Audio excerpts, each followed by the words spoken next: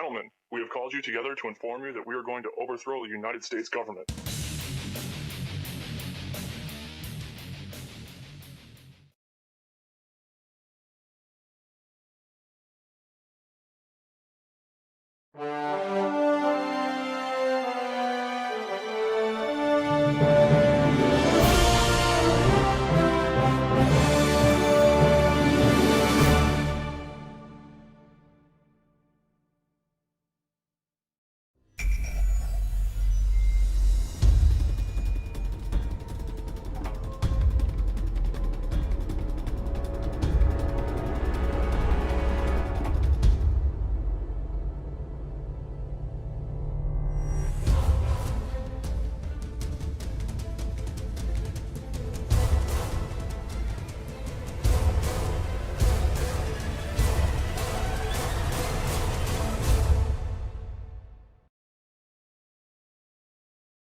Okay.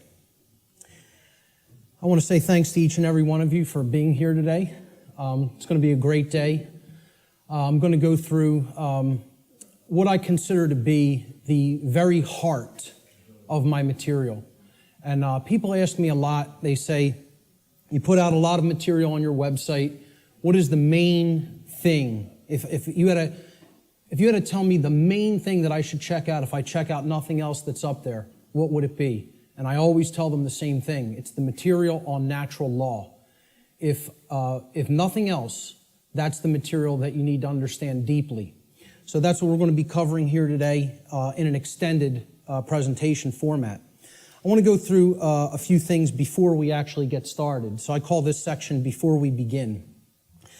And the word begin is actually important here because that's really what this presentation is actually about. It's initiation. This is an initiation into really, really deep, esoteric material that has been hidden from humanity for millennia.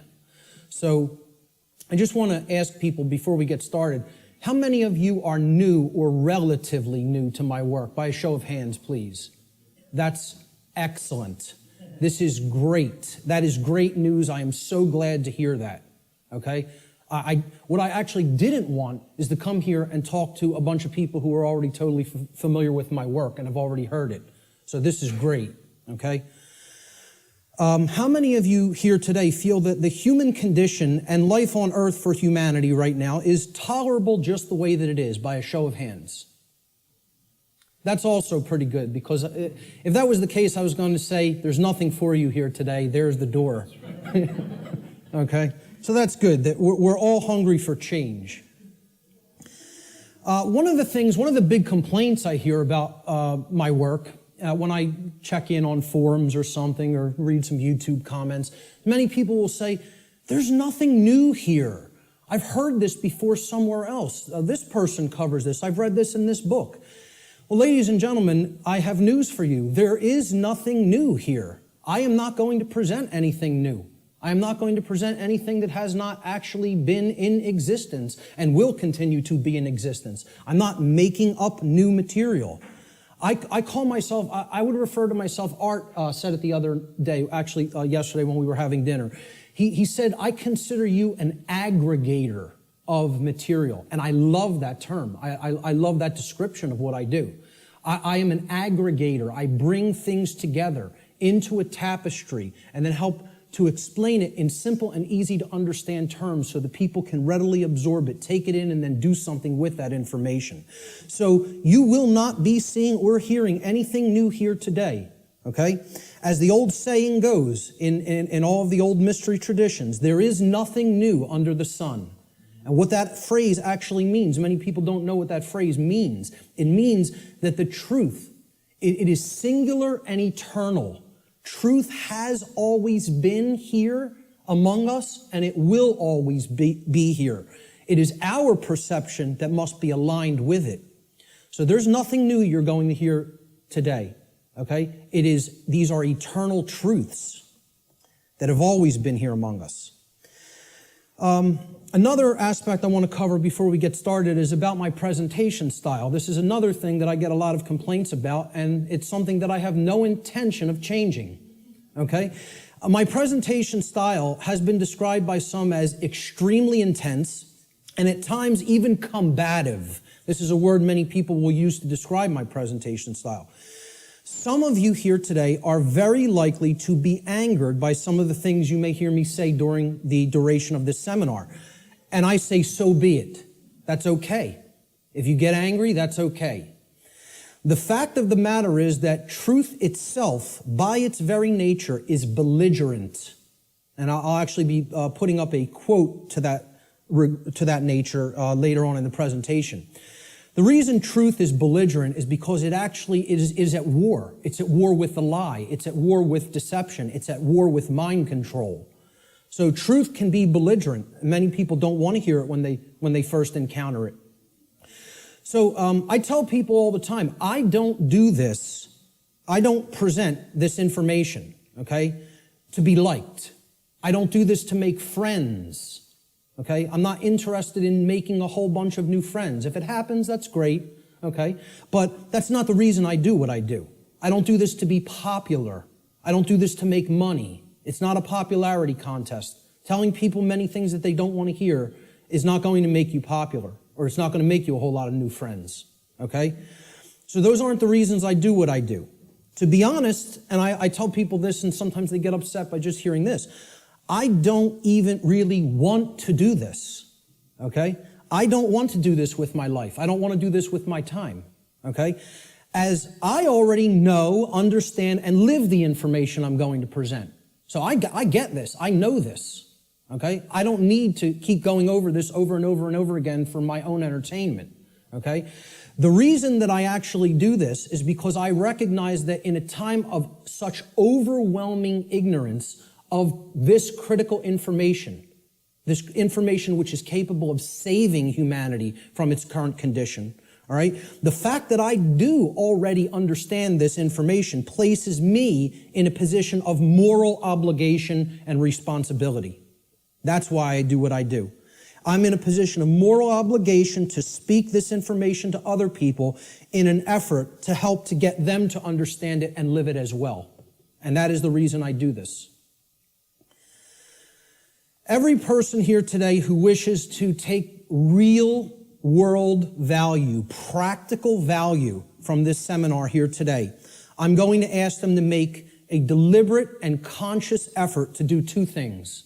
The first is try to set aside, to the extent that you are capable of doing so, your perceptions of me as the presenter, okay? And this includes things like how you think I look, how you think I dress, the sound of my voice, my mannerisms, etc. Try to set those things aside to the extent that you're able to do it. And I know that's difficult for some. And I say this because paying attention to such trivialities will detract your own mental focus away from the information that is being presented today. And that's the worst thing that could happen, because it's the information that is important, not me. Try to ignore me and focus on the content. All right? The second thing I ask people to try to do is to be consciously aware of any of your own impulses that you may have here today, to immediately reject the information that is being presented in this seminar based solely upon your own initial emotional reaction, your initial emotional response to this information, okay? This is a logical fallacy. Okay, you cannot think with the emotions. So if you hear something you don't like or that angers you, that's okay. Feel the emotion. But don't just immediately say, that can't be true. And don't believe me either. It's about checking it. It's about a process of truth discovery. It's about doing your own due diligence and actually researching this material. Okay? But if you try to gauge the veracity, meaning the truthfulness of this information, solely based upon how it makes you feel when hearing it, you are committing a logical fallacy. Okay? So I ask people to try as much as possible to suspend immediate reactions of disbelief, okay, and saying, no, I don't want to accept that, no, it can't be true, based on how something may make you feel that you hear today. That's very important to keep in mind. And lastly, this information the entire seminar is a tapestry. Okay, it's like pieces of a huge jigsaw puzzle, all right? It is meant to be seen and taken as a whole in its entirety. Now, I know I'm asking a lot here too, because it's going to be a long day, okay? And my goal here, my work here, is to keep your interest and your attention and your focus throughout the entire course of this seminar. And that's a challenging thing to do. But what I'm asking people is, you have to try to see it as a whole, because if you took the time to be here and you gave a monetary donation to be here, I'm highly recommending that you stay for the whole duration of the seminar. There's a reason for that. You're only going to get the full tapestry, especially if you're new to my work, by hearing this information in its entirety, okay? So if you don't do that, you'll probably not recognize the patterns, which is what this is all about. That's what this day is all about, pattern recognition, okay? That are inherent to this tapestry of information. And more likely than not, you'll have wasted the time that you took to be here today and wasted the money that you spent to be here today. So I don't want anybody to waste their time and their money and their attention, and I don't think you do either. So that's why I'm asking people, stay for the whole thing. You'll get the maximum value out of this seminar if you stay for its duration. So with that having been said, let's jump into the material. This presentation is called Natural Law, the Real Law of Attraction, and how to apply it in your life. And I emphasize that term, real law of attraction. Many people will be familiar with the New Age variants of the so-called law or laws of attraction. And this is going to differ quite widely from what people have heard in the New Age community and in the New Age movement regarding what the law or laws of attraction are. These are the real laws of attraction you're going to be hearing today and hopefully understanding today. So let's start in. The first section is about teachability, the teachability of the student, okay? How does a student place themselves in the best position to learn? An individual's teachability, or their ability to learn by way of being taught by someone else, is extremely dependent upon the open-mindedness or closed-mindedness of the individual being taught. Low teachability derives from arrogance and rigid skepticism. But it also derives, low teachability also derives from naivete and gullibility.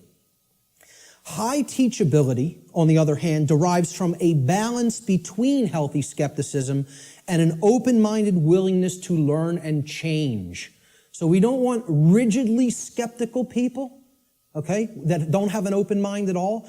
And we don't want naive and gullible people that will accept everything they're told. We want to strike a balance between these two modes. This is called a teachability bell curve, okay? And down here is the mental state of the student, whether they are, and it goes from arrogance, cynicism, skeptical nature, a teacher, a student, and then up to being trusting, then being gullible, and then being outright naive. Okay, so that's the whole spectrum of teachability. The best position to learn is up here at the top of the bell curve. This means you will learn the most if you are here. And that means you're in the balance between teacher and student. It means that you're somewhat skeptical and you're also somewhat trusting. It means that you're able to hold a proposition in your mind without accepting it or rejecting it immediately. It means you will consider the information with an open mind, okay, somewhat trustingly, but also somewhat skeptically. All right? That's going to be the mental state we want to attempt to keep during the duration of this seminar, and therefore you will be in the best position to learn. Of course, as we already said, the poorest positions to learn, the things that, if you're in these mind states in arrogance and rigid skepticism and naivete and gullibility, you're not going to take very much away from this seminar. Okay? So we want to remain at the top of that bell curve if at all possible. Human beings should consider with great care where their information comes from, the source for the information.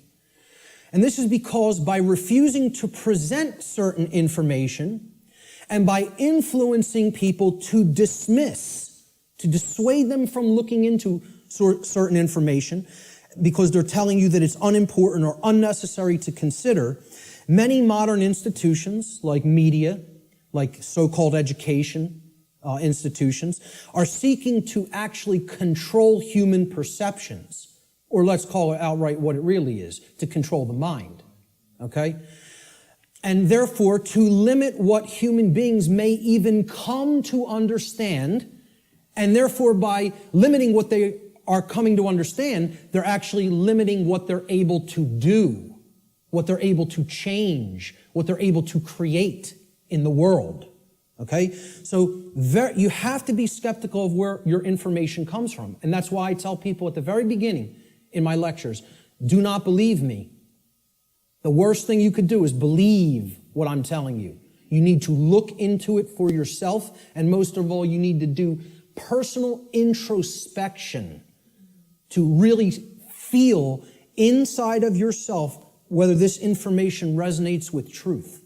Everybody has that intuitive capacity. That also has to be turned on and engaged and used. All right? If anybody is coming to this seminar from the perspective of modern, organized, institutional bodies, meaning political thought, political agendas, political organizations, religion, religious thought, religious organizations. I'm talking about organized religion here, okay? What I call scientism, not real science, but scientism, science as set up by institutional bodies to be rigidly skeptical belief systems that blot out anything that could possibly say anything to the contrary of their pre-existing beliefs. I call that scientism, okay? And of course, the New Age movement, which you could group that in with religion. It's just it's for those who don't fall into the religious mindset. This is an alternative religion proposed for them, and they call it the New Age movement.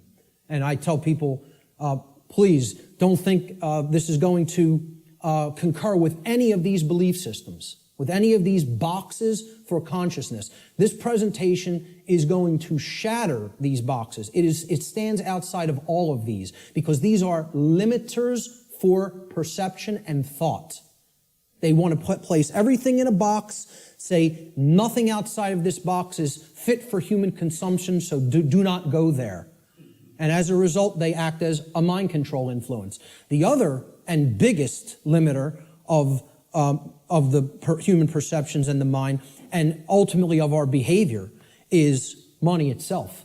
If you want to talk about the biggest religion, if these other religions aren't big enough and powerful enough for you, there's the one that is the ultimate power in the world, the ultimate religion, the God of this world, if you will. Okay? So what I'm basically saying here is if you're already in a mindset approaching the, let's call it the discovery of reality or the exploration of reality from any of these perspectives, you will be sorely disappointed here today by what you're going to hear, because the information here falls well outside of any of these institutional limiters for consciousness, okay? The requirements for creating change and the role of knowledge. Let's talk about these concepts for a moment. Human beings everywhere say that they want certain things in their life, and they say that they want certain things to be present for all humanity, okay? We say we want certain conditions to be present for ourselves and our species as a whole. And we say we want things such as happiness, health, peace, prosperity, freedom, etc. And all these things are great things to aspire to. And we say we want them. Most people will say and tell you we want these things, all right? However, I don't really feel that they're truly being honest with themselves, okay? They'll say they want them, but then when you tell them, well, those aren't automatic conditions. They don't just magically manifest, okay? There are requirements for obtaining these conditions, okay? And people wouldn't say they want these conditions if these conditions were already omnipresent, right? They're saying that they want something because they don't have it at all, or at least in fullness, right? So when you tell them there's requirements for obtaining them, many people will say, oh, well, I may not be willing to go there. I may not want to exert that much effort. And they believe that somehow they're going to magically get these things, right? Well, this is what the real laws of attraction are about. It's explaining conditions that you want don't just automatically manifest by thinking of them or just having a feeling about them. This is a New Age deception. There are requirements for obtaining the conditions that we say we want. Requirement exists in nature. It does exist. If you want something to be different than the way that it already is, than the default conditions, then requirement exists. If you're okay with things being the way that they are now, requirement doesn't exist. There are no requirements to creating change. You just accept the default conditions the way they are now and go on with your existence and accept it's going to be this way and possibly get worse. But if you want real change to happen, requirements exist. And this is what many New Age teachers will not tell you, or they'll outright deny that requirements exist for creating real change. Specific requirements exist in order for human beings to obtain the conditions that they say they want. If the requirements for obtaining those conditions are not met, those conditions do not just magically manifest by magical means automatically. That's not how it works, folks. And that bursts a lot of people's bubble right off the bat. But this is a key concept to understand. So what are these requirements? We need to know certain things. Knowledge is required. Knowledge. Knowledge that will spur us to action. That's what's required. Okay? Since human beings as a species do not already have the things that they say they want, and again, at least not in fullness. If we want to split hairs, we could say we have a modicum of what we may say that we want, but we don't have it in the fullness that we will say that we want it, especially societally, globally, okay?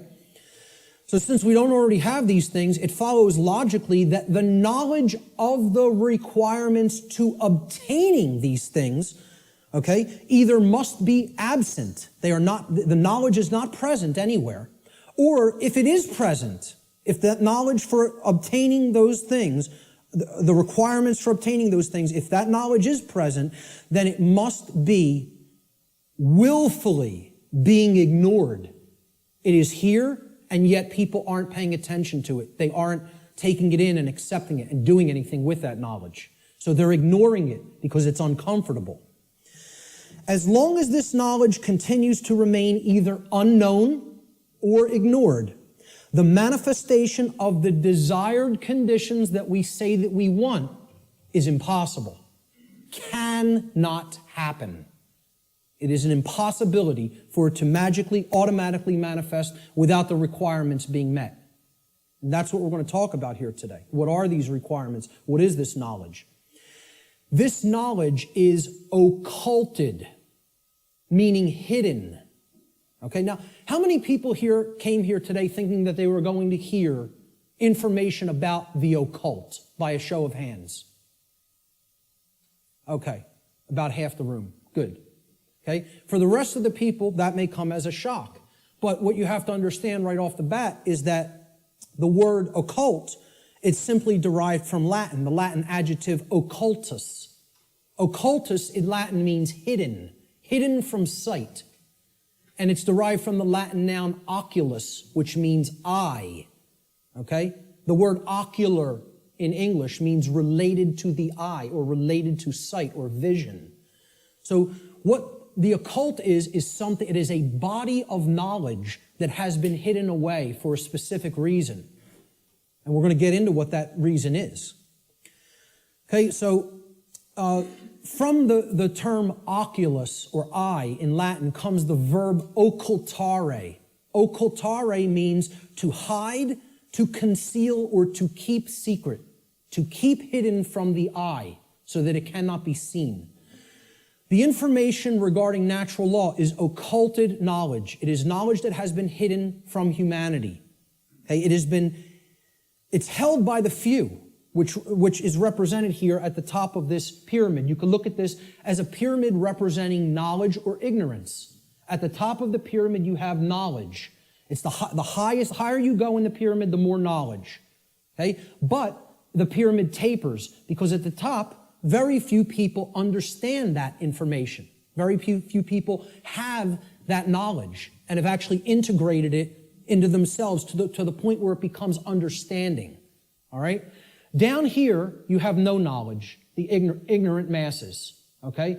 And up here, you have the people who are in the know, right, who have this knowledge about how natural law works and are actually using it for a certain reason. We're going to get to that next, what that is. So please, as you go through this seminar, please keep in mind, if I ever use the term occult, all I'm talking about here is hidden knowledge. That's what it means. Occulted knowledge is hidden. Now, why would anybody want to hide knowledge that is extremely important? Well, there's a very specific reason, all right? But before we even get to that, we have to talk about what is this occulted knowledge? What is the body of knowledge? What does it comprise? When I'm saying the occult, the knowledge of the occult, what do I mean by that? All right? Occult knowledge constitutes two things. There's two general bodies of occult knowledge. In the actual mystery traditions and in occult schools, they talk about these as arcana, A-R-C-A-N-A, arcana. The word arcana is also Latin. It means knowledge, okay? That's all it means. So there's two bodies of knowledge. There's one body of knowledge in the occult called lesser arcana, the lesser arcana or the minor arcana. This means the knowledge of the microcosm, the knowledge of the small things, okay? It doesn't mean it's less important.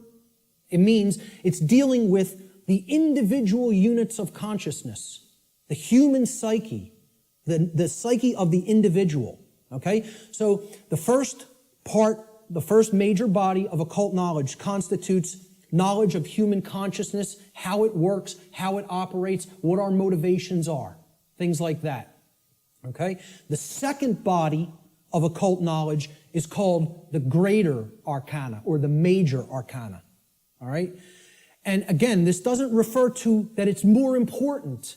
It refers to it is the macrocosmic understanding, the understanding of the very large laws of nature that govern the macrocosm, okay? So universal laws are part of the greater arcana of occult knowledge. And what I call here today, under the umbrella, the term natural law, falls into that second category of greater knowledge, the greater arcana of occult knowledge, okay? And what these natural laws are unseen and universal spiritual laws. We could talk about the word natural here too. Natural is derived from Egyptian and other Middle Eastern tradition languages, okay? The word netter in Egyptian, which would have been spelled without vowels. If we transliterated it, it would be N-T-R in English. Netter means spirit in Egyptian, in ancient Egyptian. The suffix al, even in English today, but if you go back into Arabic languages and ancient Middle Eastern languages, al as a suffix actually means of or related to, or having come from, okay? So natural, if you put these root words together, netter and al, right? It means of or related to the realm of spirit, of or related to God, actually. The word netter also meant God, spirit or God, okay? So this is the spiritual domain, the laws that actually are operating in the unseen realm, okay? Now, they manifest in the physical realm. We're going to talk about that, okay? Because that's the operation that it trickles down from. It starts in the spiritual domain, and then it manifests in the physical domain, all right? So it's important to understand these two bodies of knowledge. The lesser arcana, okay, is about the monad or the individuated unit of consciousness, of the human being. And then the greater knowledge is about the laws that govern the macrocosmic universe. All right?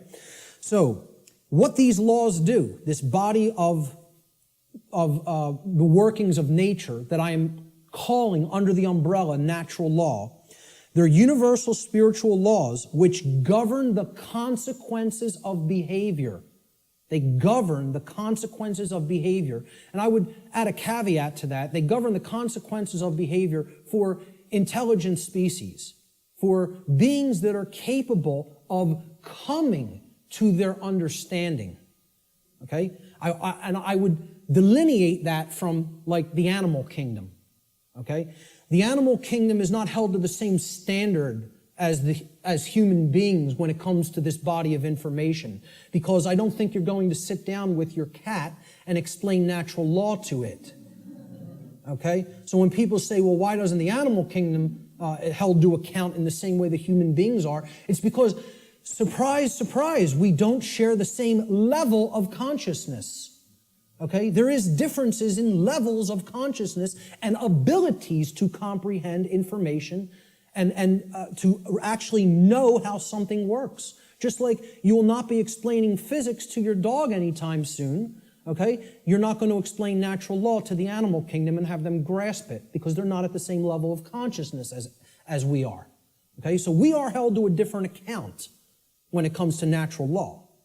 It governs human behavior. It would be an easy way of saying it.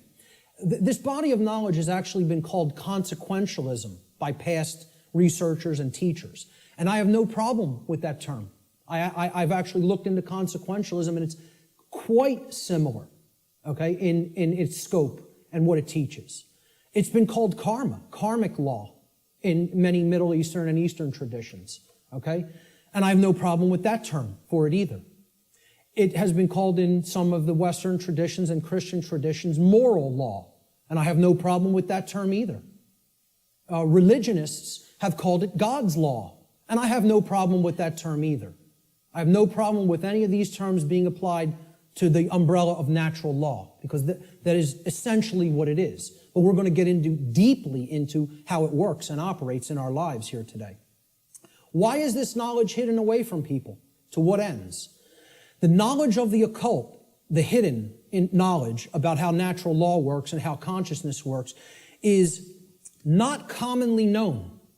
That's why it's not the exoteric. It's not given to the masses. It's the esoteric. It is reserved for the few. And there's a reason for that. It's been deliberately hidden away and kept from the general public in order to create and maintain a power differential. Because if someone else is an extreme level of knowledge, and they know how something works, like something as trivial as how human consciousness works, how human motivations work, how human perceptions work, how human beings can be manipulated. If somebody has deep knowledge of that information, and there's a whole bunch of people over here who have not one iota of how that works, what kind of a number do you think somebody can do on people like that? See, the way I ask people to look at this is real simple. Imagine a very, very, very advanced psychologist at the top of his field, wrote all the textbooks, okay? And he's got a house out in the burbs. He comes into the university. He's got tenure, okay? He's got the trophy wife, the house out in the suburbs, the 3-car garage, driving the Lexus into work at his tenured job. And he finds out that his trophy wife is having an affair because she's bored. She's not satisfied with him at home. And it's maybe the 19-year-old, captain of the local high school football team or something. He's a senior. He's a star football player, right? The jock, yeah. And she has a fling with him. Well, what if he decides, I'm going to become buddy-buddy with my boy here after finding out about his wife's affair? And this kid, this punk, who's cheating on, my wife's cheating on me with, he knows nothing. He doesn't study the mind. He doesn't know anything even about himself. who watches TV 6 hours a day, plays violent video games, is obsessed with football, you know? What kind of a number you think that psychologist can do on that kid? Total number. That's the answer, exactly. That's right. He could do a total number on him. He can gain his confidence, he can get into his head, and I guarantee you give him a little bit of time, he could screw up his life based on what he knows and how he would be able to manipulate based on his hatred of that person. Well, guess what? That's the position humanity's in. We're that punk jock. And I'm not saying we necessarily did something to deserve it, but we're in that same position where the people with this knowledge at the highest levels, they hate us. And they're doing a total number on us because we don't have this knowledge. And until that changes, don't expect the playing field to be leveled. Expect it to get worse. Okay? The knowledge is hidden to create and maintain a power differential between those who hold it and those who are ignorant of it. It's that simple. The knowledge of natural law and its operations constitutes what I call the most deeply occulted or hidden information that exists on this planet. You will not find any more hidden information. This is the thing that all the distractions are there for, to keep you from learning. The endless trivialities, the nonsense you hear on the news, all the video games, all the nonsense television, the sports, you know, it's all there to keep people from understanding this. And I can't get you to accept that or believe it, and I don't ask you to believe it. I'm telling you that's what they're trying to, from my years of being inside occult traditions that are very, very dark. I'm telling you, this is what they don't want you to know. From firsthand experience. How many people here today know that I was involved in the dark occult in my past? Good. Great. Okay. The powers that be want to seek to keep this information hidden from the people of the earth at all costs, because understanding this information about natural law will level the playing field and put an end to the currently entrenched systems of control that are operating on the earth. We should very clearly make a distinguishment between nescience and ignorance so that people fully understand the difference between these two concepts. How many people even have heard the term nescience? Very few. This is a word that has practically been sanitized from colloquial English, practically been sanitized from the English language. And there's a reason for that too. There's two contexts to not knowing something. The first context is nescience. Okay? Nescience comes from the Latin. The prefix ne in Latin means not or not present or absent. Okay? And then sciere in Latin means to know. It's where we get the word science from. Okay? So you put them together, and nescience, it actually, those two roots form another word, nesciere. Nesciere in Latin means not to know, to not understand. But there's a connotation to it. It means to not understand because the specific information that you may be having a desire to understand is completely absent. It is not present, and you cannot actually aggregate that information. You can't bring those pieces of grammar together to form the sentence, okay? It's not present, okay? So you don't have it at all. It's unattainable. This should be clearly delineated from ignorance. Now, nescience is not someone's fault. The information just isn't there. Okay, you can't be blamed for nescience. There is no blame in nescience. The person who is nescient is not to be blamed for being nescient. The information simply wasn't present so they could take it in and then come to understand it. Ignorance carries blame. And this is another thing. People want to think in the New Age movement there's no such thing as. Nobody's to blame. And that goes to that there's no cause for anything that's happening, as you'll hear a lot in the New Age circles. Okay? I very strongly put down these notions, or attempt to. Okay? There are causes and effects. There are people who are responsible for what is happening. There is blame. Blame exists. Okay? There are people who are culpable. We're going to talk about moral culpability later. So ignorance has blame attached to it and responsibility attached to it. Okay? It comes from the Latin verb ignorare in Latin. And this means not to know, just like nescience means not to know, but in a completely different connotation. The connotation of ignorance means you don't know even though necessary information is present and right there before you, because you have willfully refused or disregarded that information. Whether you've refused it because it made you feel uncomfortable, or whether you disregarded it because you felt that's not important for me to know.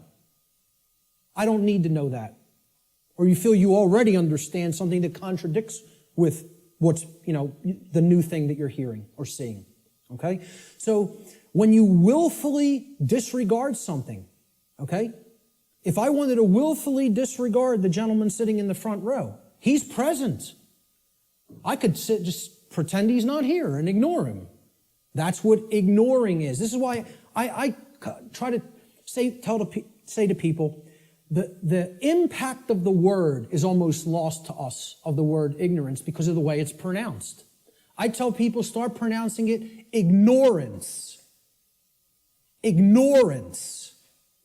Then people will hear the word ignore in it, and the connotation becomes clear. It means you're ignoring it. Ignorance. Okay? That's how I like to say it now, because the connotation is clear that way. The information is there, the truth is there, and somebody wants to ignore it completely.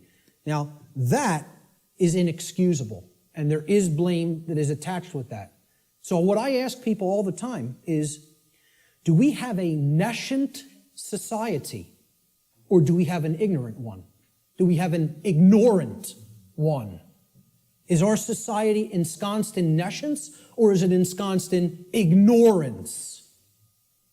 I would argue absolutely that we are ensconced in ignorance in society, not nescience. I think we are drowning in information. I think we are drowning in the truth that is all around us, but people are ignoring it, largely. Not everyone. There's many people who are very hungry for it and taking it in as fast as they can, But I think the majority of human beings are in the state of ignorance, even though the truth is present all around us. And that constitutes what Art talked about earlier, this consensus trance, which people in the so-called truth community or truth movement have likened to sleep. They say that they are asleep. I liken it to hypnosis.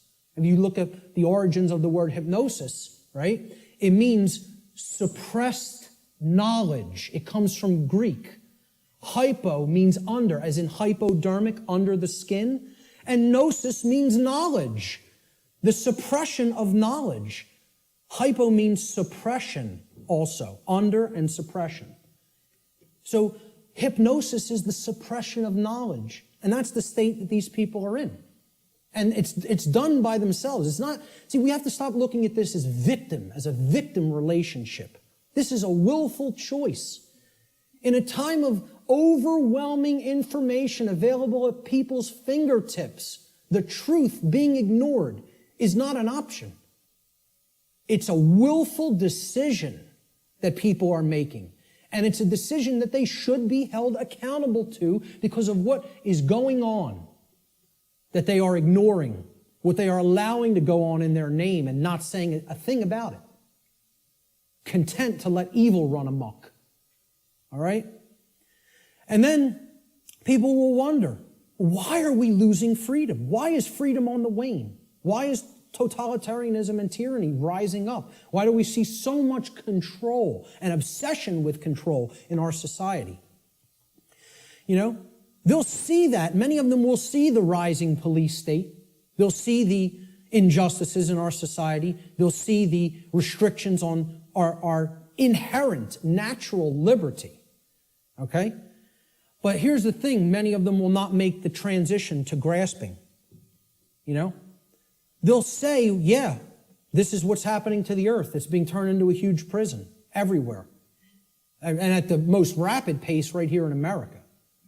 Okay? And they'll see this lock going onto the cage, but the question that they never get to, they don't even get to the question, let alone the answer, is why. They'll talk about the symptoms. They'll describe the prison. They'll describe every corner of the cage accurately in many cases. They can tell you exactly how it's working. They can tell you all the different aspects of the control system, but they can't tell you why it's actually going into place. Why is that happening? Well, that's what this presentation answers. Why are we losing freedom? And it gets to the actual heart of that answer. So what this presentation constitutes is a master key that unlocks all the locks to all the doors on all the cages in the prison, if it is accepted. And once again, I don't tell you that belief is required for that, because truth is always present. It's always here. It's a matter of, will we perceive it as being present, acknowledge it's present by stop ignoring it, okay, and then accept it into ourselves, and then do something with it. Understanding is not the end. Taking in the knowledge and understanding it is the beginning. Action is required. See, knowledge is required, understanding is required, but then action is finally required. Above all, if change is to be created. And that's how the laws of attraction really work.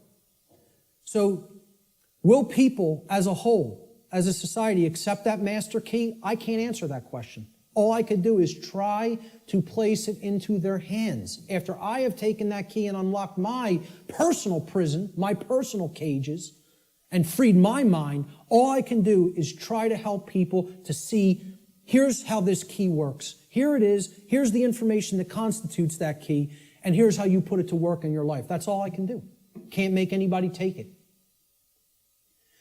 Let's look at what problem solving entails, because that's really critical to understand if we're going to get past this stage and where we're at in our stifled evolutionary development as a species. There's a few main steps to solving problems. Any problem. Doesn't matter what the nature of the problem is. The first is you have to recognize that the problem exists. Recognize that there is a problem to begin with. And I think by asking the question, is everybody content with the way things are, and nobody raised their hand, I think that's great, because it at least acknowledges to me the people here today recognize we have a problem. And that's healthy, that's good, okay? Many people out there don't believe we have a problem. You know, they like this place. They like the world the way that it is. You know, which is unfathomable to me, because to me it's a living hell. And that's not because of how my own personal life is going. I'm very content with my own personal life. I have no self-inflicted suffering in my personal life. I don't create problems for myself. My life goes on very well according to how I live it without hurting anybody else. The problem is other people. And that's another thing the New Agers won't acknowledge, and they'll flip out if you say that there's a problem with someone else. There are problems with other people, okay?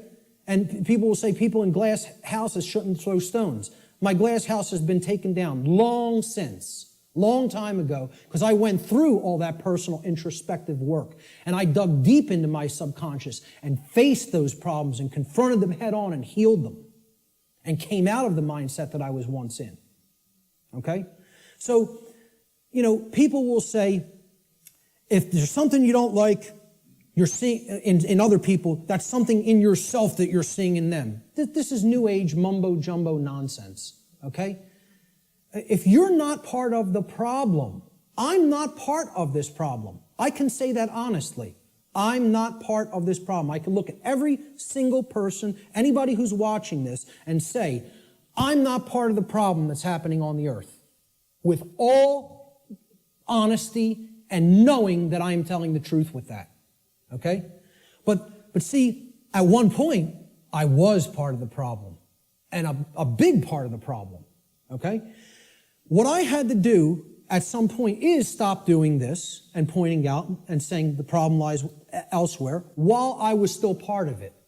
And then I had to do this and point squarely at myself and say, what do I need to change here, here, and finally here, in the guts, in the courage. You know, people will say, yeah, change happens in the mind, it happens in the heart, but lastly, it happens in the guts. We need to generate what I call the heart, mind, guts, okay? You got to care enough to know and then put it into action. The heart, mind, guts, okay? That taking action is the most important step when it comes to creating change. And we're going to get to that in a moment. But the whole point here is I had to look at what I needed to change about myself in my thoughts, my emotions, and my actions, and then change those things in myself. This is what most people want to run away from. They want to say, yeah, I want those things that I say I want to magically to be present in my life, but I don't want to do those things that require self-change in how I think, in how I feel, and in how I act. I want it magically to happen without changing those things in me. So I can honestly look at the rest of the world and say, the problem does not lie within me. I am not seeing a manifestation of myself in other people. Other people have not done the same process that I have, the introspective work that I have, and gone through that painful, painstaking work that involves effort, hard effort. I'm not up here telling people, I'm offering you the tonic. You're going to take a sip and magically you will be enlightened. Okay? Knowing what's going on in the world is hard work. It involves destruction. It's a destructive process. It involves destruction of belief systems. It involves completely breaking down barriers that are in your head. Okay? Hardly anybody wants to do that work. People want to run 1,000,000 miles an hour in the opposite direction from that work. Anything but that. I'll take the grave instead of that. Okay? That's where most people's heads are at. All right? So let's get back to the steps here for problem solving. The first is you got to recognize that there's a problem. If you are in denial, good luck. Let me know how that works out for you. Because you're not solving any problem in a state of denial at all. Fear-based denial of the problem must first be dealt with and conquered and stamped out. And you have to acknowledge how bad it is. You know? People feel symptoms coming on of a disease or something and they want to ignore it because they don't want to believe I'm sick. I don't want to believe I'm sick. I don't want to believe I have a problem. Then you're waiting. You don't get it diagnosed, and then it turns into a much bigger problem, which is where we're at as a society for ignoring this information. This is what denial looks like, symbolically. Okay? A person with their head in the sand like an ostrich. And please take note, ladies and gentlemen, when you're in this position, when you're in the position of denial with your head in the sand, you're on your knees with your ass in the air. Okay? And I almost say it's amazingly synchronistic that the human body was designed like that. That in order to put your head in the sand, symbolically, so to speak, you have to be on your knees. Okay? And that's where most of our society is at. They're on their knees. And in that state of denial. The second step to problem solving is to recognize that the symptoms that are being displayed, the symptoms you are seeing, are merely effects of underlying causal factors. You can't treat symptoms and solve a problem. It's not possible. That's not how problem solving works. You have to get to what caused the problem. Okay? Instead of simply treating symptoms, make an accurate diagnosis of the causes of the problem. So what does the word diagnosis mean? Diagnosis comes from Greek. The preposition dia, transliterated there in the parentheses, you see it in Greek script, okay? It means through or by way of. So by a method, by a particular method, all right?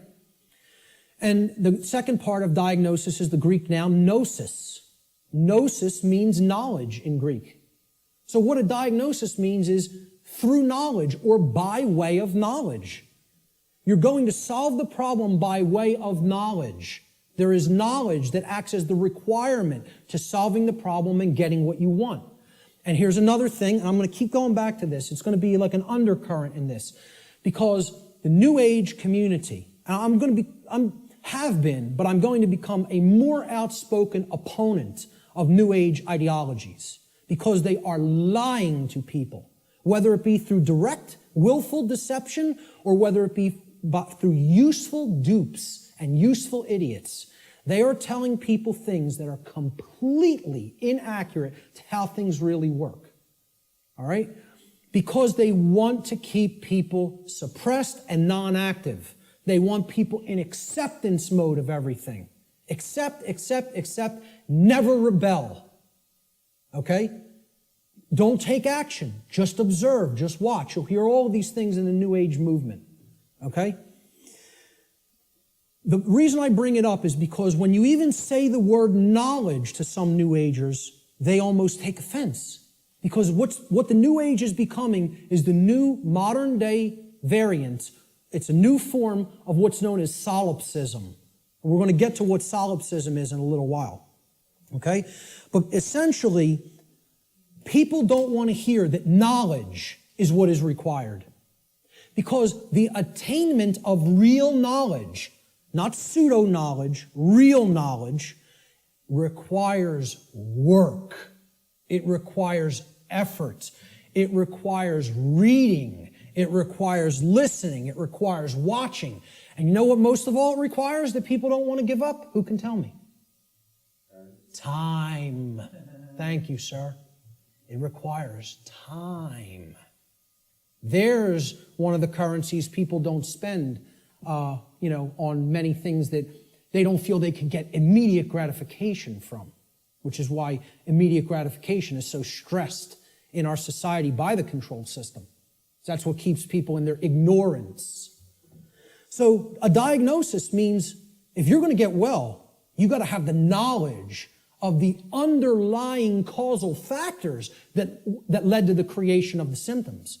You're not going to treat the symptoms and get well. You got to have the knowledge to get to the causal factors, to find out what cause put this into effect. And we're going to talk a lot about cause and effect. The third step to problem solving is, through the knowledge that you've acquired now, via making an accurate diagnosis of the problem of the causal factors, right? You're going to then put that knowledge into action. Understanding what created the problem is like step 2, right? Stop being in denial, understand what caused the problem, act on the knowledge you now have to solve the problem, to make it right, okay? So action is required. We make the diagnosis, then we have to take the required action necessary to rectify or to set right, which is what the word rectify means, the causal factors that led to the manifestation of the problem. Let's talk a little bit about the concept of what truth is, how I refer to truth in all of my work. Because people have a real deeply mystified concept of what truth is or what it means. They'll get into all these really deep abstract discussions of the mind of God and, trying to get into quantum theory and everything. This is mystification of the concept of the truth. And we have to demystify it. We have to bring it down to real simple, easy to understand language that anybody can comprehend. And then really completely delineate that from perception of any given thing. Because the two are not the same. When people say perception is reality, nothing could be farther from reality than that statement. Perception is not reality. Okay? It is just what it says, perception, seeing through, perceive, to see through something, like a lens or a filter. Okay? I perceive things differently without these glasses. That's one perception. When I put them on, I perceive things quite differently and more clearly. Okay? Well, that's how human perception works, like a lens. It's a filter. Okay? But what's there is the same thing. What's there is the same thing. All that changes how I perceived it. All right? So let's look at this concept. Truth is objective. That means that it's not dependent upon the perceptions of human beings. No one wants to hear that. That is a direct assault, a direct frontal assault on the human ego. Because everybody wants to hear, my perceptions are important. And we want to also believe my perceptions are accurate. Okay? Now people will say, well, what makes you say your perception of this topic is going to be accurate? That's because I went through the process of having to admit over and over and over and over and over again, endlessly, how wrong I was about my former perceptions. I went through that destructive process of breaking down my former belief systems, of breaking down my former emotional patterns, of most of all, changing my behavior. That's the thing that's the most destructive, because we get attached to our behaviors and patterns. So asking people to change, I recognize it's not easy. It took me probably about 8 years of my life to do it. Most people don't want to spend a minute on creating personal change, let alone 8 years. And, when I look at myself, in all honesty, again, none of this is to sound egoic or to toot my own horn, but I look at it like I was a mild case of ego entrapment, a mild case compared to where I see other people at. I feel like I was the, a very brittle stone that just needed to be hit with a chisel a few times and it broke into powder. Other people are hardened granite or diamond. To break them down is going to take enormous effort and work. And most of them don't even want to do it. They're so calcified, they've been so compressed into that hardened state that they don't even want to start. So I realize telling people your perceptions are not what really matters, that truth isn't based upon how you perceive things, that it's independent from your perceptions. Most people don't want to hear that. They don't want to hear that. Human beings' perceptions are capable of wavering.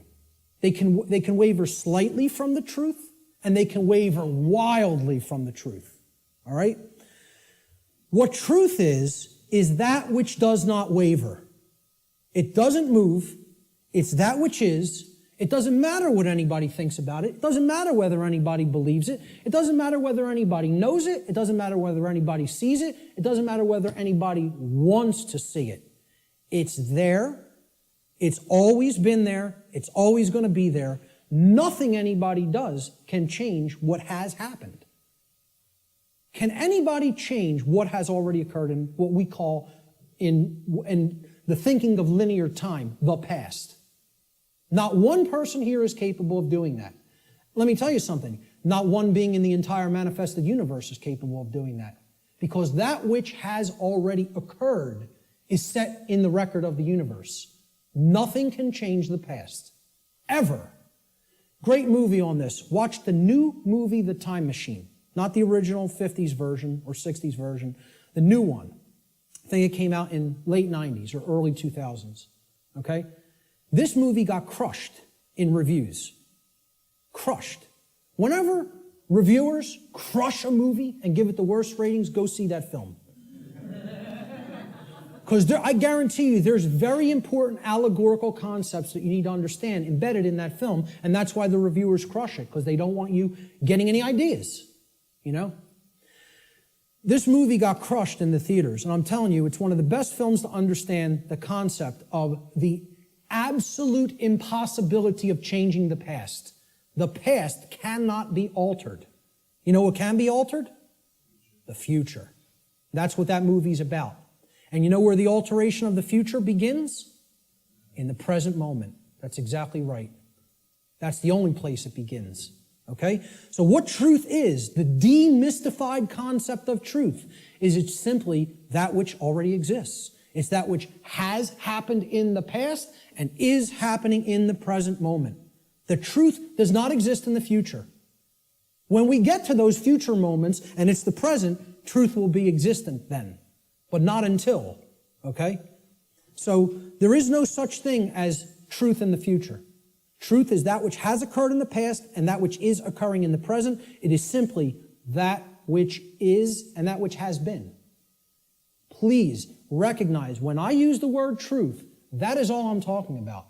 I'm not talking about the mind of God. I'm not talking about the entire reason for the existence of the universe. I'm talking about the events that have taken place in the past and are taking place in the present. That's all. And guess what? That's all the truth is.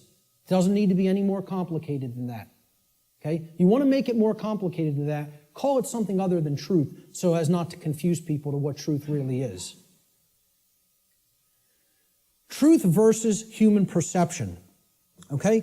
Now, I want to ask people to imagine, see these white lines? Imagine these white lines that do not waver as truth. And imagine that the perception that is set against the truth, we're going to take three different individuals. This is individual A, this is individual B, this is individual C. Okay? Their ability to perceive what has occurred and what is occurring is what I would refer to as consciousness. Okay? Consciousness is a being's ability to recognize patterns and meaning with respect to those patterns. Meaning you have an accurate understanding of what's taking place within and around you, or you have an inaccurate understanding of what's taking place in and around you. If your consciousness is high, meaning it's at a high frequency, okay, that means you're going to have more of an ability to understand and recognize the patterns. If your consciousnness is low, you're at a low frequency, you're going to see the pattern less. You're not going to accurately perceive. So I liken this to a waveform. In simple, physics, a wave, this is a simple sine wave, okay? It has its crest here and its trough here, okay? And then the pattern repeats, goes up to the crest, down to the trough, and it repeats over again. The distance between the either crests or troughs of the wave is called the wavelength, okay? The longer the wavelength, the shorter the frequency. What that means is how frequently is it going to be intercepting the line that represents truth? How frequently is it going to be aligned with this line, which we are calling truth? Okay? Now, can everybody just, with that explanation, understand this simple model and what I'm talking about here? Is that clear? Okay, because it's important. Because this is a low frequency vibration. It's a low frequency wave. A wave like this, if it was an audio wave, would produce a low frequency, would produce a low bass tone. Okay? As we go up to a higher frequency, you can see the wavelength is shorter, meaning that it intercepts the line which represents truth much more frequently. We can count them. 1, 2, 3, 4, 5 here. 1, 2, 3, 4, 5, 6, 7, 8, 9 there. Okay? So this is a higher frequency vibration. And we go up to an even higher frequency. Let's say person C has this consciousness. They have a higher frequency. Okay? And they're intercepting the line that represents truth, much more frequency. I won't count those out because there's a lot of them, okay? The higher the frequency, the more in tune with truth we are. What would happen if this frequency became infinitely high? What would it become? It would be indistinguishable from a line. And therefore, someone would be aligned to that which is. The higher the level of consciousness or frequency, which is their perception of reality being accurate, okay? Not wavering as much from the truth, because it's hitting it in more places. We would basically, this wave would turn into a line at some point, the higher the frequency went.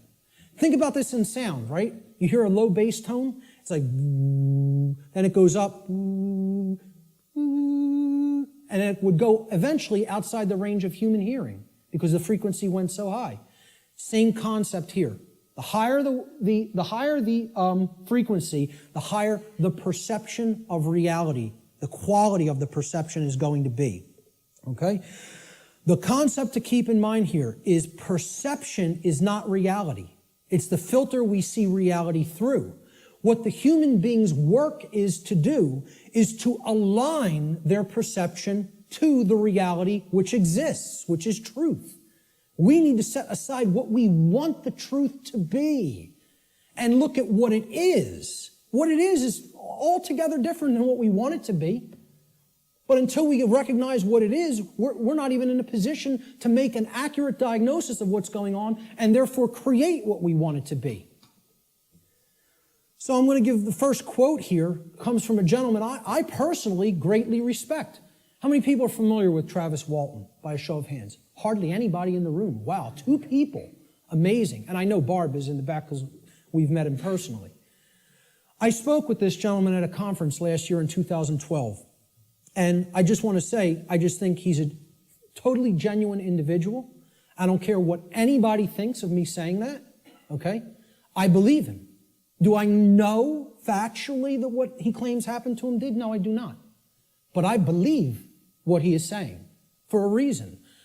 When I am around somebody, especially for any length of time, I think my intuition is good that I can get a feel for their heart, okay? And when he's telling you stuff, it's very consistent. And in his book, he asks people, you need to listen to my whole story, suspend your disbelief for a minute, and then do your research, and then make a judgment call. Do you want to believe me? Do you think I'm telling you the truth? Do you think I'm lying to you? And then make up your own mind, okay? And who Travis Walton is, he claims that he was an abductee, that he was taken on board an extraterrestrial craft at a point in his life. He disappeared for days. They were out looking for him, and his best friends were accused of murdering him. And he shows up 5 days later in like deplorable conditions, out on a country road someplace. But anyway, again, I spoke with him back in 2012. I just bumped into him again. We were just at a conference. I'm bringing this up for a reason. We were just at a conference in Philadelphia where he spoke. And this quote, I feel I would start, if I was going to quote somebody, I was going to make this like the first quote in the presentation today. Travis Walton says in his book, which is called Fire in the Sky, he said, I have come to realize that the biggest problem anywhere in the world, the biggest problem anywhere in the world is that people's perceptions of reality are compulsively filtered through the screening mesh of what they want and do not want to be true. Now, when I read that in his book, I got chills up and down my spine. Because I said, this meshes exactly with what I'm talking about in my section, in my presentation called Truth versus Perception. And he's encapsulating it in a sentence perfectly, all right? We want things to be true. That doesn't make it so. That's not what makes truth the way that it is. What makes truth is the way that it is what behaviors were taken and what is the actual effect in the manifested world. That's how things are, okay? It doesn't matter how we want them to be. They may be a completely different way right now than we want them to be, and I would say for the people in this room, they are a completely different way than we want them to be. But most people in the world think, they kind of believe that they're the arbiter of truth. And that's a bad place to be in. That's a very, very low level of consciousness. To think that if I don't believe that it's this way, it's not this way. Many people are trapped in that state of mind, okay? Now, the reason I even bring this up and included Travis's quote here is at this conference that we were just at a couple of weeks ago, okay? I didn't speak at it, I tabled at it. A woman came up to my table and she picked up my New Age Bullshit DVD, which is available here today in the back. And she said, what's this about? With a real skeptical look. And I explained, well, it's a 7-hour extended video podcast that has many, many slides, okay? I gave a shortened version of it at the Free Your Mind conference in Philadelphia. And this is the extended version that goes deeply into the deception of the New Age movement and how it is a religion that is designed to suppress the masculine side of the personality, which is the side that actually takes action and creates change, okay? And that's, of course, pushed by the sacred feminine, which is care and creativity, and compassion, right? Both need to be present. We're going to talk about that here today. But I said, this is about the suppression of that masculine energy. And that's what the New Age movement is about, the suppression of the masculine, right? So I said, what the New Age religion wants to teach people is just accept everything the way it is, no matter how unjust it is, no matter how deplorable the conditions are, no matter how much evil is taking place in our midst, accept it. That's the New Age religion. And here's what she said. That's exactly how I am. I just accept everything. I don't make any judgments on anything that occurs, no matter what it is, no matter how it's perceived. You want to perceive it as evil? That's your judgment. I said, yes, it is my judgment. You know why? Because it's evil. It really is. There is such a thing. I said, and you're content to let evil run amok and take this whole world because you don't want to act. Because what's really there is cowardice. That's what it really is. Okay? And she didn't want to hear that. She said, I prefer not to see it that way. Now, align this with the quote. I prefer not to see it that way. Okay? And I hope by some miracle she happens to see this presentation at some point. Okay? And, you know, in hindsight, I didn't say this to her on the spot, but I thought about it for a little bit the next day. And what I should have really said is, no, you prefer not to see, period. That's the truth. Okay? So I prefer not to see it that way means, no, I want to ignore reality. I want to believe what I want to be true is the way that it already is. And this is what the New Age hoax is peddling to people. Okay? So, great quote that I thought accurately sums it all up. See, this woman also told me that she is a follower, quote unquote, of the New Age ideology that is referred to as the Course in Miracles. How many people have even heard of this? A lot of people, okay? You know what that is? It's called solipsism, wrapped in a nice, neat new package. Solipsism. How many people are familiar with the ideology called solipsism? Good. More than I would have thought. Most people have never heard of this, okay? Solipsism is a completely egoic and destructive ideology that has absolutely no bearing or resemblance to truth in any way. And the people who are solipsists are mentally ill. I'm not even going to provide any evidence of that. I'm telling you, you need to research this religion and sickness for yourself. It's a mental illness. A solipsist is a mentally ill person who should probably be somehow removed, segregated from society, and institutionalized until they are made well, because they are a destructive influence on society. This is what I focused on podcast number 1 of my podcast series and radio shows. I went into the ideology of what solipsism is and how destructive it is and how it's a religion. Okay? What this is, well, first of all, let's look at the word. And you'll notice I'll be breaking down words all day long.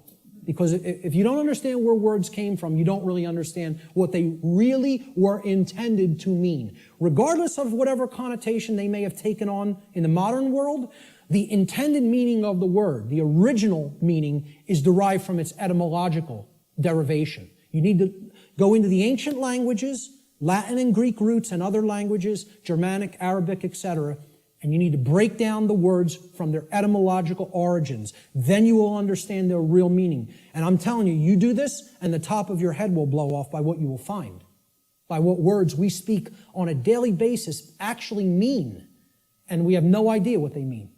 Okay? So the word solipsism comes from the Latin adjective solus, which means alone or one. And then the Latin pronoun ipse, which means self, myself, etc. Okay? The ideology of solipsism is that nothing exists outside of me. I'm the only being that exists in creation. Or essentially, it's another way of saying I'm God. Okay? That my perception is the only real perception and no one else is here. Now imagine that. Now, what I'm essentially telling the audience here today is your perceptions are not the truth. You have to work to align your perceptions with the truth. That's damaging enough to the human ego, okay? If I just said, none of you exist, I'm only perceiving your existence, I'm the only one who exists, imagine how egoic that statement is, and actually how demoralizing it is to other people. You're even telling them, I don't even consider that you exist. That's what a solipsist is. They believe the universe is a big illusion created somehow for their amusement, and that there's no objective reality, that you don't exist, you don't exist, you don't exist, you don't exist. I'm the only one who exists. And that's not mental illness. We don't diagnose that as mental illness, okay? I don't care if you want to accept the notion everything is one. I personally accept that notion. I do accept that we are all one. That doesn't mean you're not existent in the physical domain right now as I'm talking to you. Of course we all exist here. We are in the physical domain, okay?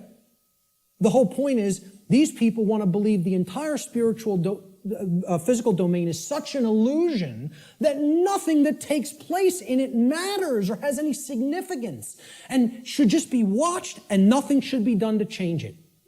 And let me explain what this is, folks. When I was a Satanist, okay, and I was working inside the Church of Satan and other dark occult organizations, they have a set of sins, believe it or not. They don't look at them as sins in the same way that, religionists look at sin. But they have the things that, these are behaviors and thought patterns that should not be engaged in by the dark occultist themselves, by the magician, if you will. You are not to engage in these behaviors, but we are to peddle them to other people. We are to get them to engage in these behaviors. Okay? You know what the first one is? No, it's not. That's the second or third. I think it's the third, if I'm not mistaken. I don't have the list handy. But the first one is stupidity. That's the first satanic sin. Okay? For the dark occultist. But they want other people in deep stupidity. They want other people in deep ignorance. The idea here is we will know it all. We will know the truth, so that we can control others and keep them a dumbed-down herd. Okay? There's a bunch of other ones, but I think the second or third is solipsism. Solipsism is one of the biggest sin for Satanists and dark Luciferians and dark occultists. They don't want any of their membership believing in this mental illness nonsense. Okay? But they want to propagate it and peddle it. They want to do that. And they told me personally, higher ups in this network told me personally when I was working with them, wait until you see the New Age books that our membership, will be writing, or either writing ourselves or putting into the hands of useful dupes to write and put out there. We'll be giving them the idea, they'll write it for us, put it out there as their own idea. And they said, we are going to propagate and peddle solipsism like you have never seen. And you know what? When they say something, they do it. I'm serious. They're aligned. Their act is together. They act on the same page. And for that, I have respect for them as an enemy. And I don't take anything they do lightly. I recognize they have the will. They're not like the rest of humanity. They align their thoughts, their knowledge, with their version of care. It's not like our emotionally based care, but they care about what they're doing, and then they act. And when they act in concert, and they get it done. Okay? I'm not saying, I agree with any of their agenda, because I don't, and I'm trying to stop it. But I have respect for their unity. They are unified and on the same page, and humanity is not. And that's why, in all honesty, we're having our rear ends handed to us in this spiritual battle right now, at least right now. Solipsism is the ideology that only one's mind is sure to exist. Solipsists contend that knowledge of anything that is outside of one's own mind is unsure, and hence there is no such thing as objective truth. Okay? No such thing as objective truth. And therefore, nothing about the external world and its workings can actually ever be known. Just think about that statement. It's saying no one can ever know anything. You cannot come to know anything at all. There is no such thing as knowledge. So what I would say to somebody who's following the quote-unquote Course in Miracles, or a Course in Solipsism, or a Course in acceptance of all forms of evil in this world, is you can't know anything by reading the Course in Miracles, because nothing can be known, you know? Why would a solipsist ever pick up a book? Why would a solipsist ever watch anything, any video? Why would a solipsist ever engage in a conversation with another human being? You know? Tell a solipsist you can't know that you're going to fall off that cliff, so why don't you go try to walk over and see what happens? Because you can't be sure of anything. They won't do that, though, you know? The whole point here is this is a religion. This is a New Age religion. And I'm telling you who it's peddled by. It's peddled by the occultists who have the knowledge of how natural law works and are trying to put out whatever ideologies they can, destructive ideologies they can, to get people not to understand it, or to even go so far as to believe that nothing can be understood. Why would you bother to look into natural law? Nothing can be known. It's unbelievable that anybody would be so gullible and naive to fall into this mindset. Let me just tell you what it really is. It's a person who has given up on life. They feel that it's so difficult to know anything and they don't want to do the work to come to that level of knowledge that they've just said, I don't believe it can be known. That makes me feel more comfortable in my ignorance and laziness. That's the truth about what solipsism is. Okay? And that's the truth about my friend I bumped into at the MUFON conference. And I'd say that to her face. Okay? So, we have to realize we're battling this force. This religion is on the rise. Solipsism is on the rise. More people are becoming solipsists or solipsistic in their beliefs, in their thought processes. Let's look at some basic definitions and working definitions. Now, first thing we're going to define is definition. Let's define what a definition is, okay? A definition is an exact statement, a statement of the exact meaning of a word, all right? We're looking for an exact meaning, not a connotation, not a maybe or a like or a somewhat. We're looking to narrow the focus. That's why it definites it. It makes it finite. We're taking it not infinite, we're finiting it. We're making it finite, okay? We're actually limiting through words what something means so we can be clearer about what we're saying, okay? It's an exact statement or description of the nature, scope, or meaning of something. Another way we could look at a definition when we're talking about visual or audio definition is it's the degree of distinctness or clarity of an object, image, or sound, okay? So why do people buy HD TV sets? They want higher definition. They want a higher clarity of the picture, okay? If you have high definition audio, for audio files, they won't accept anything but high definition audio, because in comparison to low def audio, the clarity of the sound is very good. It's much better, okay? So that's what definition is. It is all related to clarity. When we use it in conjunction with words, it means the clarity of the meaning is amplified, okay? And when it's with a picture, the clarity of our vision, of the ability to see what the picture is, the information in the picture is amplified. And same thing with sound. The more accurate the definitions that we have for words or concepts, the better our clarity of meaning and therefore our understanding of those concepts, words or concepts will be. So definition simply means clarity of meaning when we're applying it to words and concepts. So therefore, let's define natural law. So this is what we're going to be talking about for the rest of the day. We have to define it. The simple definition of natural is inherent, having a basis in nature, reality, and truth, not made or caused by humankind. So if it's natural, it wasn't made by man. Mankind didn't make it. Okay? And again, the origin of the word, neter in Egyptian, means spirit, and all means of or related to. So of or related to spirit. It is all of nature, the spiritual domain. See, this is the other part. People believe that the spiritual domain is separate from the physical domain. This is a huge thread and a huge central focus in all of my work. If you think the spiritual domain is not where you are at now because you're in the physical domain, you're mistaken. If you think that the spiritual domain is someplace other than the physical domain, you're also mistaken. If you place emphasis on one above the other and say, well, this one takes precedence and this one's not important.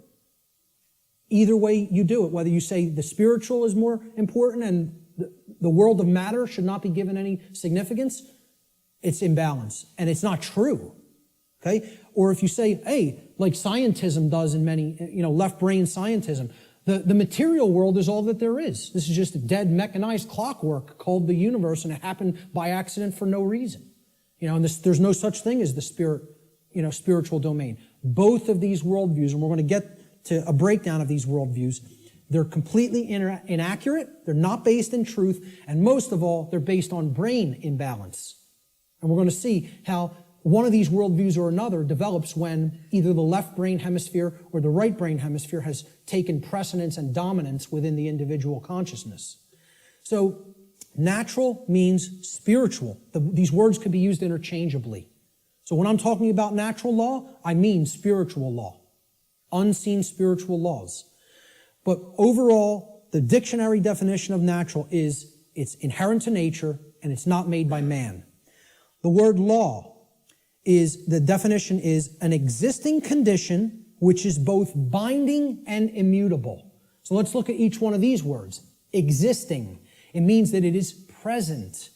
It is present.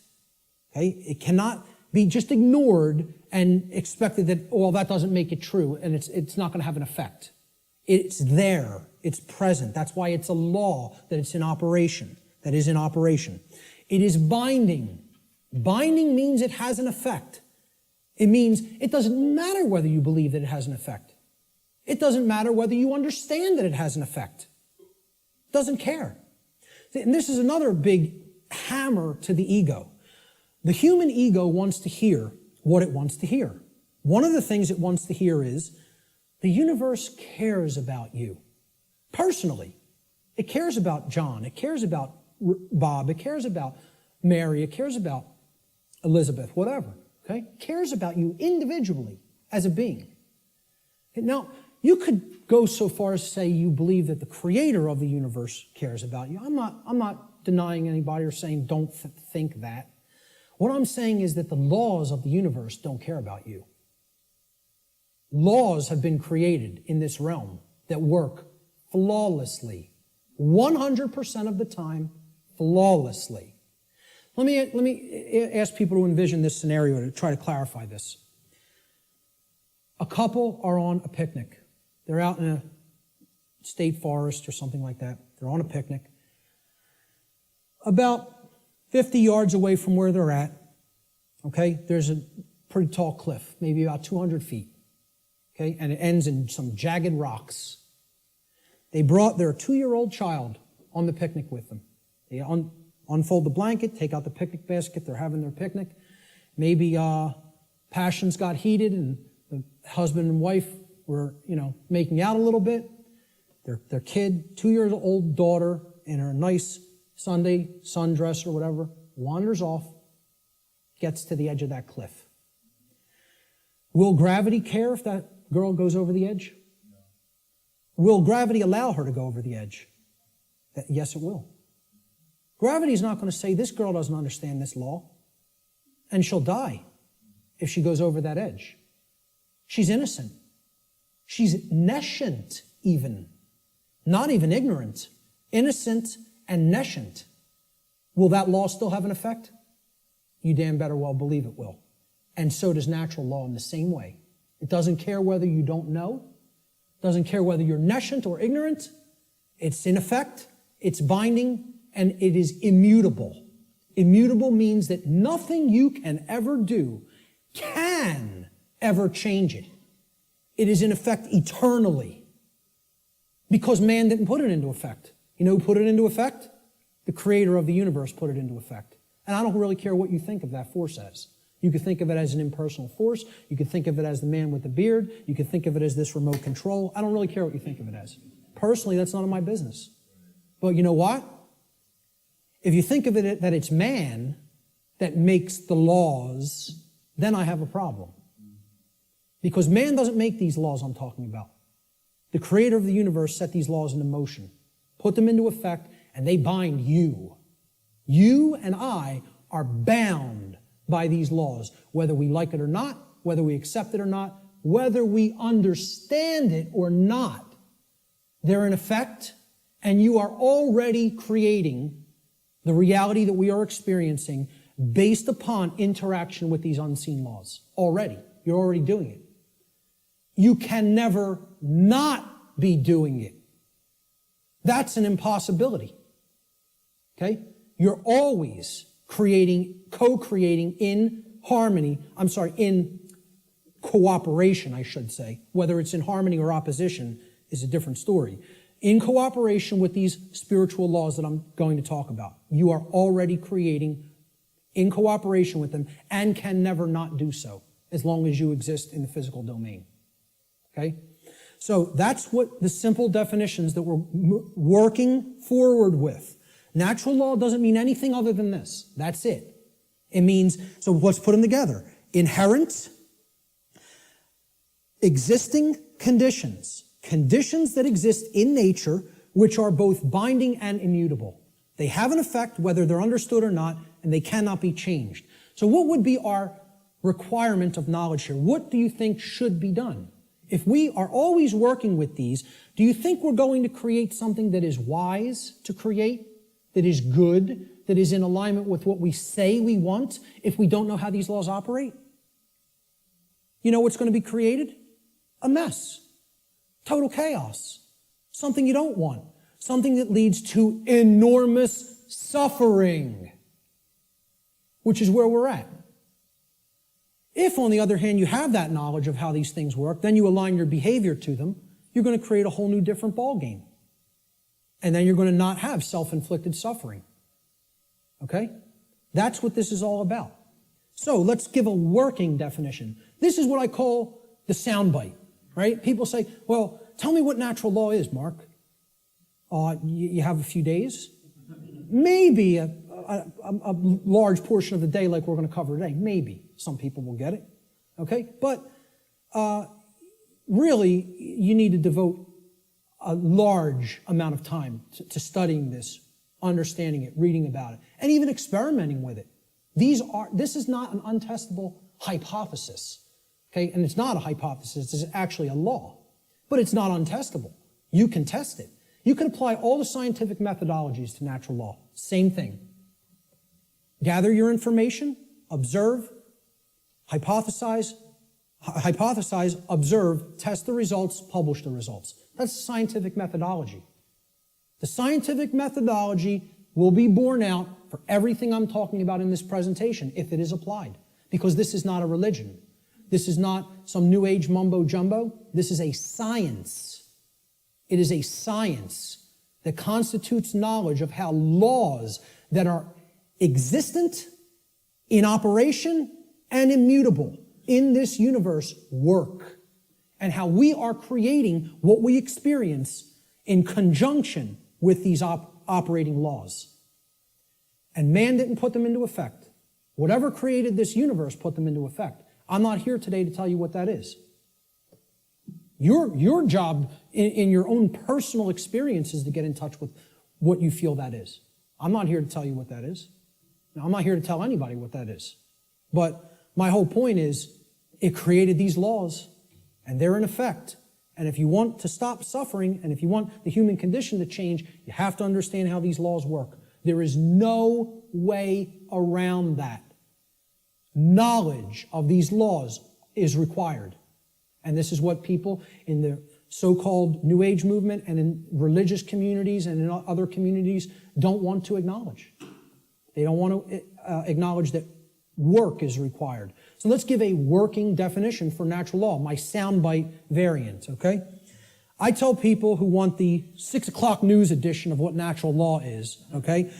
Natural law is universal, non-man-made, binding, and immutable conditions that govern the consequences of behavior, and specifically, at least on this planet, human behavior. I would say in the universe, it governs the behavior of all intelligent beings. Intelligent beings, okay? Natural law is a body of universal spiritual laws which act as the governing dynamics of consciousness. The governing dynamics of consciousness. That's the working definition. Let's look at the dynamics between discovery and belief, the difference between discovery and belief. Because again, natural law is capable of being discovered, understood, and harmonized with. Now, does that sound like a religion? Religion asks people to believe, accept, and do without question.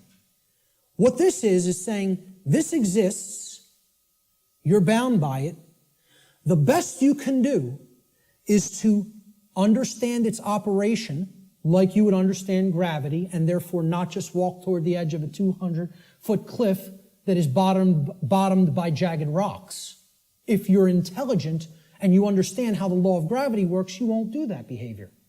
Okay? Just like if you're intelligent and you understand how natural law works, you won't do certain behaviors to create a prison for the entire species, for your entire species. Unfortunately, humanity has not reached that level of consciousness yet. They are not at that level of co-creative intelligence to understand how these laws work and then align their behaviors to them. So natural law has nothing to do with religion. It's not a belief system. It's a science. It is a discoverable operation that is already in effect that we can either understand and align our behavior to or remain ignorant of and suffer as a result of that ignorance because it's already in effect and already has a binding effect upon you and your behaviors and everyone's. So when it comes to belief, and anybody that was trying to propagate a religion wouldn't put this slide up here. When it comes to natural law, it works just like gravity. So the clown that's going to jump over the cliff saying, I don't believe in gravity, what's going to happen? Down he goes. Because belief is irrelevant. Because natural law does not care about you. It does not care about you. It is in effect, no matter what you do, deal with it. And people don't want to hear that. And I recognize this. I recognize I'm not telling anybody anything they want to hear. If I wanted to sell a lot of stuff, if I wanted to be real popular, I'd come up here and I'd tell you exactly what you want to hear, and then I'd be making $50,000 a presentation like Wayne Dyer does. Okay? And that is his fee. I know because I've actually had some people speak to his management. That's what a New Age presenter gets. You know what I ask for? 0. I don't even ask for a stipend because I don't even care about fake money. I care about making real money. Real one I. The word money is actually one I. And people don't even have said it 1 billion times in their life and never recognize what they're saying is one eye. And it's the symbol of the one eye, which represents spiritual enlightenment, is plastered all over the $1 bill. Okay? Well, this is the one. See, I tell people, I'm a poor man when it comes to the fake money, but I'm very rich in the real stuff. The real thing, I have tons of. The fake stuff, I don't do so well with, and I don't care. It's not what I'm concerned about. I know it's fake. Okay? So I don't ask for a stipend when I present. I tell whoever's setting up the presentation, pay for my travel and lodging. Hook me up with a dinner or whatever. That's it. I'll come out and speak anywhere. Okay? The point is If I was trying to appeal to somebody's ego and what they wanted to hear, I would tell you your beliefs are very important. Your beliefs shape, and they do shape your reality.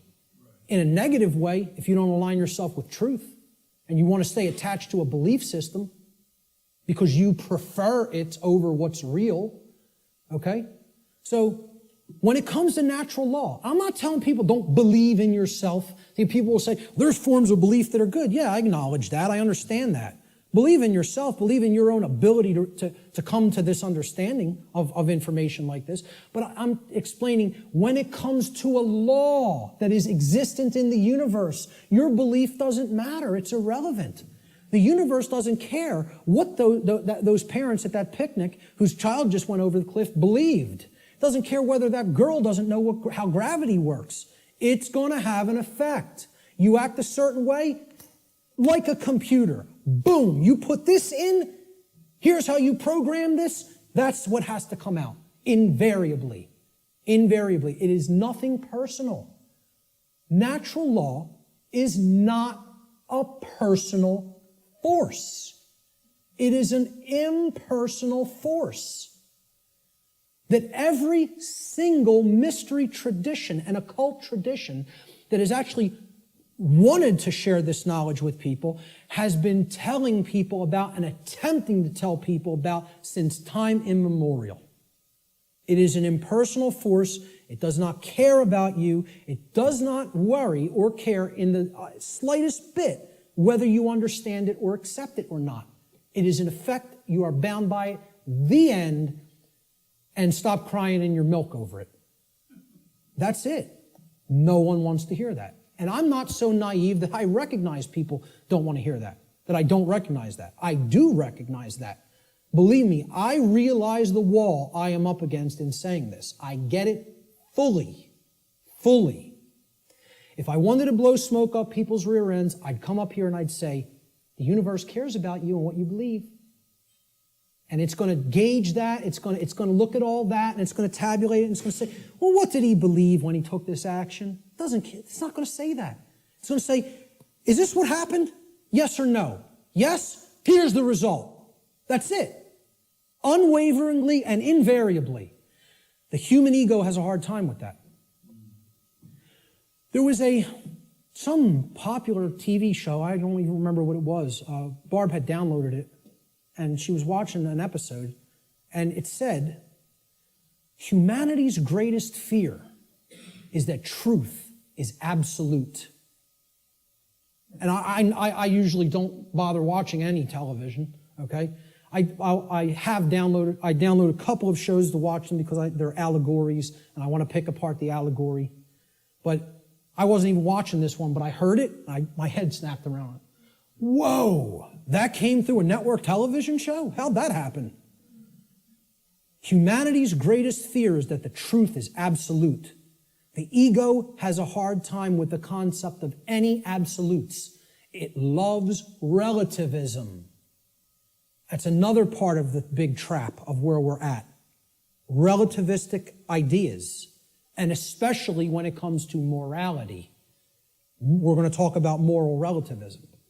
But the concept here is natural law does not require your belief to be in effect, no more than gravity requires your belief to be in effect. Okay? That needs to be understood. Human belief is completely irrelevant when it comes to the existence and operation of natural law, just as it is irrelevant in relation to any of the other laws of nature such as gravity, inertia, momentum, thermodynamics, or electromagnetism. Similar to such other phenomena of nature. The workings of natural law require no belief in order for them to be discovered and known. So what I'm saying is, your belief will not change natural law, but your inquiry into it can lead to an understanding of it. You can develop the knowledge of it if you are willing to open your mind and look at how these laws function and what we're getting as a result of our disharmony with them. The philosopher Søren Kierkegaard said that there are two ways to be fooled. One is to believe what is not true, and the other is to refuse to accept what is true. Okay? So, believing in untrue notions, which is what religion is, all forms of it, all the 5 religions I posted at the beginning of the presentation. Organized cultural religion, money, scientism, politics, and the New Age movement. There's the world religions, folks. People think of religion as only the cultural religions. No, there's 4 other ones. One's called government and authority, okay? Or politics, however you want to name it. The other one is money, finance. There's another religion. One of them is the New Age movement, and one of them is scientism, which I'm not going to refer to as real science because it is not. It is a belief system and a religion. So what Kierkegaard is saying here is you could believe things that aren't true, and that will hold you back. And you can refuse to accept what is true, and that will also hold you back. I say these are the only 2 ways that humanity ever creates self-inflicted suffering for itself. You want to know how suffering is created for the human species? That it doesn't need to experience? We believe what's not true. We refuse to accept what is true. That's why self-inflicted suffering exists in our species. And if we are to become wise, we need to stop doing both of those things, and then we'll stop creating suffering for ourselves. So let's look at consciousness and the human brain, okay? Because consciousness is an intangible force, okay? It's something that exists, but you can't really see it. Many people even have a hard time explaining what it is. But there is physiological expressions for consciousness in the physical domain, and the brain is one of them. And of course, people will say, well, don't leave out the heart. Of course, the heart is also very important. Heart has an even bigger electromagnetic field than the brain and is tied into the physiology in an even more complex way than the brain is.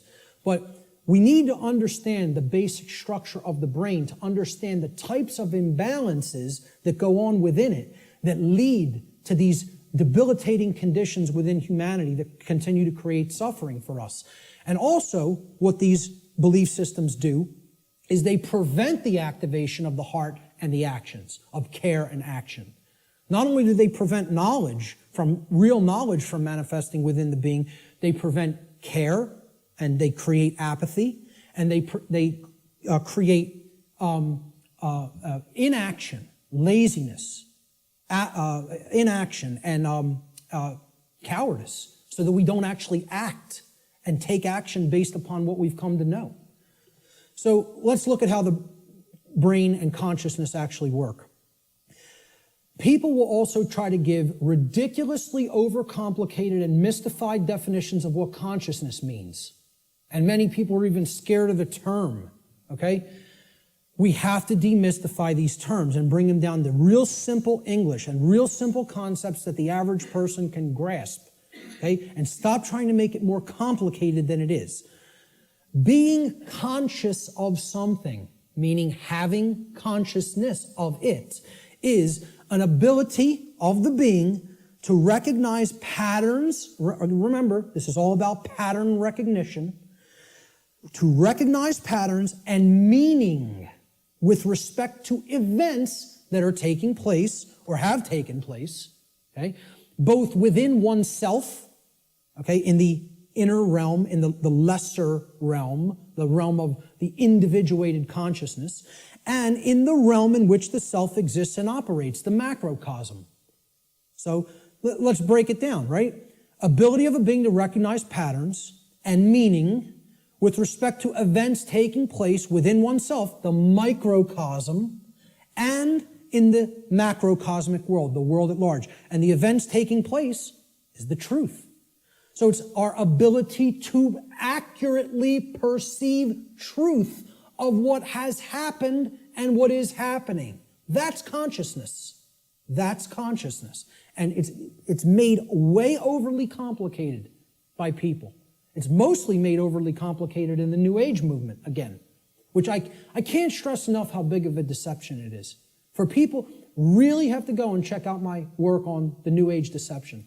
Okay, it's on my website. It's in the video section and it's in the podcast section. And it's a 7-hour presentation. But I'm telling you, it will be as worthwhile for you to check out as this seminar. So that's what consciousness is. Now, how does consciousness express? There's a difference between what it is and how it expresses in our life. Consciousness expresses. I ask people, just tell me, what are the ways you could ever make yourself known to any other being?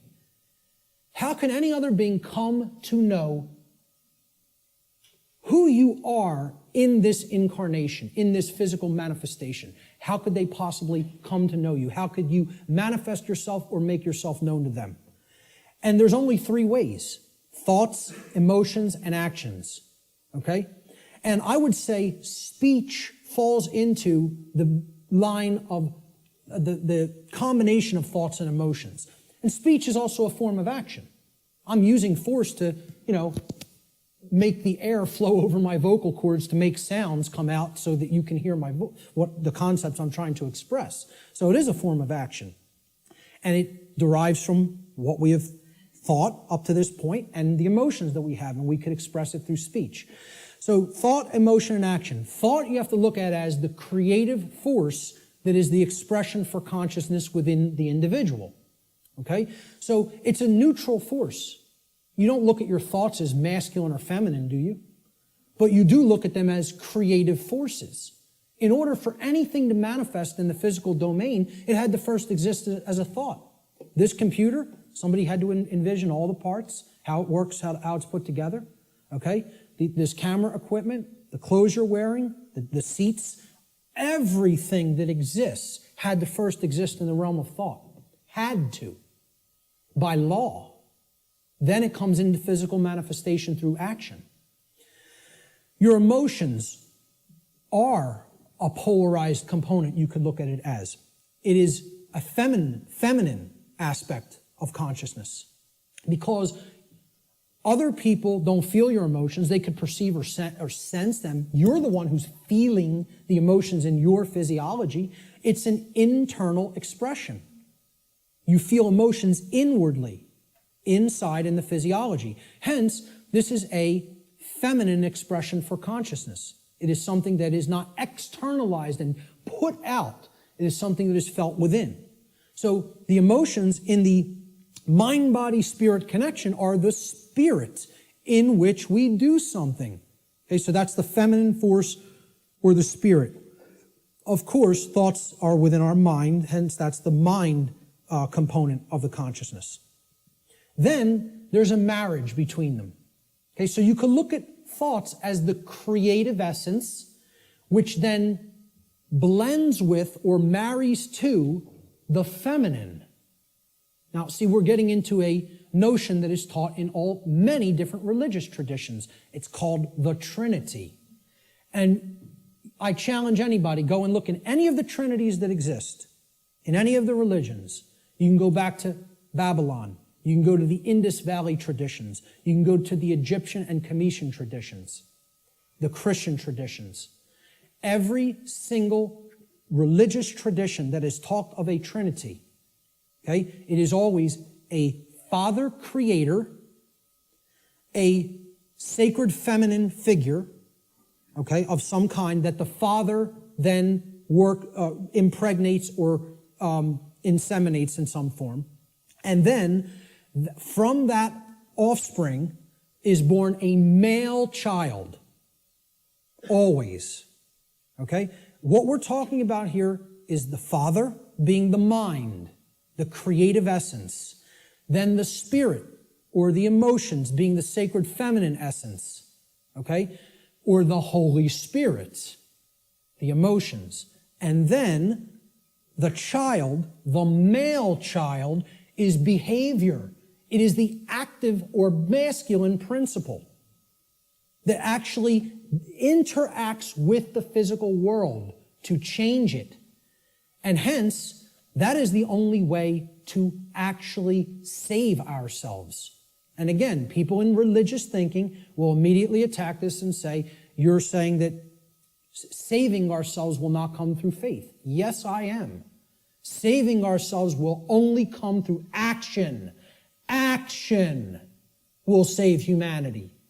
Faith will not do it.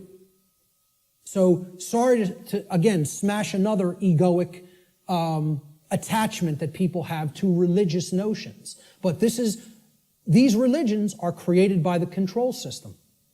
Okay? People don't understand that exoteric Christianity is created by the dark occult, of the ancient dark occult mystery schools. They don't understand where this religion came from because they haven't studied astrotheology. And I'm not telling you there's no good concepts in any religion. I say take all the good concepts and leave the nonsense.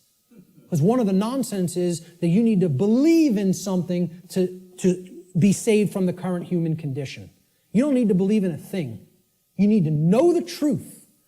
And right in their own religion, there it is. Let me just stay on this for a moment, because in their own scripture, the exoteric Christian scriptures, what is the one prescription that the Christ figure gives to the people when he is asked about freedom? He's only asked about freedom like once in the Gospels, okay? In the words attributed to his teachings. And they want to know what will save us, what will make us free, and what is his prescription? Truth shall make you free. No, that is not. There's something missing there. You're close. What is the actual saying? Know the truth. Knowing the truth will make you free. That's the prescription, even in exoteric Christianity. It's right there in the Gospels. But Christians don't want to hear that because the controllers in the church who came from the dark priest class gave them this nonsense that all you have to do is believe and everything will magically change. Well, good luck with that.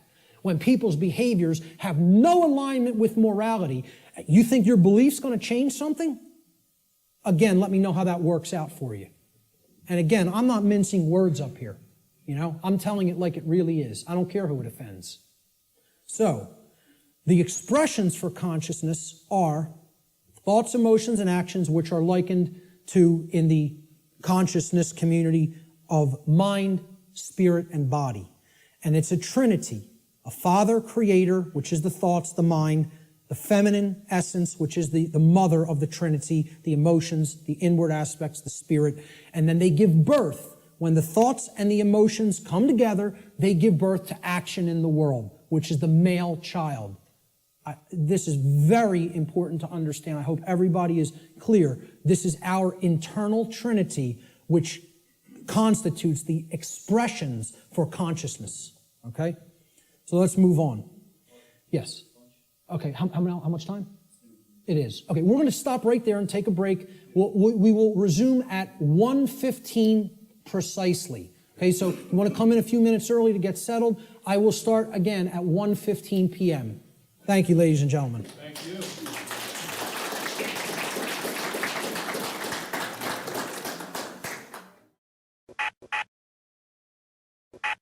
Okay, welcome back, everyone. I hope everybody had a really good lunch and is energized for the afternoon session. We're going to have, I'm going to go until about 3:20 p.m. In the first part of this, and we'll take a 10-minute break there, and then we'll start in again about 3:30, and we'll go until 5, and then we'll come to our dinner break. So let's pick up where we left off. I was talking about brain structure and human behavior and how these two things are completely interrelated. Brain health plays a critical role in human behavior, so it is extremely important for human beings to become familiar with the brain's basic structure and function. Now, I'm not telling you that this is the totality of neuroscience, what I'm going to show you here today. I'm saying that this is the basics. It's the essence of how the brain structure works. So this is part of understanding the physiological aspects of how consciousness works, all right? So there's three main complexes, structures, that comprise the total human brain. The first is the R complex, or the reptilian brain. So this part of the brain facilitates basic survival functions. It's the part of the brain that goes to work and becomes active when we're in what's called fight or flight mode, okay? when survival is at stake. It also controls basic motor functions and respiration, okay? The second part of the brain is above the R complex. This is called the limbic system. It's also known as the mammal brain, the mammalian brain. This part of the brain facilitates human emotions, and it makes human emotion possible to be felt in the physiology. It does this by releasing what's known as neuropeptides into the bloodstream through different glands that comprise the limbic brain, or what's called the midbrain also. So the final part of the brain, the highest structure structurally, and the newest part of the brain, evolutionarily, it's called the neocortex. Now really what this part of the brain is really called is the telencephalon. That's what we traditionally think of as the gray matter of the brain, okay, with the hemispheres, okay. The neocortex is where all of the actual electrochemical activity that comprises our human modes of thought takes place, and that's in the outer shell of the telencephalon, which is known as the neocortex. So this part of the brain actually facilitates all human functions of thought, what we consider the things in thought that make us a human being and separate us from the animal kingdom. Higher thought functions, logic, intuition, creativity, okay? So we'll break down these parts of the brain and give you some visual understanding of them. So down here,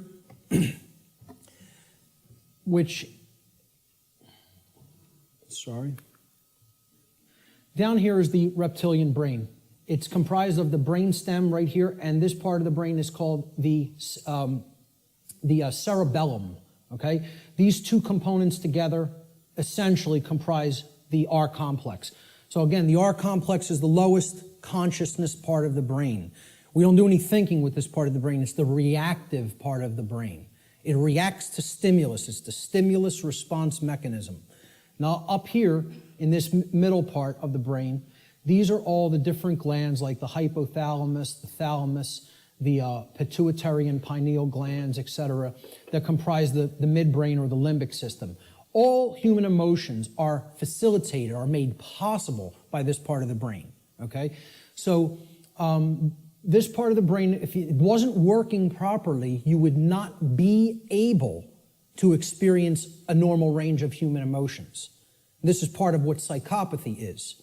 Psychopaths, this part of the brain is not functioning properly, whether it be from a birth disorder or whether it be from conditions over one's life that if someone has stayed in chronically has numbed out this part of the brain and it is not functioning properly anymore, so the person's not actually experiencing a normal range of emotions. This part of the brain, which again is the telencephalon, this gray matter part with all of the grooves, etc., that's the neocortex. The neocortex is the outer casing, basically, of the telencephalon, the higher brain. It's the human brain, okay? Neo means new, so it's the newest part of the brain structure as far as evolutionary development of the human being goes. So this part of the brain facilitates all higher order thinking. Now, what you have to understand about the telencephalon, or the hemispheres of the brain, is that they're first of all bilaterally symmetrical, and they generally control different functions of thought. Now, I'm not telling you it's 100%. Neuroscience is more complicated than that, okay? But in general, the left hemisphere of the brain is what governs logic, analytical thought, and scientific and mathematical thinking, and also linear thought processes, okay? Physical world tasks and details, being able to break things down and analyze them, all right? So this is taking things apart, breaking them down into smaller components and analyzing the pieces. That's what the left brain does. You could look at it as a series processor, okay? It has to go into this part first, then here, and then we could spit out the output. A linear process, like a series processor, okay? The right side of the brain, the right hemisphere, governs or generally facilitates and makes possible human creativity, our emotional makeup, okay, all the emotional dynamics of the human being, holistic thought, being able to see the big picture thinking, pattern recognition, and then things like compassion, nurturing, care, okay, ethics to a large extent. And I would say ethical thinking comes from a balance between the two, as we're going to get into. Now, if this left part of the brain here becomes chronically dominant, the masculine part of the brain, and again, I'm putting these symbols here. This is an ancient archetypal symbol called the blade. It's a simple upward pointing triangle. And this downward pointing triangle is another ancient archetypal symbol that was referred to in the ancient world as the chalice, the cup, etc. Okay?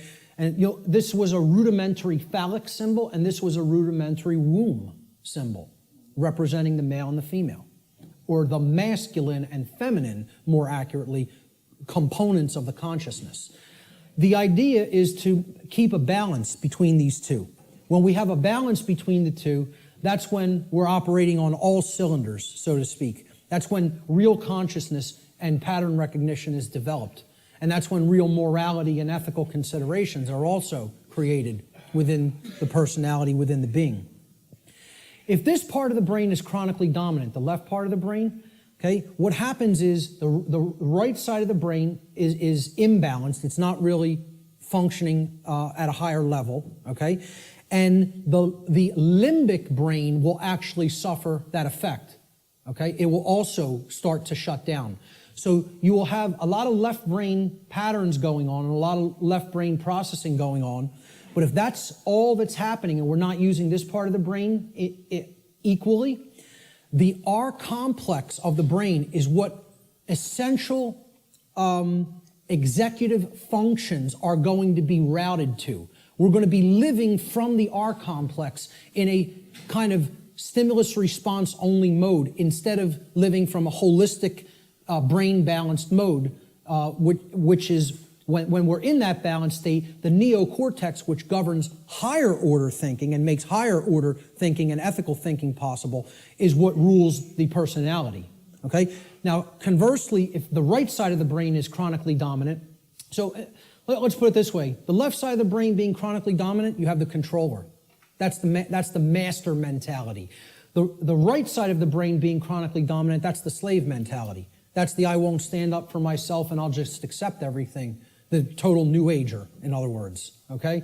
So this part of the brain, if it's chronically dominant, the opposite happens with the structures of the brain. The R complex will shut down. It will suffer, okay? It will not work properly, which the R complex is necessary.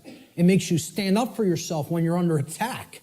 Again, it's the fight-flight response. In a dangerous situation, you've got to know whether you're going to fight whatever's attacking you or whether you're going to get out of dodge and run away. Okay? That's a survival mechanism that's necessary when there's danger. So when this part of the brain is chronically imbalanced, the R complex gets shut down, people freeze essentially, and they don't stand up for themselves and take action. What's happening is they're being ruled by their emotions. And again, the limbic brain governs all emotions, positive and negative. So that's compassion and that's fear. It's any possible human emotion. The midbrain is what's ultimately facilitating that emotion in the physiology. All right? So if this part of the brain is chronically dominant, the opposite happens. You go into slave think, you shut down, you freeze, you're ruled by the emotions, and you don't stand up for yourself. So, the neocortex of the brain has two hemispheres. The left brain largely facilitates logic and scientific thought, while the right brain hemisphere largely facilitates creativity and compassion. When both hemispheres are in balance, the neocortex acts in its proper role as the executive command center of the whole human brain. And that's when true intelligence is born. Now, true intelligence is a concept that I think more people really have to understand. People have equated intelligence with intellect, especially in the Western society. All right? Intellect is not intelligence. Let me say that again. Intellect is not intelligence. Intelligence comprises more than intellect. Intellect is left brain understanding. True intelligence is holistic understanding, with the right brain included in the process, the nurturing, compassionate, creative, and intuitive sides of the consciousness together with the intellectual aspect of the consciousness. And you can see this in the word. Intelligence, right? Intelle is where intellect comes from, okay? And gens, G-E-N-C-E, comes from the Latin verb generare. Generare means to generate or to create. So it's the creative aspect of the personality, or the right brain. So intellect plus creativity, logical thinking plus nurturing and compassion. That's real intelligence, holistic intelligence. And most people in our society are not in holistic intelligence. They're in one form of brain imbalance or the other.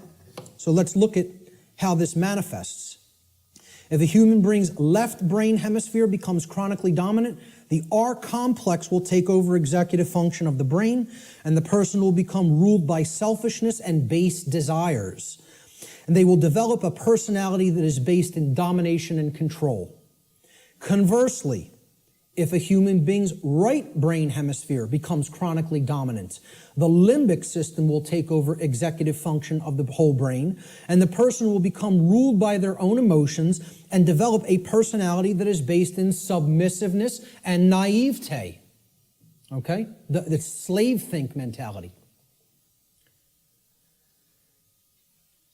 The schism of the individual. Okay? And this is critical, because this is not only a schism within the individual consciousness, it's a schism of worldview, of the way we view ourselves in the world and the way we view our relationship to others in the world. So I call this the mental schism. And it highlights basically what will happen, what kinds of thinking will manifest when certain types of brain imbalance are present. So when we're in this schism, and again, most of humanity is, if we're overly intellectualizing everything and we're too much in the masculine hemisphere of the brain, okay, we're not using the right or intuitive capacities of the brain, the right brain hemisphere.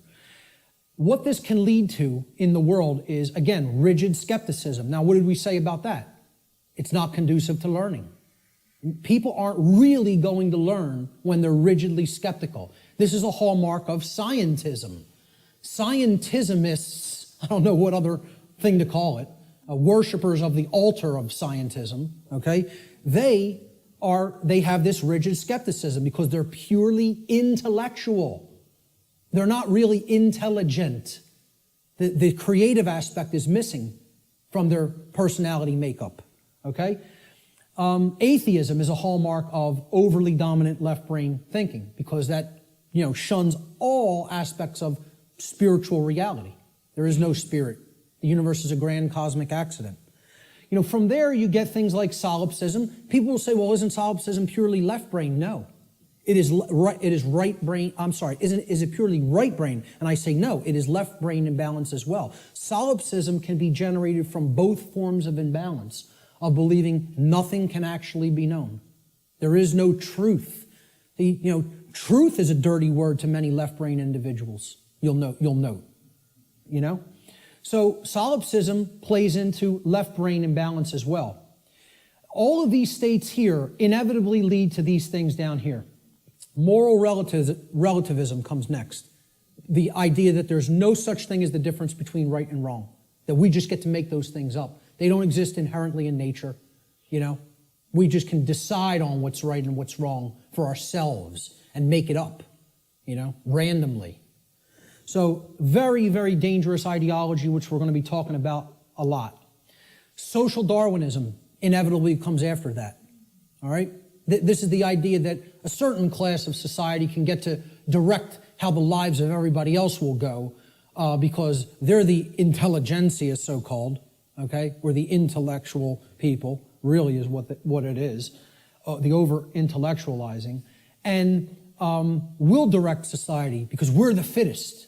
Like Darwinism postulates the survival of the fittest, well, social Darwinism postulates the survival of the most socially ruthless.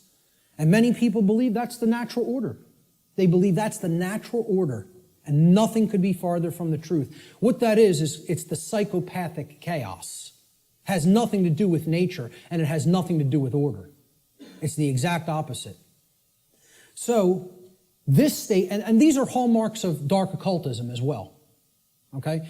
I think I should know a thing or two about it, as I was a priest in it for almost 10 years. I might know a couple of things about Satanism. Okay? So, moral relativism is one of the big tenets of Satanism. It's actually one of the pillars of Satanism. Social Darwinism is highly praised and valued in Satanism. And eugenics. Okay? Because if people don't understand what eugenics is basically people, who have gone so deep into this form of left-brain imbalance that they believe they're God and they can get to decide who lives and who dies. That's really what it is. We will control who breeds and who does not get to breed, who gets to live and who does not get to live. All right?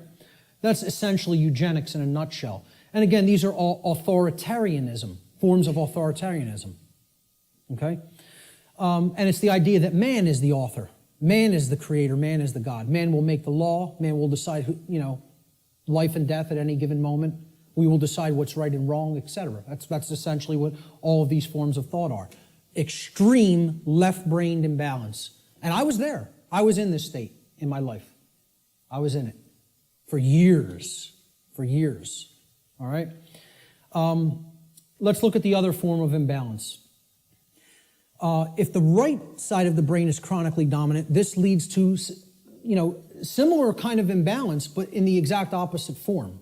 The brain is still completely imbalanced, therefore the person's not in a high state of consciousness. They're completely unconscious to what's really going on within them and around them. But the manifestation is generally the opposite of the left brain forms of imbalance. So if you're in real right brain imbalanced state of consciousness, this will lead to naivete, believing anything you're told, accepting things from quote-unquote official channels and official sources without actually checking into them for yourself. Blind belief. You'll believe the next religion that comes along. We just have to tell them what they want to hear, and I'll believe that. So, New Agers are basically in this category: naivete and blind belief. People who trust government, of course, are in that category because, again, it's about creating the masters and the slaves. That's what brain imbalance is for. And that's why the controllers want to propagate this imbalance and keep it in place. Again, religious extremism, that's hallmarks of right brain belief, right brain imbalance. Solipsism, no such thing as truth, all from right brain imbalance as well. Feelings of unworthiness, self-loathing, accepting orders from other people, being an order follower. We're going to have a whole section on order followers later, and how this is the exact opposite of anything virtuous. For people that believe order following is some kind of a virtue, I don't know what to tell you, but it's the thing that leads to all evil in the world, is accepting somebody's orders and not actually gauging for yourself whether the activity, the behavior is moral or not. Okay? And it creates a willing slave. This form of imbalance is ultimately generating a willing slave, whereas this form of imbalance is ultimately generating a psychopathic master. And they're all forms of mind control. It's just another aspect of how mind control works. The propagators of mind control are just doing this to keep that imbalance present in one form or another. They don't even care which it is. As long as they have some that are imbalanced toward one direction and some imbalanced toward the other direction, that's how the dynamic plays off against itself. And you have a world that is continue to be kept under lockdown.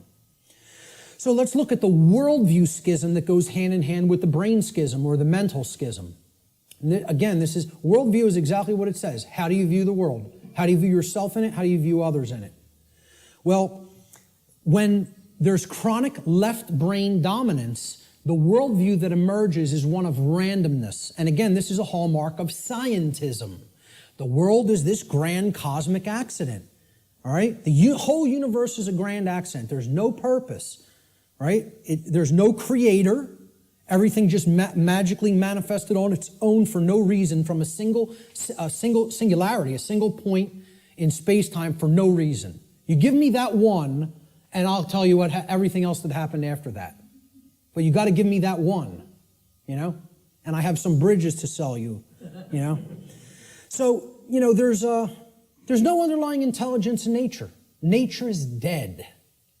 That's what this worldview is about. Nature is dead. It's a dead thing. It's a mechanized machine that is there for no reason. Okay? There's no such thing as the spirit at all. No such thing as spiritual dimension. No such thing as natural law, certainly. Because for one to accept natural law, well, where does it come from?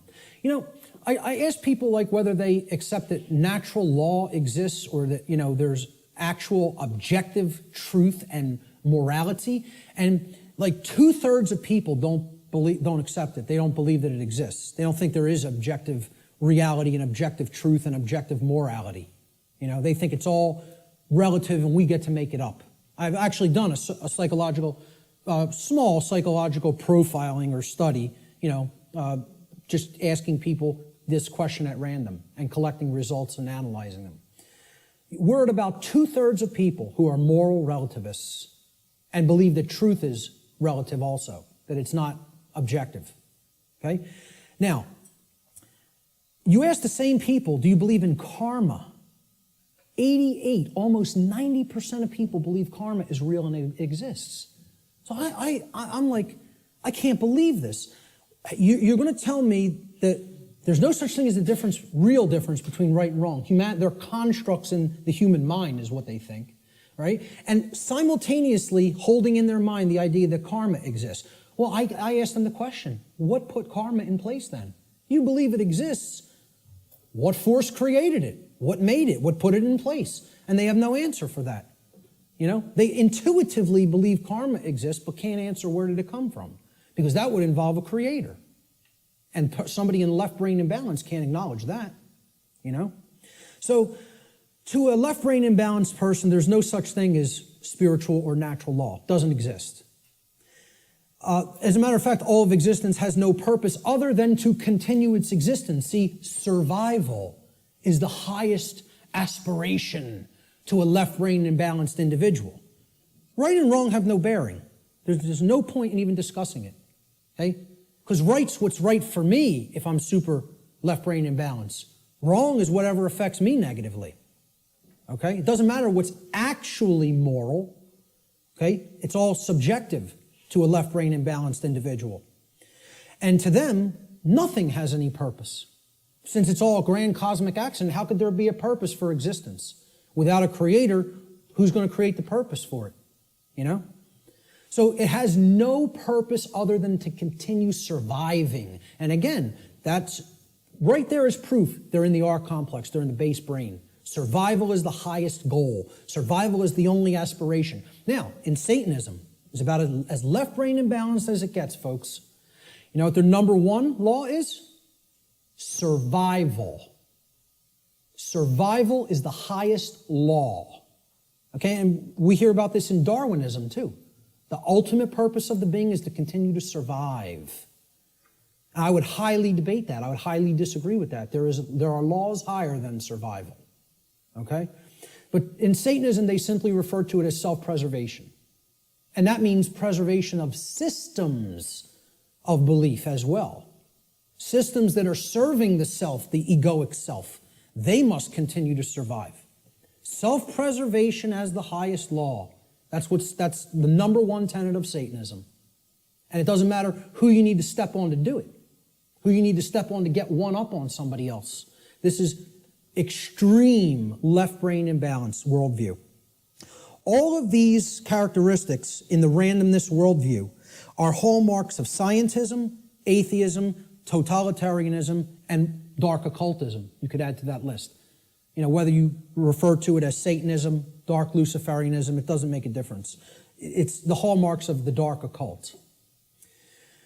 On the other side, on the right brain imbalanced side of the worldview, there's another worldview called determinism. Okay, determinism is based in right brain imbalance and is defined by, in general, helplessness, religiosity, and the dismissal of free will. This worldview will eventually lead to a society of blind order followers and willing slaves who accept their conditions as their lot in life. So hallmarks of deterministic worldview. God controls every event in creation. Nothing happens at random. There is no free will. So you can never throw anything a curveball through free will.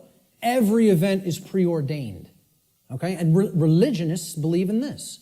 See, I like to say, my presentation is going to piss everybody off. And that's what it should do. Because if you're in one of these forms of belief systems, it represents one form of imbalance or another. So people who believe in government and science are in that left brain imbalance. They're going to get pissed off that I'm talking about that form of imbalance.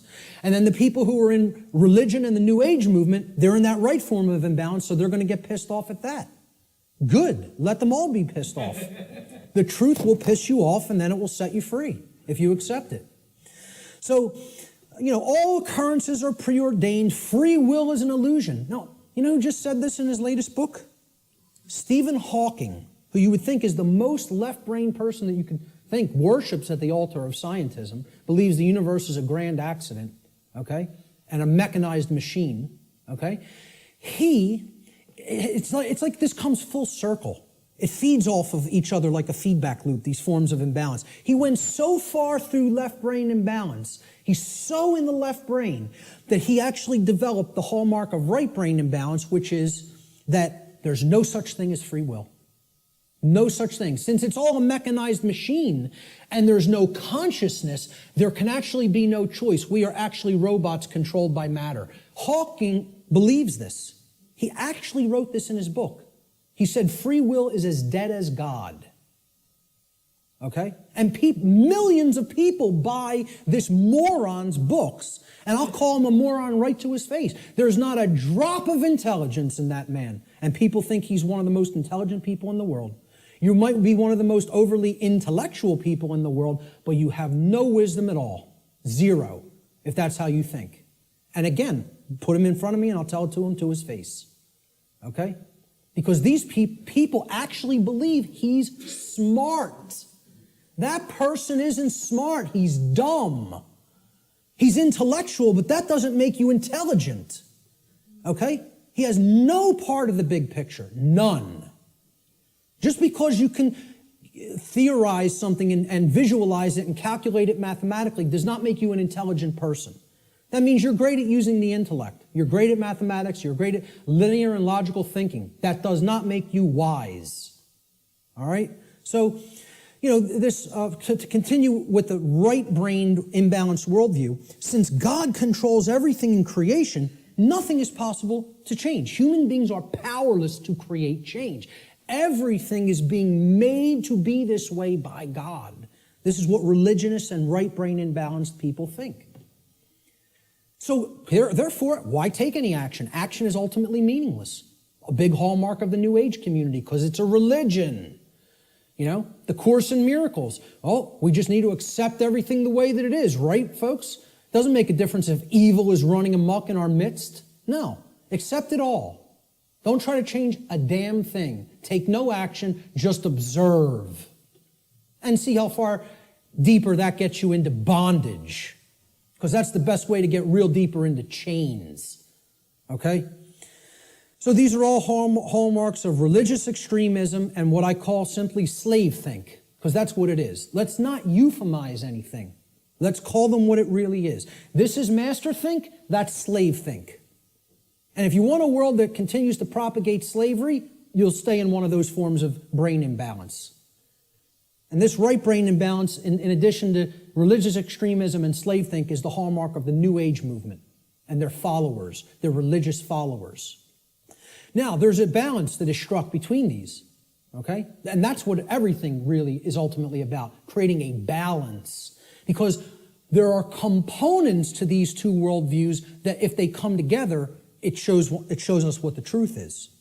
And here it is right in the middle here. There is a deterministic component to reality. And there is a random component to reality, existing in cooperation with each other, in conjunction with each other. The deterministic component is what I'm talking about here today and referring to under the banner of natural law. That is determined. It is law. It is set. You're not changing it. It works that way flawlessly 100% of the time. That's determined. Natural law is determined. Okay? It's the deterministic component to reality. Then there is a randomness component to reality that works continuously in conjunction with natural law. And this is a little thing called free will. Our ability to choose our behaviors, to do certain things and to not choose to do certain things. And we have it. Every individual has it, no matter what position, no matter what situation they're in. I don't care what institution you're in. I don't care who you've listened to up to this point. I don't care what background you come from. I don't care what economic class you come from. Every single solitary being that is capable of thinking at all is gifted with free will. You have free will to choose your behaviors, and so does every other human being. Everyone. Okay? It's a gift of creation itself. Okay, we can choose what we will do and not do. Nobody can actually make anybody do something like a robot. Oh, believe me, there's people who are trying. You know, like Art talked about, Jose Delgado. Was searching for means to electronically, directly control through chip implants and stimulus through chip implants in the brain, human behavior, like a robot, to put a technology into the brain to control the behavior of the individual. And that went on right here. This is where that took place, folks, right on Yale's campus, okay? Read some of his stuff. You want to be disturbed? You think what I'm telling you is somewhat disturbing. Read some of Delgado's material. He was telling people, we're going to show you that free will doesn't exist. We're going to show you there's no such thing as rights, that we make up what rights are. The ruling class makes up what a right and a wrong is. We tell you what it is, and you have no choice. And he was telling you, we're going to show you you have no rights, that you're our slaves.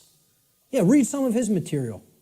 And an excellent book, Art recommended too, Jim Keith, Mass Control, The Engineering of Human Consciousness. If you haven't read that book, get it and read it. And that's just an introduction. And many people think he was murdered over it. You know, so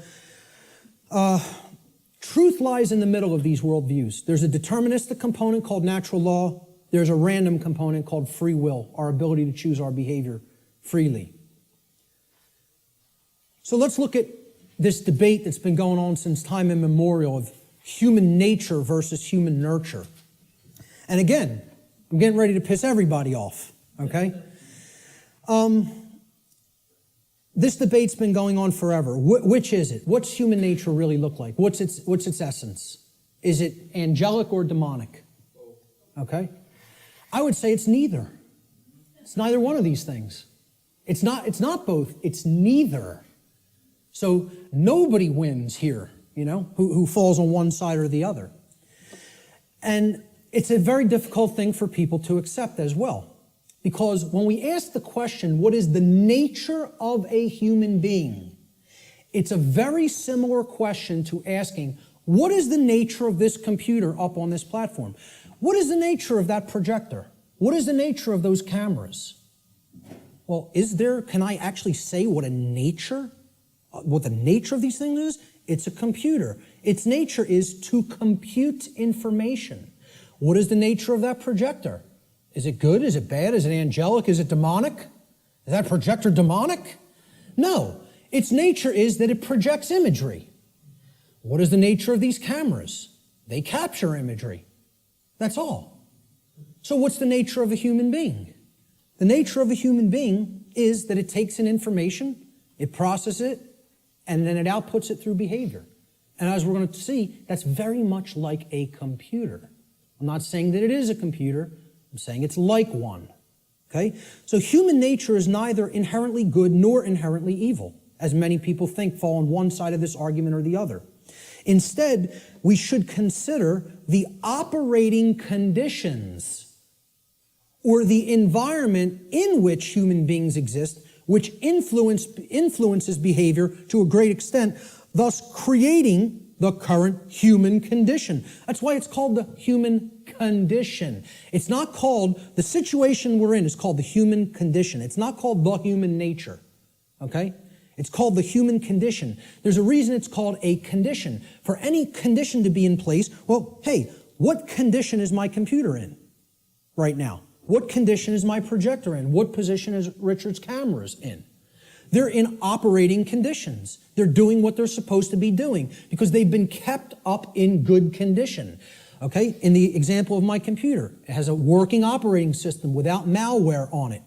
Okay, it has software that does the job, that does what I'm asking it to do properly without bugs. Okay, those are the conditions. The operating conditions will determine how does it perform? What kind of output can it put out into the world?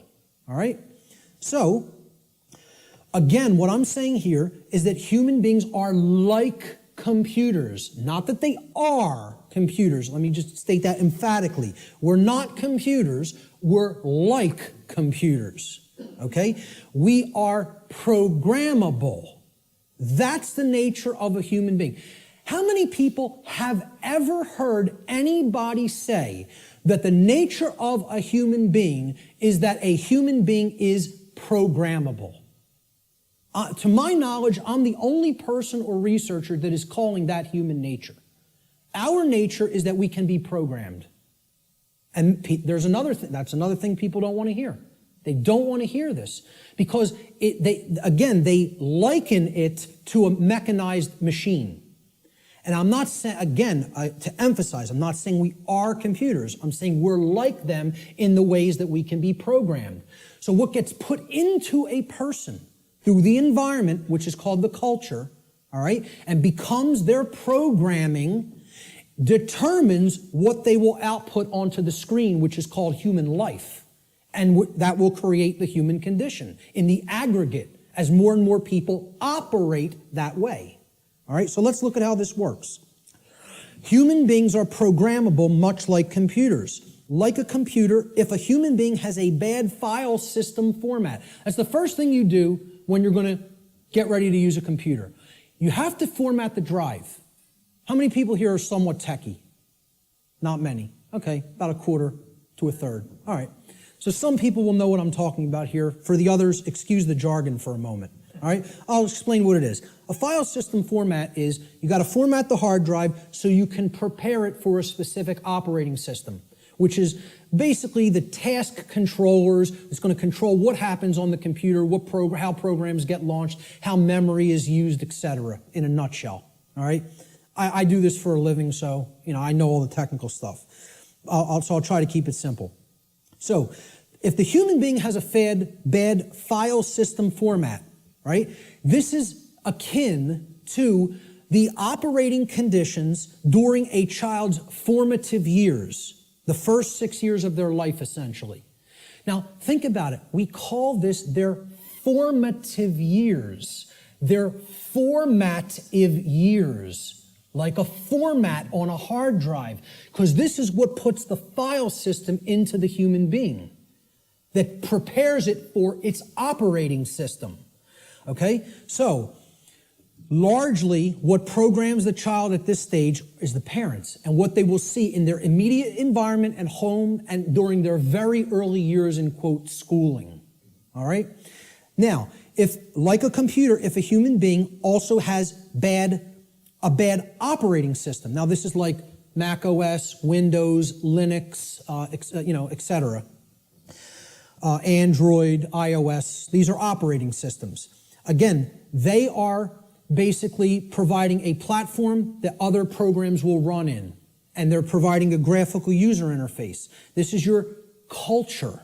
The operating system is the culture in which the programs run, okay? So let's say if you have a bad operating system, meaning you're already surrounded in a bad environment, in a bad culture, right? That's also going to negatively impact the output.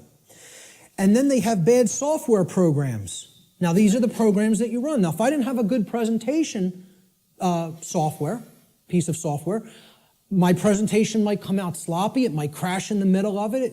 It might not display the graphics or the text properly, okay? So you got to make sure you're working with good, reliable software as well. Now, what the software is the belief systems, what the person has taken into the mind, and is processed and made part of themselves.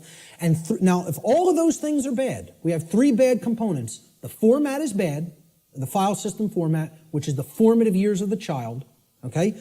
The culture is bad, meaning they're already growing up in a bad culture or in a culture that condones moral relativism, etc., and doesn't understand natural law. And the software programs that have been input into the child are bad, meaning their belief systems, okay? What do you think the output of that, quote, computer is going to be like? Is it going to be good? Is it going to be chaotic? If I screw up my system's hard drive format, if I put an operating system that is like at alpha state and it's not ready for prime time because the development's not finished, it's half-baked, okay? And then I load crappy software that's full of bugs and the developers didn't really care about programming them correctly, do you think that computer is going to operate properly and give me the output on the screen I'm looking for, or output on the printout I'm looking for, or output on the internet that I'm looking for? Good luck. If you know a little bit about computers, you're laughing now because it would be ridiculous to assume that it could do that. Well, why do we think that we're going to have that in our environment when all of these things are badly programmed? See, the output onto the screen is also going to be horrible if all those three things, you know, that determine how the system works are also bad. So it will contribute to deteriorating conditions on a mass scale. Like a computer, the behavior of a human being largely depends upon its programming.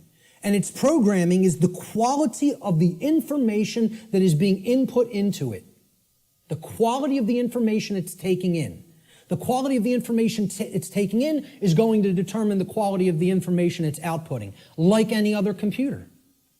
So if garbage goes in, surprise, garbage is going to come out.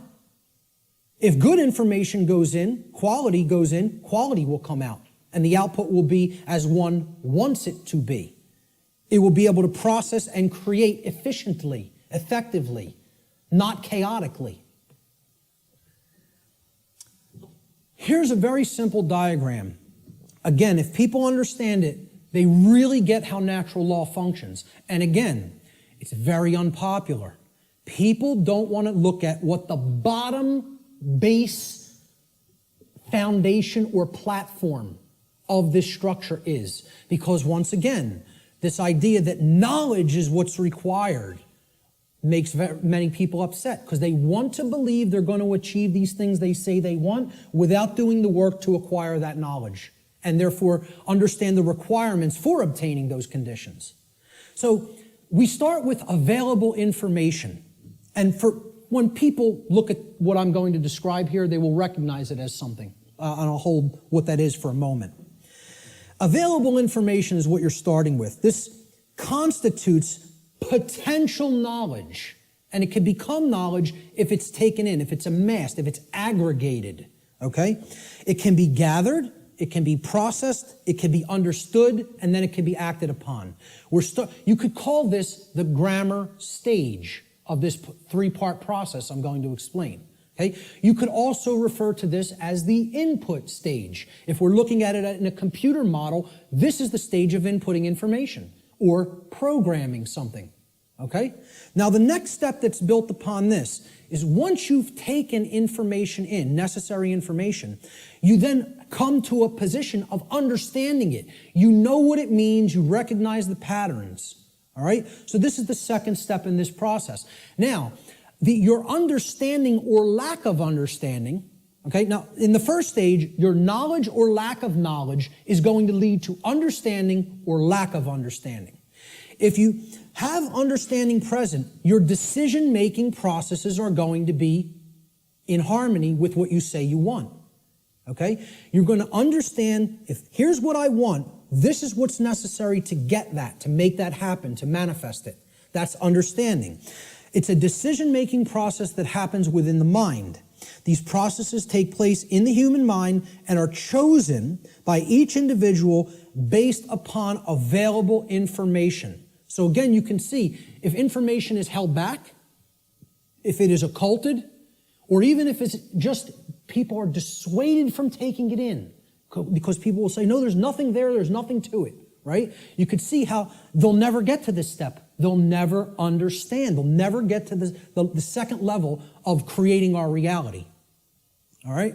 Effectively, efficiently. The third stage to this process is what you do with what you have come to understand, to know and understand. So this is the action stage, okay? Each individual's behavior, the behaviors that they choose through their own free will, is based upon the quality of their decision-making processes that are happening within the human mind, okay? That process, as we've already seen, is in return based upon the quality of available information. So this is behavior. See, people don't think of wisdom as behavior. They don't think of wisdom as action. They think of it as something that you just know. No, wrong. Wisdom is not knowledge or understanding. Wisdom is action. Let me say this again. Wisdom is action. It is knowledge and understanding that has been applied. Application. That's the program that you're going to run on the computer that you've put an operating system on and formatted properly. The application is the action. When you're working in a computer doing things, you're working in an application. You're not building the things you're building with the operating system. The operating system is what's supporting the program that allows you to be creative. Okay? And in return, the file format supports the operating system. So, we start with available knowledge. That can be converted in available information, which can be converted into knowledge, which can then, through decision-making processes and filtering of that information to eliminate inconsistencies, can lead to an understanding. In continuation, the understanding can then lead through our free will decision-making processes to be converted into behavior, into action in the world. That, when it's done properly, it's wisdom. When it's done with morality and ethics in mind, it's wisdom. When it's done without that, it's folly. Okay? And it leads to more and more chaos.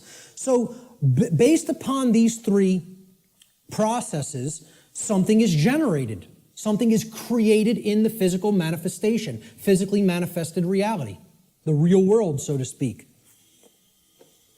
So, the manifested reality is based upon the aggregate behavior. Aggregate behavior. No one person is creating the reality we are experiencing. Okay? It's another fallacy of the New Age movement and thinking. In the aggregate, we are creating our shared reality. All the behaviors put together creates the output on the screen, or the generated result. Is it orderly? Is it chaotic? Well, that's going to be based upon whether someone took in the information, processed it efficiently to come to an understanding, and then acted upon it. The manifested reality is the quality of the condition which manifests in any given society based upon the aggregate quality of human behavior within that society. This is how our reality is actually created. The conditions that we experience as the daily events of our life.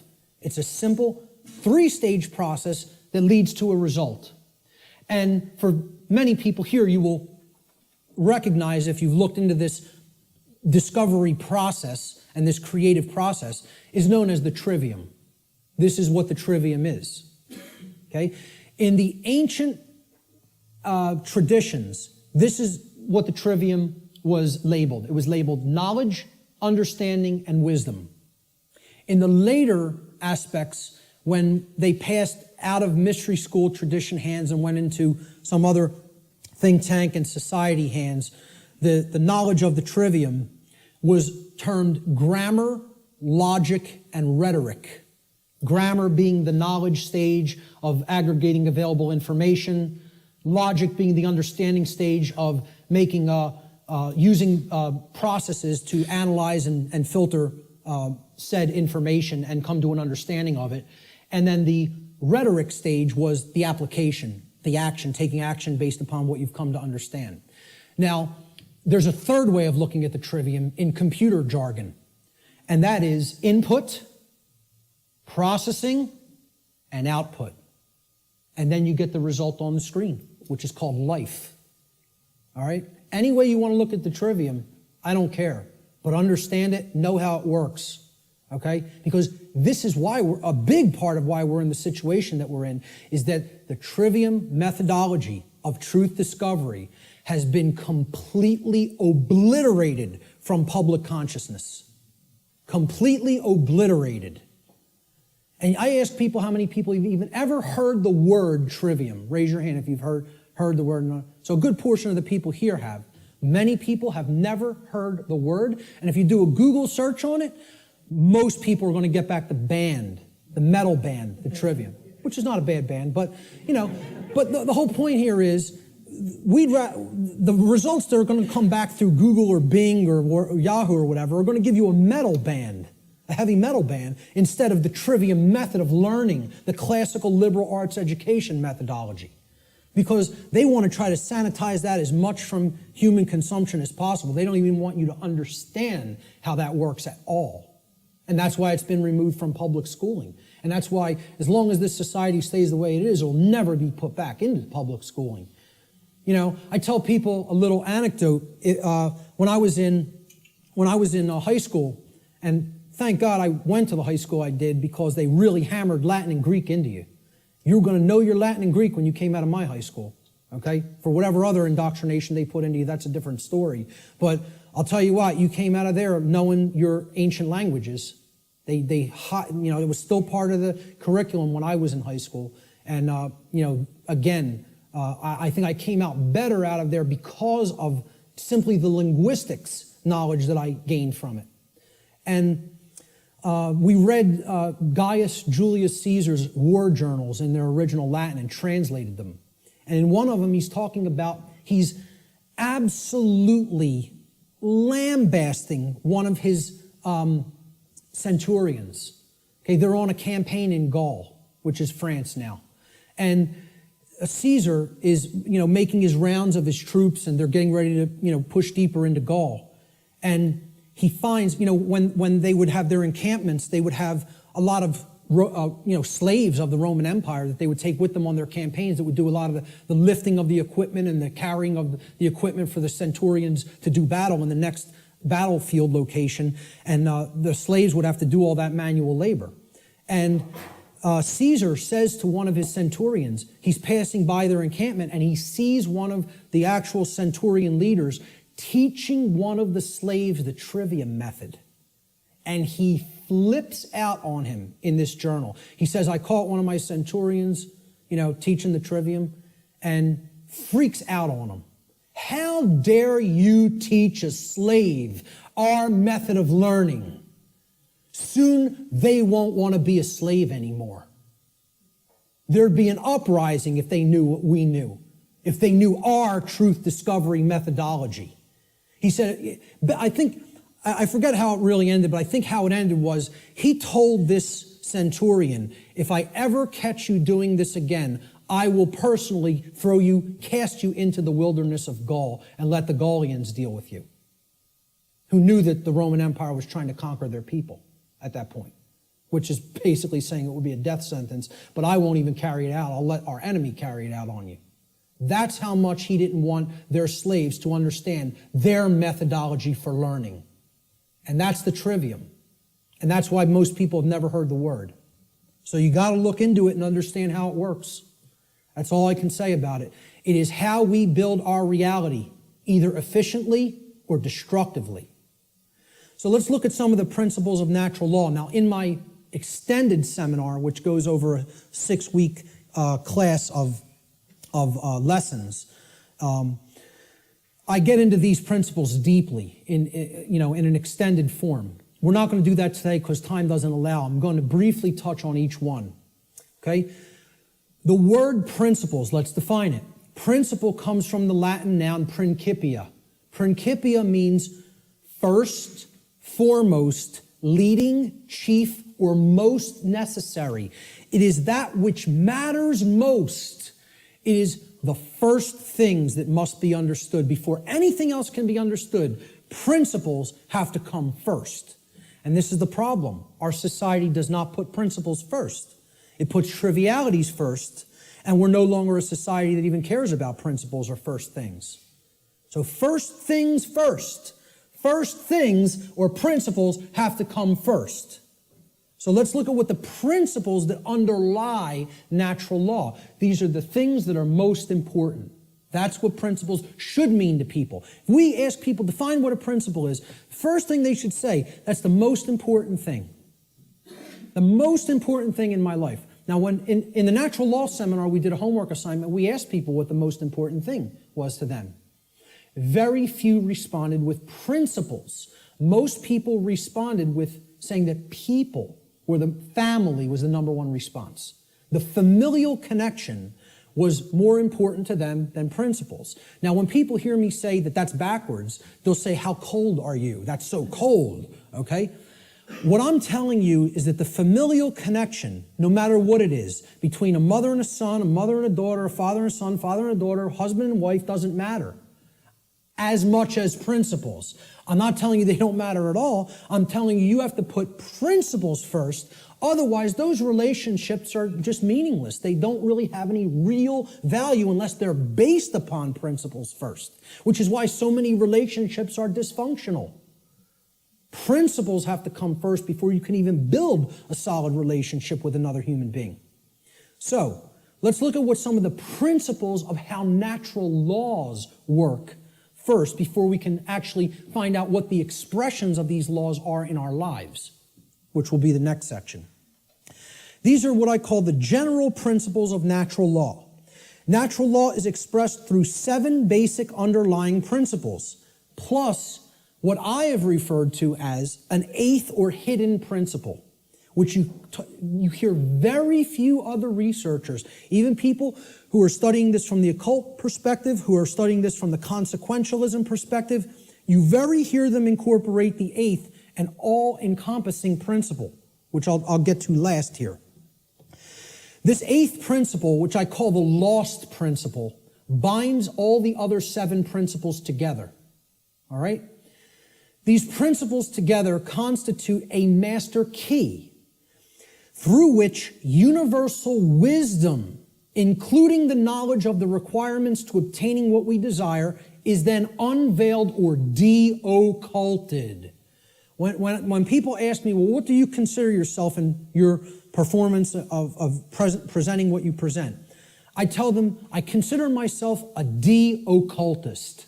I'm no longer an occultist. I'm a de-occultist. I'm attempting to take this information out of hiding. It's been hidden.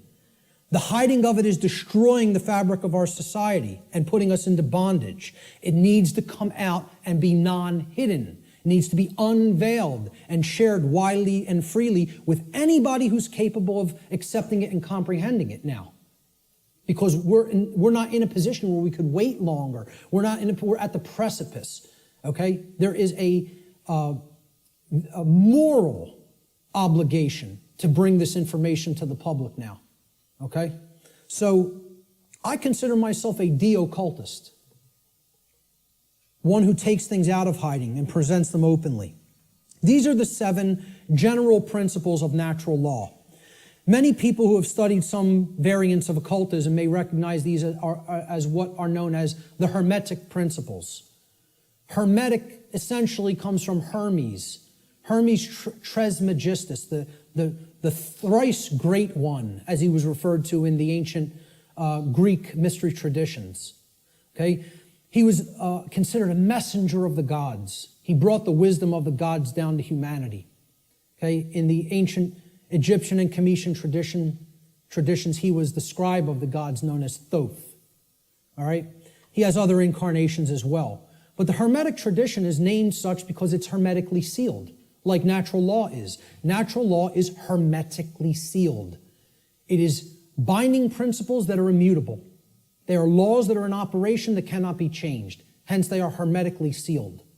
So, these 7 general principles, they are mentalism, correspondence, vibration, polarity, rhythm, cause and effect, which is a huge one, which we'll be getting into, and gender. So I'm going to briefly describe what each of these are and what they are about. The principle of mentalism states that the all, everything in creation, is actually a manifestation of mind. The all is mind. Okay? What this means is everything that happens has to be a result of a mental state which preceded it. Everything. For anything to exist, thoughts had to form first, and then they formed the physical reality after. The universe itself is a mental construct of the Creator. Thoughts lead to the manifestation of things and events. Thoughts create conditions. Thoughts create things and conditions. They cannot just magically manifest themselves. Thought comes first. Thoughts create our state of existence and the quality of our experience here on earth, ultimately. Therefore, be responsible for everything. We should be responsible for everything that we create by being responsible for that which we think. Because the thought processes are what are driving the behaviors.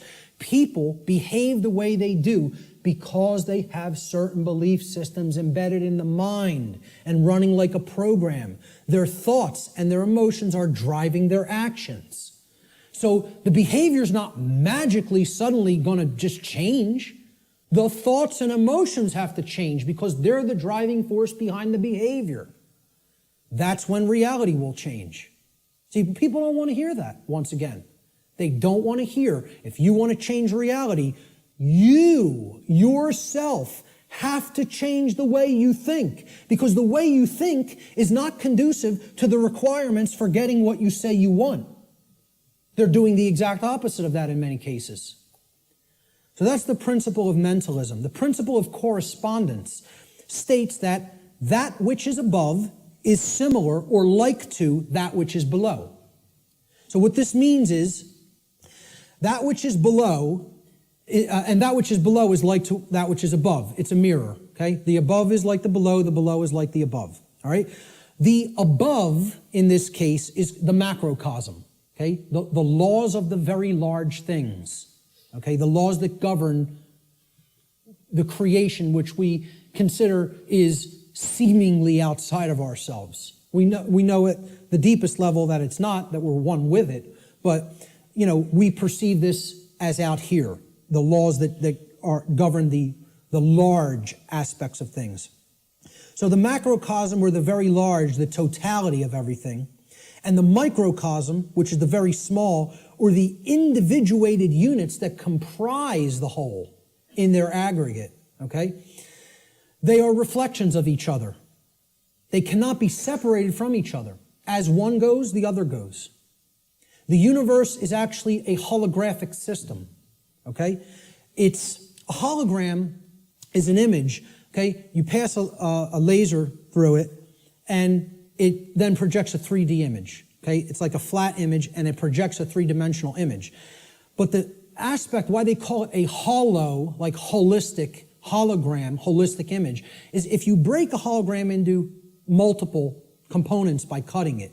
So if I take a hologram and I cut it in 4 pieces, you don't have a quarter of the image on one part of the hologram and a quarter on the other and a quarter on the third and a quarter on the fourth. You have 4 whole images that only lose their resolution by a quarter, okay? So everything is contained in all the smaller parts, okay? That's like the reality that we're living in. Our universe is a holographic one. So the universe is inside the individual. And the entire universe is like an individual. They're reflections of each other. To know the workings of the individual will help lead us to an understanding of the macrocosmic laws.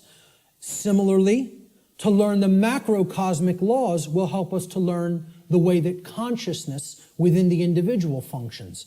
These two things cannot be separated from each other. And once again, as I said near the beginning, that's what occulted knowledge is. The knowledge of the occult is how the microcosmic world works, which is the individuated consciousness, and how the macrocosmic world works, which is natural law. So the other part of the principle of correspondence is that our reality is also fractal in nature. Now, if you studied fractals, these are self-similar mathematical generated patterns, okay? We see this through things like Fibonacci sequence in mathematics, and this is repeated endlessly throughout nature. Okay, so you look at the structure of the atom, and it's similar to the structure of the solar system, which is similar to the structure of the galaxy. They work the same way. They look the same. You pull back enough, you'll keep seeing the same pattern repeat. Everybody ever see the movie that was done in, I think, the 1970s or 80s? It's a short, like 10-minute clip. It's called Powers of 10. Has anybody ever seen this? Yes. A couple people. Watch this movie, Powers of 10, and you'll understand what I'm talking about when I say that the universe is fractal in nature. Brilliant movie. It will blow your mind. Real short, 10 minutes long, something like 9 or 10 minutes long. They basically zoom up into the cosmos to show you how everything is self-similar. Then they zoom down into the cells of a human being and in the atoms that comprise the hand and cells of the hand, and show you how everything is similar there, all the way down to the atomic level, okay, and the subatomic level. So the universe is both holographic, meaning that the whole is contained in the parts, and vice versa, and it is fractal or self-similar across all scales of its existence. That's the principle of correspondence.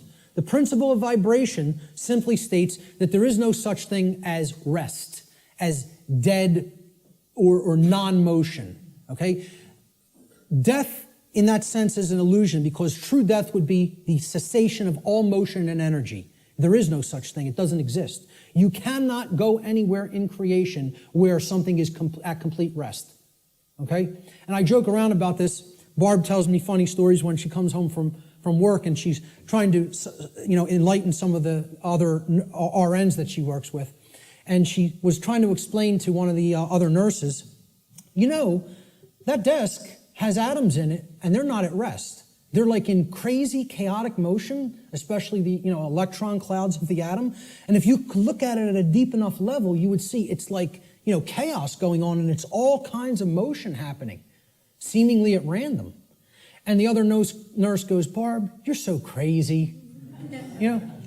What I say to that is, how could you have made it to nursing school and not ever have even considered the concept of the atom? Right. And it's amazing. She actually thinks perceived stillness is actual stillness, and didn't comprehend. If you zoom into that with a powerful enough microscope, you're going to see all kinds of motion, and nothing's at rest. And she thought Barb was the weird one for trying to explain that to her. Okay, so there is no such thing as true rest. It doesn't exist. If something's in existence, it's in motion. Everything moves, everything vibrates, and at the most fundamental level, the universe and every single thing which comprises it is ultimately pure vibratory energy that is manifesting itself in different ways, different frequencies, different vibratory forms. The universe has no true solidity as such, as we imagine solidity at the macrocosmic level. Matter is merely energy in a state of vibration. And what this is, if we truly understand this, and many sciences are now finally really understanding this and trying to propagate this knowledge out into the public, we will come to the understanding that this is a spiritual construct for experience to be gained, to have an experience and learn and grow in consciousness. That's what the purpose of this whole thing is for, So nothing is truly solid. It's again, like we say, we are spirit having a human experience. The whole universe is spiritual, having a experience in solidity. All right? That's how you have to look at the principle of vibration. The principle of polarity states that everything has a dual nature to it. There are polarities in everything that exists. Okay? Everything has poles. Everything has its pair of opposites. However, opposites, they are identical in nature, but they're different in degree. So let me give you an example of what that means. Are hot and cold really opposites? Or can we simply look at them as the presence of heat energy or the absence of heat energy? Meaning that they're the same thing, energy. And whether it's concentrated in a specific area, which would make it hot, or whether it's absent from a specific area, which would make it cold. Okay? That's what hot and cold are at the fundamental level. At our level of perception, they're opposites, but at the fundamental level, they're the same thing, energy or lack thereof. Just like those 3 stages of the trivium. Are knowledge and ignorance the same thing? Yeah, actually they are. Because truth is always present. It's a matter of whether it's taken in and processed or whether it's refused to be taken in and it's not processed. Okay? So it's just like that. They're identical in their natures, but they're different in their degree. Okay? Extremes can meet and blend and, play with each other, like as depicted in the yin-yang symbol, masculine and feminine. They need to be blended. And at some level of reality, everything that is seemingly contradictory may be reconciled. Now again, I stress the term at some level. At the unified field level, everything is consciousness, pure consciousness. However, at this level, there are differences in consciousness. At this level, there are things that are taking place that we need to understand. At this level, there are things that we need to set right and rectify because it does matter. It does matter. Okay? So, again, be careful with some of the New Age-isms that get put out there. Yes, can all paradoxes be reconciled? At some level. In this realm, we need to have our feet on the ground in the physical domain. This is the concept in the Hermetic tradition, which is where a lot of this understanding derived from. Out of ancient Egypt, what was known as Kem, the land called Kem, was what the actual Cometians referred to it as. The word Egypt is a bastardization of the capital, the Greek pronunciation of the capital city of Kem, which was Memphis at one point. And that city was referred to as Haigeptos in Greek. And that became Egypt in English. But the original name for Egypt was Kem. That's simply called black or dark in their language. It was the black land. And we get the word alchemy, which means, again, al, from. Okay? It means from the black land, al-kemet, which is where alchemy comes from.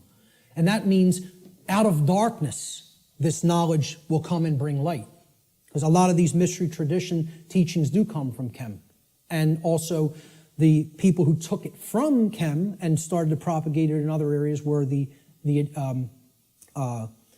Greeks in the Greek mystery traditions. And again, there was light sides and dark sides to all these mystery traditions. Okay? There were some who used the knowledge wisely and tried to propagate it and tried to elevate human consciousness, and there were those who wanted to use it selfishly for their own benefit and to control others. So my point was that in the Egyptian mystery tradition, I lost my train of thought there, I'm sorry. I was talking about all paradoxes may be reconciled at some level. And I brought up the mystery traditions. I can't remember why I went into that, so I'll just keep going. Let's look at the principle of rhythm. Everything flows out and in. Everything has its tides. All things rise and fall. Okay, so everything has a rhythm to it or a swing to it. There's tendencies that exist in energy. The pendulum swing manifests in everything that we undergo, everything that we perceive. The measure of the swing to the right is the measure of the swing to the left. It's just an opposite. It's perceived as an opposite. Rhythm will compensate. Now, how this should be understood when we are talking about natural law is many people will say, well, that's just the way the tendency is moving us. It's just the way the tide is taking us, right? But that's not really accurate. Okay? We can't look at these things as that the rhythms are set in stone and it has to be this way now, right? One of the things that a lot of the Hermetic tradition taught regarding these laws, these principles, were they can be overcome by higher levels of consciousness. Okay? This one was one of them. Rhythm is a principle that is a tendency for something to swing a certain way. Let's liken it to genetics. If you look at some newer biology, a lot of modern biologists are suggesting consciousness plays into whether a gene activates or not and expresses a certain condition. Well, this is the same way. There's something that can be done about the swing or the tide, okay? Let's look at it as you have a boat, and you want to row the boat out to sea, right? You have to get past the tide. You have to get past the breakers and the waves. And if that tide's really strong at high tide, it's going to be very much more difficult. You're going to have to expend more energy to get it out to sea. If, however, you were taking it when the current's moving out to sea, okay, there's a flow that's moving outward deeper into the ocean, and you start rowing that boat then, you're going to be able to do it much more easily. Okay, so if there's winds pushing along a plane, it's going to have to expend less energy. It's going to get there more quickly, okay, because it's adding to the energy. If, however, you're flying against the wind, you got to expend a lot more energy. It's just a tendency. You can still get to where you want to go. You may just have to exert more effort. Right now, we're in a tendency of things are not flowing, okay? It's an ebb, all right? And it's something that needs to really have more energy put into it if we're going to resist the tendency. It doesn't mean nothing can be done about it. It doesn't mean it can't be overcome. It means at the time we're living in, okay, we want to make this motion go in this direction, but its tendency is to move in this direction. So more will is required at this time to move the consciousness. At other times, the consciousness may be flowing in a positive direction, and it may take much less energy in order to move that consciousness forward. However, we're not living in that time. We are living at what many researchers have called the Kali Yuga, or the age of darkness and destruction. You know, this is the point that resists the flow in consciousness the most. And it's going to take an enormity of effort to break down these pre-existing belief systems that don't serve who we are. So that's the principle of rhythm. This is the principle here in natural law that most fits in with how I'm using the term natural law today, cause and effect. Many people, again in the New Age community, don't want to believe that there's causes and effects, and that effects are driven by causes that, you know, come first and then manifest conditions. So the principle of cause and effect simply states that every cause has its effect and every effect has its cause. Every single thing that occurs happens according to law, all right? Chance is a name for law, a law not recognized. There are many planes of causation, but nothing escapes the law. So again, is there free will? Yes, there is free will. But is there free will to ignore law without consequence? No, there is not. That's the limit of free will. Free will is operating within boundary conditions that I'm referring to as natural law. It's a series of laws, actually, okay? Free will operates within these parameters or boundary conditions that cannot be exceeded or gone beyond without consequence. Oh yeah, you can break natural law. Yes, you can break it, but you cannot break it without consequence. You cannot break it without consequence, negative consequence. And that's why this body of knowledge has in the past been referred to as consequentialism.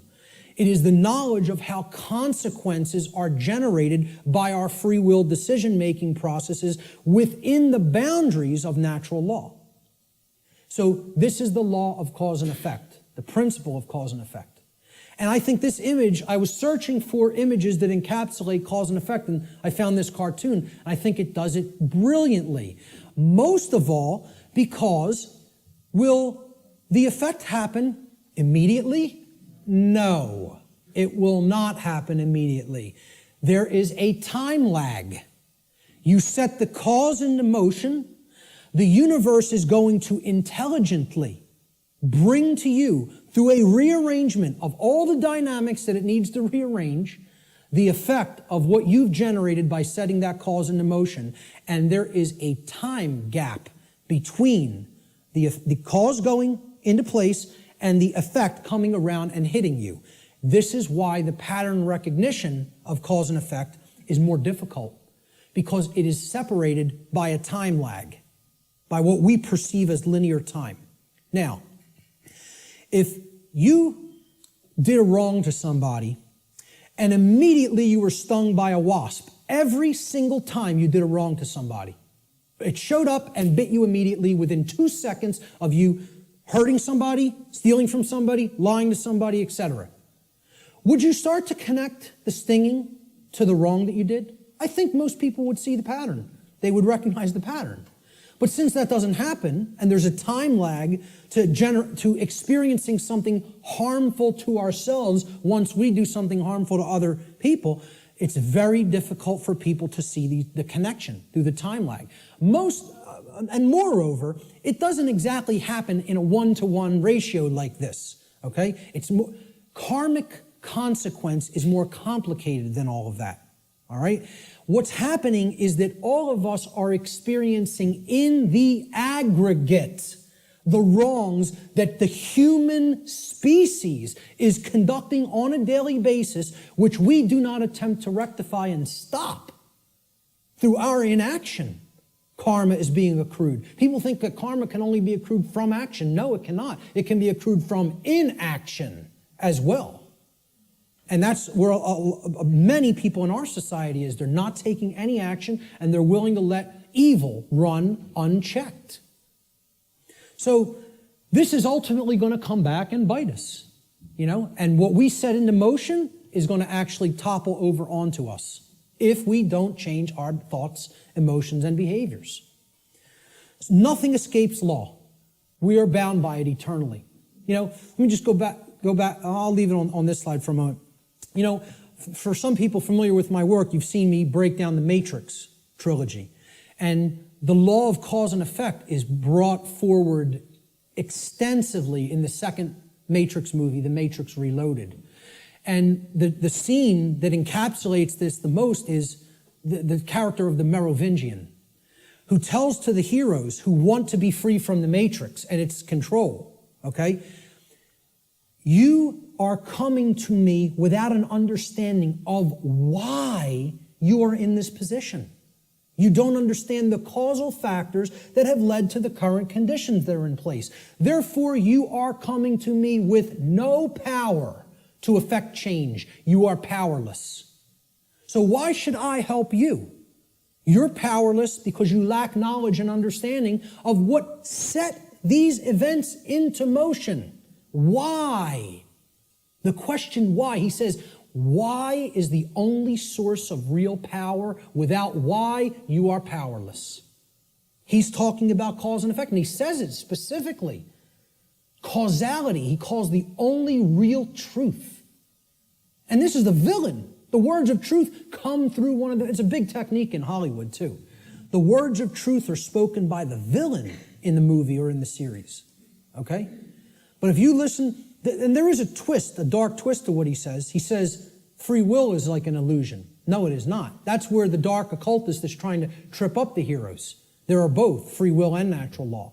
He tries to say free will. The Morpheus character says to him, everything starts with choice.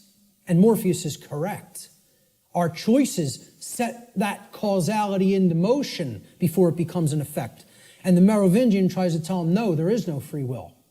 That's where the dark occultist will give you the bulk of truth and then poison it with that one thing he wants to get you to accept. Okay?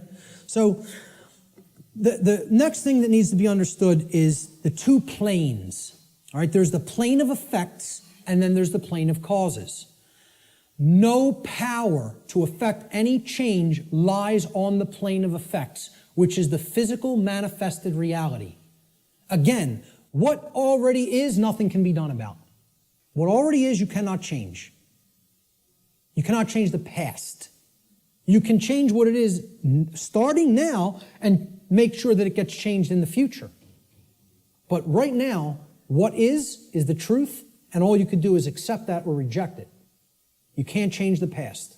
So the physical world that is manifested up to this point happened because of things that occurred in the past. The causes happened in the past. Nothing you can do about that right now. Okay?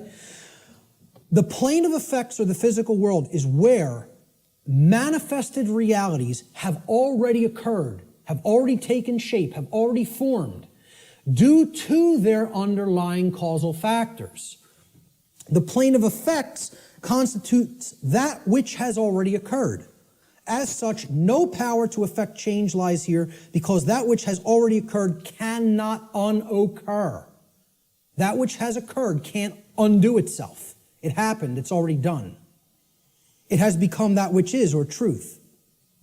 Human consciousness seems to be trapped upon the plane of effects, meaning that humanity as a whole remains ignorant of the underlying causes which they themselves have set into motion and which lead to self-inflicted suffering in their lives.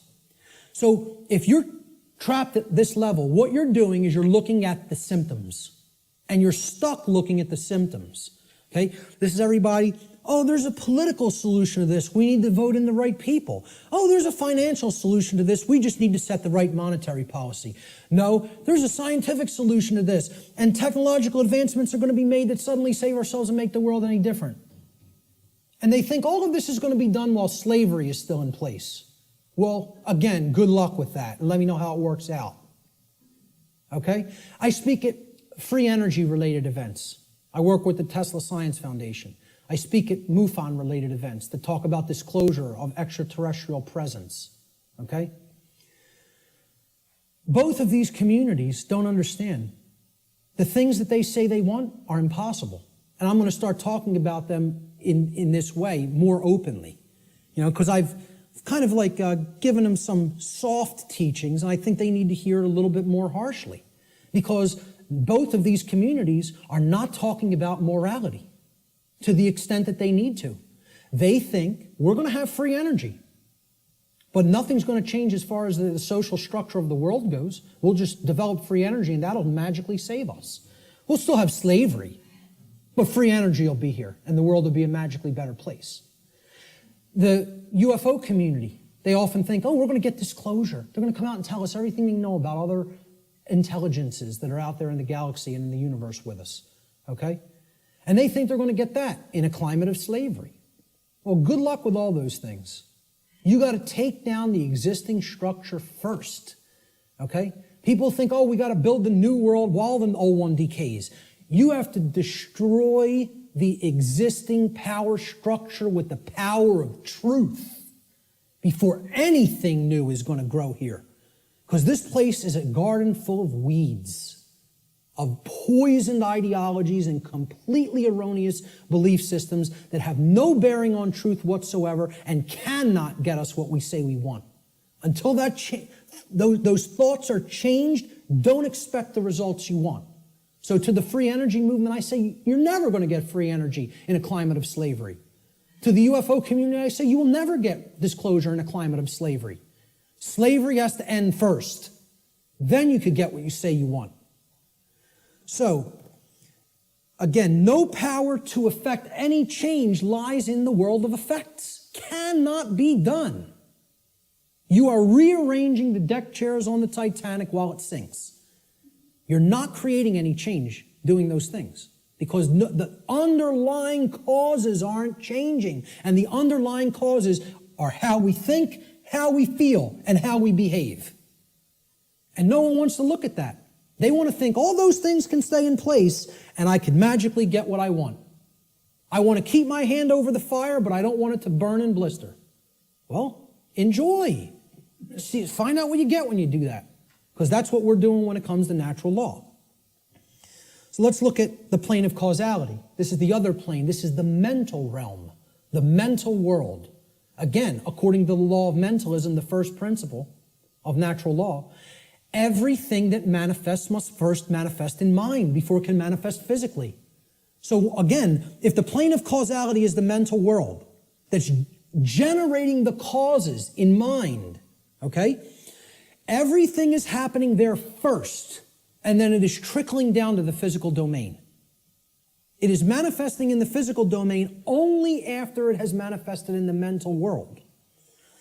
The plane of causality is where causes are set into motion prior to those causes manifesting as formed realities in the plane of effects. This plane of causality constitutes the causal factors, the why, which underlies and precedes all manifested things and events. All power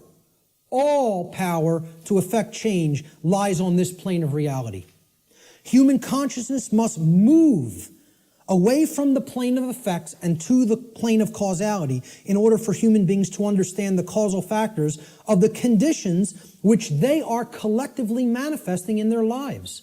Only then will humanity be able to co-create their shared reality on a conscious level, meaning with an understanding of how natural law operates, rather than on an unconscious level, meaning that we don't understand how natural law operates. And I just look at it in a simple graphic, in a simple, chart or graph. This is the higher realm. This is the world of causality, the mental world, the why, the underlying causal factors, okay, that precede conditions which are manifested. This is where our consciousness has to go, because this is where all power to effect change is at, in the understanding of why that manifested to begin with. So these are the symptoms. This line could be looked at as the diagnosis. You have to make that diagnosis and get to the underlying causal factors that lead to the symptoms. Okay? The plane of effects, on the other hand, meaning the physical world, is the manifested realm. That which has already occurred, that cannot be undone. At least in the present moment. You could start in the present to undo it in the future. But as far as the present moment and all moments in the past go, you're not changing that. That's truth. That's what is. Okay? That's already manifested. You can't change it. No power to effect change lies in continuously analyzing the symptoms. You got to do that long enough that you know where the problem's at. You've made the diagnosis. Now you can get to the causal factors and start going to work changing those causes. Okay? Unfortunately, this plane, the plane of effects, seems to be where human consciousness in the aggregate is trapped. It can't seem to get past there. Even if it recognizes the problem, it wants to keep describing the problem. It wants to keep describing the prison. It doesn't want to look at the causal factors because it's afraid of what the causal factors are. It doesn't want to acknowledge the causal factors lie in how we think, feel, and act, and until those things are changed, the external manifestation cannot change. That takes responsibility. The final principle of the 7 principles of natural law, at least the formalized ones, are gender. Again, I'm going to talk about an 8th lost one. Gender exists in everything. Everything has its masculine and its feminine components or principles. We've already seen that when it comes to the human brain, consciousness, worldview, etc. Gender manifests on all planes of existence. Spiritual, mental, physical, everything. Okay? Very simple concept. What I want to briefly talk about is mental gender. Mental gender is the state of coexistence between the masculine and feminine aspects of the mind. Again, we've already looked at this. We looked at the breakdown of the physiology of the brain, at least of the higher order part of the brain, the neocortex.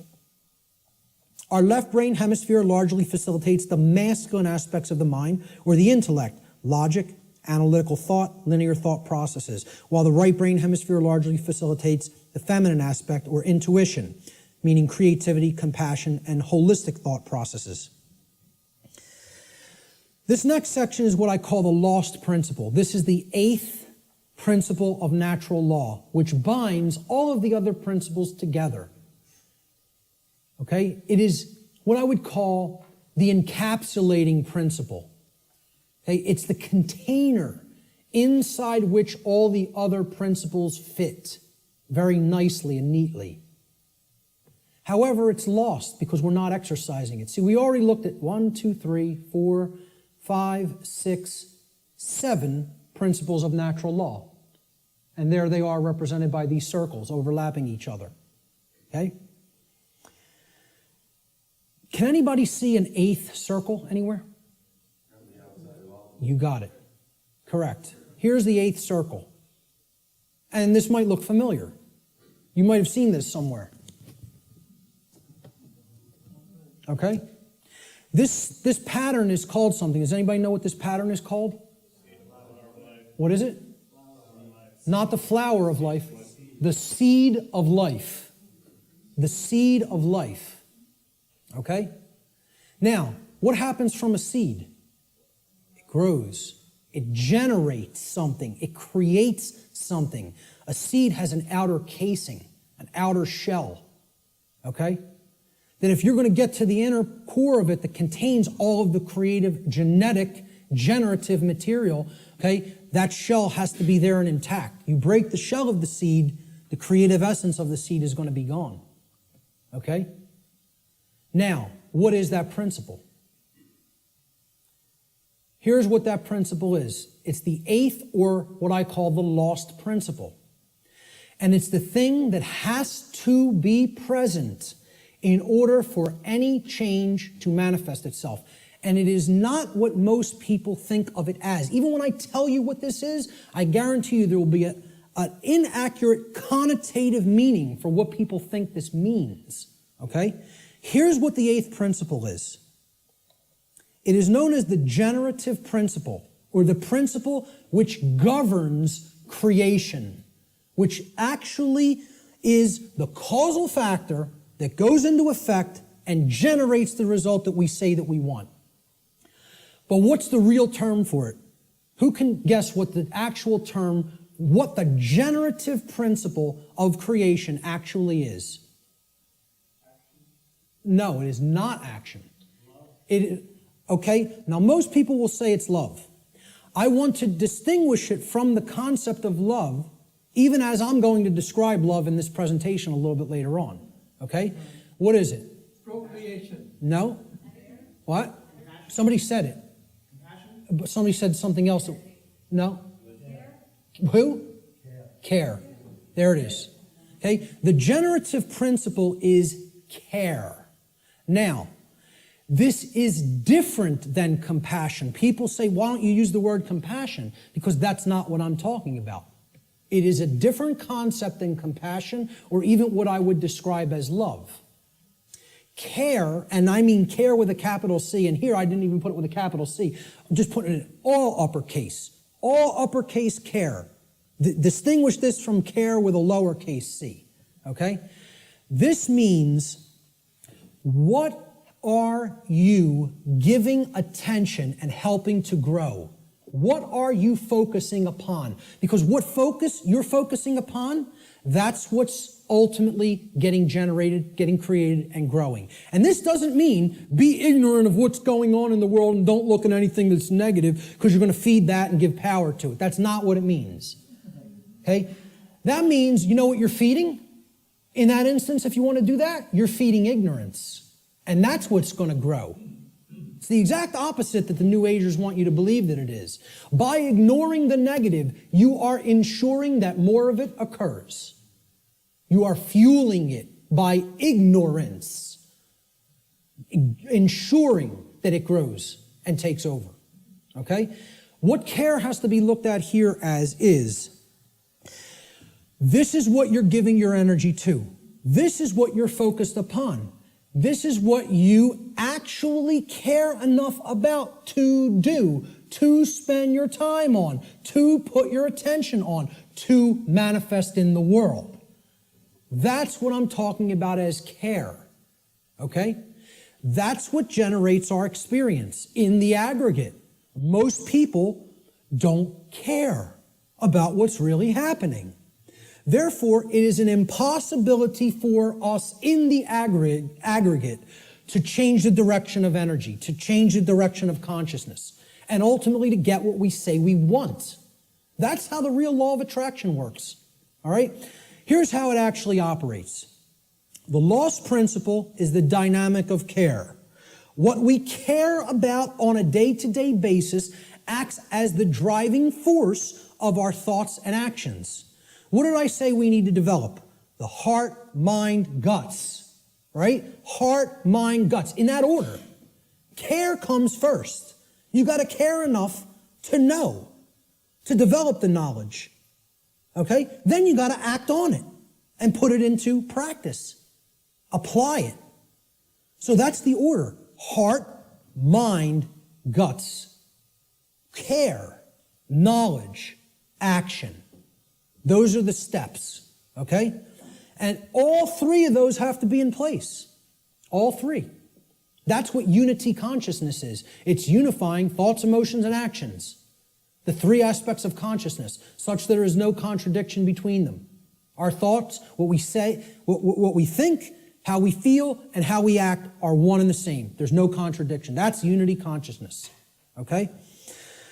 Therefore, okay, since care is the driver of our thoughts and actions, it ultimately can be seen as the generator of the quality of our shared experience here on the earth. Care is what generates the whole thing. Hence, it has been called the generative principle. Liken the heart to a pump in the body. Well, what does a pump do? It's a generator. It provides energy. It moves the life force through the blood in the body. In every ancient tradition, they talk about the life force being in the blood. The heart is what pumps that through the whole physiology and enables us to continue to sustain life. Okay? The heart is the generator. It's the pump. It's the center of the being. As important as the brain is, which we just talked about the importance of it, the heart is ultimately what's generating the experience, because what we care about determines what we think about on a daily basis most of the time, and therefore how we behave. All right? So, this principle has often been referred to as the generative principle. Is anybody familiar with the compasses and square symbol of Freemasonry? With the G in the middle? Well, that's what the G stands for at the highest level. They'll talk about many porch masons. These are the exoteric masons that are given the teachings of the profane and they think they're in the know, okay? They're given the information, well, this only means geometry, it only means God, etc., okay? One of the things they'll tell you it means at a slightly higher level is that it means gnosis, knowledge, okay, which we saw the meaning of in Greek earlier. At a higher level, at illuminated levels of Freemasonry, which are above 32nd degree, they will give you what the real meaning of the G inside the compasses and square is. And it is the generative principle. It means genesis, creation, okay? And yeah, you can tie that right back to God. I'm not saying those things are different. And the forms that get created in the physical manifested world are geometric forms. So it is geometry as well. It's all these things.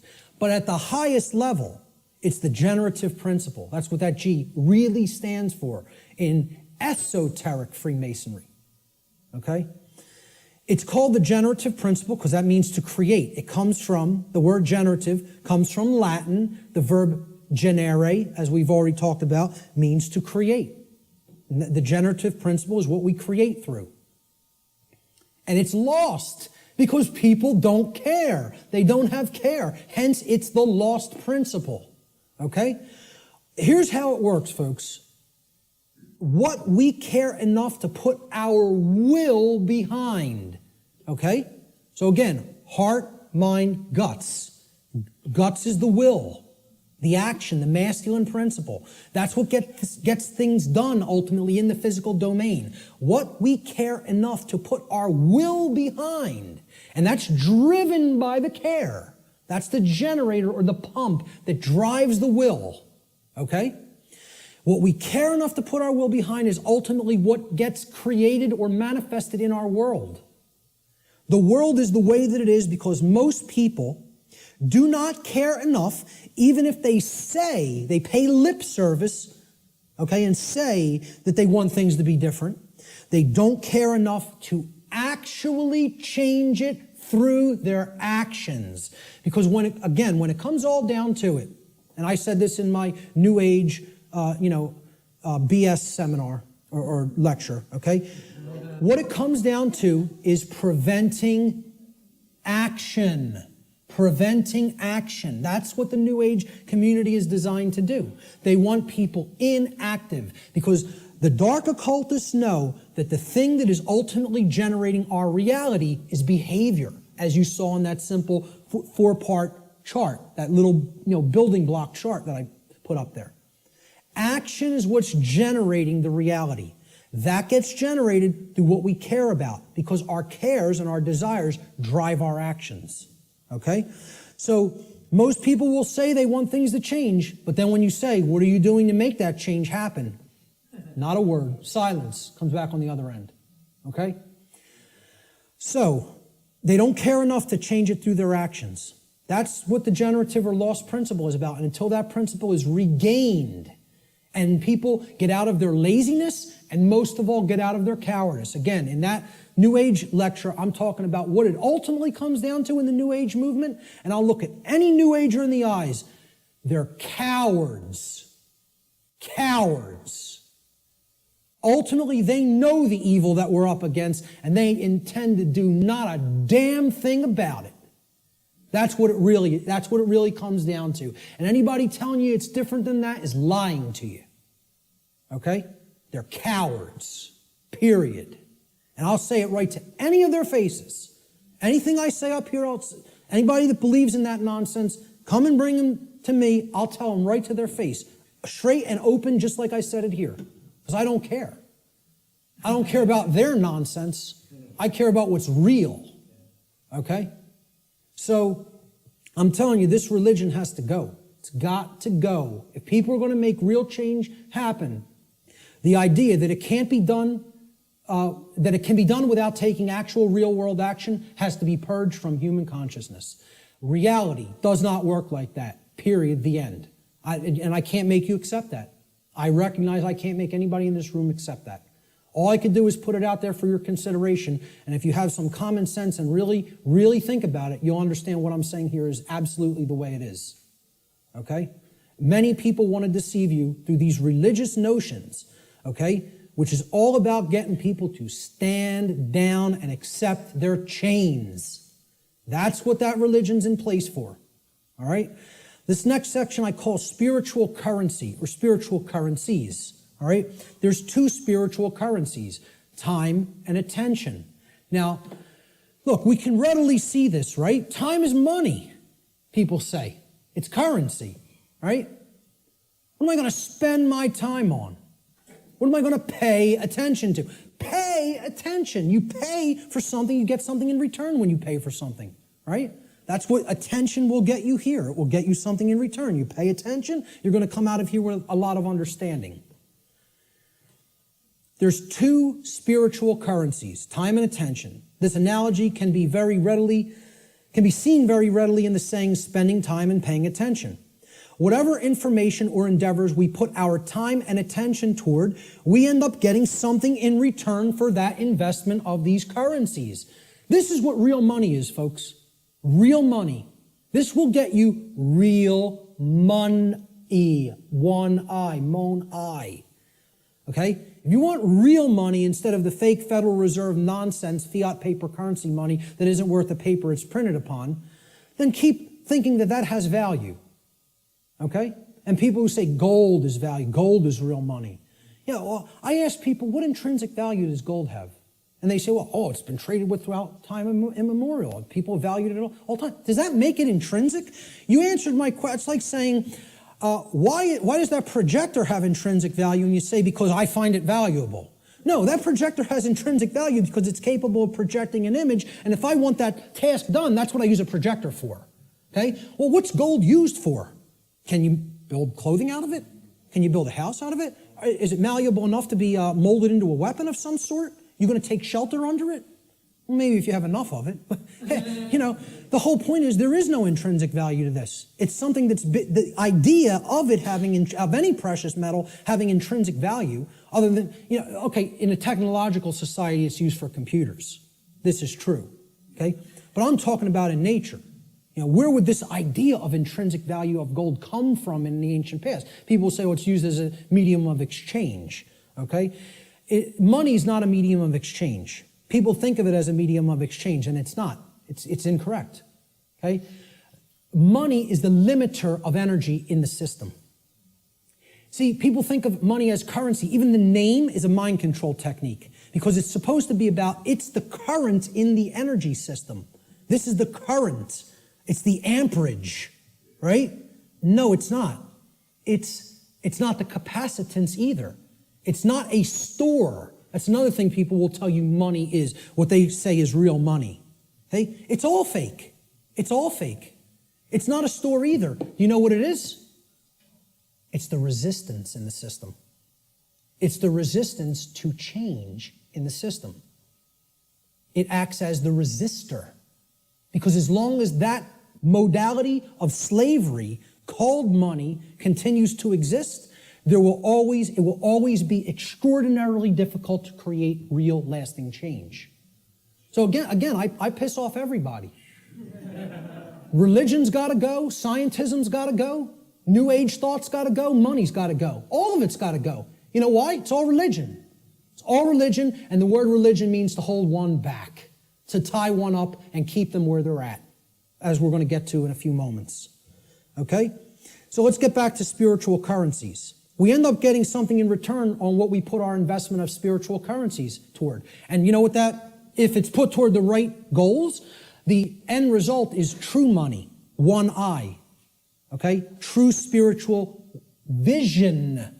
The ability to see, to unoccult something and see it for what it really is. That's what comes from truly putting time and attention onto the right things. This return could come in the form of knowledge. It could come in the form of understanding. It could come in the form of skills, expertise, and empowerment. But only if we invest these two spiritual currencies wisely. And let me tell you something, folks. That's why most people don't have any money. They got nothing to pay for it with. See, you pay attention and you get money. You spend time and you get money. I'm talking about the real thing. Cool. We're going to take a break in about 5 to 10 minutes. Okay? So we have to invest our spiritual currencies wisely. We should seek to improve our quality of attention by placing it upon information that is capable of improving both ourselves and the human condition as a whole. Give me a heads up in about 8 or 9 minutes. Thank you. Such an effort would also constitute a valuable investment of our time. We should ask ourselves, what am I spending my time on? What am I spending my time doing? And what am I paying attention to? That's where you will find whether you're investing in real value, something that is truly valuable. If most of the time we're spending our time on nonsense and trivialities and, divisive things and TV and sports and all other kinds of entertainment and distraction, well, you're going to have a return on that investment, and that return is going to be low. It's not going to result in much money, real money. Okay? Most importantly, we need to ask ourselves, what kind of quality am I getting in return for my investments of time and money? Time and attention, I'm sorry. Okay? These are the spiritual currencies, and that's what most people don't want to give. They don't want to give these freely for a return on investment. They don't want to pay attention to the right things. They don't want to spend time on the right things. This is a simple chart of how our quality of our attention, okay, and again, this is in the aggregate, but it's created by all the individuals, how the quality of our overall attention as a species will affect our world in accordance with the principle of correspondence, which states, as goes the microcosm or the microcosmic units, so will become the macrocosm. Okay? So over here, we have a pure information stream. This is good information. This is information that is capable, that resonates with truth, and is capable of helping to develop wisdom or right action within the being. This over here is the poisoned information stream like we get from the mainstream media, from scientism, from the New Age movement, from government indoctrination centers called schools, okay? This is the poisoned information stream. Now, everybody's going to take in some form of a mixture of both of these streams. What the goal needs to be is to purify. Just like, hey, you take in bad food, you're going to have bad health. You take in bad information, the output through behavior is going to be bad. So you got to purify. Meaning, if there's valves here on the individual buckets, these are called the individual people, okay? And they're all coming together with the quality of their water, right? What they're holding within their consciousness. And that's all going into the big pool called the world. Everybody's bringing their bucket to the pool, they're pouring it in, and then they're jumping in. And that's the world. That's the quality of the world, right? The quality of this whole thing here is going to be based on how much poisoned, polluted information was in your bucket compared to how much pure information was in your bucket. Okay? So there's valves over here we got to shut this one off, this brown muddy valve over here, and we got to open this one up. Okay? If we do that, the world will be purified, and we won't be creating self-inflicted suffering. We don't do that, we're going to be swimming in brown muck. Okay? And generating all kinds of problems for ourselves. So, how are we spending our time? What are we paying attention to? Is this what we're doing with our time and attention? Sitting behind the hypnosis box? Which means suppression of knowledge. Hypnosis is the suppression of knowledge or the suppression of spirit. Okay? Or are we going to devote our time to some pursuits of wisdom? Which means developing knowledge, converting it to understanding by processing it accurately, and then converting it into wisdom through action, through right action. And, you got to read to do this. People don't want to hear that either. Okay? Reading is required. The ancient Romans had two words, the same word, okay? They meant two different things in their language. The word was liber, L-I-B-E-R. Liber meant free, as in not a slave. A free being would be described as liber, free. It's the basis of the English word liberty, liberty, freedom, okay? They had the same word also meant a different concept. So the word liber didn't just mean free. If it was used in a different context, does anybody know what else the word liber meant, L-I-B-E-R, meant in Latin? Book. It meant book. Does that tell us something? They associated the Latin word for book also meant free in their language. Okay? And again, liber is the basis for the word library. Okay? Library. Okay? Where you can go to become free if you read the right books. And again, the world is our library now. We've reunited all the parts of the big library that were cast to the four corners of the earth. The mystery traditions are available at your fingertips now, which hasn't been the case at any time in human history. And what are we doing? We're playing Farmville on Facebook. So we have to ask ourselves, what are we spending our spiritual currency on? And are we investing it wisely for a return of real money, which is actually spiritual enlightenment? I'm going to take a quick break right there, and we'll pick it up with the next section in 10 minutes. 10 minutes, right back here to continue. Thank you.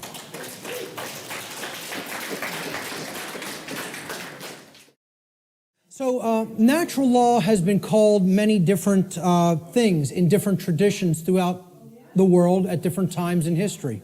Let's look at what some people have called it. It's been called the law of cause and effect, or the laws of cause and effect. And there's a scientific connotation to this concept of cause and effect too. Even scientists will say an effect invariably follows a cause. And they'll also say things like, for every action, there exists an equal and opposing reaction. So there's a consequence when an action is taken. In the more New Age circles, you've heard it referred to as the law or laws of attraction. Okay? I call this presentation the real law of attraction. So, however, there are some good things that the New Age community, and I don't tell you it's all bad, I don't make that blanket statement, okay? It is a religion in many respects, but however, there are some truths embedded in it that can be taken on their own, and, value can be gleaned from. So one of those sayings is, the energy that we emit is the energy that we attract. This is true. What we're putting out into the universe is what we're getting in return from the universe and what we're creating in our reality. Energy flows where attention goes. I just talked about this in the last section. What we put our attention on is what ultimately gets manifested in the world. As you think, feel, and act, so you shall be. Some of the teachers of different variants of law of attraction teachings have only put the first part in that. As you think, so you will be. No. As you think, feel, and act, so you will be. And most of all, as you act, so you will be. Most of all. Okay? So, It's been called karma. It's been called moral law, as I talked about before. And this is, captured beautifully by the phrase, what we sow, we reap. The seeds that you scatter, that's what's going to grow, and that's the fruit that you're going to harvest. So, a very accurate way of looking at it. Again, it's been called consequentialism. That's another thing I could put into this chart. In other words, that there is free will, but there is no free will without consequence. That's called consequentialism. That would be another very accurate way of referring to natural law. And finally, the golden rule, it's been called. Okay? And it's been stated in the affirmative as, do unto others as you would have done unto yourself. I find this much more powerfully stated in the negative, or what I call the apophatic variant. And we'll talk about what apophatic and apophasis means in a few moments. I think it would have been much less ambiguous, the golden rule, if it was said like this: do not do to others as you would prefer not to have done unto you. Now the ambiguity goes away, because people want to be treated slightly differently. Hey, a masochist might want to get beaten by a sadist, okay? But that doesn't mean, do that to others because you like it. But people know what they don't want. They don't want their rights taken. They don't want their property taken or damaged. They don't want to be harmed in their person, They don't want any of those things. They don't want to be lied to. They don't want to be deceived. So don't do those things to other people. So let's jump into this is the heart of the presentation here. It's how natural law actually works in our lives. What are its expressions? How can we come to understand how this operates? There are ways of knowing, and they're through these expressions of natural law. So we defined what natural law is. We talked about the underlying principles that it's based upon. Now we are going to talk about how it works in our lives, okay? So we're going to build a chart of the natural law expressions in a moment. What these expressions are the recognizable workings in our life. And they take place through 5 basic expressions. Each of the 5 expressions of natural law have a positive aspect and a negative aspect. So that gives us a total of 10 overall natural law expressions. And we're going to build a chart regarding these expressions. Okay? So here's the expression, and then there's a positive aspect to the expression, and there's a negative aspect to the expression. The first expression of natural law is known as, and again, this is what I call these things. There's no hard and fast rules. It's just terminology. It's jargon to try to explain them in words. Okay? These are unseen concepts and laws in reality, in nature, in the nature of the universe. Okay, these are just English word terms that I'm applying to these concepts, okay? So the first principle of natural law I call the generative polarity, or in other words, this is the force or energy that we are using at the base level to start the process of creation, or you could say of co-creation, okay? We're co-creating the reality that we experience with the laws of nature. So you can look at the first first expression of natural law, which is the generative polarity, as the force that we use to set all of the other events which are to come, which are to manifest in our lives, into motion. Or in other words, what we use, the force that we use to generate or create the quality of our experience. That's the generative polarity. The positive expression of the generative polarity is love. Now, this is not what many people think of as love, okay? It's not familial love. It's not relationship love. It's not Hollywood movie variant of love. It's not romance novel variant of love, okay? I call love consciousness.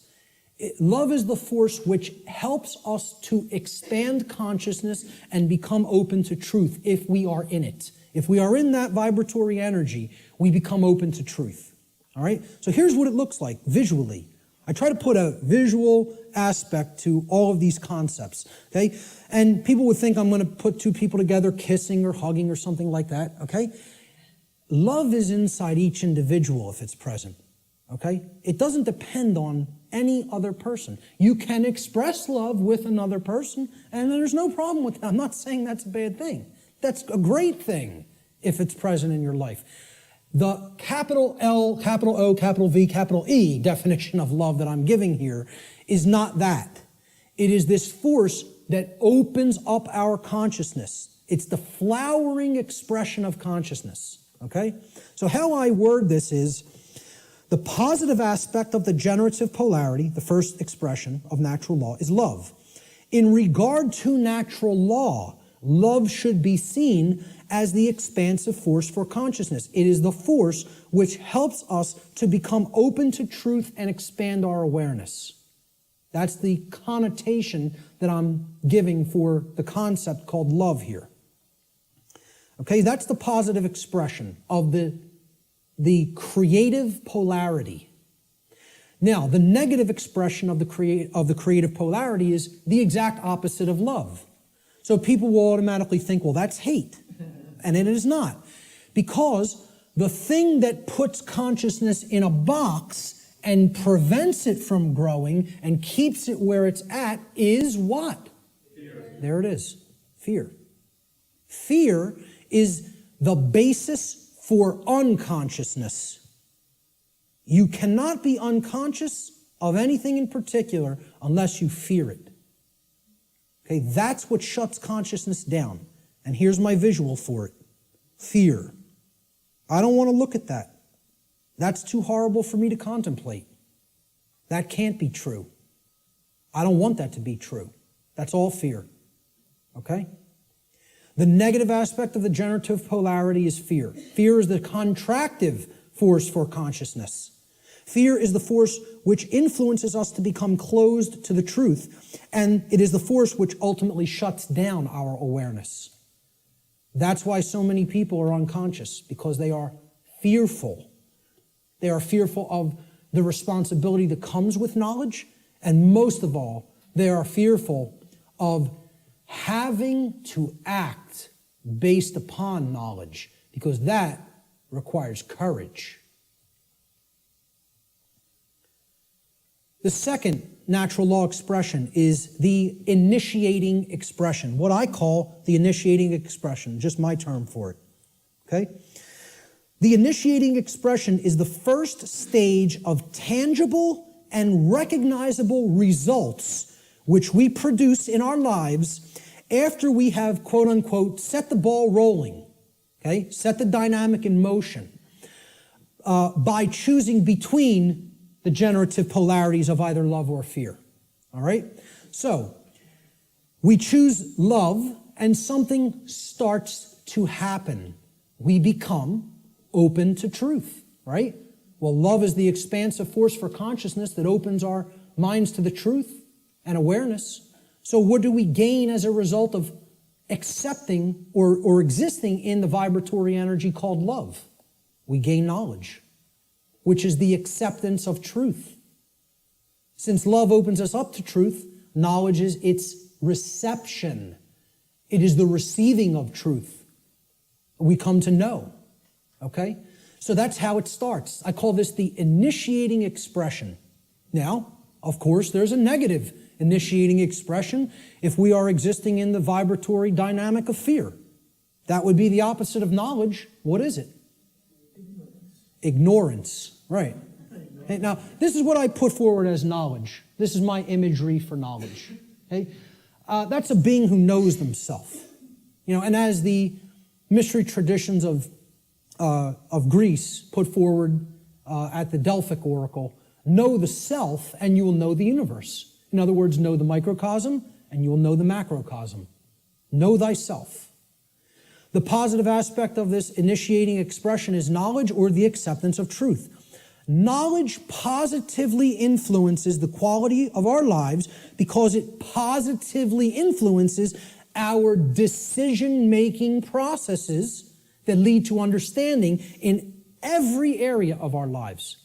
You want to know how something works? and ultimately create something good, you have to have knowledge. You want to know how a car works? Keep it running in good order, you have to have knowledge. You want to know how a computer works? Keep it running in good order, you have to have knowledge.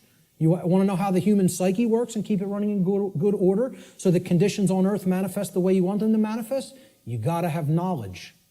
Not getting out of this condition without learning. Learning is the key, it's the answer. Knowledge is the answer. And people don't want to hear that. They don't want to hear it. They want to think we're magically going to manifest the desired conditions that we say we want without learning a thing. It doesn't work that way. So again, the negative initiating expression is ignorance. Ignorance is the refusal of truth. It is the refusal to gain knowledge. Okay? Because we are in fear. So here's what I put as the image for ignorance. You know, the population that is hypnotized, that wants to keep paying attention to nonsense and trivialities, feed themselves tons of GMO food that is crap for the physiology, you know. Pay attention to distraction, entertainment, mainstream news and media, you know. It's all there to just shut the consciousness down and keep people in a depressed psychological state and keep them in a state of psychological infancy. The negative aspect of the initiating expression of natural law is ignorance, or the refusal of truth. Ignorance negatively influences the quality of our lives because it negatively influences these decision-making processes that lead to understanding in every area of our lives. If you're ignorant about how anything works, you can't create the desired condition. It's just not possible. It's important to remember, again, that ignorance should be distinguished from nescience, which means not knowing because necessary information is not present or was unattainable. Ignorance, on the other hand, means not knowing even though necessary information is present because that information has been willfully refused or disregarded. And again, to keep us in ignorance, they don't need to hide the information anymore because it's not hidden anymore. It's out. And once again, it's available at your fingertips for free if you have the desire to take it in. But now, the manipulation mechanism that is used is dissuade people from looking at it. Provide endless entertainment, provide endless amusement, provide endless distraction, and say there's nothing to any of that stuff. That's just some old crazy religion that you don't need to understand. It's no different than any other religion, believing that natural law exists. Okay? That's what people will insist on telling you. So people will be dissuaded from ever looking into it, and they'll disregard it of their own choice. Thomas Jefferson said that if a nation expects to be ignorant and free in a state of civilization, it expects what never was and never will be. Freedom and ignorance are antitheses of each other that can never coexist simultaneously. That is an impossibility in natural law. I'm going to put up a couple other quotes on ignorance. Samuel Adams said, "No people will tamely surrender their liberties, nor can any be easily subdued. When knowledge is diffused," that means it's everywhere present, "and virtue is preserved," meaning morality. On the contrary, when people are universally ignorant and debauched in their manners, meaning purely selfish and only worried about themselves, they will sink under their own weight without the aid of foreign invaders, meaning the society will turn inward on itself and collapse and destroy itself just based on the fact alone that the population is ignorant and they are ensconced in moral relativism and other forms of debauchery and just self-pleasure as their highest virtue, their highest desire. Socrates said that the only good is knowledge and the only evil is ignorance. And this is a quote I'd like to be remembered for. "Willful ignorance in the presence of knowledge is the measure of a bad person." And people will say that's extremely harsh. That's true. That doesn't make the statement untrue. The statement is true as well. It is a harsh statement. See, people in my family will ask me, why don't you have anything to do with me anymore? I've deliberately cut off many members of my own family okay? Because many members of my own family say, I know what's going on and I don't care. I don't intend to do a damn thing about it. I'm worried about me, myself, and mine, and I don't care what's happening in the world. Well, you know what that's called, folks? That's called a bad person. Let's not mince words. Let's not euphemize. Let's call it what it is. That's called a bad person. And I don't want anything to do with bad people in my personal life. I don't hang out with bad people. I try to surround myself with good people who care. Because they're co-creating wisely. Okay? I tell family members who I've cut off association with, because you do not care is what makes you a bad person. I don't want anything to do with you until you start caring about what's going on in the world. Then we could talk again. And I'll welcome you back with open arms and forgive you. But not until. You want to stay in that level of consciousness? I want nothing to do with you. I don't want to be around people like that. They're bad influences, and they do bring other people down. So I'll still put out the information. It's there any time for free that they want to go and engage it. And I tell them all, anytime you want to ask me and come over and engage directly with me, I'll make the time for you. But until you want to do that, until you develop that desire, I don't want to be in your presence. Okay? So maybe, I don't know if that's going to be effective. I don't know. And guess what? I don't care whether it's going to be effective, because I'm not going to surround myself with bad people until they decide I want to make myself a better person. Then I'll engage them and speak the truth to them. But until then, I'll put this out there for all for free, and they can engage it any time they want. But in my personal life, I can't make time for that. I don't have energy for that. I barely have energy for this. An anonymous quote, I believe this was from some internet forum. I don't know what the gentleman's name was, but it was a great quote. Ignorance is the root cause of all evil. And since only knowledge eradicates ignorance, it is our duty and moral obligation, there's that term, to educate ourselves as well as the masses around us. That's a moral obligation if you're in a position of knowledge. And once again, that's why I do what I do. I don't do it because I like people. Believe me, Barb will tell you how much I like people. I don't do it to make friends. I don't do it to make money. I do it because it's a moral obligation and for no other reason. I don't serve people. I serve truth. Truth is the force which I serve. And I bend the knee to no other. That's it. That's it. So great quote on ignorance there. Great few quotes on ignorance. Let's look at the next expression. The internal expression is what happens inside of us, very simply. So now, we've started creating with a polarity. Something has happened in the world, either acceptance of truth or refusal of truth. Now something's going to take place inside of us, right? So look, this level is that knowledge level, right? This is the base consciousness level. You could look at, that's the foundation. Remember that 4-block diagram, right? You could look at this, here's the foundation. This is the foundation that lies underneath the trivium, right? Okay?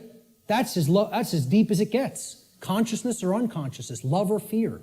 That's what everything is a choice about, between, right? Now here's that first block. Knowledge or lack thereof. Knowledge or ignorance, right? And you can see these polarities are like that concept of, the polarity aspect of the natural law principles, okay? There's one thing that's real, and then this is the illusion, okay? These are two aspects of the same thing. This is consciousness, and this is its lack. This is acceptance of truth, and this is the lack of that, okay? So it's the same thing, but opposite in degree, which is why they're the same expression.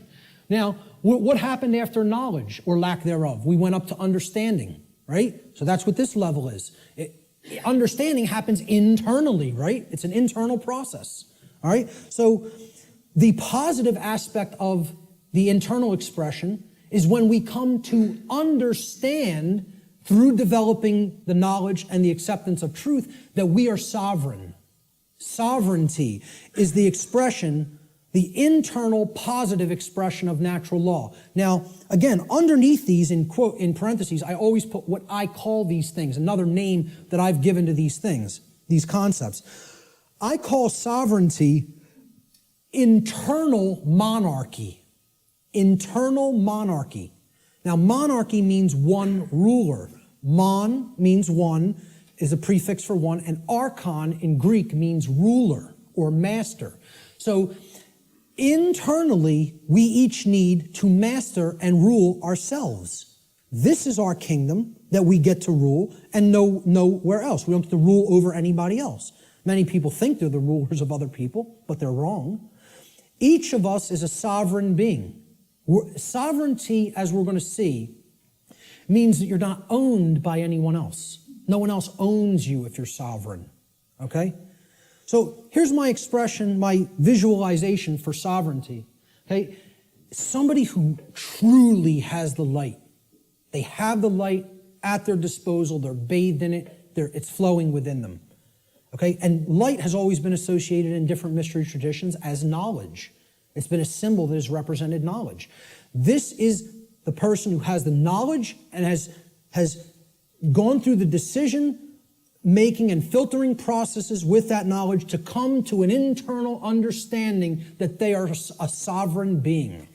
And I have news for everybody. Whether you know it or not, whether you are familiar with the term or not, every person here is a sovereign. And you can never not be. It is an impossibility for you ever to be non-sovereign. It cannot be done. Cannot be done in nature. Okay? Every single human being on this planet is a sovereign being. And we're going to look at what a sovereignty actually means. The positive aspect of the internal expression is sovereignty, or what I call internal monarchy, meaning one ruler within. Internal monarchy, one ruler within. As a state of consciousness, sovereignty means that one has unified the three aspects of their consciousness, such that there is no internal contradiction between one's thoughts, emotions, and actions. We become a being that as we think, so we feel, so we speak and act. And there's no contradiction between those. We're not torn apart from within in this state of internal opposition amongst our own consciousness. Okay? Moreover, let's break the word sovereign down. That's where we're going to come to the real meaning of the term. Sovereign is derived from the Latin adverb super. Super means above. See, in classical Latin, there's no V in classical Latin, right? There was no V character. Actually, if you wrote a V like that, it was a U, okay? And why a double U looks the way that it is. It's two V's, actually. But that sound was U in Latin, if you see a V.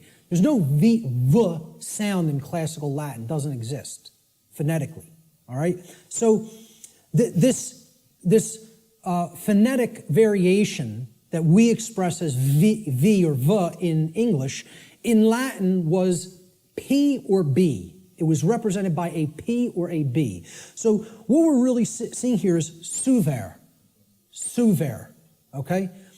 But it was pronounced in Latin super, like super. Well, what does super mean? Super, you're beyond, you're above and beyond. Okay? It means above or beyond. That's what it means. A superman is one who's beyond an ordinary man, right? The Latin noun regnum comprises the second part of the etymological root of this word. Regnum, it comes from rex regis in Latin, or regis. It means king. So regnum was the king's rulership. Regnum means his reign. It's where the word reign comes from in English, regnum, in Latin. It means rulership or externally imposed control.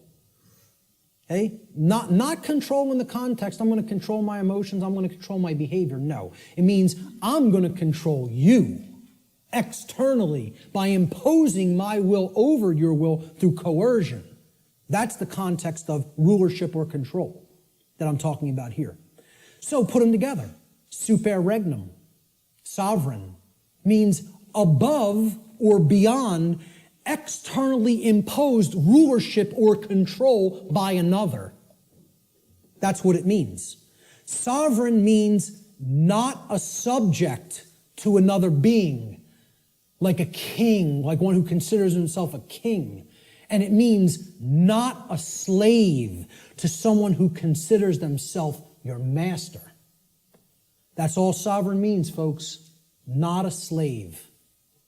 And why I say every single person here is a sovereign is because there is no such thing, never has been any such thing, and never will be any such thing as legitimacy to slavery. That has never existed, does not exist now, and never will exist. Slavery is an illegitimate concept. None of us are slaves. The condition of slavery has been imposed upon people, but it has never in history been legitimate, and it never will in history be legitimate. So there is no legitimacy to the concept of slavery, of the rightful rulership of another being through directly imposing your control through coercion. Doesn't exist. That's a big part of what natural law is about. We have to understand when we're saying this word, this is what is meant by sovereign, not a slave. Okay, we did a study where we asked people, are you a sovereign? Like 11% said yes. Maybe, I think it was 10 or 11%. Which I thought was almost encouraging, that 1 in 10 people knew that they were sovereign beings. It was amazing. But 90% of the human population doesn't feel that they're sovereign, doesn't know that they're sovereign. I'm telling you, it doesn't matter an iota whether you believe you are or not. I'm telling you it's an eternal truth that you are a sovereign and can never be non-sovereign. There is no such thing as someone else's legitimate rulership or ownership of you. Because there's no such thing to the legitimacy of slavery, and there never has been, and there never will be. So everyone is a sovereign. A sovereign is a monarch. Again, mon means one, and archon means ruler. So when people ask me, what kind of government do you want? I tell them I want anarchy, and I want monarchy. And they're like, how could you have those things simultaneously? Because if you have internal monarchy, you can have external anarchy. See, we need to have the rulership within, and we need to get rid of the rulership without. This is the kingdom we need to master, and we need to set aside the concept of mastery and slavery in the external domain, in the physical world. Sovereignty, a sovereign is a monarch, which means a single ruler who rules only the kingdom of self. Sovereignty is a state in which one controls one's own thoughts, emotions, and actions, and by bringing them into unity or non-contradiction or non-duality, attains mastery over one's own consciousness. Sovereignty could be considered the equivalent of true self-control, true self-mastery, true self-love, or true self-ownership. It's all of these things. And ultimately, it means not a slave. That's what has to be remembered above all else. Let's look at the negative internal expression for natural law, which is confusion. Now, confusion results when we are in ignorance. That's the emotional dynamic, the feeling that takes place within the individual. This is the lack of understanding. Confusion only happens in a lack of understanding. When we have not taken in knowledge, because we are afraid, we are in fear, okay? Ignorance results, and then confusion happens internally. So look, remember, here's the essence, that's the foundation. This is that first stage, that first building block that we called knowledge or lack thereof. Okay? This is the second building block that we called understanding or lack thereof. This is true understanding when truth has been taken in and accepted. And this is the lack of understanding. Now, in that state of lack of understanding, we're confused. So there's no rulership within. Inside of us, there's anarchy, which means the absence of ruler. Of a ruler, not the absence of rules, which I'm going to get into later. Anarchy means there's no ruler, no master. So if there's no master inwardly, we have a big problem, because that means there's no self-mastery, there's no self-control, there's no self-discipline, and ultimately, there's no self-love. And that results in an understanding that we don't truly own ourselves. It would result in the absence of self-ownership, which is what we're experiencing as a species. That other people believe they own other people. This is what I found as a picture representing confusion. Someone who doesn't know themselves. Doesn't know themselves, completely attached to a ego identity. Their whole mind is all wrapped up. I believe I'm this businessman. I believe I'm this banker. I believe I'm this lawyer. I believe I'm this doctor. And that's my identity, and if something goes wrong with that, there goes my identity. There's who I am down the drain, you know? So this negative aspect of the internal expression of natural law is confusion, or what I call internal anarchy, meaning no ruler within. Confusion is the state of mind in which the being is ruled by fear and ignorance. Confusion could be seen as internal opposition within one's own consciousness. In other words, being torn apart from within in such a way that one's own thoughts, emotions, and actions are in perpetual contradiction with each other. A thought, emotion, and action are not in alignment. As we think is not how we truly feel and is not how we act. There's total contradiction and separation, no unity amongst those three aspects of consciousness. That's confusion. The fourth expression of natural law is what happens externally in the macrocosm in society. When you have a bunch of people who are in either this dynamic within their own consciousness, or a bunch of people who are in this dynamic in their own consciousness, a state results in the society at large, because the society at large is comprised of the aggregate quality of the individuals that comprise that society. All right? So if there's love present and knowledge has been taken in and it's been understood, and we understand that we're sovereign and we're expressing self-ownership and self-mastery, what state manifests in society? Freedom. There it is. Freedom can only manifest when those preceding conditions are in place. It cannot magically manifest by any other means. If we say we want to be free, this is the path we have to take. Consciousness, acceptance of truth, and an understanding of our own sovereignty through self-mastery. It can't happen any other way. It's not possible. Okay? So, this is what the picture I chose for freedom. This is actually from the cover of probably one of the greatest books I think that's ever been penned by human hands. And I've read a whole lot of books in my life. And for me to say that, it's a high compliment. Okay? I think I'm a pretty good judge of books that can impart some wisdom to people. And I'm telling you, you need to read the book, The End of All Evil by Jeremy Locke, if you haven't already read it. This is one of the cover image from that book. Very rare book.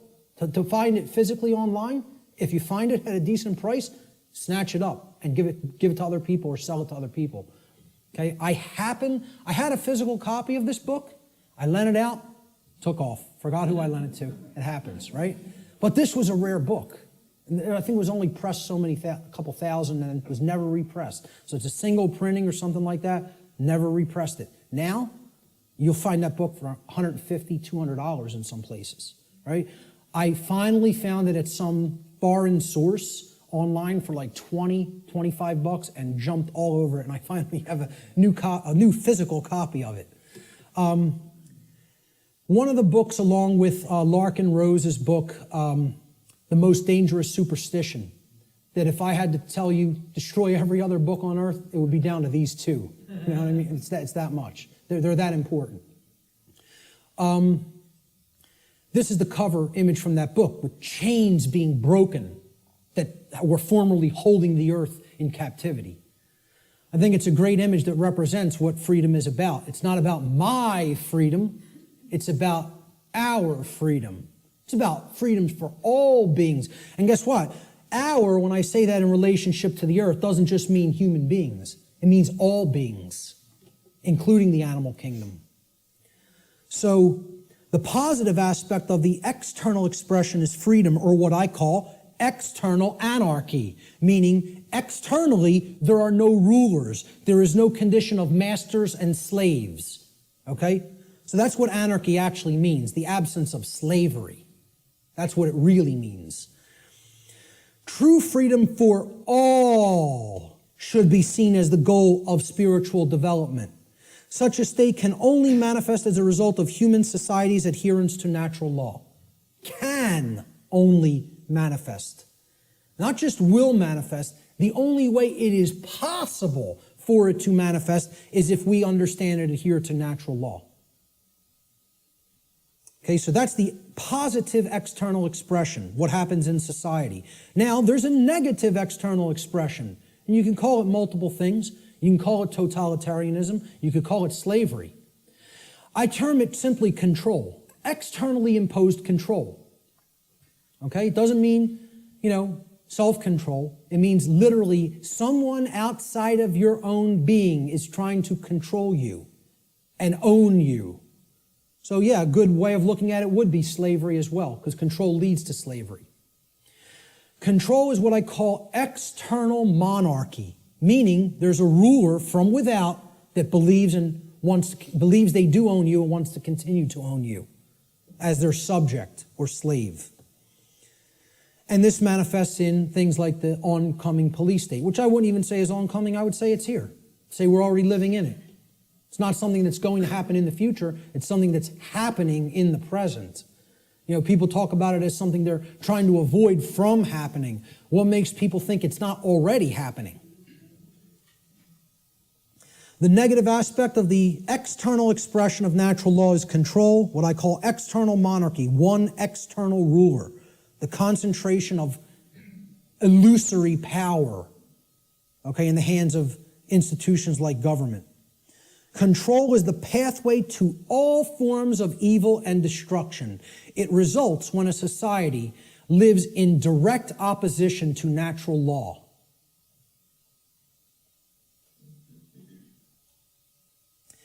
The fifth and final expression for natural law, how it operates in our lives, is what I call the manifestation, or the result that we create.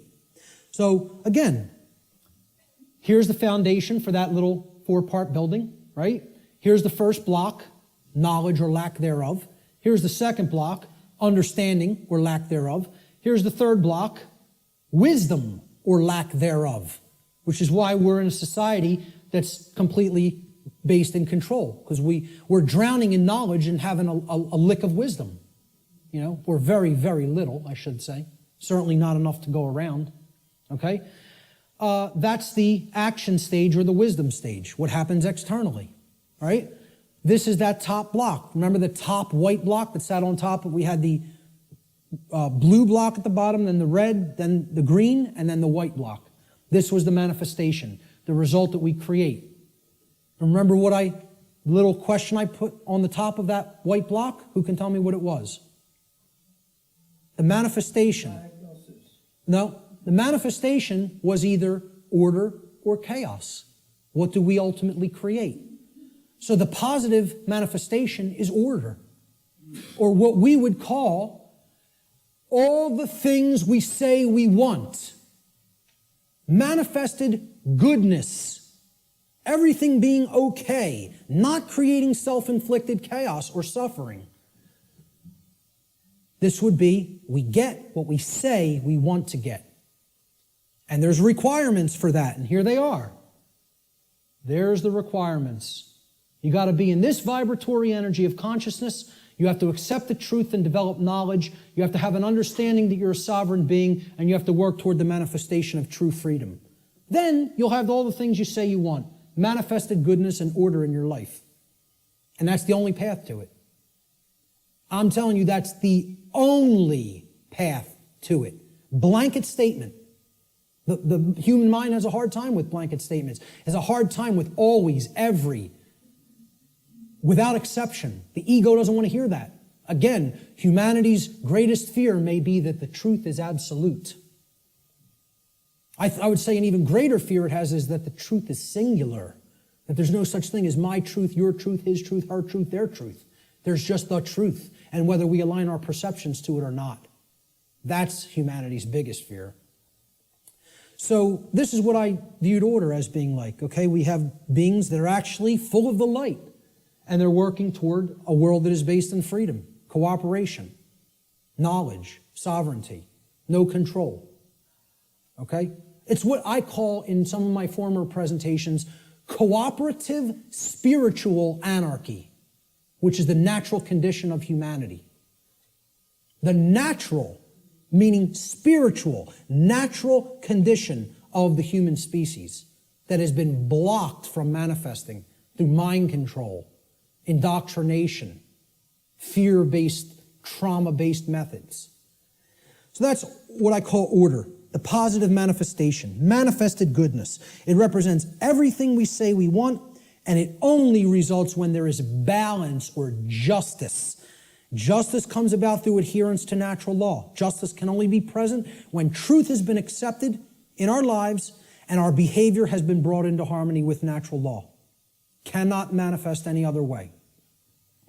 That's the positive manifestation. The negative manifestation is the opposite of order, chaos. Chaos is manifested evil. I just put this as, complete disregard for other people, breakdown, me first. Knock everybody else down, get what I want. Don't worry about anybody else being hurt. Don't worry about anybody else's freedom. Don't worry about whether anybody else's rights are being tread all over. Doesn't matter. Let me get mine. Self-preservation is the highest law. Survival is all that matters. Even if I have to step on somebody else to get it, to make that happen. Yeah, it's an animal. That's exactly right, sir. That's exactly correct. That's not a human being. That's an animal.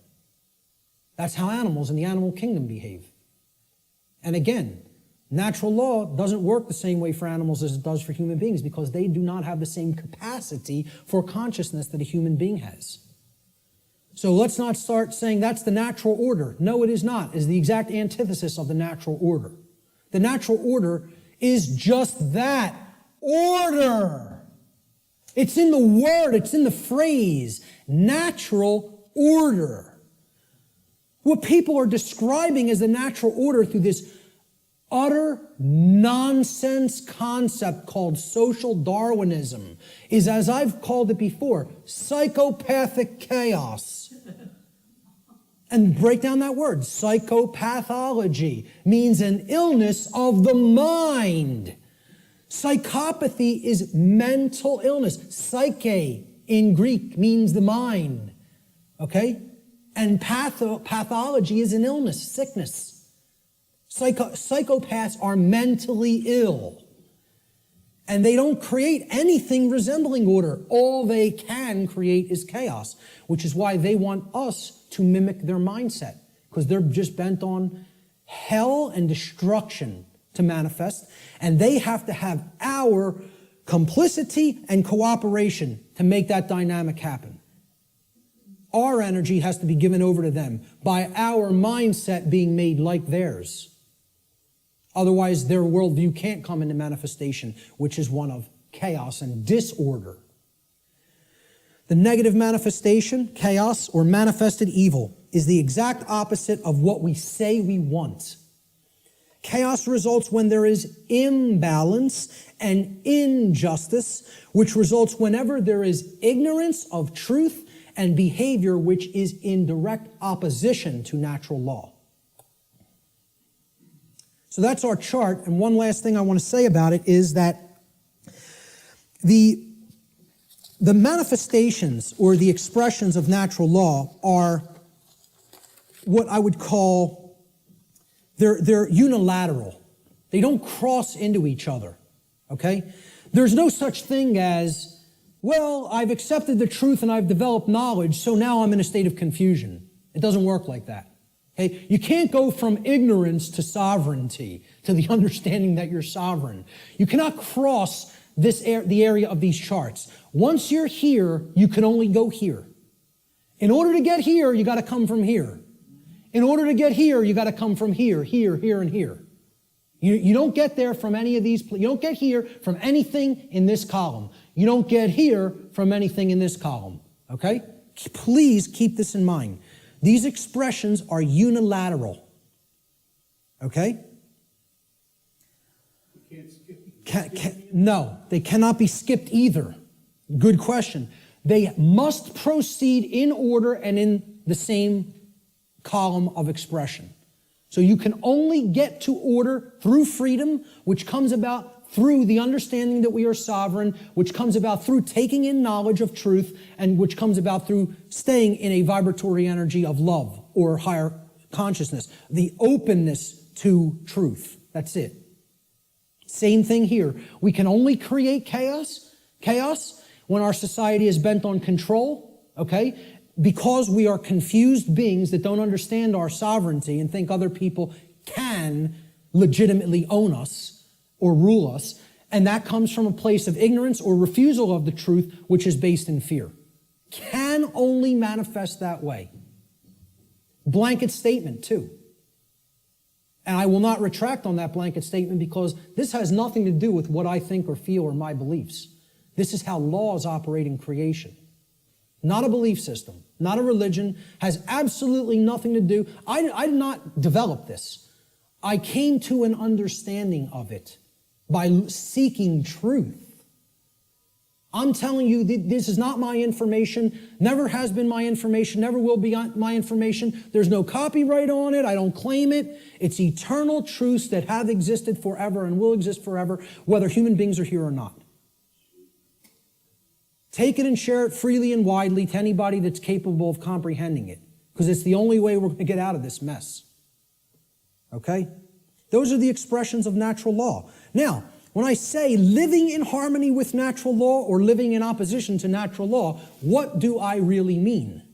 Well, what this has to do with is knowledge. And we're going to keep going back to this trend. This thread is not going away. Okay? And guess what? Every time I teach any of this stuff, whenever there's the new age community around or present, okay, and you'll encounter them from time to time, they'll insist, they'll even see it's like, you can tell knowledge is becoming a bad word to these people. No. When you say K-N-O-W, no, it's almost like they immediately have an avulsion, extreme negative reaction, and it is fear. But it's mind control, moreover, because they are being fed this poisonous untruth that there's not really any such thing as knowledge, and that knowledge is not the way out of this prison. And I'm telling you, it goes hand in hand with religious traditions, because they want you to externalize your power, externalize everything. And I'm not telling you, I'm not saying don't have a model for behavior. And okay, this person, Buddha patterned it. You want to pattern your behavior on the Buddha's life? Great. Live the great life. You want to pattern your behavior on the life of Christ? Whatever. And again, I'm not getting into this discussion here today about the actual historicity of the man Jesus, regardless of what you believe regarding that. I understand I could write books on astrotheology. Okay? I understand that being may never have existed in the way a lot of people believe he did. So what? Whether Siddhartha Gautama existed in the form of a man or not, or whether that's an allegory, who cares? Understand the spiritual teachings they were trying to convey to humanity and then apply them in your life. Live by that ethic, that code, and great. Okay? And have whatever religious notion you want.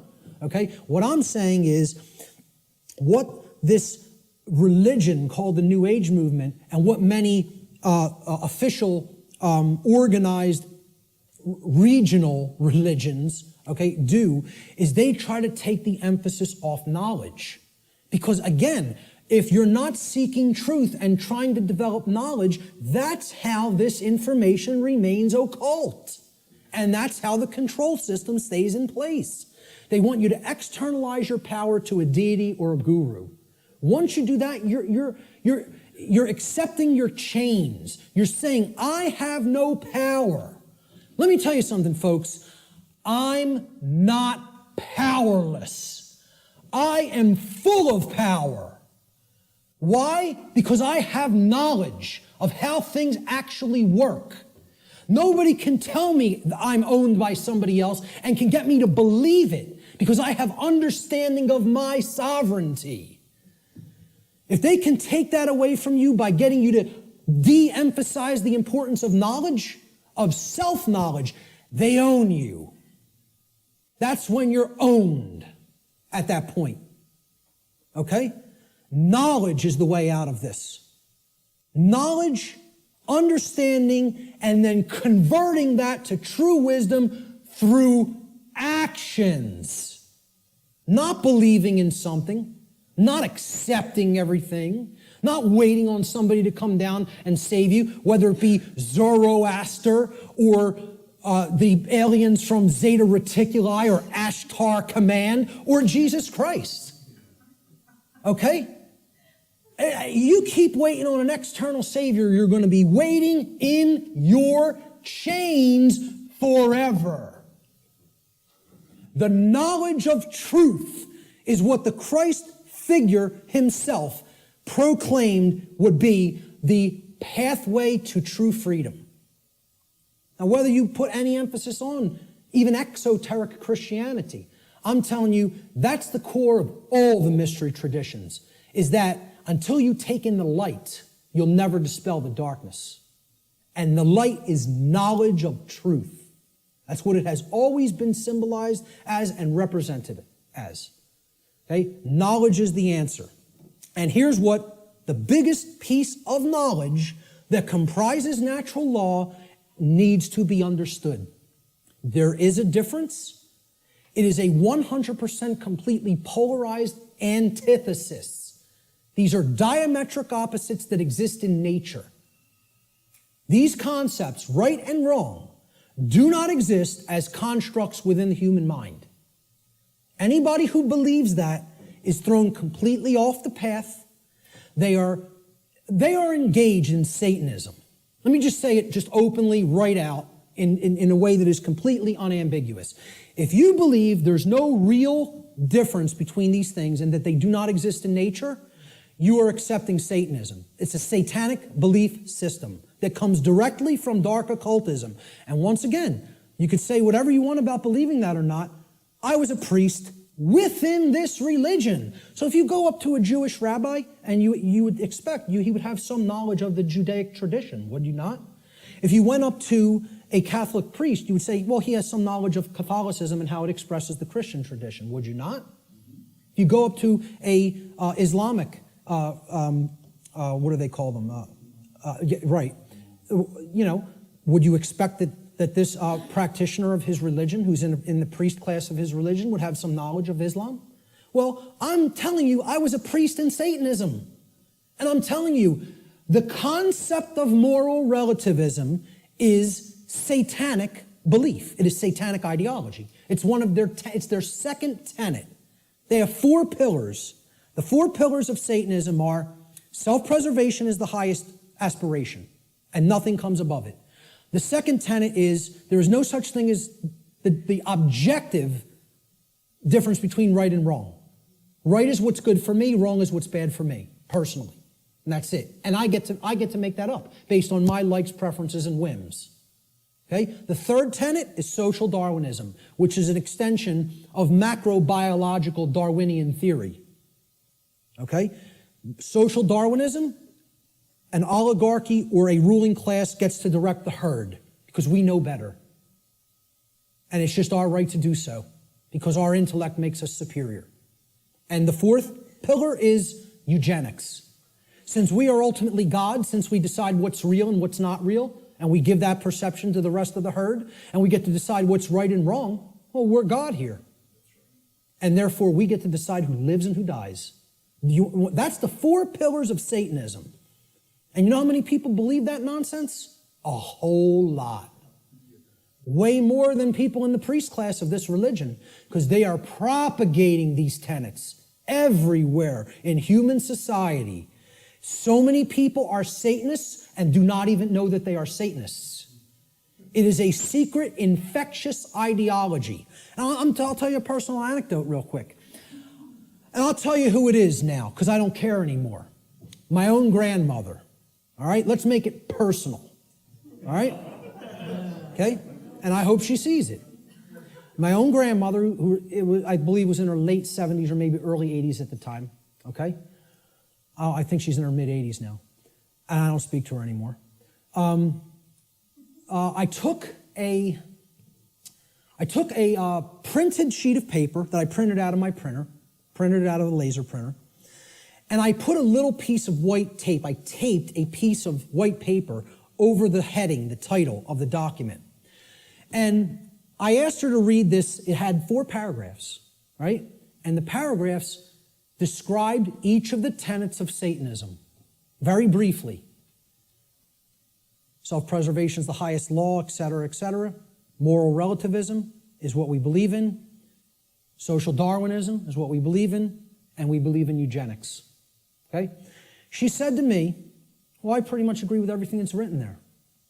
And I said, you do? And she said, yeah, that's how I think. I don't see anything really wrong with it or bad with it. I said, okay.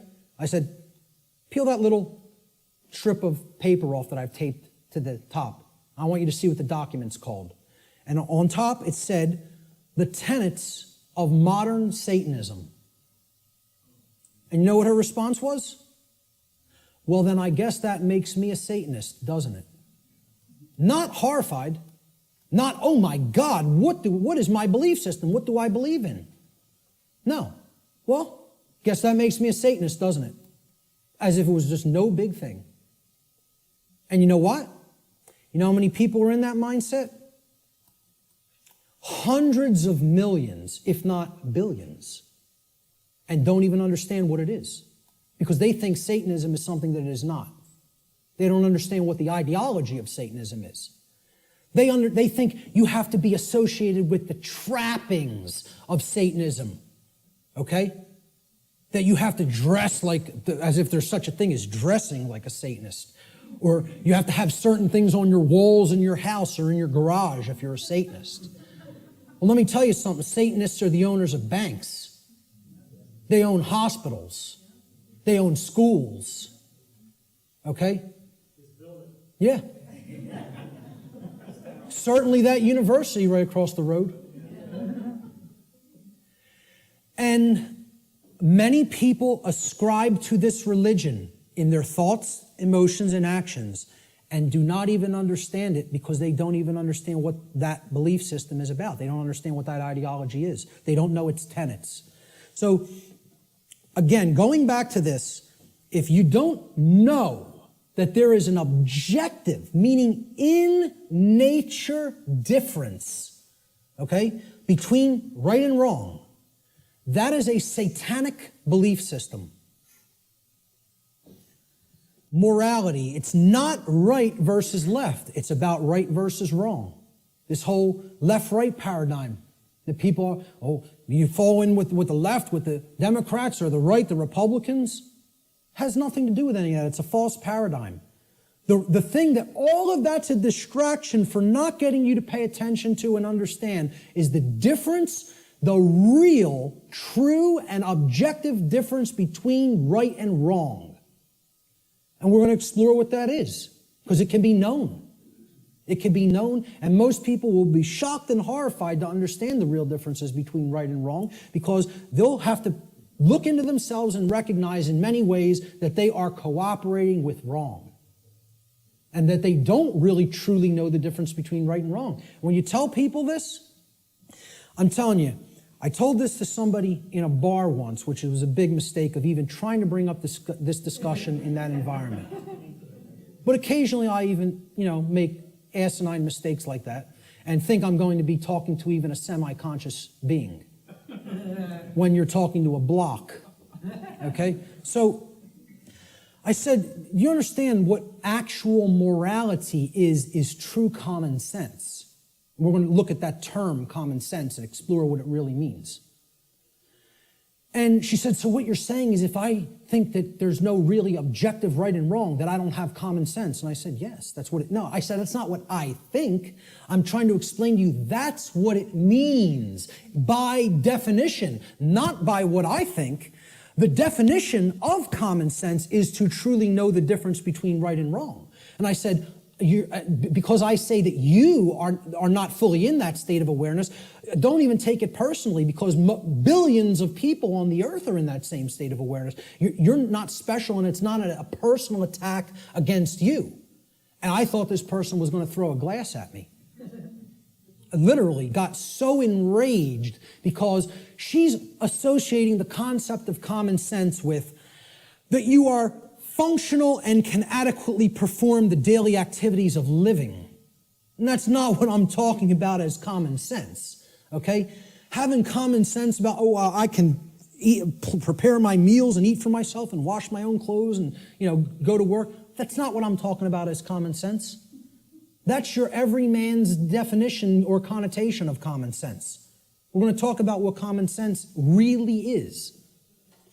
Okay? A deep understanding of morality, which are the principles concerning the distinction between right and wrong behavior, lies at the very heart of natural law. This is the essence of it, folks, right here. And here's the difference between right and wrong in a nutshell, about as simply as I am capable of describing it. All right? Now, we use the words correct or right to mean correct and moral. When you say, okay, what's 5 plus 5? It's 10. You're right. Meaning you are correct. That is true. That is the correct answer. That is right. Okay? And then we say, was stealing that money from Jim, was that right? To mean, was it a moral behavior?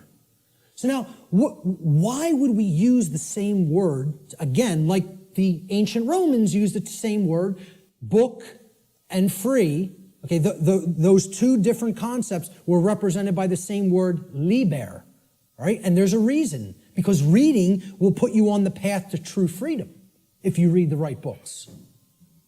Okay? Why would in the English language, we have other words to mean the same concepts, but the word right means two things simultaneously. It means both correct and it means moral. There's a reason, because they mean the same thing. Correct is moral. Correct meaning that it is in alignment with that which is true, means literally by definition, if it is true, then it is moral. The more you are following something that is false, that is not based in truth, the more you are going down the path of immorality, of wrongdoing.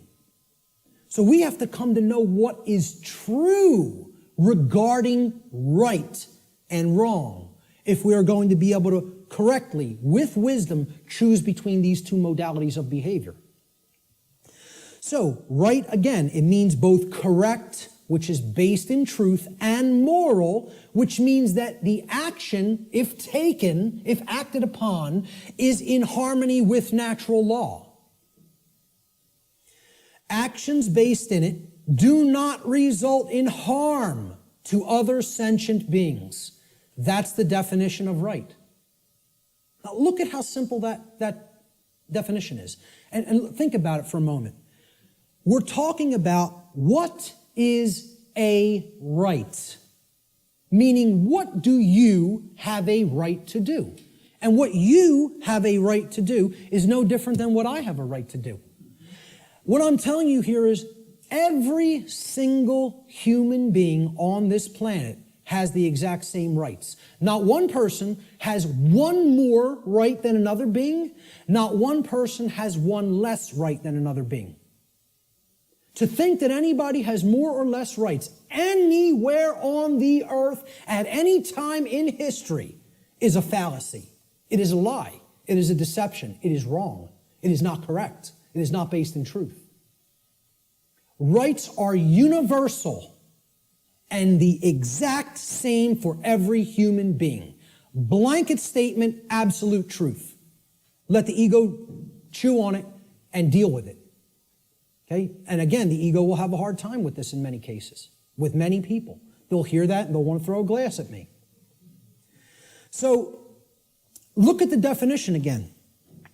A right So when you make a definition, right, this is a noun, right? Noun's a person, place, or thing in the English language. We're talking about a noun here. You look up the word right, it's a noun, meaning a right. A right that we have to enact, to take, is an action. You have to start a definition with the same type of word. You're defining a noun, you got to give it a noun to start the definition. A right is an action. Most people will never even be able to tell you that. Just say, can you define what a right is to me? They will not give you this noun. A right is an action. So is a wrong an action. A right is an action that if you take it, it does not cause harm to other sentient beings. That's the simple and easiest definition that anybody can give for what a right is. And I guarantee you, you go and engage as many people as you want on the street.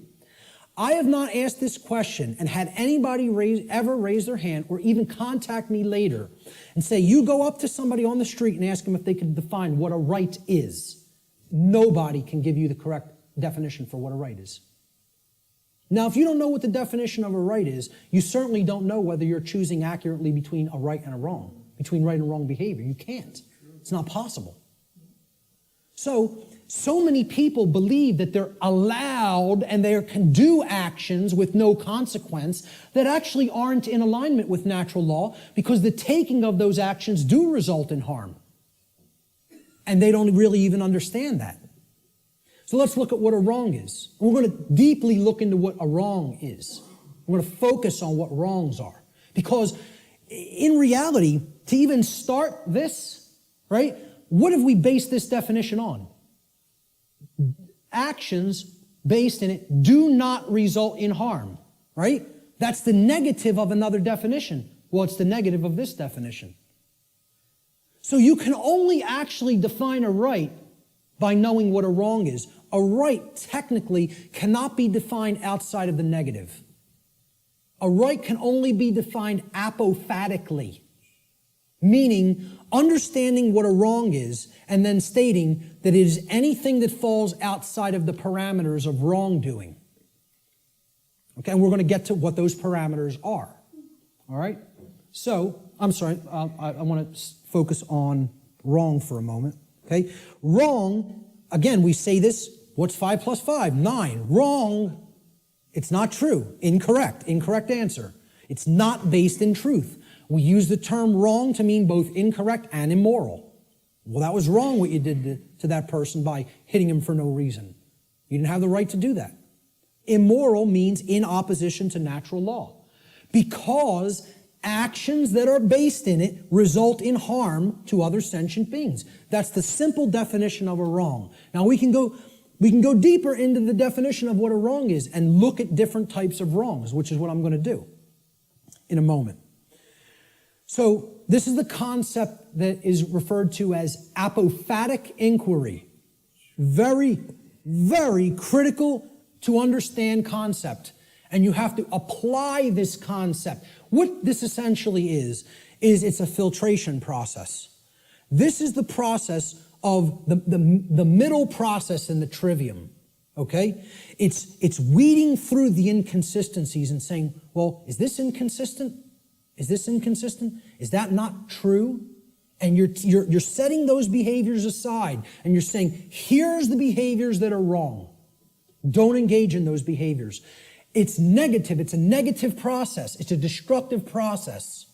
You're taking away from the body of everything that can be done, and you're saying, I'm pulling all of these out through a weeding down process and saying, these are all inconsistent with truth. It's called apophasis, apophatic inquiry. And that is to be delineated from what's known as cataphatic inquiry. Cataphatic inquiry means you're reasoning in the affirmative, and you're not trying to weed down through a process of elimination to get to the truth. Okay, so cataphasis or cataphatic inquiry would be equivalent to inductive reasoning, whereas apophatic inquiry or apophasis would be akin to deductive reasoning. All right? Rights are most easily understood when they are considered through apophatic inquiry, or what is known as the process of apophasis. This process helps us to understand what a right actually is by understanding which actions are not rights because they cause harm to others. They're the cause of harm. Here's what apophasis is. It's been called apophatic inquiry. Okay? Really, look this up. Understand what apophasis is because it's part of the trivium process. All right? It comes from the Greek noun apophasis, written there in Greek script, which comes from the Greek verb apophanai. Okay, so apo in Greek means away from or the negation of, and phanai in Greek means to say or to speak. So when we put them together, it means to say no or not to say, or to say what something is not, in other words. That's what apophasis is. You're saying this is not this. It's the opposite of that. Okay? So it is a method of logical reasoning or deductive reasoning that is employed when you are given a limited set of possibilities in order to arrive at knowledge by way of the exclusion of known negatives. You're setting the logical inconsistencies to the side and saying, this is not what this thing is. That's called apophasis. Okay? You are describing what something is by explaining what it is not. This is called affirmation through negation, is another term that this truth discovery process is known as.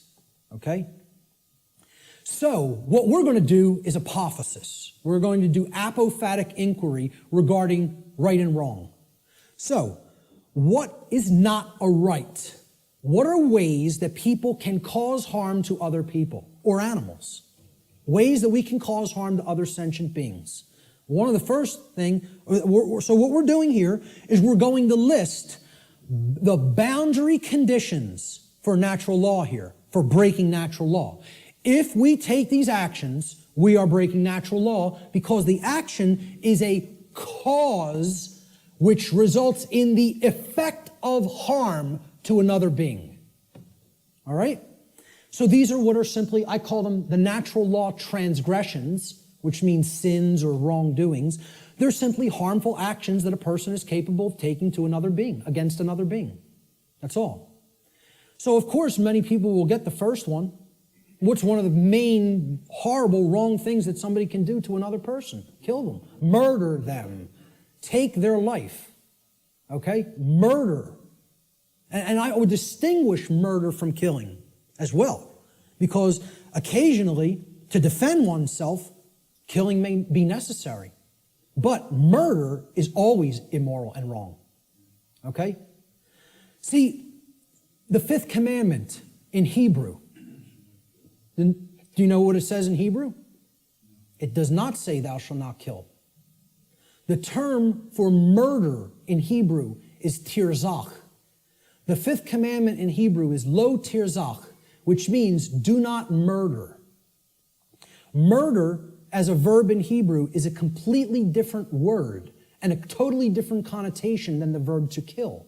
Because what they're saying is, don't take life without any right to take it, meaning that you initiated the violence, and that's what murder is. It's the initiation of the taking of somebody else's life when you had absolutely no right to take that life. Now, if someone is coming after you, your rights, there may be times when you do have to take defensive action and forceful action, up to and including deadly force. We're going to talk about that later. But murder is the first natural law transgression. And if you want to go down to a subsection of this transgression, you could list it as a totally separate wrongdoing. I'm keeping it in the same basic category. Assault, meaning you're directly physically accosting without right the well-being, the bodily well-being of another being, is also, it's like, it would be, you could consider it attempted murder. Because assault is something that you do without right. If someone assaults somebody, they have no right to commit assault. Never exists. The right to commit assault does not exist. The right to commit murder does not exist in any circumstance, ever. Blanket statement. The right to defend oneself through physical force exists And possibly in certain circumstances, the right to kill exists. But murder and assault can never be rights, because they always are done by being initiated without the right to do so. It is the initiation of violence. All right? Rape is the second natural law transgression. Okay? You're coercing the free will of another person and making them sexually associate with whom they wish not to. That's rape. And it's always wrong. Blanket statement. All right? The third natural law transgression is theft. It is the taking of property that does not belong to you. Someone else, got that property through lawful means without hurting somebody else. That's their property for as long as they are using it and being responsible for it. And you don't have a right to just take what doesn't belong to you. Nobody has a right to take my projector or my remote control or my computer any more than I would have the right to take Richard's cameras. Okay? It would be theft of somebody else's property. It's not mine. And this is the problem. We don't understand property. As we're going to get to, all rights are property rights. We'll get to that in a moment. That's the third natural law transgression. The fourth is trespass. And that means going into somebody else's lair that they are using, that they own lawfully and that they're responsible for, without their permission or consent, and you're just invading their privacy and their space, and you're taking their security away from them in that process. And we do have a right to set aside a place for ourselves for our own lair. Okay? And to violate that is to trespass against somebody else in their own property. The fifth and last natural law transgression is coercion. This is forcing somebody through the threat of violence to have their will comply with your will, whether they don't wish that to be the case or not. Making somebody do something that is against their will. Coercing them. And that's also not a right. Now, that's a small list. Very small list, right? We could add one more. We could add lying.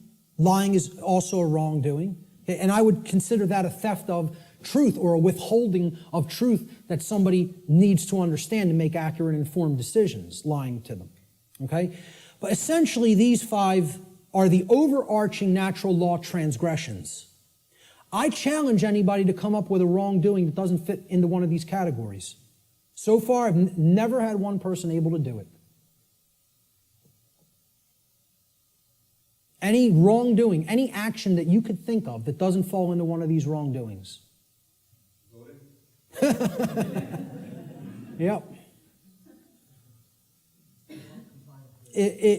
I would probably categorize it as pure ignorance, but, I would say, hey, maybe you could look at it like that because that's propagating the slavery system indirectly. So, you're actually, you're not doing anything to help anybody else's freedom, certainly. I don't know if I would categorize that as a natural law transgression because, it's giving consent and propping up that system. It's not technically what I would call an action, but it's more of like giving consent. Hey, you could say that is a wrongdoing, I guess, because giving your consent is tacitly saying yes to control, and that's ultimately affecting everybody else's freedom negatively. So, possibly. But in general, what I would say is if you could think of an actual physical action that doesn't fall into one of those categories, let me know. Because that's a pretty comprehensive list, and it's only like, 6 words. So, now, what if I told you I could narrow it down? What if I told you I can get rid of 5 of those words and take it down to 1? Okay? These are the wrongdoings. Let's try to narrow it down, right? Okay? Every harmful action that a human being is capable of taking is a form of theft. Now, many people will hear that for the first time. I've never heard that said. There is no action that you can take that causes harm to another person that is not a form of theft in some form or fashion. I challenge anybody to come up with an action that isn't a form of theft, that is an action that is a wrongdoing that isn't a form of theft. You won't be able to do it. I put that challenge out on my podcast. Say, email me if you know. No, not one person. The only one person challenged it and tried to say lying. I say, okay, that's really taking the truth from somebody, thieving truth. And whether you want to look at it as you're simply dissuading them from looking at the truth too, deceiving them, or not offering correct information, still you're taking away their ability to make correct judgments based on the availability of information. So it is a form of theft. Some form of property. Now look at that word. Property. Proper, meaning right, is always being stolen when a wrongdoing is committed. All rights are property rights. All wrongs are theft of property. Once again, I challenge anybody. It's an open challenge. If you can find me a right that is not a property right, or a wrong that is not the theft of some form of property, please do it. Please let me know. Okay? Life is a form of property. So taking life you had no right to take, murder, is stealing property that wasn't your own, because that was that person's life, possessive. They own it. And I didn't have a right to just go and take it for no reason. Rights are a form of property, meaning actions that you may do because they are in harmony with natural law and do not cause harm to others. I don't have a right to stop you from taking. If you're not harming somebody else, nobody has a right to stop you from taking a right, taking an action. You may perform any action which does not directly result in harm to somebody else. Okay? Rights are a form of property. Freedom is a form of property. Somebody doesn't have a right to take somebody else's freedom and hold them against their will just because they don't like what they're doing. They have a distaste for what they're doing. Or they want them to comply with their behavior, with their commands. Okay? They want them to make their behavior comply with commands that they're being given. So, if you really break it down, let's look at the wrongdoings once again. Murder. Is that not the taking of somebody else's life? Assault is the taking of their right to remain unharmed in their person. You're taking their health if you assault them, right? Their homeostasis in their body is being put under assault. And that's robbery. That's somebody taking something that isn't theirs to take. Rape. You're taking somebody else's free will to sexually associate with whom they choose to sexually associate. And therefore that's a property theft, because that's their property, their free will. Theft itself says it right there. You're taking physical possessions that aren't yours to take from somebody else. Stealing. Trespass. You are taking someone's security in their own lair, as we talked about, which you don't have a right to take. That's also their property.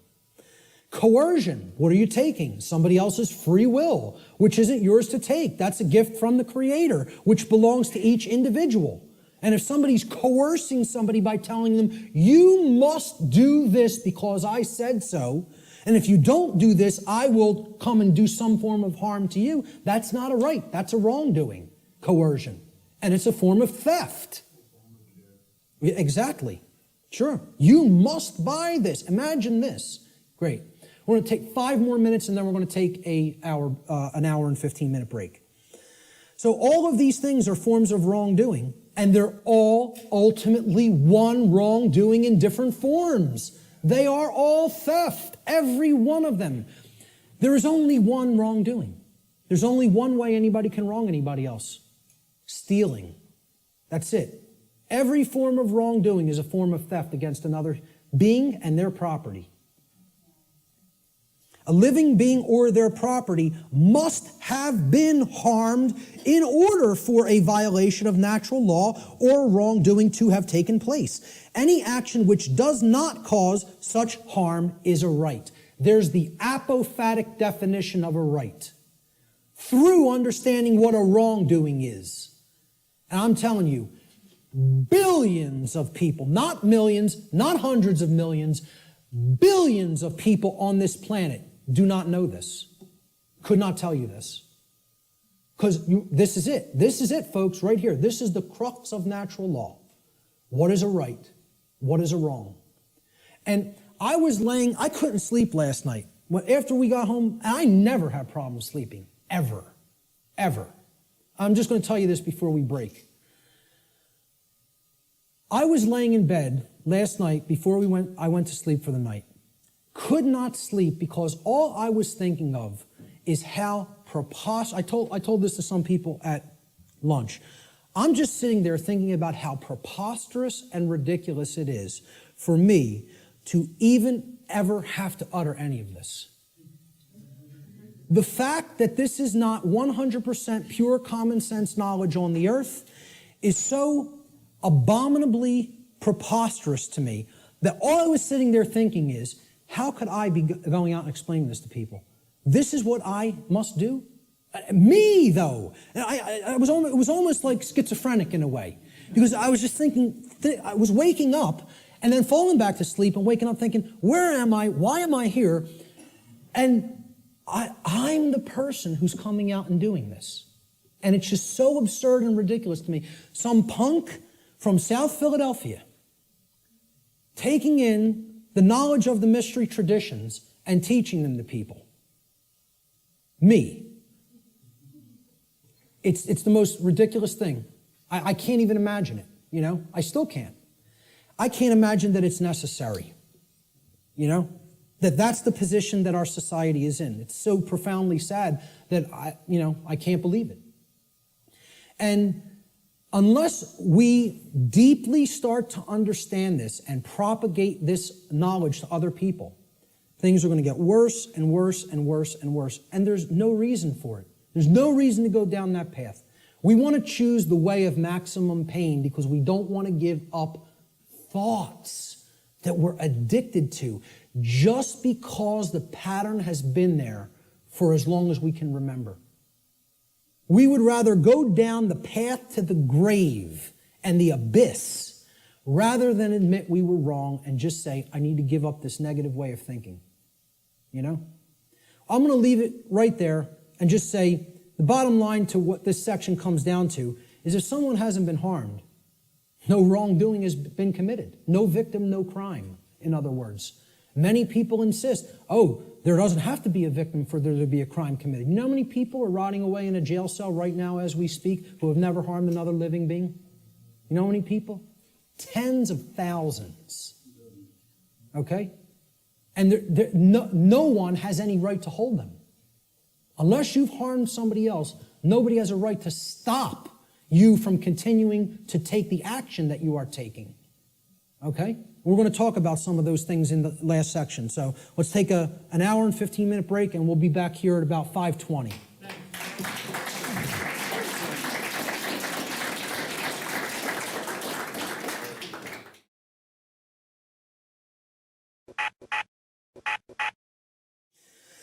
Okay, so we ended before the dinner break. I hope everyone enjoyed their dinner.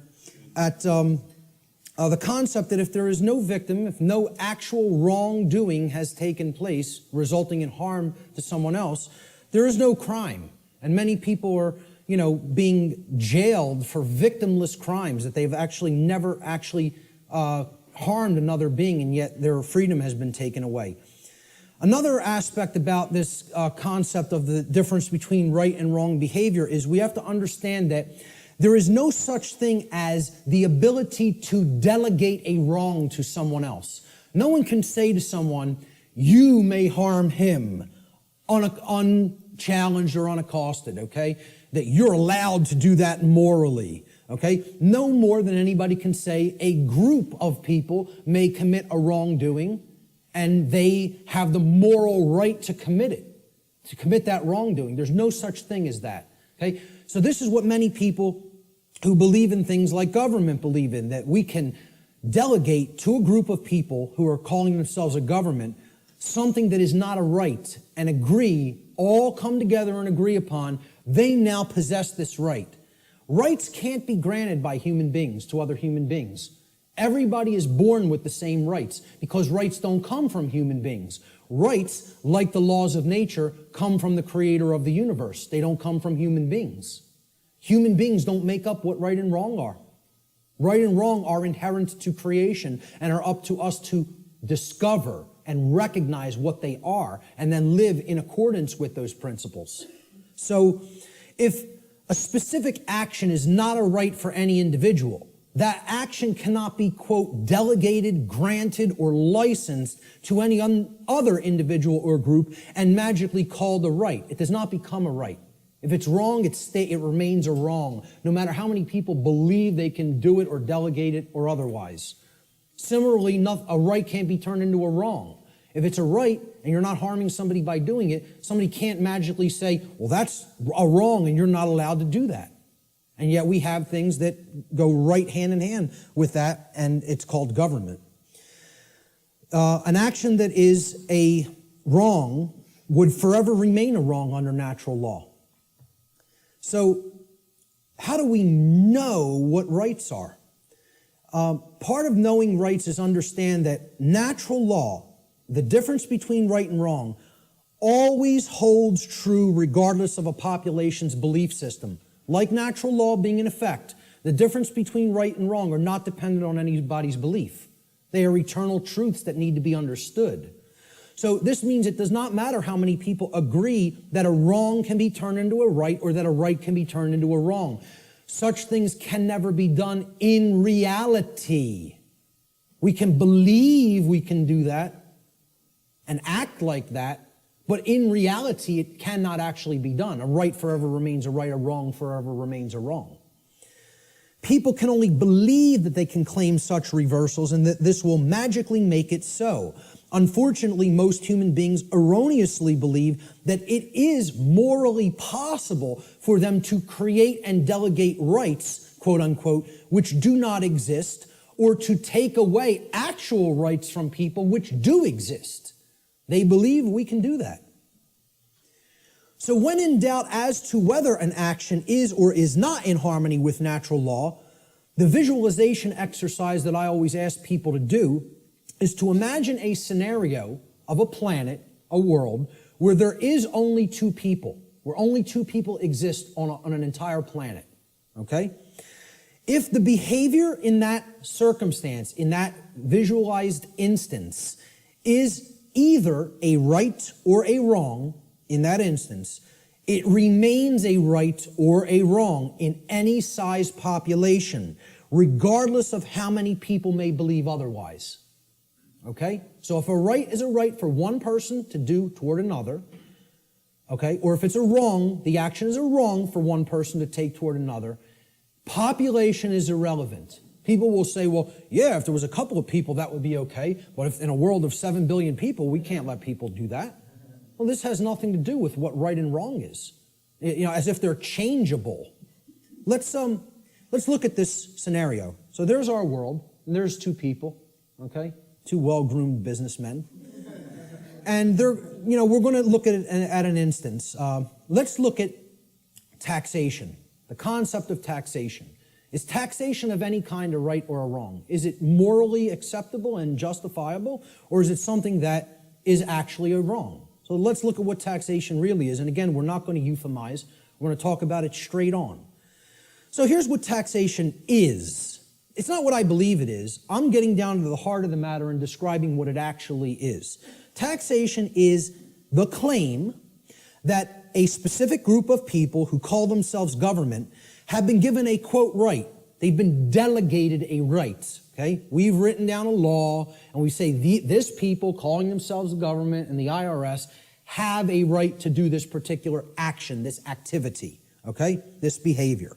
They've been given a right to confiscate, unwillingly, I might add, an arbitrarily chosen percentage of the product of another individual's labor. Now, let me just start with this, right? If you ask anybody, how many are you going to voluntarily pay more taxes? Nobody will raise their hand. And you say, why not? Well, because I could barely afford to pay the ones I'm paying now, and I don't want to volunteer any more money toward that endeavor. Quite frankly, I want my resources for myself to use as I see fit voluntarily. But if the government then said, well, your taxes are going up by 5%, how many people would pay them? Most people would. Because subconsciously or consciously, they recognize they're under coercion.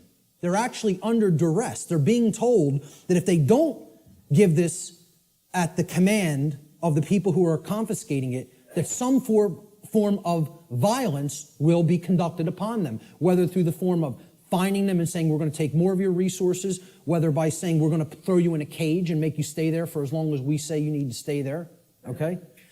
or by actually conducting actual physical harm upon them. So, again, we're saying that this quote-unquote right is given to individuals who call themselves government, and then they have the right to confiscate this arbitrarily chosen percentage of the product of another individual's labor.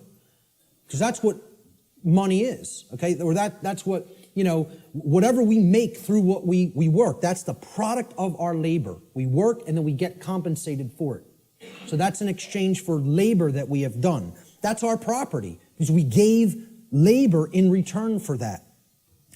So this is done whether or not the other agrees to share that product voluntarily. It's not a voluntary process. Coercion is involved. Taxation is enforced by the threat of violence, which is behavior that will result in bodily harm, or imprisonment, which is the taking away of physical freedom of movement, if those from whom the product is being seized attempt to resist this confiscation.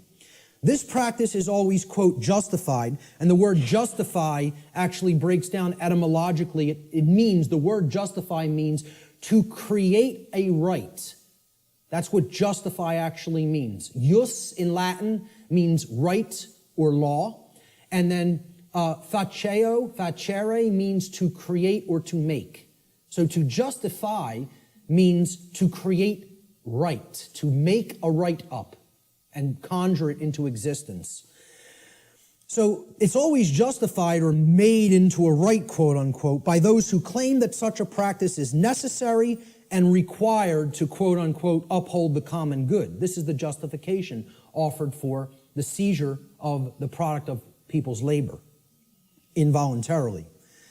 Now, if we are honest with ourselves, if we define the concept of slavery, and I think this is a good definition for slavery, would it be fair to say slavery is the involuntary confiscation of 100% of the product of the labor of another human being? That be a fair definition? You're saying you're working, I'm going to take whatever you generate as a result of that work that you're doing. It doesn't belong to you. The product of your labor doesn't belong to you. All of it belongs to me. So you work for me. I take everything that you have been able to amass or create through the labor that you have done. I think everybody here would agree that's slavery. That's as good as a definition of slavery as you're probably going to get. I mean, we can come up with some other definitions that involve coercion and physically shackling and keeping people. But if we really are honest with ourselves, what is the purpose of slavery to begin with is to make others work for free and then take all of the product of the labor. That's what slavery was conducted for. Okay? So, if we're defining slavery as the involuntary confiscation of 100% of the product of the labor of another human being, we should be able to clearly see that there is no magical percentage to which we could lower this number that would no longer make it slavery. So I ask people, if the person who's saying I'm going to confiscate 100% of your labor and keep it for myself would say, well, I'm going to take 75%. I'll take 3/4. You can keep 1/4 of what you've created. Would that no longer constitute slavery? And I don't care what you say I'm going to use the 75% for, okay? If you're telling somebody you have no choice, 75% of your labor belongs to me, would that no longer be slavery just because they allow them to keep 25? Okay, let's lower it to 50. Is it still slavery? Okay. Well, what percentage could it possibly be lowered to for it not to be slavery anymore? Only 0. There is no percentage that it could be lowered to for it not to constitute slavery. And again, if we're being honest with ourselves, many people want to justify this in many ways by saying, oh, it's used for services which someone doesn't have a right to refuse. You know, I tell people, hey, if I said to you, I'm a computer technician. You own a computer? Okay, I'm now your computer technician. You're not allowed to refuse my services. Just think about that for a moment. You may not refuse that I am now providing the service for your computer to keep it in good shape. Okay? First of all, what have I just taken from that gentleman? Right to choose. Free will. Right there, that's slavery. I don't even have to keep going and say, hey, if you refuse, or whether you want or don't want my computer services, I'm now your technician, and I need $200 every year. I'll come over a couple of times. I don't care whether you're happy with my service or not, okay? And if you don't pay me, I'm coming and taking the computer. Now, is that really your property if you're living under that kind of duress? Or am I just a violent criminal who's saying I'm going to steal your stuff if you don't give me what I say? I'm holding you under extortion. That's duress. That's called duress. It means I am threatening violence unto the person unless they conform to my will. And that's what we're all held under. We're held under duress. All forms of taxation are duress. It is a master class telling people you have no right to refuse the arbitrarily set confiscation of your labor that I deem is going to be necessary for what I say it's necessary for. So how could you possibly claim that your home belongs to you if you're paying something called a property tax? That somebody is saying, for the services we provide in this community, you must pay us this percentage, and if you don't pay it, your house is going to be turned over to the government. And it's, you know what that's called? There's a term for that, okay?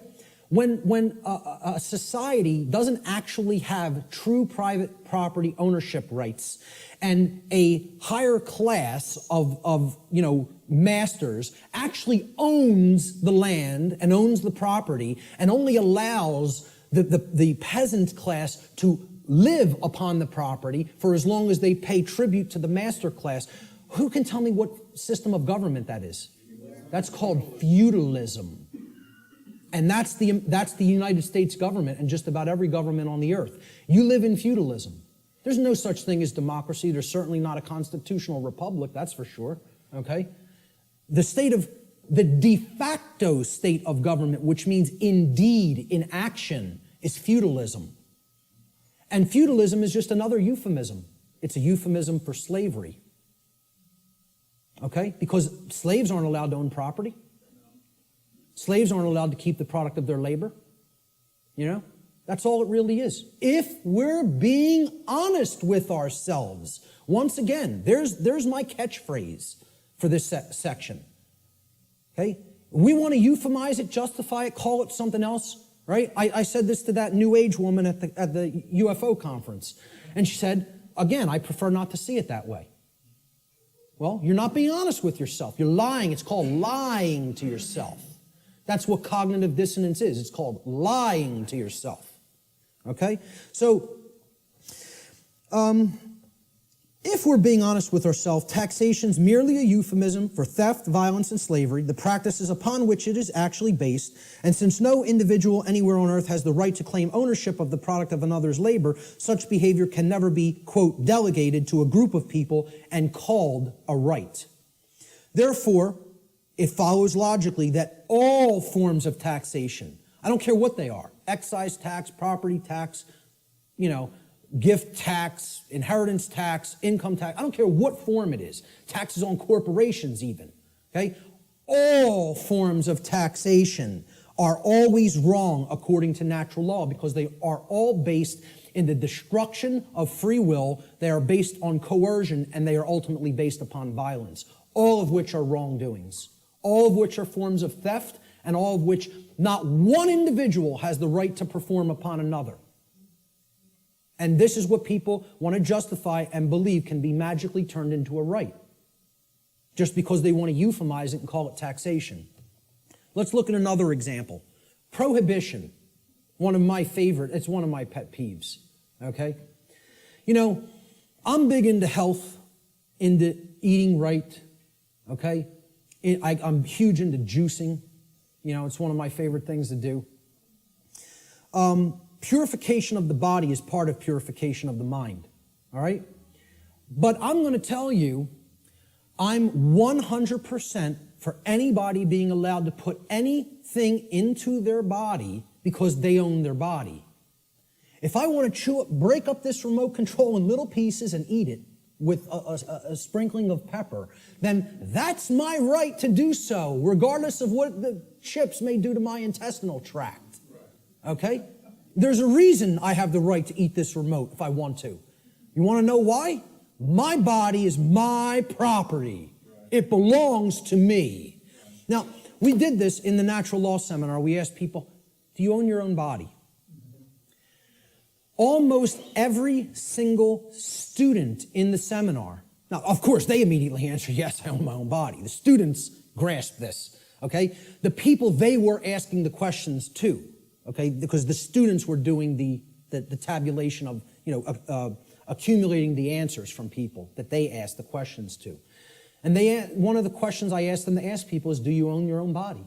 Almost every student in my first natural law seminar, when they asked people if they owned their own body, they came back to the next class and almost every student said, almost everybody they asked that question to paused for a long time and thought about it. Had to sit and think about this question. Could not immediately spit out, absolutely, my body is my property. And because I think people want to overthink things and say, well, am I going to own my body forever? I'm going to die one day. Does that mean I don't own it now? What's the over-intellectualization and mystification of this concept? I tell people, I recognize fully I'm going to die one day and this flesh is going to crumble and pass into the earth, okay? Does that mean I don't own my body right now? I'm using my body right now. That's why I own it, specifically. Specifically because my consciousness inhabits this body and I'm using it as the vehicle for the expression of my consciousness is the very reason I own my body, okay? And people can't spit that out. It's like unfathomable to me. The ridiculousness of some of this, that the human mind could be worked into the situation that it has been, is almost incomprehensible. So let's go forward with prohibition, okay? It's the claim that a group of people who call themselves government have been given the right to prevent others from putting any given substance into their own bodies, and if others refuse to comply with those terms, that they will be fined or imprisoned. And it should be self-evident that if an individual's body is actually their own property, and it is, then that individual always maintains the natural right to decide what will or will not be put into their property, which is their body. Why can you put what you want into your car or your home? Because you own it. It's your property, okay? Technically, it should be. I mean, technically it isn't really, but my whole point is nobody else can tell, no other individual can tell you what you can and can't put into your home, okay? Could I tell you, hey, I don't want you putting that jacket in your car. You're not allowed to put it in there. Well, who am I to tell you you're not allowed to put that in there? It's your property, okay? So why would we accept that? Not accept that, but we would accept I can't put something in my own body that I deem that I want in it, okay? Because people can't separate the act of imbibing the substance or putting the substance into the body, okay, from the action that people may subsequently take. And they're two different things. So somebody might go out and want to get smashed tonight and do a bunch of drinking, but if you then go out on the street and start clubbing somebody with the nearest available blunt object, you don't have a right to do that. You had a right to go drinking, okay, any more than you would have a right to go snort some cocaine or bang some heroin into your arm, okay? I don't think those two things are particularly good ideas, but I support your right to do it. But hey, if after you do those things you go and hurt somebody else, you got to be held accountable for the actions you just took.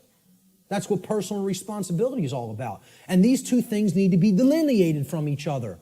We have to clearly be able to separate the act of the right to put something into my body and me still being personally responsible for what I do with my body. Okay? So, understanding that this is a claim made to tell people that I'm going to make the decision about what you put into your body, we can easily see this claim of this right to command what will or will not be put into the body of another person. What it actually amounts to is a claim of ownership upon the body of another person. If I'm telling you you can't drink orange juice, I'm making a claim, your body belongs to me because I'm going to decide what goes into it or what does not go into it. Okay? So if I say carrots are off limits for your consumption, sir, and they may not be ingested, I've just made a claim that I own your body. Well, what's the claim on the ownership of another person's body called? Slavery. If we're not euphemizing it, and if we're being honest with ourselves, okay? Prohibition is merely the claim of ownership upon another person's body is called slavery. Therefore, prohibition is merely a euphemism for slavery that is backed by violence, regardless of the justifications made by those who claim such practices are, quote, necessary for the common good. That's always the justification. Since no individual anywhere on earth has the right to claim the ownership of another person's body, such behavior can never be delegated to a group and magically termed a right. Therefore, all forms of prohibition are always wrong according to natural law. Doesn't matter what the substance is. Doesn't matter what it is. How destructive it may be to the body or brain. Look, if I want to go under my sink, take some cleaning supplies and make a nice cocktail with some lye and some roach poison and some rat poison, stir it up in a water solution and go glug, glug, glug, glug, glug. That's my right. Want to know why? Because I own my body. I own my consciousness and my body, period, the end. So if I want to do that, that's my right to do so. Okay? Nobody has a right to tell me what I can and cannot put into my body. Yet we accept this because of these justifications that, oh, it's for the common good. Forget what rights are. You know, it's for the common good. We need to accept slavery for the common good. Yeah. Yeah, it works out like that. So how about licenses and permits? These are claims that a group of people who call themselves government. And again, we're going back and visualizing. Imagine one person trying to make this claim to another person. Nobody would find it legitimate. Nobody would find that one person may make that claim to another person. Yet we think these other people called government have rights that individuals don't have. That's what we think. That's called mind control. Mind control is getting people to accept some people have rights that other people don't have. That's what it is. You know? So go back to that visualization exercise. Can one person make that claim over another and have it be legitimate? Of course not. So if nobody has that right, how could that right be delegated to somebody else? It can't. Licenses and permits, they're claims that a group of people who call themselves government have been given the right, quote unquote, the right to prevent others from exercising specific behaviors, even if such behaviors cause no harm to others or their property. Unless those others petition, meaning beg, or pay the government for permission. That's what a permit is. It means permission to be allowed to exercise those behaviors. This amounts to the claim that rights are actually merely privileges that may be granted or revoked by government at any time. Okay? Based upon the people in government's preference, their discretion. All right?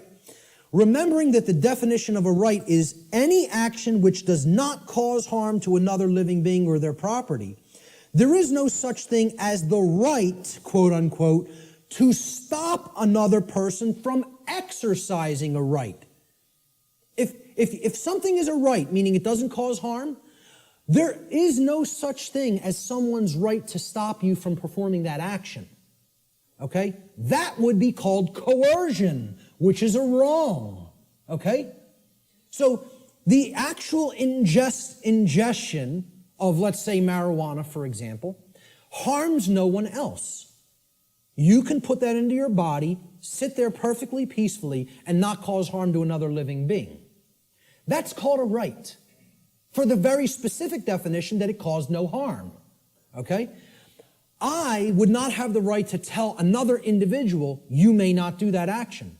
That would be a wrongdoing. Well, it's the same thing for something when it comes to licenses and permits. You're telling people, hey, if you pay me $50, I'll let you smoke that marijuana without doing violence to you.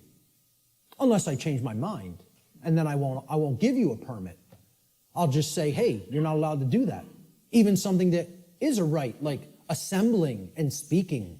Like what was done in the state of Pennsylvania a few years ago when the G20 visited it in the city of Pittsburgh. Okay? The city telling people, we have revoked the right to assemble and speak and petition for grievances. You don't have the right to come and speak. No protests will be tolerated or we'll hit you with sound and water cannons. You know? And people just laid down and accepted it. The whole city of Pittsburgh. You know? Because, oh, we're going to go and ask them for a permit. And they just said no. No. You don't have that right anymore. We find you on the street, you're getting blasted with a sound cannon and deafened. Some people went permanently deaf. Permanently deaf. Lost their hearing from what happened in Pittsburgh, Pennsylvania. You see the stuff that was happening in, it wasn't Egypt, where they were hitting people with water cannons recently and killing some of them. It was in the Middle East somewhere. Turkey, correct. You know? Hitting people, some people died getting hit in the eye with such pressure it hits the brain. People were dead from water cannons. They call these non-lethal weapons. Because they're telling you, you may not speak. You may not assemble. We're going to revoke that right, really. See, there is no right to stop someone from exercising a pre-existing right. That's you making the claim, I own your rights. That's what that's really doing. That's saying, I'm God, I get to grant what a right is or revoke what a right is at any given time. It's basically what it is. It amounts to someone claiming to be God. The claim over the rights of another person is called slavery. Even more so, it is the claim to be God, the claim that the rights of another flow from you. Therefore, licensing and permits are merely other euphemisms for slavery, regardless of the justifications made by those who claim such practices are, quote, necessary for the common good. Since no individual anywhere on earth, no single individual, has the right to claim the ownership of another person's rights, such behavior can never be delegated to a group and magically called a right. Therefore, all forms of licensing and permits, according to natural law, are always wrongdoings because they are always based in coercion and the theft of someone else's rights. So again, that's the visualization exercise. There's 3 quick examples. You have to envision there's only 2 people. Would one person have a right to conduct that action against another? If the answer is no, the right cannot be, there's no such thing as calling it a right and delegating it to other people and telling them now you're allowed to perform that behavior. It's always a wrongdoing. But people, because of this idea, this mind control called government, want to believe that that right exists, that we can delegate something that is a wrongdoing. Force versus violence. We need to understand that these concepts are complete opposites of each other. They are not the same. The terms should never be used interchangeably with each other because not only are they not even remotely similar, they're direct, diametrically opposed opposites. Let's look at the difference. They're often spoken about as if they're the same and they're used interchangeably when in fact they are actually diametrically opposed to each other. Force, the definition of force, is the capacity to do work or cause physical change in the physical world. Okay? For any change to be created in the physical world in any capacity, force must be used and applied. There's nothing you can do that doesn't require force if you're going to make a change happen in the physical. Okay? So to set up this equipment, force was required. We had to lift it, we had to set it up, we had to plug in the cables. Force is required to do all those things. It's the capacity to perform physical activity, physical work. Okay? Action, force is actually action which is in harmony with morality and natural law because the taking of it, the usage of it, doesn't violate rights of other people. So as soon as you're stepping over the line into coercive usage of force, that becomes violence. The initiation of force for coercive reasons, for coercive applications, becomes violence. That's what makes it violence. Force itself is not violence. As such, force is action which one always possesses the natural right to take, and this includes the defense, the physical defense of someone's person, their body, against the act of violence. Force may be applied in that situation. When you are accosted with violence, you do reserve the right to use physical force defensively against such an assault. Violence, on the other hand, and this is the key to keep in mind with violence, it is the immoral initiation of physical power to coerce, compel, or restrain unrightfully. No one has the right to ever enact violence because violence is always starting it. Initiation, that's the key word there. It's the immoral, the unrightful initiation. So, teachers in schools will, if there's a skirmish that happens between a couple of male students one day, they'll say, it doesn't matter who started it. All that matters is who started it. All that matters is who started it. All that matters. Because the person who actually conducted violence is the person who struck first. They initiated the immoral use of physical behavior, of physical force, physical power to coerce, compel, or restrain. Therefore, when the person beats back that physical assault with force, they have not committed an additional wrongdoing. Okay? It's difficult for many people to understand who are in right brain imbalance. They don't want to acknowledge that you maintain the natural right to use force when you are accosted with violent behavior. If someone just came up to me on the street and started swinging, okay, because they want something I have, or just because they don't like the look of me for whatever reason, they don't have the right to do that. If I replied by beating back their attack with sufficient force to put that action down, how many wrongdoings would have been committed? One. Correct. One. Not two. One. Because I maintain the right to defend myself with physical power, with physical force when necessary, when violence, meaning someone else started the immoral behavior. That's what matters, the initiation. Who started it is all that matters. All that matters. And again, it's a very difficult thing for the ego to comprehend. The ego doesn't want to hear that. It's been conditioned so long that responding with force is also violence. We are verbally and mentally equating these two things, and when in fact they are actual complete opposites.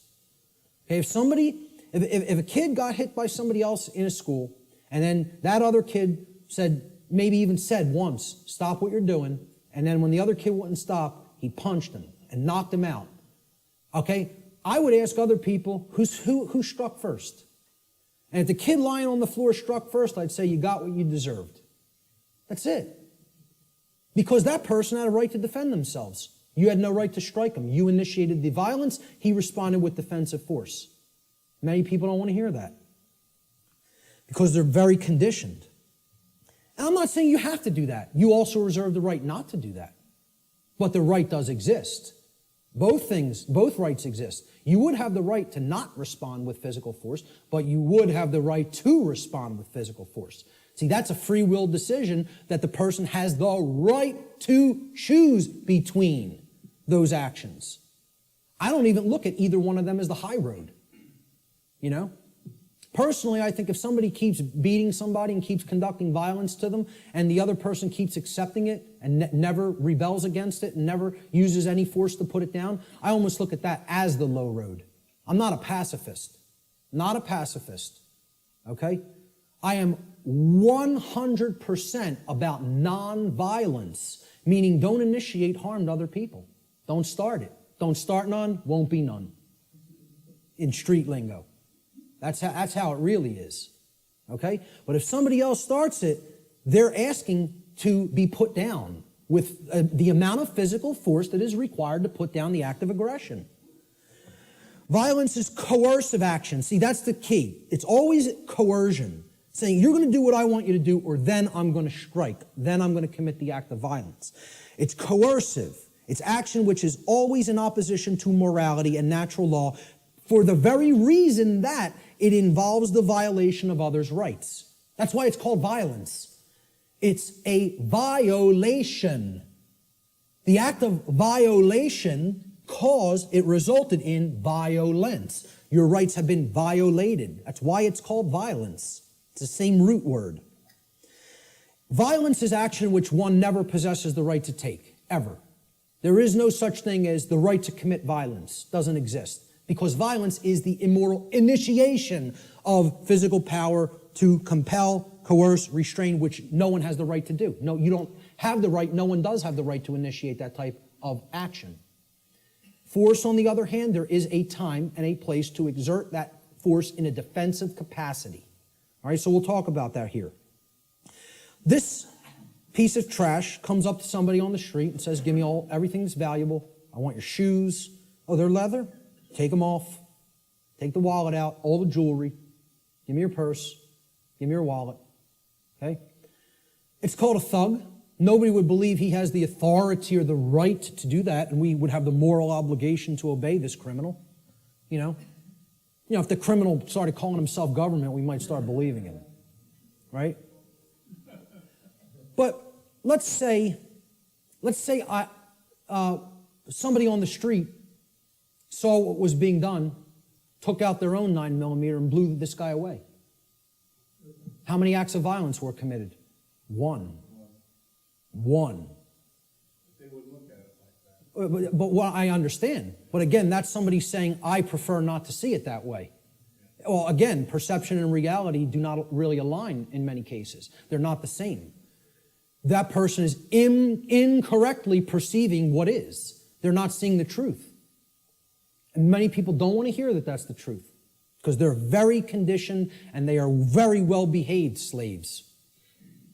You know, as harsh as that is to say, they don't want to understand that the inherent right to use force against violence exists and is always our right.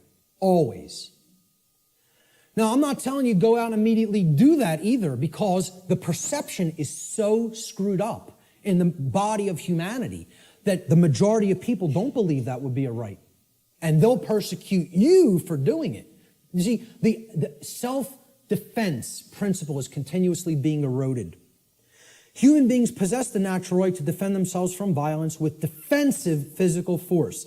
A person who is accosted by violence possesses the right to stop the person who is conducting the violence from continuing to do harm to them with any amount of force that is necessary to stop the attack or the assault, okay, up to and including deadly force. I would say, if you want to be nice about it, give the person one verbal warning to stop. Say no once.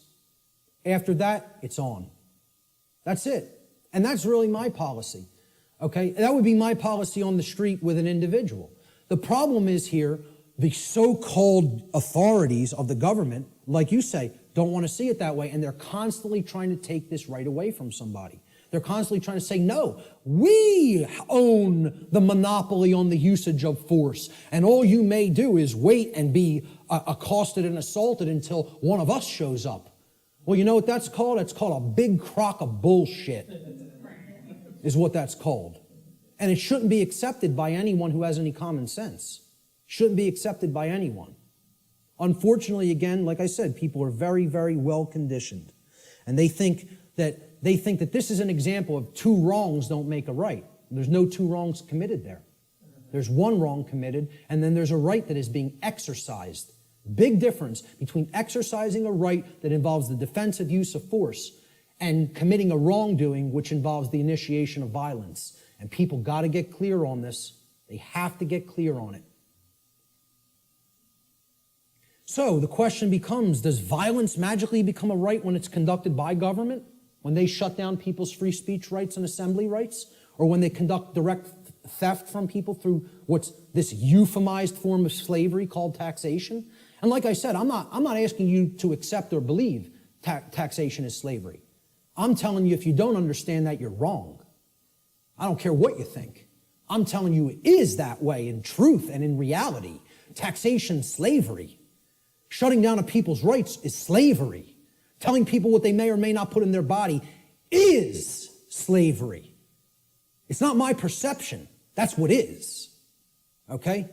And that's what we're accepting as a people. We're accepting that. These people have no more right to do it than any other individual would. And this concept brings us to the way I try to define and explain to people what real spiritual enlightenment is. Because what the New Age community is telling you that an enlightened being looks like is equally as a big crock of bull of what people who don't understand self-defense, the self-defense principle, believe. Okay? Enlightenment is not what this New Age nonsense community is trying to tell people that it is. All right? It's not about not taking action and sitting under a tree and meditating until you're magically enlightened. Okay? Enlightenment means knowing what's going on around you. Enlightenment means knowing what's going on within you. Enlightenment means truly knowing the true objective difference between right and wrong and living that in your life on a daily basis. Enlightenment means not aggressing upon your fellow human beings, but not agreeing voluntarily to be aggressed upon by them either. Okay? There's two pillars, two dynamics that go hand in hand with real enlightenment. I call this the two pillars of enlightenment. Okay? So here they are. The first pillar is the sacred feminine principle. This has been called the non-aggression principle. All right? It is the simple law of don't engage in violence. Or, quite simply put, don't steal. Don't steal. We talked about that. That's what all spiritual law can be boiled down to. Don't steal from other people. Don't take what isn't yours. Don't take life that isn't yours. Don't take property that isn't yours. Don't take rights that aren't yours. They're the property of others. Respect their ownership. Okay? Most people can grasp this pretty readily. Okay? And even in the New Age movement, they grasp this. In other words, don't immorally initiate non-rightful use of physical power to coerce, constrain, or compel the rightful physical behavior or free will choice of another sentient being. Respect other people's free will, their rights, their property, their life, period. Real simple. It's the golden rule. Don't do things to other people that you don't want done to you. I always state it in the apophatic, in the negative. It's much more powerful that way. But there is a second principle, a second pillar or tenet of enlightenment, if you will. This is the sacred masculine principle. This is what religions of the world, whether they be government, organized religion of different regions of the world and cultures, the New Age movement, all right, this is what they want, they are seeking to suppress. Because religions are right brain modalities. They're right brain methods of mind control. Just like government, who thinks it's a monopoly on the physical use of force, that's a left brain imbalanced mindset. All right? The second pillar of enlightenment is the sacred masculine principle, which is also known as the self-defense principle. Your body's your property, you have a right to defend it when it comes under attack by violence. This principle states, sentient beings have the inherent right to use force to defend themselves from violence conducted upon them by another. This is the part many people don't get. You know, that's why we're not rebelling against our slave keepers, our slave masters who are masters of other people in their own sick, distorted, psychopathic minds and are nothing but thugs and criminals that people magically believe have the moral authority to continue to do what they're doing just because they euphemize slavery and call it government now. That's the sacred masculine principle. There is no such thing as an enlightened being that doesn't fully grasp both of these principles anywhere. Never has been. There's no such thing as half measures. You got to get them fully, both, or you're not there. And that's the problem. We're not all the way there. If people were already there, they wouldn't be tolerating what we're putting up with. More aggression against people's rights is being conducted in this country than when the founders of this nation actually separated from England. And they would have been horrified. I tell people, look, not to get nasty, but I tell people, if the founders of this country could magically come back to life somehow and see what's going on in this country, they'd take a piss on people. That's what they would do. That's how much disrespect they would have for what we're putting up with. You know? Again, just to say it the way it really is. That's what they would want to do to us. Because they would tell us, we warn you about all this. We warn you about it all. And you know what you did? You ignored it. Ignored it. So what did all those people who died in that revolution die for?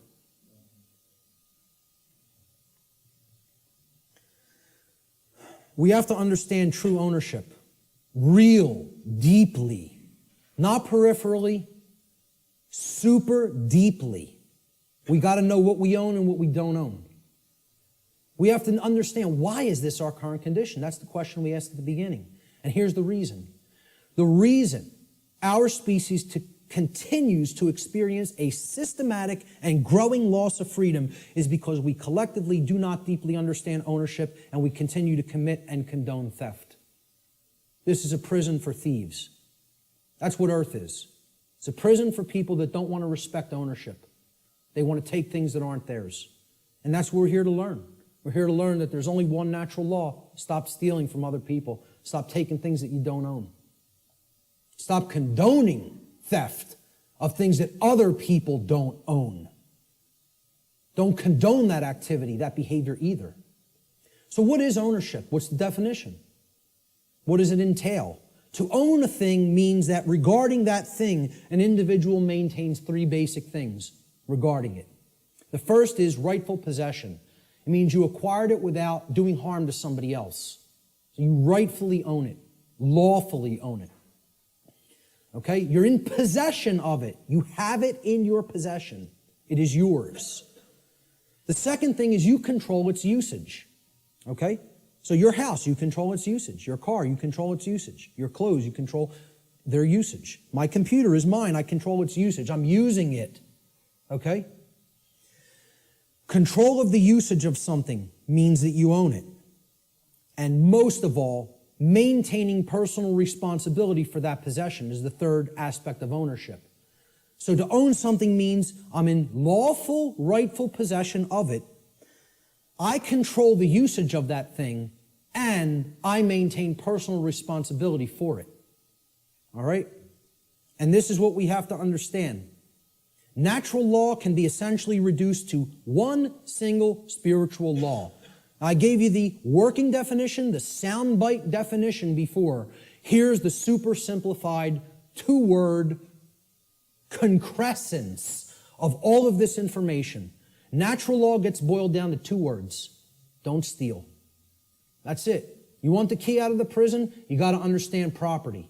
You got to understand all rights are property rights. Stop taking the property of other beings. Stop condoning the taking of the property of other beings. The end. You know, I should just get up here and say, don't steal, the end, everybody go home. Should be that simple. That's the key, folks. That's the key to the prison door. And what we're really talking about here is common sense. That's what conscience is. People don't think of conscience as common sense. You know, they don't think of conscience as knowledge.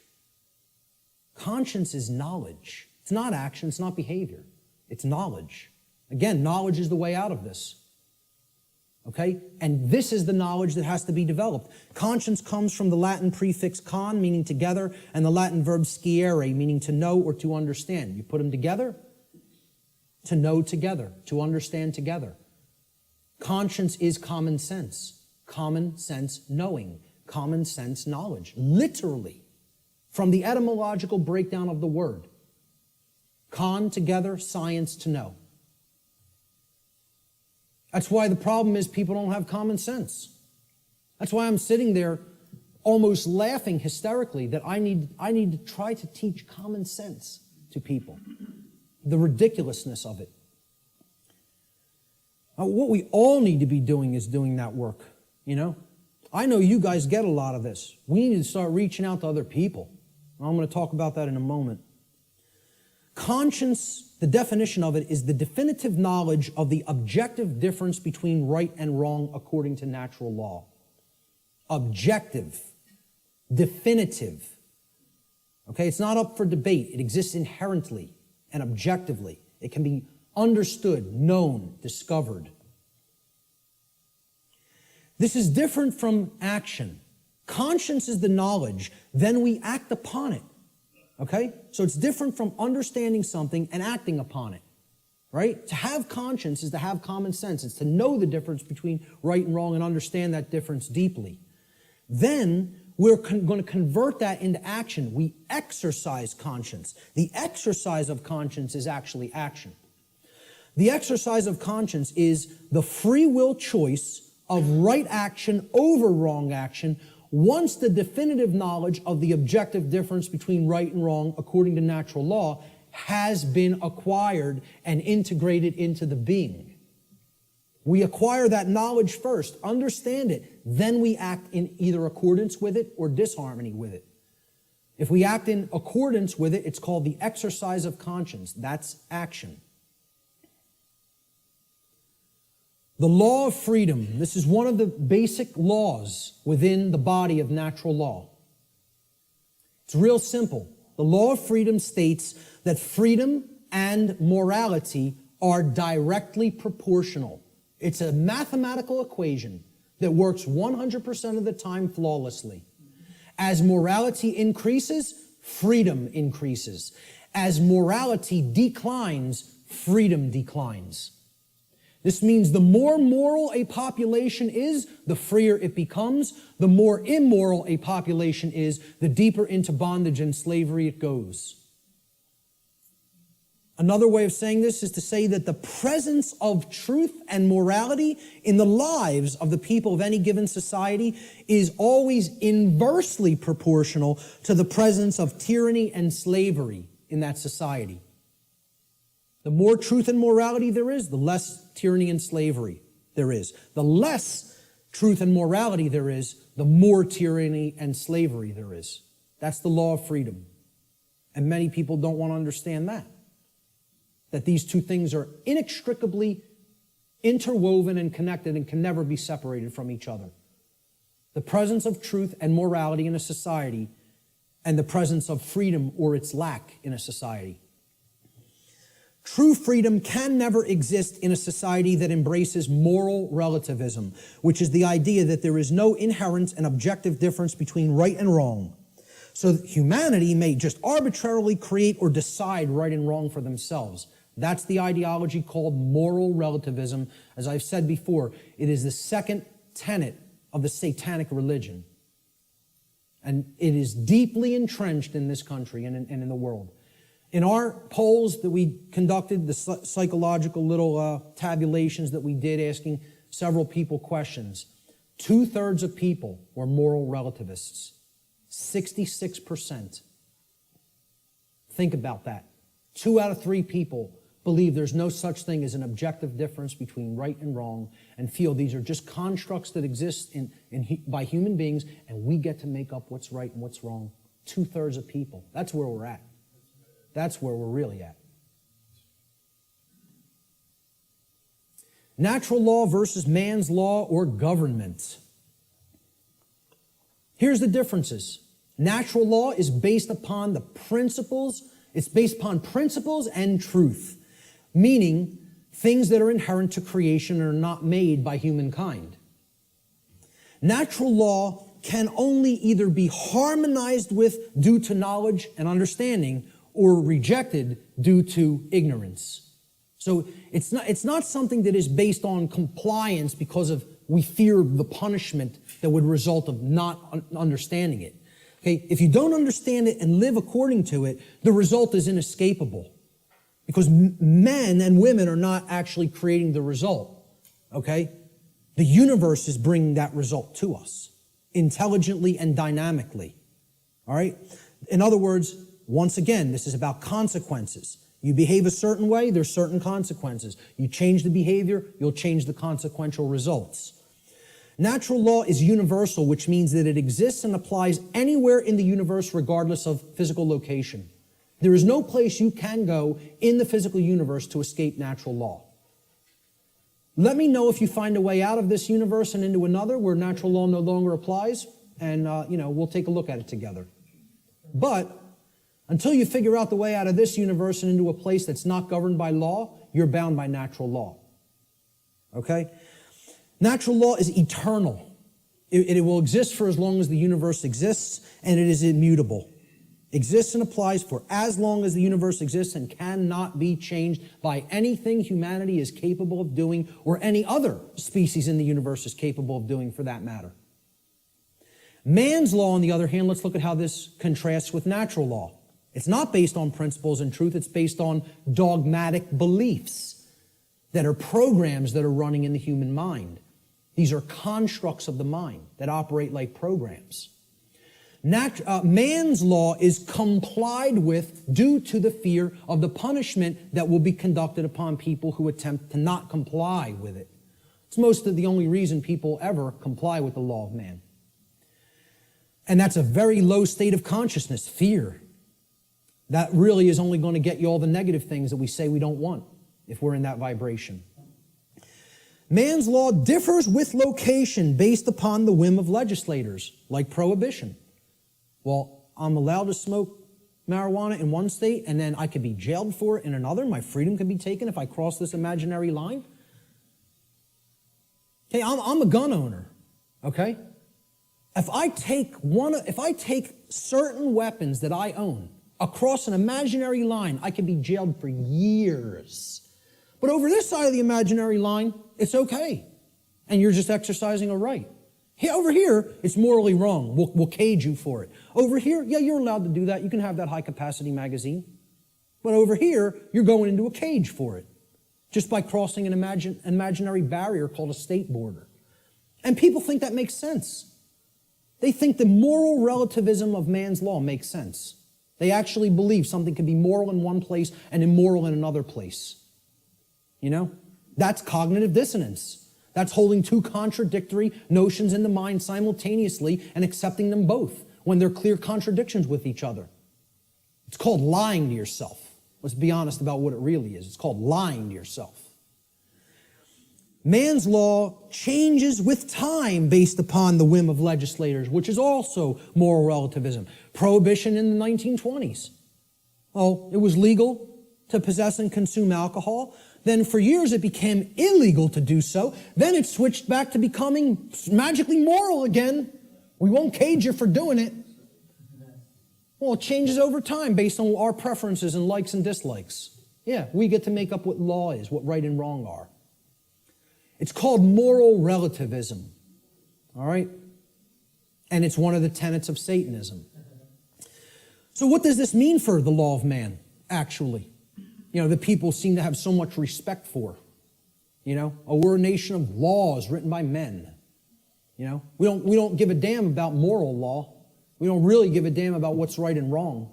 You know, but we have so much respect for the law of man, which people actually believe is somehow based in morality, when it's nothing of the kind could be further from, couldn't get any further from the truth than that. It's based in moral relativism, which is about the whims of the legislator at any given time or place.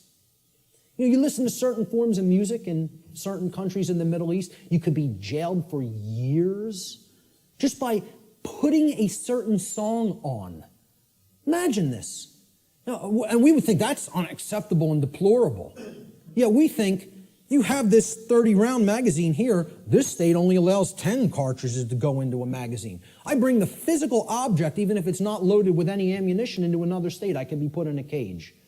Physical piece of plastic. You know, it's just total nonsense. Either something's a right and you're allowed to own it and you need to be responsible for it, or it's not a right because you're harming somebody. You know, it doesn't get any simpler than that. So what's this all mean for man's law? In light of natural law, what does it mean? To understand natural law, what does that mean for the laws of man here on earth? Well, what it actually means, it's simple if-then logic to apply. If a particular man-made law is in harmony with natural law, then it follows logically that it is redundant. It is stating the obvious. It is stating what is already known. It's like saying, I'm going to write down, yes, during the day the sky refracts a blue frequency. The sky is blue. I'm going to write that down and make it so. Well, it's redundant. It's self-evident. You can go out in the sky and look at the natural color of the sky on a clear day and see what the frequency is with your own eyes. No, you don't need to have it written down. Okay? It's a redundancy. So if it's in harmony already with natural law, it's stating a truth that is already there. It's an inherent truth. It's pre-existing. It's self-evident. Therefore, the writing down of that concept and calling it a law is irrelevant and unnecessary. Now let's look at the opposite. What if something that man writes down as a law is in direct opposition to natural law? So if a particular man-made law is in opposition to natural law, it follows logically that it is both false, meaning that it is incorrect. Okay, that's what natural law is. It's based in truth, that which is. And it's also immoral. Because if it's not based in natural law, it means that it is doing something that is actually harming somebody by taking something from them that doesn't belong to you. Like taxation, like permits and licensing, like suspending rights that do already exist, etc., so forth. All right? So, therefore, it's wrong, and it cannot be legitimately binding upon anyone. You can't write down a wrong and say, this is morally binding upon you, even though it creates harm, it causes harm, yet you must follow it. You know, and people believe this. We asked in the natural law seminar, how many people believe that if a law is passed and it restricts a right that you feel you have naturally because that action that it's saying you may not do causes no one else any harm? Do you have any moral obligation to obey that law until you could find a way to get it changed? And over 2/3 of people said, yes, you have a moral obligation to obey that law. Because these people have the moral right to issue commands and write down laws that constrain you, even if that behavior actually doesn't harm anybody and therefore is a natural right. You would still have to try to find a way to get that law changed. Nonsense.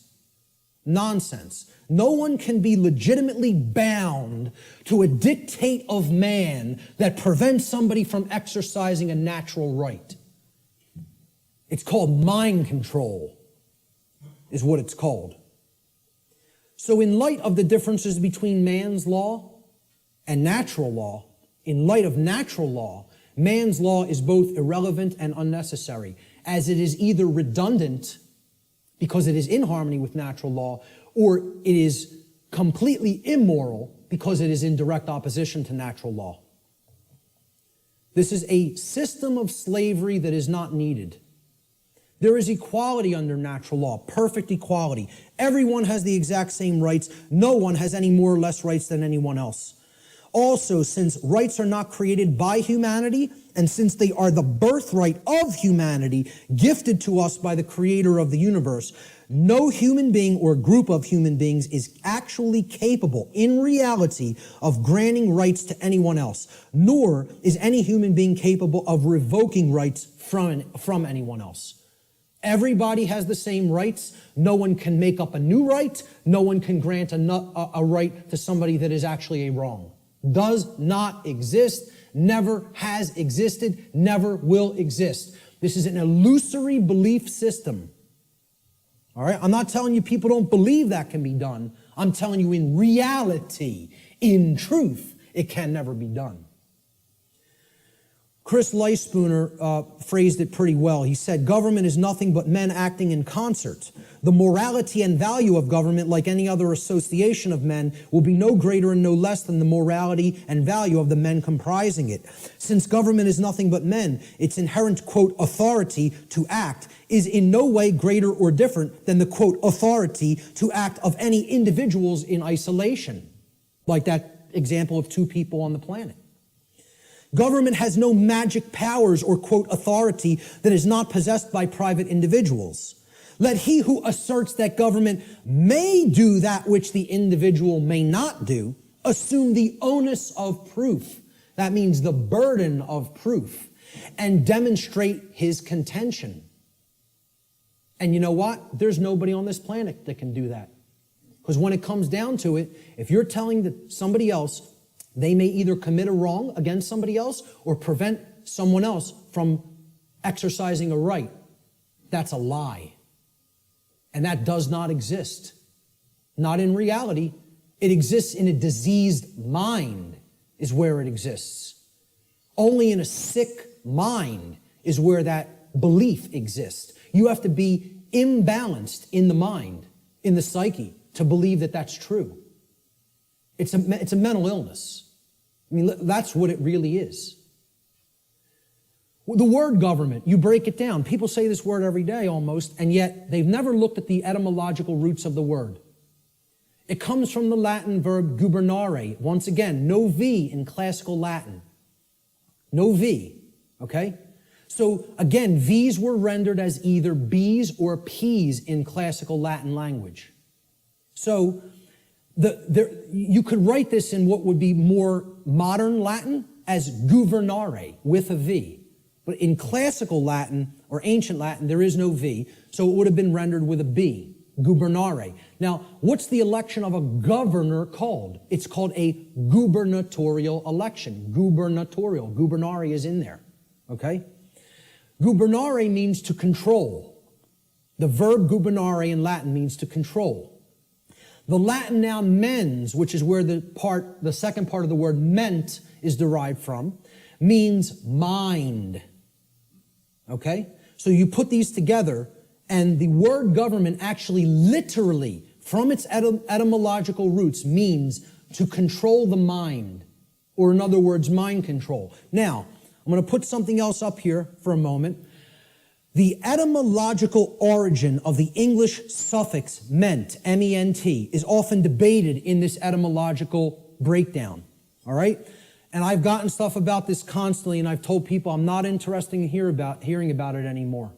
I know where this comes from. I know why the creators of the English language made it so, made it like this, okay?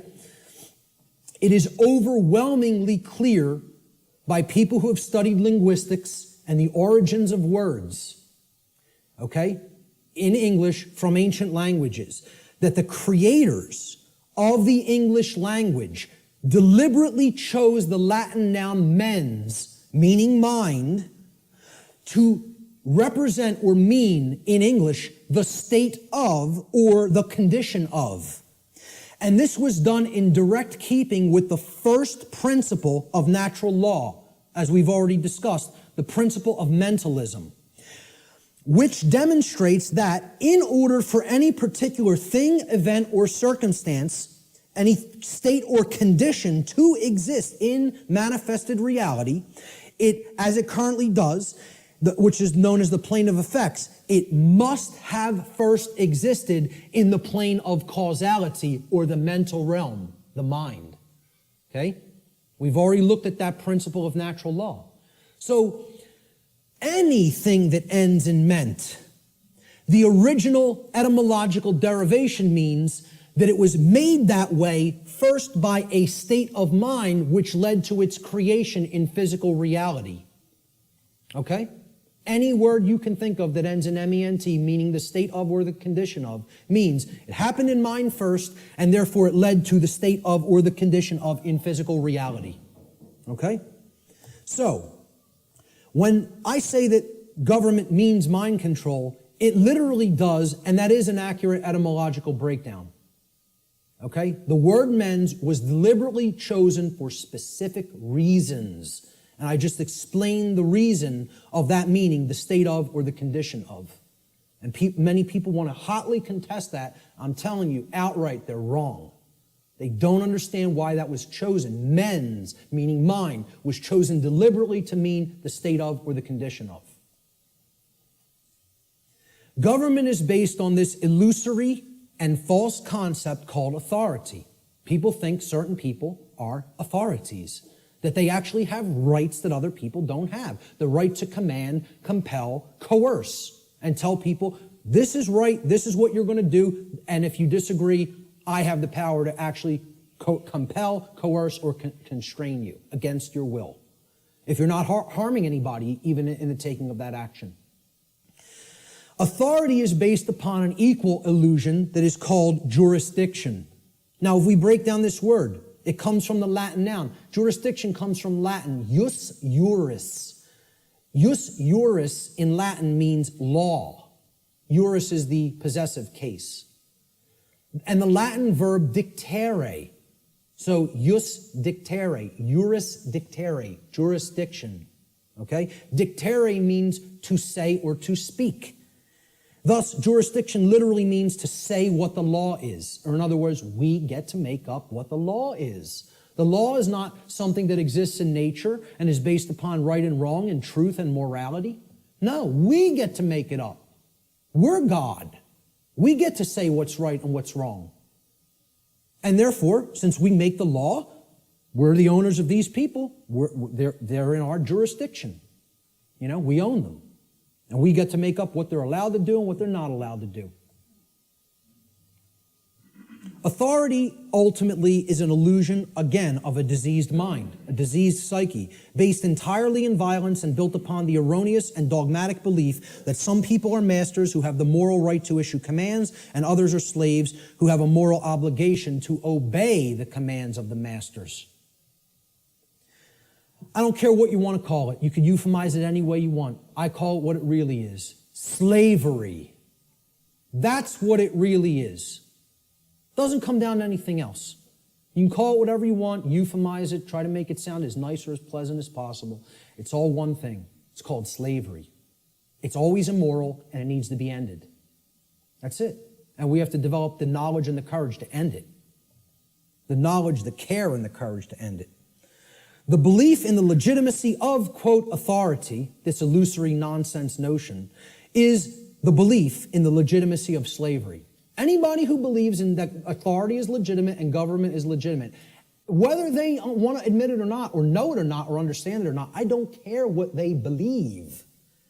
They are advocating the legitimacy of slavery. That's not my belief. I don't care who calls that my belief. I'm just looking right into the camera and saying this, because I know the people in this room know that that's not my belief. I'm telling anybody who's listening to this, that's not my belief. That's eternal truth. Eternal truth. Okay? You believe in these concepts, you are a supporter of slavery. The end. That's how it really is. Not because I said so, because that's how it really is. Okay? And that's called mind control. For somebody to believe that slavery is legitimate, you gotta be under deep mind control. You gotta be either that or a sick, psychopathic, absolute piece of garbage. Okay? One of those things or another is true if you believe in those concepts. And again, I'm not afraid to tell it to somebody right to their face like that. I don't care. I'm not here to serve truth, make friends, or be liked. I'm here to tell people what the truth. I'm not here to serve human beings, make friends, or be liked. I am here to serve the truth. Whether it will be accepted is not up to me. I'm doing what I'm charged to do by creation. Okay? Whether it's accepted is somebody else's karma, not mine. Ultimately, authority is the idea that man can become God and through, quote, jurisdiction, dictate the law. What the dark occultists of this world, who are behind ostensible governments in the world, you know, they set up all of these institutions as temples, right? What this sick, psychopathic priest class ultimately believes is they're going to become God. We're going to turn natural law on top of its head, and we're going to rule in hell. That's it. We're going to rule in hell. It's a religion. This is a religion. Okay, government's a religion. The concept of authority is a religion. Most people don't see it that way. And I mean religion in the term of false religion. Okay? It comes from the Latin relegare. I laugh when I hear people say it comes from relegare. Or relegare, R-E-L-E-G-A-R-E, or relegare, okay? Which means to read over again. To go back over something that you've already read and read it again. It's the most ridiculous, nonsensical derivation I've ever heard for the word religion. To reread. I mean, please, let's put this to bed, folks. Religion does not mean to reread.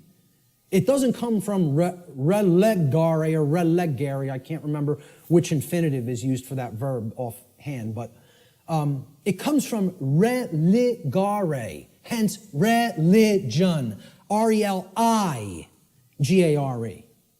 All right? Relegare means to tie back, to hold back, or to thwart from forward progress by tying or binding. Tying up so that you can't move forward. That's what relegare is, and that is the etymological root of religion. Because a false religion is a system of control that is based in unchallenged dogmatic belief, which keeps the mind in a prison in order to hold back the progress of consciousness. And that's where the bulk of humanity is at, in a brain cage. They're in the mind cage, okay? There is a positive connotation of religion. It also means to reunite with.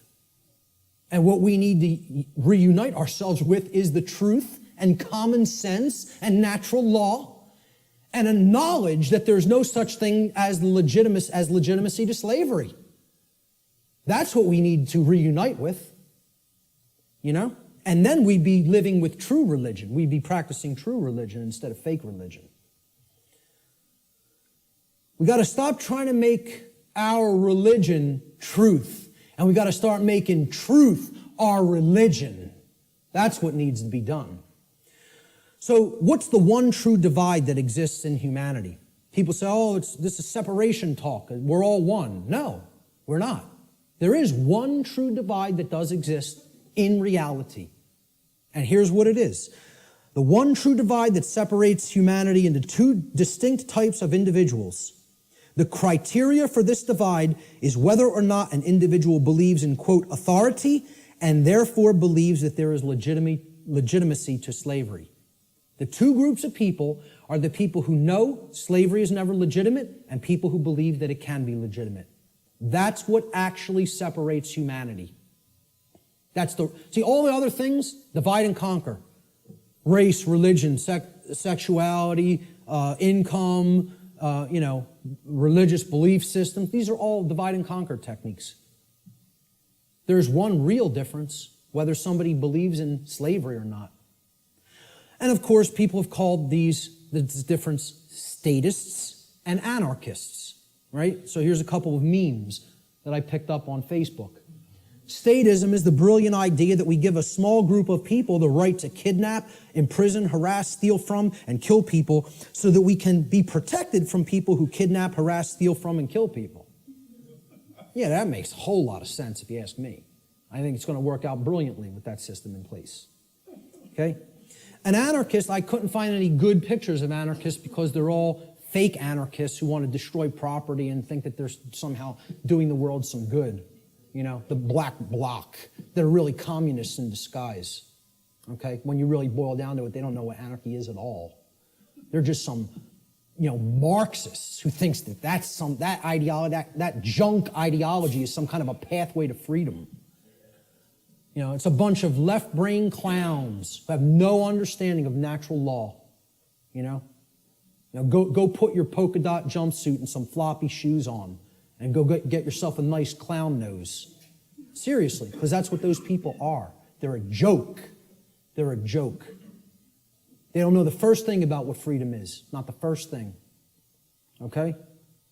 So, I was looking for good pictures of anarchists. So I was going to put, maybe myself, Larkin Rose, Freeman, Frater X, people who get all this stuff. Who I personally like their work. Michael Tessarion, etc. David Icke. But I said, hey, let's put a meme up there that really expresses it. So I found this picture of Jesus, a meme that says, I'm an anarchist, but most of my followers are statists. People who are these fake-ass Christians who believe they somehow are following the teachings of Christ, and they believe in government, they believe in financial institutions, they believe in organized religion. These are the three things that killed Christ, if you even accept the historicity of the event. Who was Christ waging basic conflict with? The Pharisees and Sadducees, the organized religious order and controlling religious orders of his day. Okay? What really got him into deep trouble, he was pissing them off, but they were already on the wane. The old world order was on the way out, and the new world order was already on the way in at that time.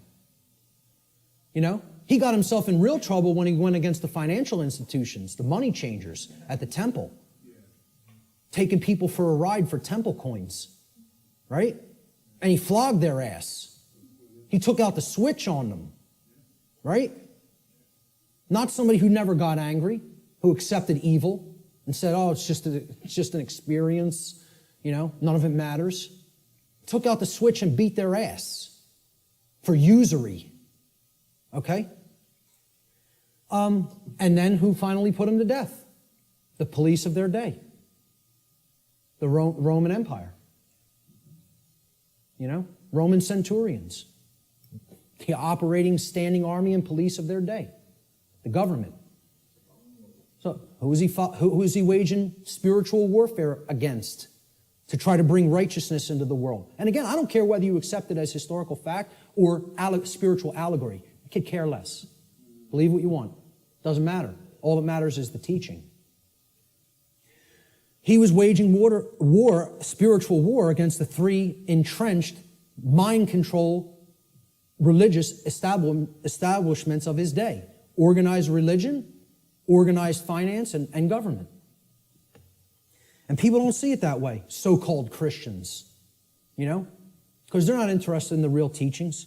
They just want to call themselves something and identify it and say, oh, that magically makes me this, Because you go to church on Sunday doesn't make you a Christian, No more than going to a synagogue would make you align with the true teachings of the Torah. No more than, attending a mosque would align you with the true teachings of Islam or any other religion. To take the core essence of the teachings of morality from those systems, They're all people who claim these faiths in name only when they don't understand real freedom. So a statist is an individual who erroneously believes there's such a thing as authority that is vested in certain human beings, magically giving them the right to rule over other people. This authority means that certain people who we call government have the, quote, moral right to issue commands to those whom they rule, those under their jurisdiction, and that their subjects or slaves have a, quote, moral obligation to obey the arbitrary dictates or laws, quote unquote, that are set by their masters. Most simply put, a statist is nothing more than someone who believes in the legitimacy of slavery. Conversely, an anarchist, a true anarchist anyway, is one who knows that there could never be legitimacy to authority or government, because those terms are simply euphemisms for violence and slavery and coercion, which are always immoral and in opposition to natural law. Let's look at what the word anarchy really means. Again, you got to break it down. From the Greek prefix an, which means without or the absence of, and the Greek noun archon, they're written in Greek script, which means master or ruler. And again, I mean externally. One who externally rules another or claims to be the master of another. That's what the term archon means in its connotation. Anarchy, as we can see by putting these together, does not mean without rules. The word archon does not mean rules. Okay? Because there's always going to be rules in effect called natural law, the laws of morality. It means rulers, imposed rulers. That's what archon means in Greek. It literally means anarchy now, putting it together. An, absence of, archon, master or ruler. The absence of masters or rulers. Externally imposed masters or rulers. Meaning, when we put it together, okay, it means without rulers, without masters. Now, if you give people that term, no masters, no rulers, no masters, no slaves, what word are they going to associate those phrases with? Freedom. But if you tell people, what does anarchy mean to you? What do you associate it with? What are they going to tell you? Chaos, which is the exact opposite. That's in that other column. Okay? They have deliberately obfuscated the meaning of the word through a mind control technique called endless repetition. If I could keep telling you a word doesn't mean what it means, that's not a projector, that's a hammer. Hey, could you check out my hammer over there and make sure it's projecting the image on the board correctly? You know, the bulb burned out in my hammer. I might need to go buy a new hammer. If I kept doing that endlessly for years and years and years, people would start calling that device a hammer. If I got enough people to keep calling it that. So they've gotten enough people to call freedom chaos. Think about that. They've gotten enough people to believe that the absence of the state of slavery means chaos instead of freedom. It's almost unfathomable. It's almost incomprehensible. The mind job that's been done on this species. It's almost incomprehensible. Anarchy is the state of existence where there are no masters and no slaves. Therefore, what it really means is the absence of slavery, or in other words, true freedom. That's all it means. I prefer to call it anarchony, okay? Keeping the entire word archon instead of taking out the O-N, okay? If we keep that there and call it anarchony, and I say I'm an anarchonist, people will ask, well, what the hell is that? And then you could really break the word down and say the absence of archons, the absence of those who would claim to be masters over a population of slaves. That's what an anarchonist is. It's saying that's illegitimate, that's unnecessary, and that we need to do away with that state of existence. Okay? So we look at these two, this true divide again, the statist and the anarchist. I call the statist the archonist.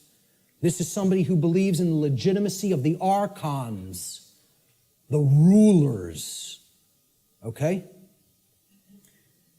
And I'll be talking about in future presentation the concept of the archons more in future presentations. And the anarchist, as it's been called, I think should be called the anarchonist, because that's somebody who knows that there's no legitimacy to the mastery over other people or the rulership externally over others, keeping them as slaves or subjects. There's no legitimacy to that. And that's the one true divide that separates all consciousness here on the earth. The real divide and the real enlightenment comes. Do you understand there's no legitimacy to slavery, or do you continue to believe that there's legitimacy to slavery? That's the divide in consciousness that has to be bridged. The fear of chaos. This is what keeps this system going. Chaos can't be viewed as something to fear. It's got to be viewed as a teacher, a harsh teacher, but a teacher nonetheless. See, chaos teaches us through the apophatic process what not to do. Okay? That's a bad idea. Okay? You probably shouldn't do that. If your desire is not to burn your hand to the point where it's blistering and flesh is starting to peel off of it. If you don't care about whether that happens, by all means, keep it right on that stove, okay? Right on that electric stove. But see, if you say, I don't want to be burned, there are requirements for obtaining that condition. It means you can't keep your hand on something that is extraordinarily hot, or natural law will take over and burn your flesh. Doesn't require your belief. That's how it works. Well, this is humanity. Humanity is the little child that is a little slow, and they want not to be burned, yet simultaneously they insist, no, I want to put my hand on the burner while the range is on and not be burned simultaneously. Well, good luck with that, folks, because it doesn't work that way. You don't want to be burned? The hand can't be kept there while the stove is on. The end. You don't want negative, self-inflicted suffering and chaos in your life? You got to align your behavior to natural law, which means you got to know the difference objectively between right and wrong, and willfully, through your free will, deliberately choose the right action over the wrong action. Then you won't be burned. But as long as you have your hand on that stove, which means you're in opposition to natural law, enjoy the burn. Enjoy it. Right? Get used to it till the flesh melts off the bone and then the bones turn into dust. Because that's what you're going to get. That's how it works. And again, nobody wants to hear that. They don't want to hear that the natural laws don't care about you. They work flawlessly all the time and bring you the result that you're creating. The control and slavery system is actually about the limitation of free will through the destruction of possibility. See, all they've done right? The old world order used to be religion and priest kings, right? We're in between you and God. We're the intercessors, the intermediaries. We make the law, you're our subjects, you're our slaves, you obey, or it's our wrath. All they've done is take the concept of a singular ruler, which was the old world order, and they've converted it into the concept of now there's a ruling class called government that gets to make up what we tell you you may or may not do, okay? And they're up here at the top of the pyramid now. That's all. They turned it from a monarchy to somewhat of an oligarchy. But it's the same concept. We're the moral masters that you have a moral obligation to obey, and you're the slave class, that has an obligation to obey our commands. That's it. Nothing changed. All they did is say, well, no, people don't no longer believe in the priest king, so we need to create an institution where this quote-unquote authority is seemingly diffused through many people. It's always been nonsense. It's always been mind control. It's not going to be anything else other than that until it goes away. True freedom includes infinite possibility because infinite possibility, by definition, includes the possibility for chaos. For real freedom to exist, we have to accept, hey, things might not go right all the time. We live in a physical domain, a physical world. Hey, there could be dangers. Nothing could ever be sanitized or made completely safe as far as physical world activities are concerned. There's always going to be the possibility something could happen, go wrong, somebody could get hurt, chaos could happen. Okay? If you live in that state of fear that that's going to happen, what is that? Is that high consciousness or low consciousness? It's low consciousness. Low consciousness can only create what? Chaos. The fear of chaos itself can only get you more chaos because it's based in fear. As we see, just keep referring to that expression chart. Go online. I have slides of it online. It's in videos I've done. Print it. Read it. Look at it. Print it and stick it up in your home. Understand how that chart works. Those expressions that I went over, those 10 expressions. The possibility, of chaos from manifesting, the possibility that it may manifest has to be embraced without fear if we're going to be truly free. It must be embraced. You have to say, I am going to allow for the possibility that chaos may occur. Because that's getting out of the consciousness of fear, which that's what will lead to freedom. Removing that fear. The fear of the possibility of chaos is actually equated to the fear of true freedom. When somebody says, I can't ever believe that a system with no masters could work out. I can't even envision how it could work out. What's that called? What's been deadened in that person? What have they lost? Imagination. There it is. That is actually the equivalent of the death of the imagination. Now, what is the imagination? The imagination is the powerful ability of the human mind to envision a different state or condition than the one which is already manifested in the present. So imagination must first be present in the mind in order to create a different state of existence than the one currently being experienced. And this is because, according to the principle of mentalism, for any different state to manifest in the physical world, the plane of effects, it must first exist within the mind or the plane of causality. If the imagination is stifled or destroyed, and the destruction of the imagination is what I refer to as total mind control. You can't go into any more total mind controlled state as the imagination being dead. All right? If that happens, any positive change to our state of existence becomes completely impossible. And this is where many people are already at. The fear of the possibility of chaos is more than even the fear of true freedom. It is the death of the imagination. It is putting the mind permanently in the cage. Okay? So you can't let that force within us called the imagination die. because that's the only way to envision a way out of the prison. You have to envision it first, then you have to put those thoughts and emotions that you used for that envisioning process into actual action so that it becomes manifested in the physical world. Through their fear of the possibility of chaos, which is actually the fear of true freedom, most people advocate the legitimacy and continuance of authority in government and are therefore actually advocating the legitimacy and continuance of violence and slavery. Those who believe that authority is necessary and that it must continue because of this fear of chaos have actually been duped into believing that human slavery is necessary. And get this, folks, human slavery must therefore continue in order to prevent chaos.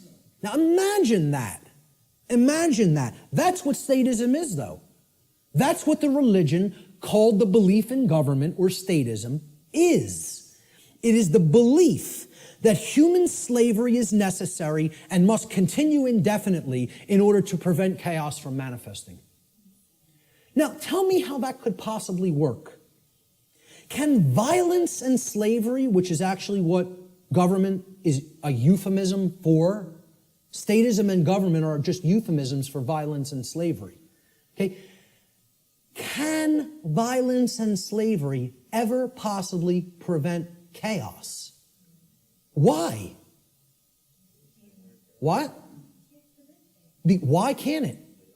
Because they are chaos. Violence and slavery are chaos. We are already in the state of chaos. Being held under the threat of violence and duress, which is slavery, is the state of chaos. So forget about fearing chaos coming on. You're in it now. Surprise, surprise. Hate to break the news to you all. Okay? We're already in the state of chaos. We need to create real order by getting rid of violence and slavery.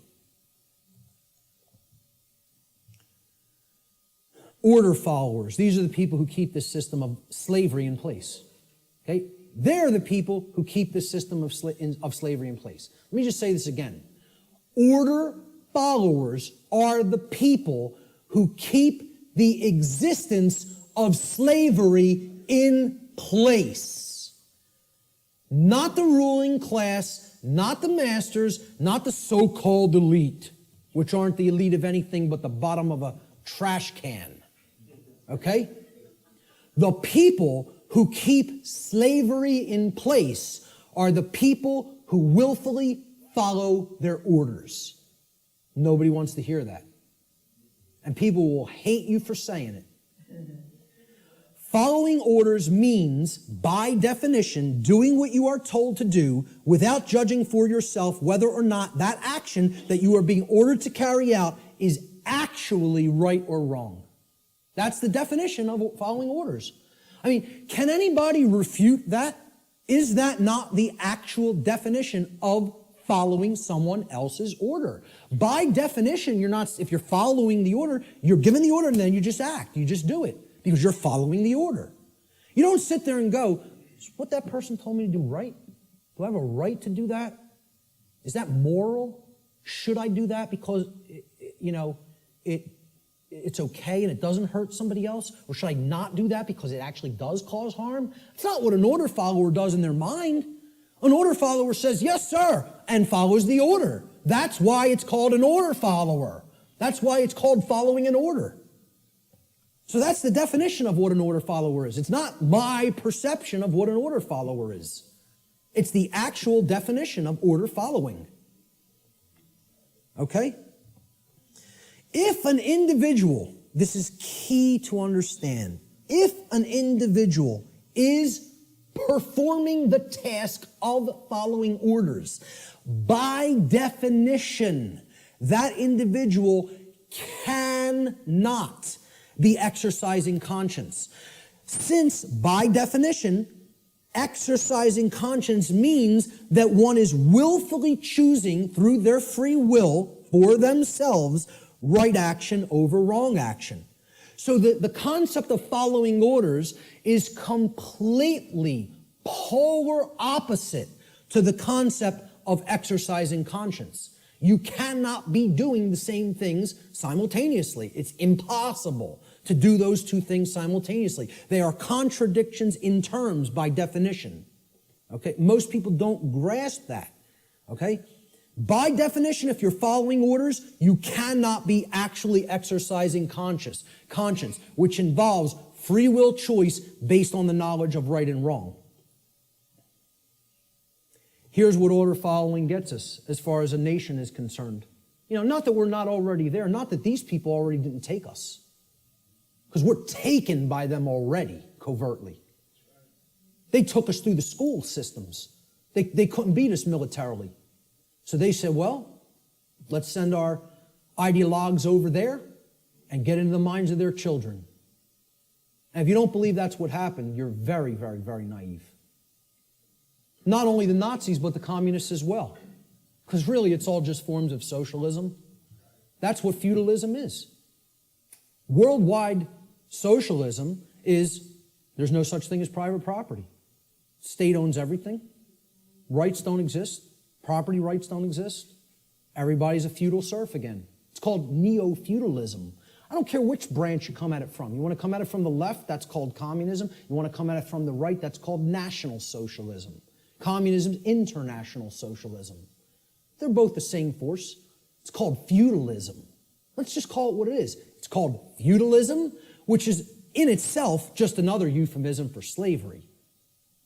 They want neo-feudalism, which is the new world order of slavery. Okay? And it's already here. It's not something that's coming. It's here now. The object is to get out of it. This is the result of following orders. That's what following orders gets a society.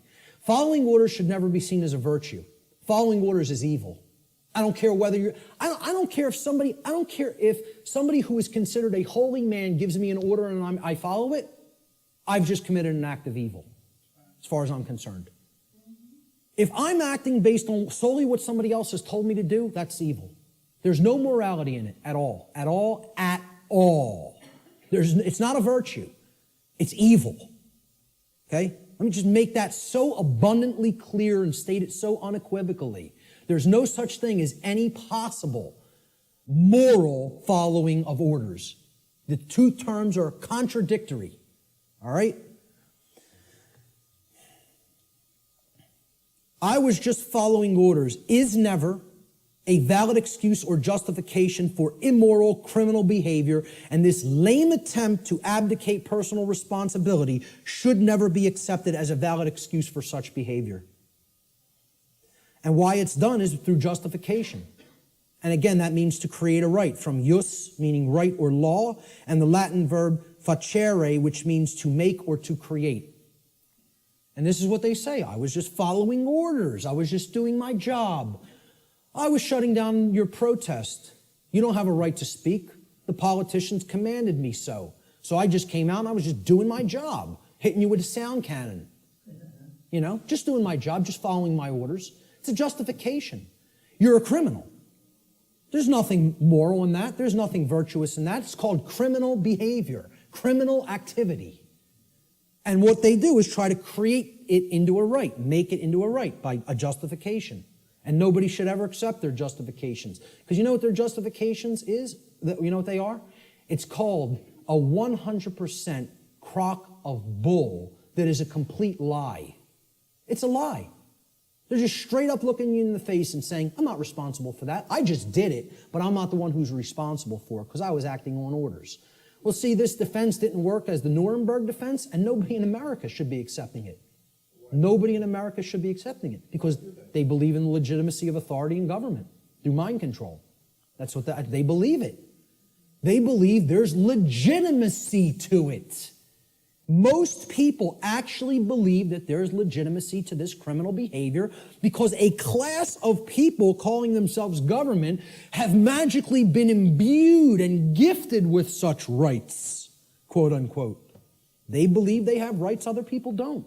They themselves believe it, but worse is that the people who are actually affected by that criminal behavior, they believe they have the authority to do it. Gandhi said, you assist an evil system most effectively by obeying its orders and decrees. An evil system never deserves such allegiance. Allegiance to it means partaking of the evil. A good person will resist an evil system with his or her whole soul, which means saying no. Moral culpability. What does this mean? The determination of who is ultimately at fault or deserving of blame. Again, this is a legitimate and real concept. There is fault. There is blame. We got to get over this new age nonsense that nobody's at fault, nobody's to blame. You should never say, hey, you shouldn't have done that. That caused a lot of chaos and trauma for other people. You're not to blame. It just happened. No, wrong. The people who did the behavior are to blame. Who carried out the Holocaust in Germany? The people who followed their orders to do it. That's who carried it out. Order followers is the answer. Who carried out the purge of political dissonance in Soviet Russia? Order followers. And they're always in the form of police. Why do you think they call a totalitarian system a police state? Why don't they call it a banker state? How come they don't call it a politician state? What about a lawyer state? How about a judge state? Why not call it any of those things? You want to know why? Because none of those people are ultimately responsible for bringing that condition into manifestation through their behavior. They're the order givers. The order followers carry out their commands and through their behavior make that condition a reality. That's why it's called a police state. Because every police state that has ever existed has always been created by police who follow their orders because they don't want to take responsibility and think for themselves and know the difference between right and wrong for themselves like an adult. Instead, I want to be a child who obeys daddy because I have daddy issues. All right? And that's what it's really about, folks. We're going to get to that. There is such a thing as blame for the commission of actions which have resulted in harm or loss to others. This is what culpable means. It comes from the Latin culpa, meaning fault or blame. It means at fault or deserving of blame. Now, who's more morally culpable? The order giver or the order follower? And please recognize I've underlined and capitalized the term more. I'm not telling you the order givers are not morally culpable. They are. That's not the question. Are any of these people morally culpable is not my question. My question is, look at the full question. Who is more morally culpable? The order giver or the order follower? Always. Always. At all times and places. At all times and places. I put this meme up on Facebook, and I got some hate back for it. Okay? People don't want to hear this.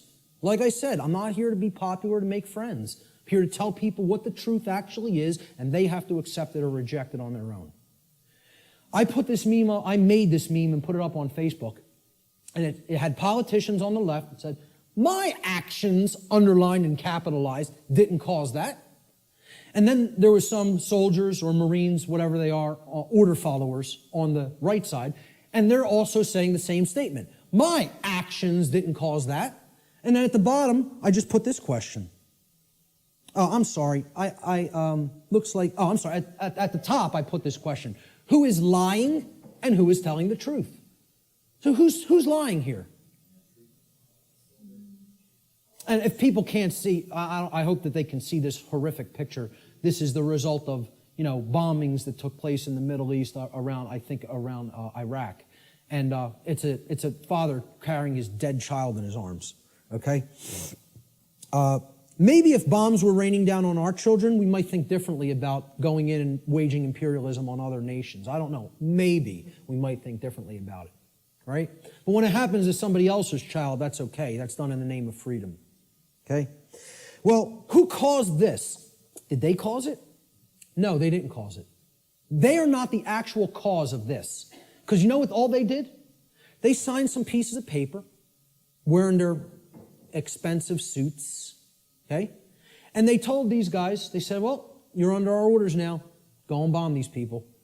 And you know what these people did? Say, yes, sir, and go and drop the bombs. And fire off the ammunition. Okay? These are the people whose actions create things like this, not these people. All they're doing is speaking into somebody else's ear. All they've done is speech. Speech, not actions. See, again, really look. My actions didn't cause that. Yes, it is. If these people are saying my actions didn't cause that, they're lying.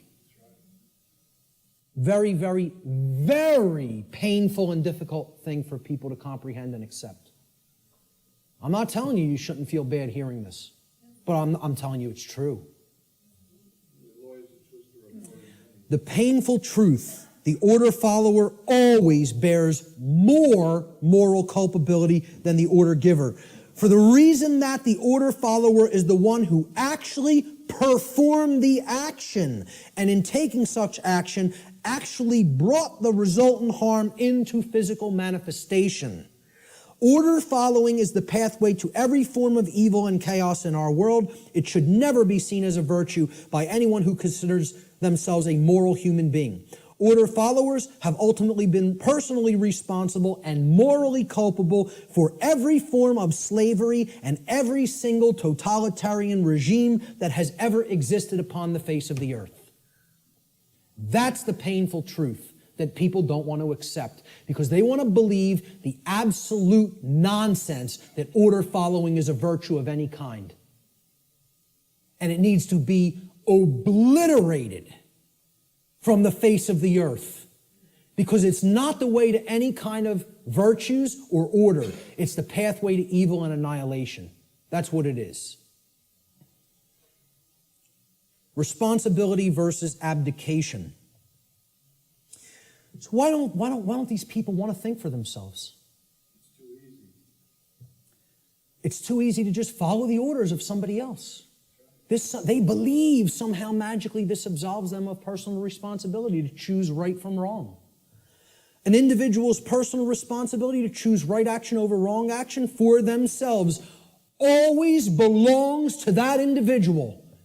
And that responsibility can never be given to another person or passed along. One can only claim and imagine that they can abdicate their personal responsibility for such choice to someone else.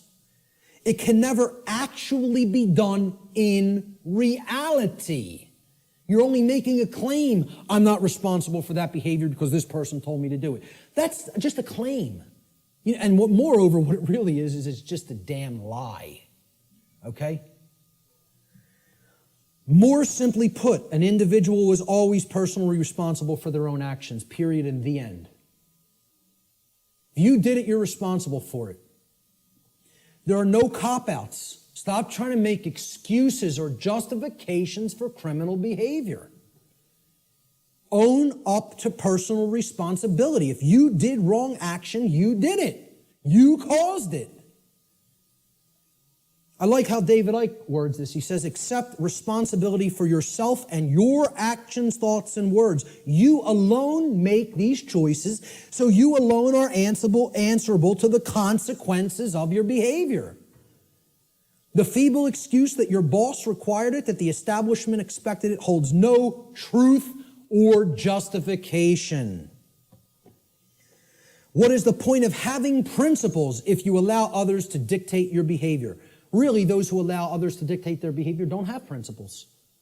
And there's a reason they don't have principles, because they hate themselves. They're in psychological self-loathing, and there's a reason they're in that state, which my future work is going to cover in depth, in extensive depth and detail. At the end of the day, you will judge your performance and the contribution you've made to creation. It will not be based on what another expected of you or what you did because you felt trapped. Like, oh, there's no other way. I can't envision my way out of this. I can't envision doing something else. I might have to get another job. I might have to read and learn. I can't envision becoming a different person than the identity I've already forged for myself. How could I possibly imagine that? I have all my eggs in this basket. My whole ego identity is all wrapped up in my job and what I do. That defines who I am. I can't go against that. It's all nonsense. It's all what people are doing just because they feel trapped and they can't imagine that there's another way. Most people erroneously believe, this is the second part of the abdication of responsibility on the part of the people. Most people erroneously believe that they can hand over their natural law right to defend themselves to another individual, group, or entity. In making such a false claim that somebody else is my protector, somebody else, it's their responsibility to protect me, okay, and defend me, they have attempted to abdicate a personal responsibility which actually always belongs to them and can never be given away. That's the self-defense principle. You own it. It's yours. You can't give it away to somebody else. Shock and amazement. Okay? That is your responsibility already. And guess what? You know what? They're all too happy. These controllers are now even all too happy to say, it's not our responsibility to protect you. Because what their actual goal is they're just revenue men for the new king. That's all they are. And to slap people back into line if they try to exercise rights that the new king called government has decreed that they may not exercise. That's what their real role is. They don't serve and protect the people. They serve and protect the ruling class.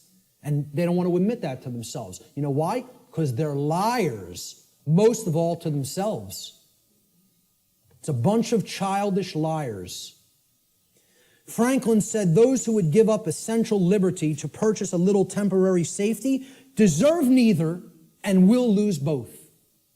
And this addresses the fear of chaos and the desire to abdicate your personal responsibility to defend yourself to other people just because you're afraid and you don't want to take the responsibility of doing it yourself. You want to stay in that mindset? I'll give up my freedom to be safe? Well, enjoy your safe slavery. I, for one, will take my dangerous and chaotic freedom. Okay? I'll take the absolute cannibal lurking around every corner, and I'll take my chances. Thank you very much. Give me my freedom and my assault rifle, and I'll take my chances. Thank you. Okay? So, the idea that you just want to be kept safe and you'll give up your freedom to do so, it's just a child. That's how a child thinks. And that's what this is really about, not wanting to grow up and become adults. And again, there's a reason for this. This is the underlying psychological reason, but there's an even deeper one. But I'm going to touch on this one first. Self-respect versus self-loathing.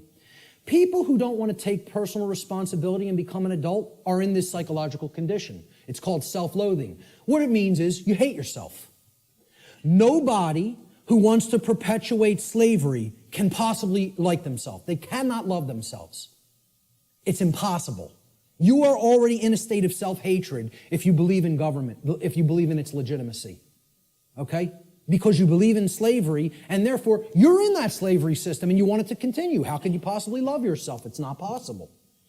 Self-loathing is the underlying psychological condition that causes people to attempt to abdicate their own personal responsibility to exercise conscience and fall into patterns of order following and justification. Just as it is not possible for an order follower to truly be exercising conscience, it is not possible for an order follower to truly love themselves. These two states cannot exist simultaneously. You cannot be an order follower and love yourself. It is impossible. They are contradictory psychological conditions. Okay? Here's what a self-loathing person really is. They're trapped in a trauma abuse victim cycle.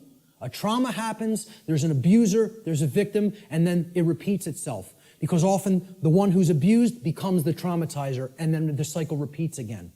Talked about this pretty extensively on my podcast series. All right? That's what self-loathing, that's what this mind state, okay? This is a golem creature, okay? It's a 100% programmed and lifeless thing that is imbued with the ability to actually move like a robot. You can liken it to a flesh robot, okay? And it's a concept in ancient dark occultism, all right? And the golem is driven by the force of self-loathing. And that's what the order followers are. They're golems, okay? I'm not saying this to insult people. I don't really care how people take it. I'm telling them what they really are and what the dark occultists think of them. They call them their dogs and their pets. That's their name for the police and the military. I did a whole series on that, okay? And I'm not telling you that from book knowledge. I'm telling you that from their lips to my ears. That's what they call them. The golem is in this mindset. Since I have suffered, I will cause suffering to others. Since I can't deal with my nested psychological traumas and childhood issues and inadequacy issues, okay, I'm going to take out all of that nested subconscious psychological frustration on other people that I have no right to take it out upon.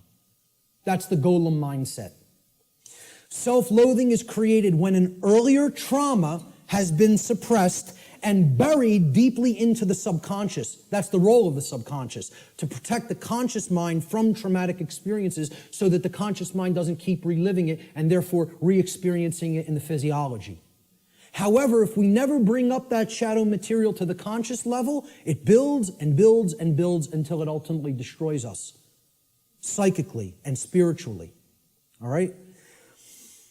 Instead of confronting, dealing with, and healing that trauma, people don't want to do that work. It's too hard to dredge up that shadow material. It's hard work. Believe me, to come out of the mind state I was in, I had to do that shadow work for years. Years of more suffering and pain, saying, what do I have to look in the mirror and confront about myself?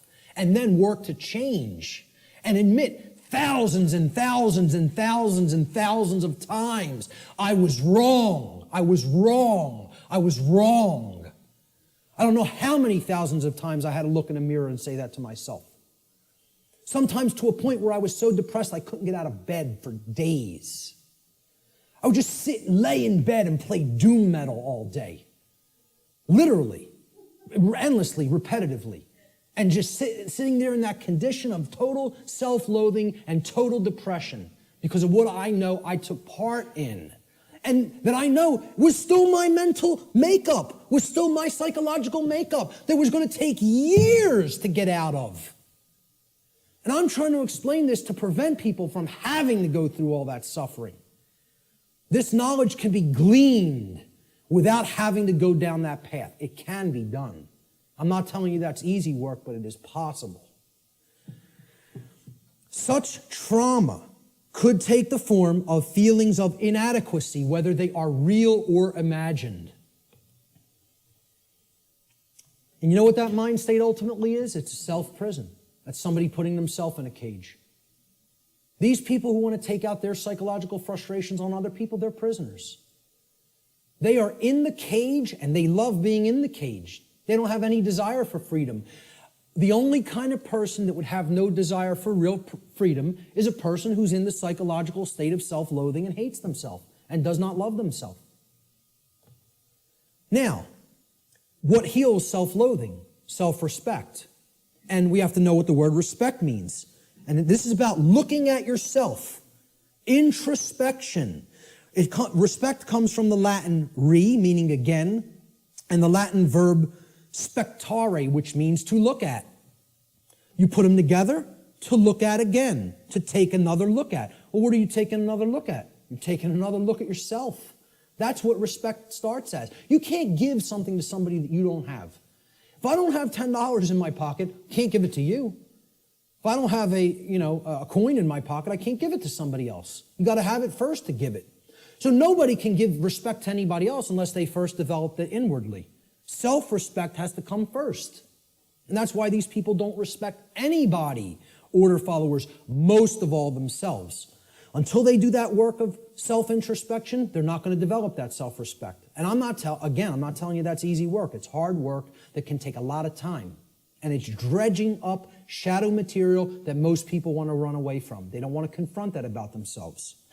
Only self-respect can heal self-loathing and therefore help to put an order follower on the path to conscience. We need to take another look at ourselves. The lost word All right, this is the end of the natural law segment, and I'm just going to talk about solutions toward the end a little bit. All right? The lost word, it's a concept in esoteric Freemasonry, which represents a state of consciousness that has been largely, quote unquote, lost to the majority of human beings. In order to speak the quote unquote lost word, a human being must work upon themselves in order to achieve a state of equilibrium or balance between the left and right hemispheres of the brain. In such a state of balanced consciousness, the being has come to know oneself, as well as the working operations of the macrocosm, meaning natural law. In doing so, that person has also come to understand the objective difference between right and wrong, or as these concepts are referred to in the tradition of Freemasonry, they have come to understand the difference between light, which is right, and darkness, which is wrong. Or light, which is knowledge of right and wrong, and darkness, which is ignorance of right and wrong, respectively. All right? What is the lost word, though? That's the lost word, ladies and gentlemen. You know the knowledge of the highest levels of Freemasonry now.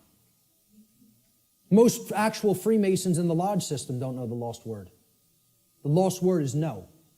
And I would suggest to you, it is a dual word.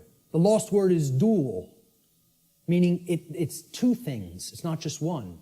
It is the word no, N-O, and it is the word know, K-N-O-W. Those are the lost words. Okay? In the enlightened state of consciousness generated through the knowledge of natural law, a human being is finally able to speak the so-called lost word, which is no. No is the word of all power. Only when we say no to those who would claim to be our owners, those who would claim that it is they who will decide which rights we have or do not have, do we stop externalizing our power to anyone outside of ourselves, and in doing so, reclaim all of our rights, all of our property that has been taken without right. Sadly, very, very few people in our world have the knowledge, care, and courage that is required to do this. This is why this all-powerful word is considered lost. And there's the other variant of the lost word, know. Know your rights. The reason you have to know what the difference between right and wrong is, and therefore know what rights you have and what rights you do not have, is because those who do not know those things will never say the lost word to someone who claims to be their owner. They will not say no, N-O. So let's look at some solutions. I call this section Teaching Natural Law to Others.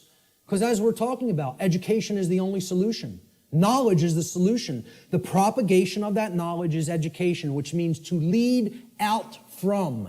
Educere in Latin means to lead one out from something. And what is education? It means to lead one out of darkness, out of ignorance. That's what a real teacher does. You know, doesn't push somebody out. It says, I'm going to go first and show you the way. And you could follow, you know, if you feel that this is the accurate path.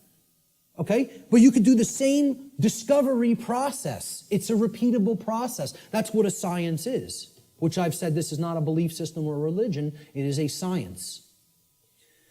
This is also known, teaching natural law to others, which is what I am doing, has been called in all of the positive occult traditions, the great work. And I call it the true great work, because the dark occultists take everything and twist it around, and they have their own variant of the, quote, great work, which is creating a world of total slavery. That's the dark great work. I call this the true great work, or the light great work, however you want to refer to it as. It's just a piece of jargon. It's just a tag that we put on it. Shift happens. Well, maybe, but maybe not. The result's not guaranteed here, folks. The New Agers want to tell you it's all guaranteed, it's all in hand, you know. The Zeta Reticulians are going to be coming in from orbit any moment here, give us all the secrets to the universe, save us from our own ignorance, you know. You just got to wait a few more years or decades or millennia. But they'll be here soon. A quantum shift in human consciousness is required for humanity to become free of its self-imposed state of slavery. Unfortunately, this great change is not an automatic process, nor is it guaranteed to happen at all. We can be in this condition for a very, very, very, very long time. Or it can snowball and lead to total annihilation and the extinction of the human species. The positive outcome is not guaranteed. Anybody who thinks it is very naive and, you know, extraordinarily right-brained and overly positive. I'm not telling you the negative outcome is guaranteed either. I'm telling you it can go either way depending on how consciousness goes. About how many people in quantum numbers are going to choose truth over deception. That's what's going to that's what's going to determine the outcome. Whether or not it will occur is a function of the human will to learn the truth and to teach it to others. This involves enormous effort, enormous dedication, and most of all, enormous persistence. You can't give up. Continuous application of will is required. Continuous work. In alchemy, there's a saying. It's like the catchphrase for the alchemical tradition. Labore et constantia. It means work and constancy. Continual efforts. That's what's going to get this boulder up the mountain. That's it. And it's going to go kicking and screaming, folks, because of the level of calcification the human mind is at. I don't expect this to be an easy process. I'm not blowing smoke up your rear end and telling you, hey, come over and do the work, the great work. It's going to be so much fun. It's going to be so easy. We're going to get it done real quick, and everything's going to be fine. Okay? If I was some New Age guru who was trying to get you all to believe what I'm saying, that's what I would tell you. Because all I'd be worried about is how popular I am and how many followers I can accrue. I'm not interested in that. I'm interested in telling you how it really is. That doesn't make me popular. As a matter of fact, that makes me hated by a lot of people. Okay? This is not going to be easy. A quantum shift has requirements. Quantum, the word quantum is derived from the Latin noun quantum. It's the same word in Latin as it is in English. Quantum in Latin means an amount of something. In order to tip the scales of truth and justice back to balance, a certain amount of people actually need to be doing the great work to help others to receive truth. If we don't have enough people doing that, those scales are not going to tip in the opposite direction. Got news for you. We need to hit a critical mass number. Numbers are required. The New Age movement wants to tell you, no, numbers aren't required. A tiny, tiny, tiny, tiny portion can make great, great, great change happen. Nonsense. It's not called a quantum shift for no reason. It's called a quantum shift because quantum means an amount. Okay? You need to put enough force on that scale to get the truth to tip in the other direction. If you don't have that amount, it's not going to tip. All right?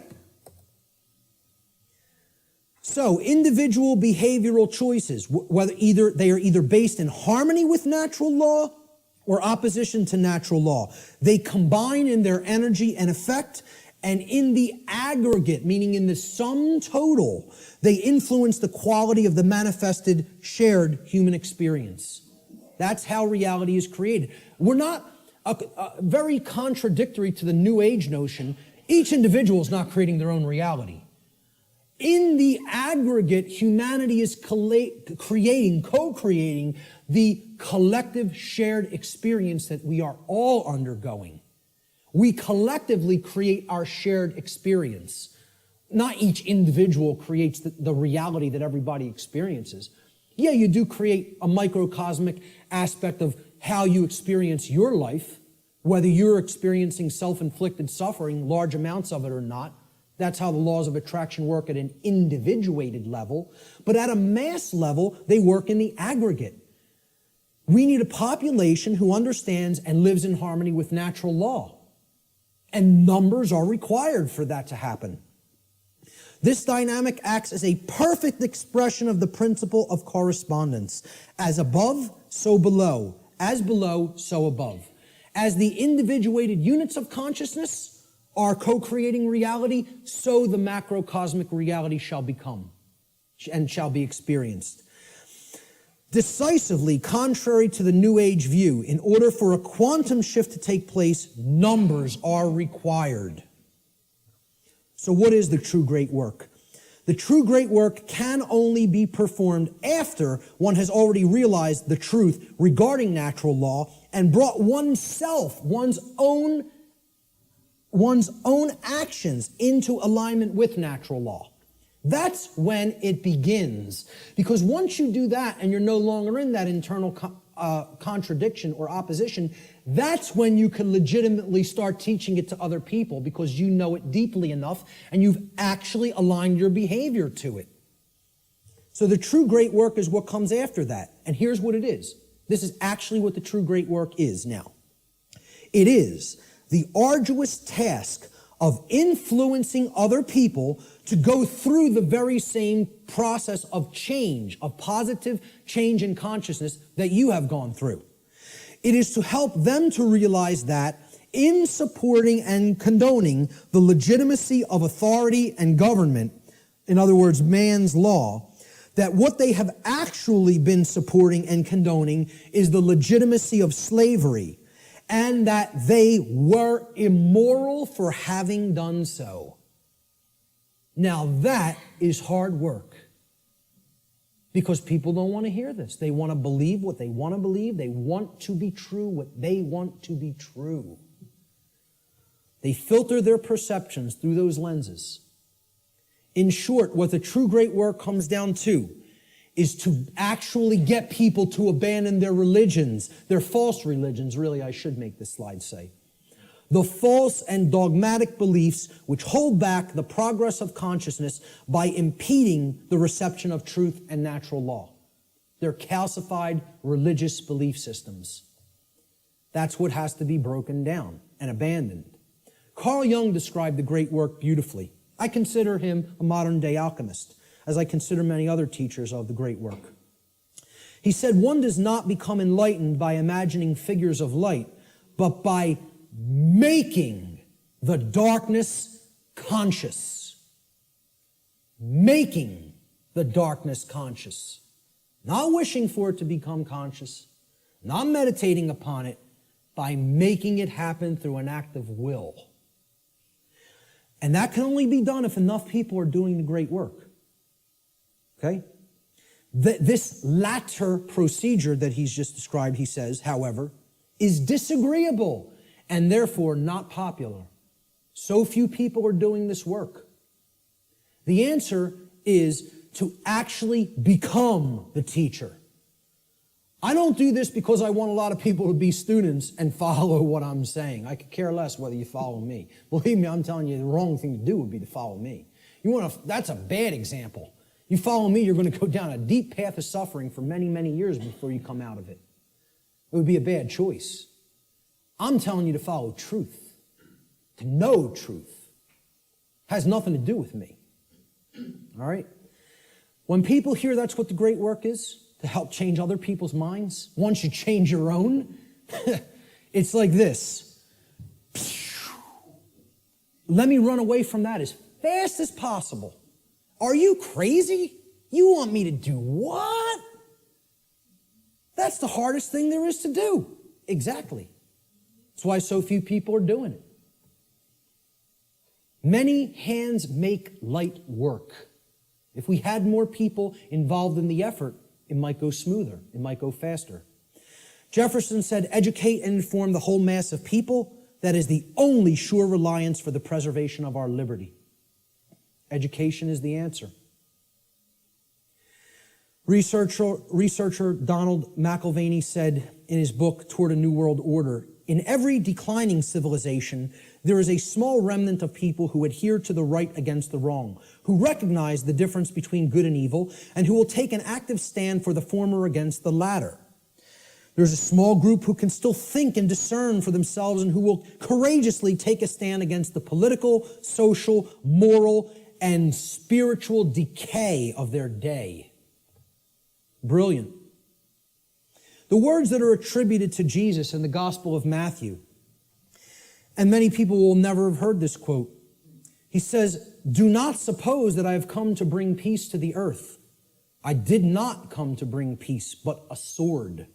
For I have come to turn a man against his father, a daughter against her mother, a daughter-in-law against her mother-in-law. A man's enemies will be the members of his own household." We're going to talk about who the enemy really is. "Anyone who loves his father or mother more than me is not worthy of me. Anyone who loves his son or daughter more than me is not worthy of me. And anyone who does not take his cross and follow me is not worthy of me. Whoever finds his life will lose it, and whoever loses his life for my sake will find it." These are words attributed by Jesus, but what you want to put in place of Jesus is the word truth. The way, the truth, the light, knowledge, knowledge of natural law, Christ consciousness, okay? He's telling you there are going to be people in your own family that aren't going to align themselves with right over wrong. They're going to continue to choose slavery. They're going to continue to advocate slavery. These aren't people who you want to continue to align yourself with if you have made an effort to truly explain what's really taking place. See, this is the concept of true forgiveness and turning the other cheek. It doesn't mean turn the other cheek and continue to ignore evil and excuse evil indefinitely while it destroys you. It means you have to give people who you're close with and you have an affinity with more chances than you would give just somebody who you don't know to learn the truth. It's like saying, because I really care about this person personally, I'm going to keep going back, and I'm going to keep hitting them with the truth. And eventually, if they come over to the side of truth and right, fine. But what he's saying here is eventually, this spiritual war is going to go hot, so to speak. And the people, even who are closest to us, if they don't align themselves with right, are the people who are ultimately continuing the evil in the world. They're the real spiritual enemy. What will this battle really be against, this spiritual war? Well, I say it will really actually be against inner demons that exist in the psyche of mankind. And these inner demons are egos that are hardened into what I've referred to as negative knowledge, emotional mind control, and the fear of true freedom. So negative knowledge is the concept that somebody already knows. They don't want to look at something because, hey, I already know what's really going on. Okay? It's the illusion of knowledge. The greatest enemy may not be ignorance, but rather the illusion of actual knowledge. And people don't have the truth. And not only don't they have the truth, so they're at zero there, right? They're at the 0 point there because they haven't really started looking into truth for themselves, but they're attached to all this stuff that isn't true. So that puts them in the negative. They got to do work to get back to zero of knowing nothing. That's why I call it negative knowledge. Got to do hard work to get back to a clean slate, to start taking in some good stuff. Many people are in that state, and the people who are in that state largely are the overly intellectual, the super left-brained, the left-brain prison folks. Emotional mind control is the second inner demon. I encounter this all the time through people with my work, because many people don't have the thick skin to listen to somebody like me. And that's okay. That's all right. Again, what Art talked about is that in the ancient traditions, they talked about reserve the meat for the strong men and furnish the milk for the babies. All right? I'm not here to convert the babies. I don't have the patience for that. I don't have the energy for that. What I'm trying to do is get the other teachers ready who might have the energy and patience for that. Because that's not me. And I'm being 100% perfectly honest with you that that's not me. I'm not here to do that. Okay? I'm hoping to bring some other people that are most of the way there, all the way there, so they can start doing that on a wider scale. You know, they're going to be the people who are going to work with people like that, not me. I'm just being honest with you about it. Emotional mind control comes in a couple of forms. Well, if this is unpleasant, the New Age variant is this right here. If it's unpleasant, I don't want to hear it, I don't want to see it, and I certainly won't want to tell others about it. See no evil, hear no evil, speak no evil. I'll just ignore it and it'll go away on its own. Well, what happens when you do that with any kind of a sickness or a problem? Does it get better? It gets worse. The second form of emotional mind control is people have a problem hearing truth because they don't like or prefer the way it's delivered. I'm not going to stop delivering truth the way I deliver it. This is my style. I like my style, personally. I don't think I have a problem at all in the way I present.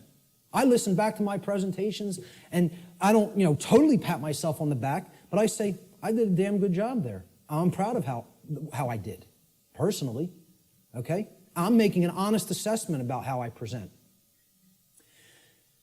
And again, I realize my presentation style is mostly for the thick-skinned. It's not for the people with super delicate sensibilities. So be it. That's not really who I'm trying to reach. I'm trying to do vertical integration, not horizontal integration. Build up the community of people who really get it, and they can start propagating it to the masses.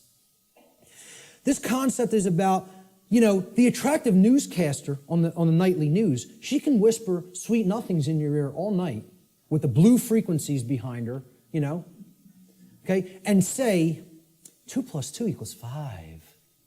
2 + 2 = 5.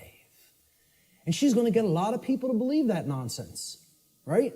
But the person who's actually telling you the truth, that you might not like the sound of his voice, you might not like the harshness that he comes to you with the truth with, he might be screaming through a bullhorn and saying, hey, you're in danger. You are actively in danger. There is an imperative here, okay? There is a time consideration here. You don't have all the time in the world to correct this, all right? People say, well, I don't like the way he said that. That comes off as negative to me. I think he's fear-mongering or making a bigger deal out of this than it is. They're not interested in the content, the actual information. They're saying, the way that was said offended me. I don't prefer the sound of his voice or the tone he just took. Well, does that have any damn thing to do with whether the information was true or not? The people who are in this mind state are under emotional mind control. They believe you can determine the veracity of informational content based upon how it makes you feel. And this is a logical fallacy. That cannot be done. You cannot think with the emotions, and I'm not telling you to disregard the emotions. They're unbelievably important. They are our compass for morality in our lives. They're the compass through which we should set the direction of our behavior. But you can't come to determine and analyze and break down what's true or not and make a filtering system based on just how the information made you feel when you heard it. Okay?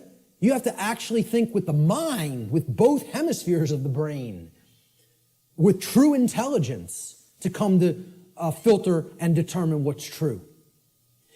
Okay? No matter how much anybody wants to, give you that soft, sweet, pleasant, emotional voice, okay?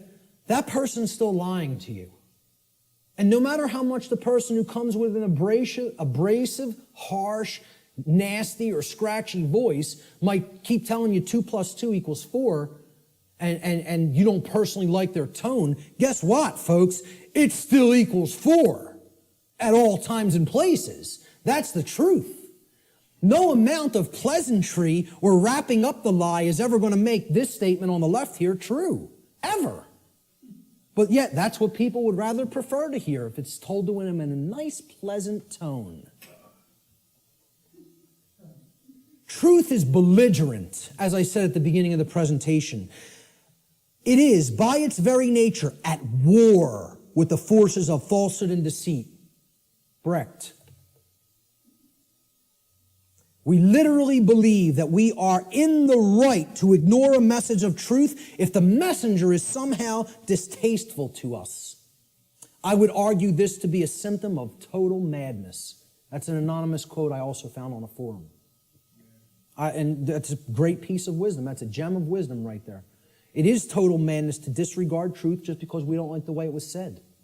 It's called emotional mind control. It's been a big part of my work that I've tried to explain to people.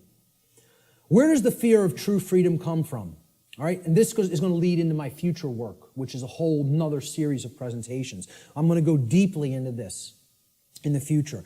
It's very difficult to see here. There's actually a tree there. It's kind of in a deep red because I'm going to put some text over top of it. I should have started it in a more bright red and then faded it into the background, but forgive that on this slide. You can look it up here at the top of the tree. There's the leaves, all right? The leaves are one's refusal to own their own personal responsibility. Now, you would think, oh, that's way down at the root. No. That's the symptom that's manifesting up at the top of the tree. That's actually the leaves on the tree, the leaves and the twigs, right? Then we get down to the big branches and the trunk of the tree. We're getting closer to the heart of the real psychological issues that are at work driving the negative aspect of the problem, all right? And this we've already talked about, self-loathing due to lack of self-respect. Now, what am I really describing here? What have we actually been describing? What kind of people want to live in perpetual refusal to own personal responsibility because they have some nested traumatic issues that have led to self-loathing and lack of self-respect? What am I really describing there? What? Well, yes, it's a slave mindset, but there's something else that I'm describing. What kind of person is that? A child. Thank you. We're talking about people who are psychologically, emotionally, and spiritually immature. They have not grown up. They have not accepted personal responsibility, which is a hallmark of true adulthood or maturity. And this is due to the trauma that they've undergone that's led to self-loathing, okay, and the lack of self-respect, which is why they don't want personal responsibility. They want to remain an eternal child. Now, let's find out what is at the root of this tree of evil. Because until we go into this space, into this causal factor of these other manifesting psychological conditions, we're not actually hitting the actual root of the problem. If a child doesn't like themselves, they hate themselves, they feel they're not good enough, they're not worthy, they have all these imagined feelings of inadequacy and self-loathing, okay? And that's expressing their refusal to grow up and take personal responsibility for themselves in their adulthood. What kind of trauma specifically has that child more likely than not psychologically undergone? They've gone through a specific type of childhood trauma. And I would argue that most people on earth have gone through this type of trauma. And that type of trauma is called abandonment. The human species is suffering from very deeply seated parental abandonment issues that lie at the very core of the psychological condition that we call the human condition. Until we deal with that nested psychological trauma that has been created through abandonment issues, we're not hitting the roots of the tree of evil. We're not getting down to the very core issue that needs to be understood. My future work, I'm going to be presenting this on December 12th in Philadelphia, for anybody who's in the Philadelphia area. It's going to be what I would call a synthesis, an explanatory synthesis of why this is the root psychological condition of humanity. I call it cosmic abandonment. And this is going to be one of the biggest aspects of the next part of my work. I think it's going to really set my work apart from others in the truth and freedom community and the alternative research community. Until we wrestle with those psychological abandonment issues, we're not getting to the heart of what's causing these other problems in the human psyche, like self-loathing, the lack of the development of self-respect, and the refusal to own the responsibility for one's own actions. And I'm going to connect this with human origins. And I'm going to make the case that it has always been like that. It has always been like that. We have been children on this planet since we have been on this planet. And we have never actually psychically, psychologically, and emotionally and spiritually grown up, because as a species, we have undergone what I term cosmic abandonment. So that's going to be coming up in future aspects of my work. What will be required on the part of those performing this great work? And you know, it is like Sisyphus rolling that boulder up the hill. We just got to get it up to the top and give it that one last push so we don't have to keep doing it again. Who knows how many times we've already tried to do this, and it's ended in failure. We need the knowledge of the real enemy, okay? And we'll get to what that is. We need to devote ourselves to service to truth, not even service to humanity. I'm not saying that's not a great virtue to have and to enact. I'm telling you we need to go beyond that. This isn't about service to me, you, or any other individual. It's about service to truth and principles, first and foremost. And we need courage and persistence. And then we need practical real-world skills. The knowledge of the real enemy needs to ultimately come first. And this isn't it, folks. This priest class that goes and meets and has the rituals at Bohemian Grove, I'm not telling you they're not evil. I'm not telling you they're not psychopaths. I'm not telling you that we don't need people like that in the world, okay? I'm telling you that in this spiritual war, this is a tiny, tiny, tiny, tiny, insignificant, as far as numbers are concerned, fraction of the totality of the human population that could not possibly control the minds and the behaviors, and therefore the behaviors of the masses of people without our compliance, without our ignorance.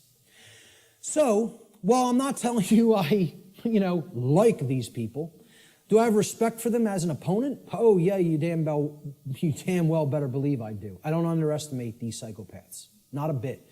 You want to know why I worked with them? I know what their will is like. I know what their intellect is like.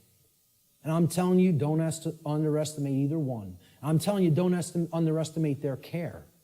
They don't have, like I said, they don't have care in the terms of compassion and the normal range of human emotions like we do, but don't think that means they don't have care. They deeply care about what they're enacting, what their agenda is, and they have the will to carry it out, and they're not slowing down. They're unified. They're on a unified front. They're on the same page. Believe it. Know it.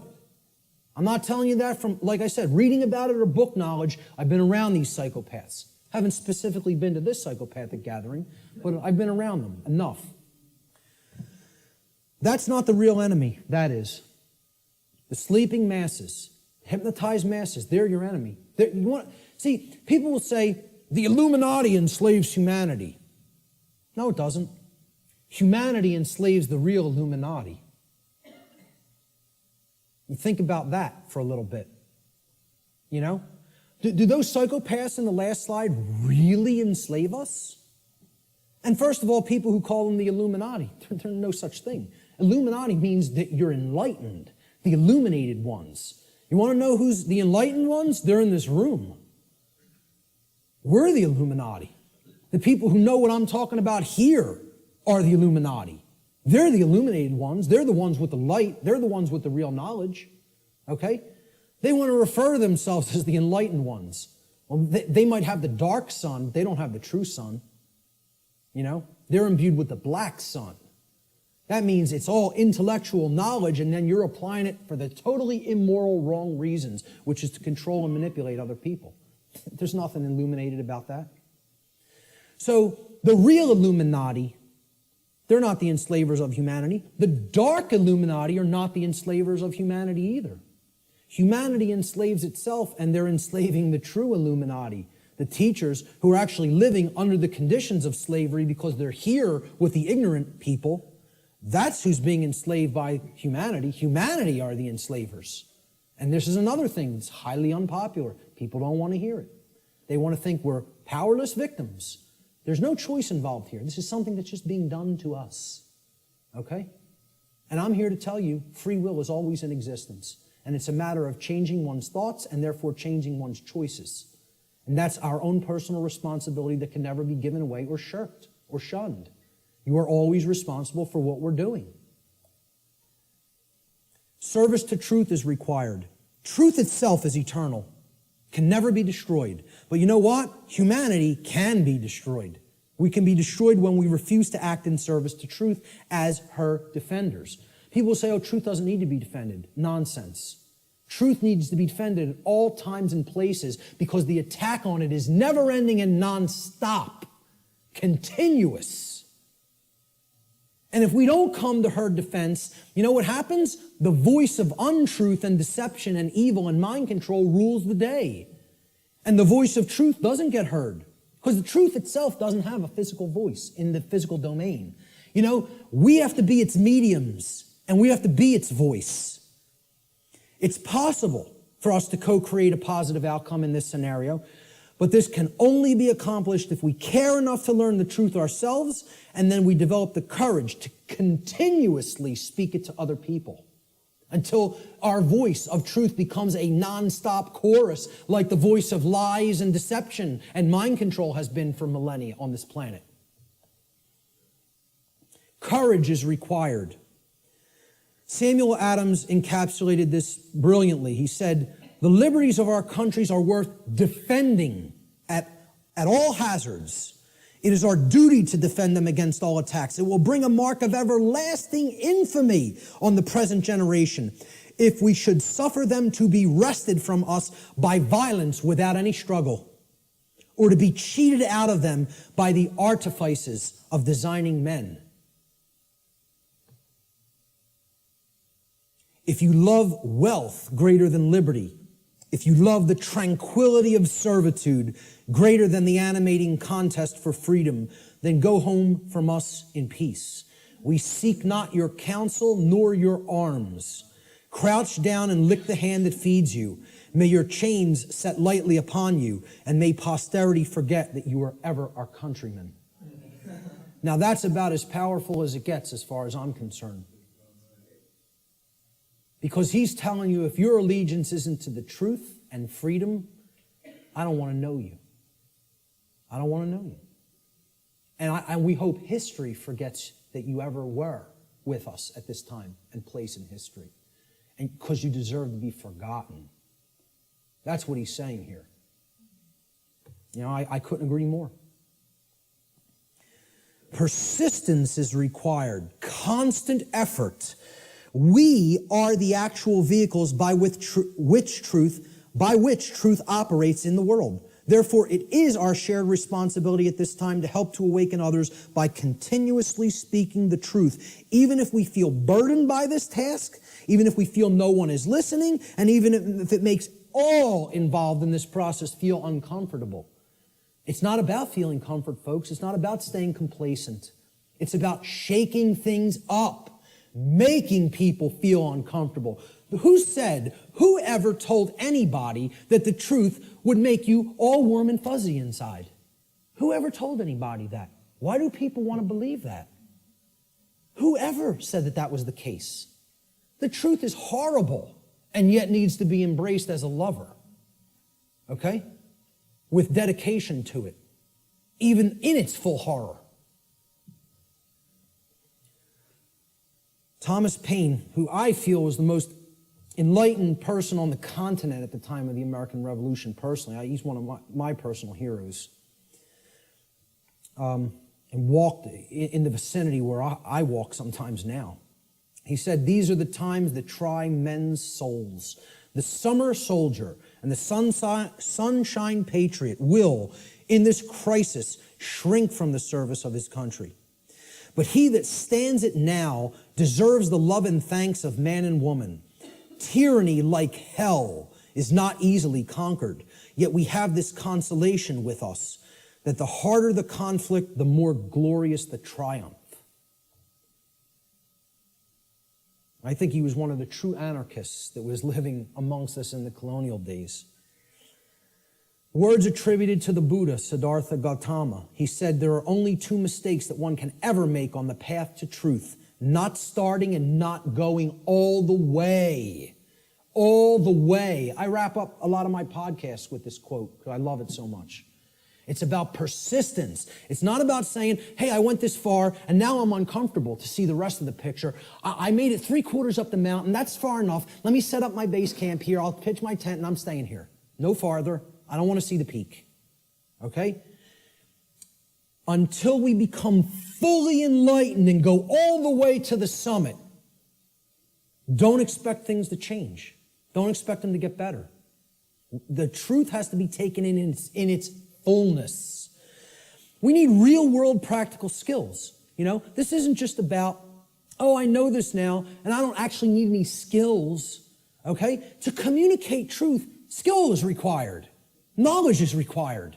Okay? To reach a good amount of people. Yeah, you can just talk to the people around you.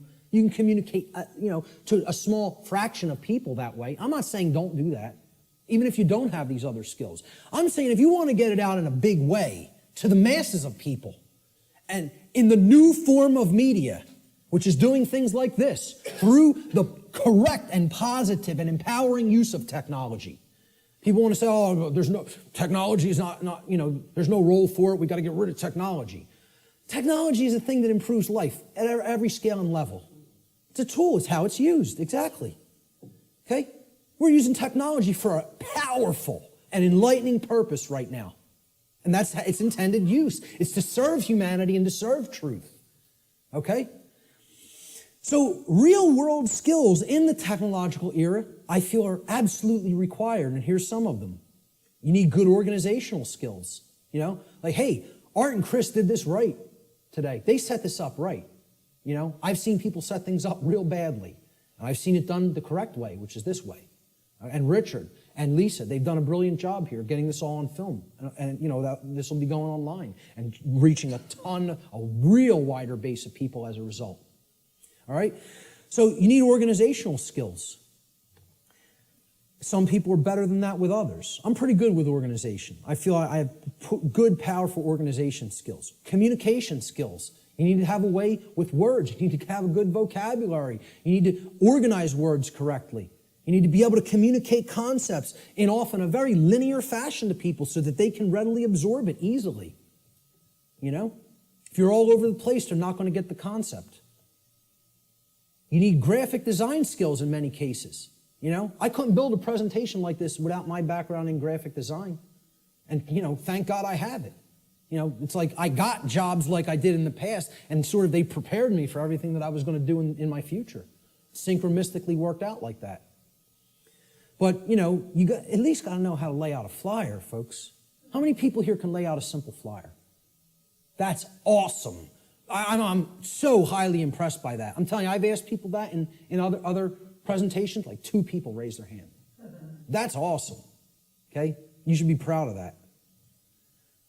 Presentation skills, like putting something like this together. How many people have basic presentation skills with a computer? All right, a little less, but not bad either. I'm impressed. Okay? Audio skills. Sometimes you got to work with audio, and podcast audio, etc. Video editing skills. I know Richard's a master at that. Website development. This was laborious in the past, just 10 years ago. We have free open source content management systems now that make this almost a breeze. It's a little bit of a learning curve, but once you get there, hey, you're off to the races. You can maintain multiple websites then, right? So how many people can build a simple website by a show of hands? That's also awesome. I mean, kudos. Whoever hates that word, whatever. But I'm telling you, that's impressive. For an amount of people in one room to have all those skills, I'm impressed. It's very rare. All right? Networking skills. I mean, literally like people skills. I'm weak on this. All right? I can do it. I don't like doing it.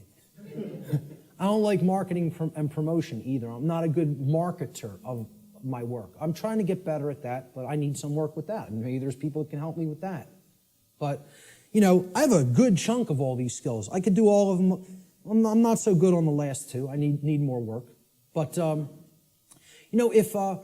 if most of us don't have these skills, we're not going to be reaching the optimum number of people. We need to become the new media that is dedicated to truth and put that out there for other people's consumption and other people's edification. All right? We are the answer. We are the illuminators, the ones who will help to enlighten other people once we've taken this knowledge into ourselves. And then that's only the beginning, folks. You got to put it back out there. I tell people the story. I had all this knowledge for a long time, sitting on it, doing nothing with it, just taking more in. Oh, I want to make sure I got it all right. I want to make sure I got the whole picture. I go to a meeting in the state of Virginia. Virgin, the goddess, okay? Care. Very synchronistic. A woman comes up to me. She says, "You're one of the most knowledgeable people I've come across. What are you doing?" So what do you mean, what am I doing?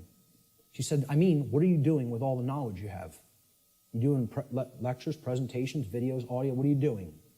I'm not doing any of those things. I'm just taking a lot more in, downloading a lot more videos. She goes like this, and it's just so matter-of-factly and harshly. What makes you think you have the right to do that? What makes you think you can keep taking all of this in, all of this in, all of this in, and not put any of it back out? What makes you think you even have a right to do that? It was like somebody hit me in the face. She said, this was her phrase. She said, I'll never forget it. You're Niagara Falls in a water balloon. You're taking all this in and all this pressure building up. It's got no outlet. It's going to burst. She said, you have to put an outlet valve on that knowledge and let it flow out of you and go out to others, and then more will come in. Right now, there's no pressure release valve. You're Niagara Falls in a water balloon. It's like a truck ran me over, you know? Literally like I got hit by a truck.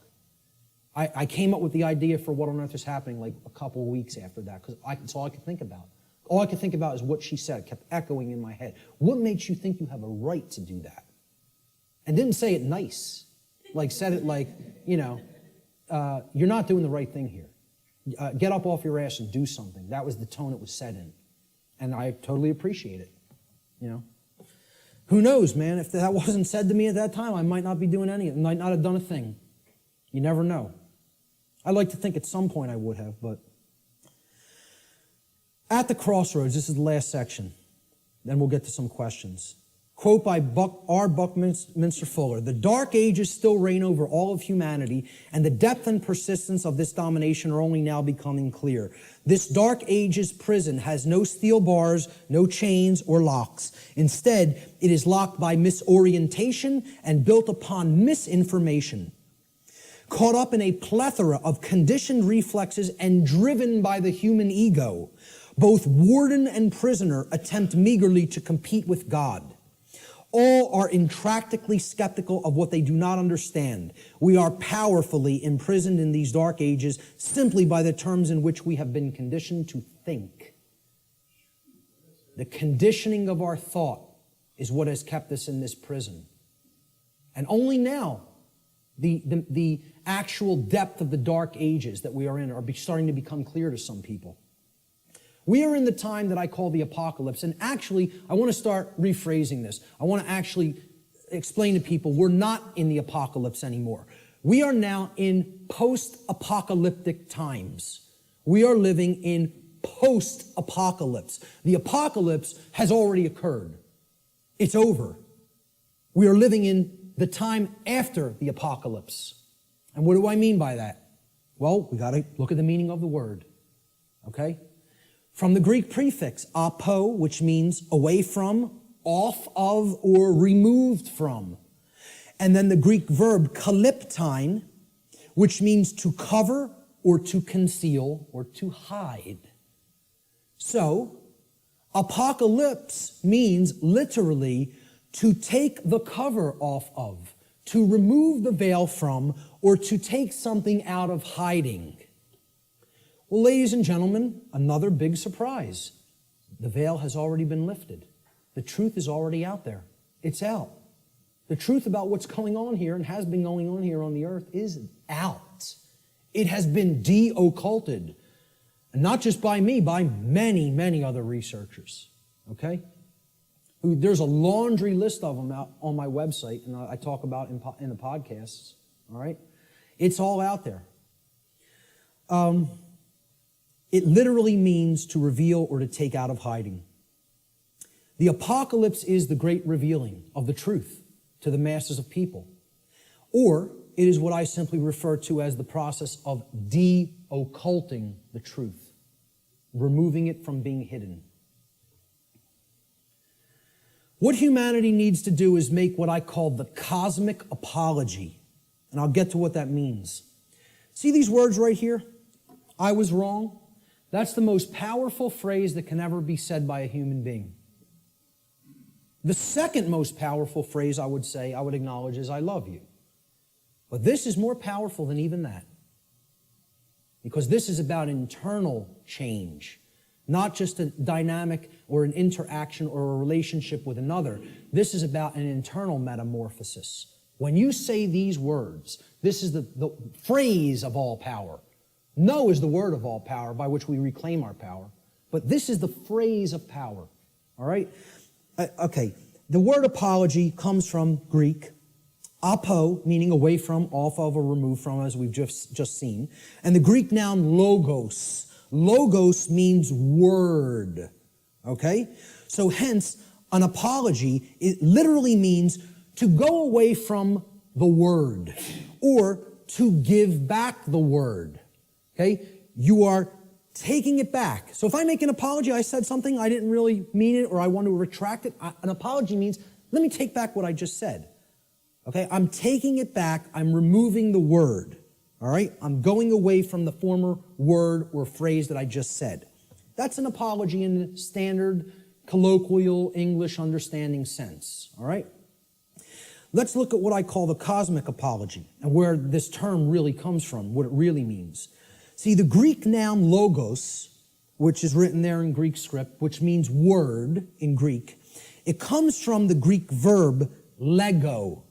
All right? Lego in Greek means to speak or to say. It's where we get the English word lexicon from. All right? The Latin noun legis is related to the Greek verb lego, to say. Again, because who put the laws into manifestation? The Creator did. How did the Creator manifest the physical universe and all the laws? Spoke it into existence.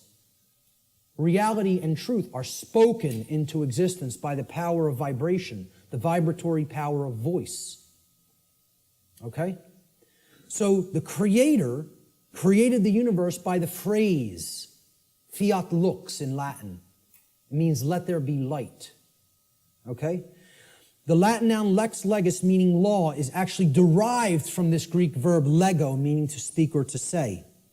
God and not man is the logos, the author of law, the one who spoke the law into existence at the creation of the universe, because natural law is the boundary conditions of the manifested reality called the physical universe. These are the boundary conditions which govern it. Humanity's work is to learn to listen to God's word, not man's law, natural law, spiritual law, moral law, God's law, karmic law. I don't care what you want to call it. Call it whatever you want. Okay? Consequentialism. This is the truth. That's what, you want to talk about what all these phrases really mean? It all comes back to the word truth. That's it. It's the truth about what is, what's operating here. And humanity needs to align its behavior to this law, God's law, natural law. Without alignment of its behavior, don't expect to natural law, don't expect a thing to change here. Expect it to rapidly grow worse. Humanity must make a cosmic apology by giving the word, okay, which means the authorship of creating law. See, we think we're the authors, we're the authorities. That's what author means, right? Author. What's another word for author? This is just this is how mind control through words works, right? An author is a what? A writer. Well, what are you saying there? An author who has authority, they are authoring something, is a writer. They are a right, R-I-G-H-T-E-R. Okay? They're making it into a right. This is what you hear when you hear the word authority. You hear author, which means a writer, meaning one who makes rights, which means someone who believes they're God. That's all this really comes down to. In a nutshell, we're up against a class of people who believe that they can be God and own and rule everybody else. That's all the dark occult comes down to, folks. People who believe they're God. Sick, psychopathic lunatics who think they're God and are going to rule the hell of the prison world that they're going to create, that they call their dark new world order. We need to give the word back. That's what an apology is. And who it needs to be given back to is the creator of the universe, because that's the author of the law. That's its rightful owner. The word doesn't belong to us, folks. The word belongs to God. That's why it says at the beginning of the biblical text, in the beginning was the Word, and the Word was God. You know, that's what the Logos is. Natural law. God is law. You want the best definition I could ever give you for the word God? Law. People don't want to look at it like that. Very few people ever look at it like that. That's what the force of creation is. It's natural law. It's how we co-create our reality, whether we do it consciously or unconsciously. This apology is accomplished when we open our minds and hearts to truth and we start saying the lost word, no to evil, to the presence of evil in our lives. See, this is an initiate inside what was known as the Ǧ or the Đ pillars, depending on how certain people pronounce it. And these Ǧ pillars represented stability and enlightenment. And they represent the two principles, the sacred feminine principle of non-aggression and the sacred masculine principle of self-defense. The initiate is the enlightened one who is incorporated and bridged both pillars and has come to the place of cosmic illumination, which is represented by the winged disc of Ma'at in the Comitian tradition, which is over the lintel between the two pillars. That winged disc of Ma'at. Ma'at was considered a great mother goddess in the Comitian, the ancient Egyptian traditions. Okay? She was the force. She was a personified deity.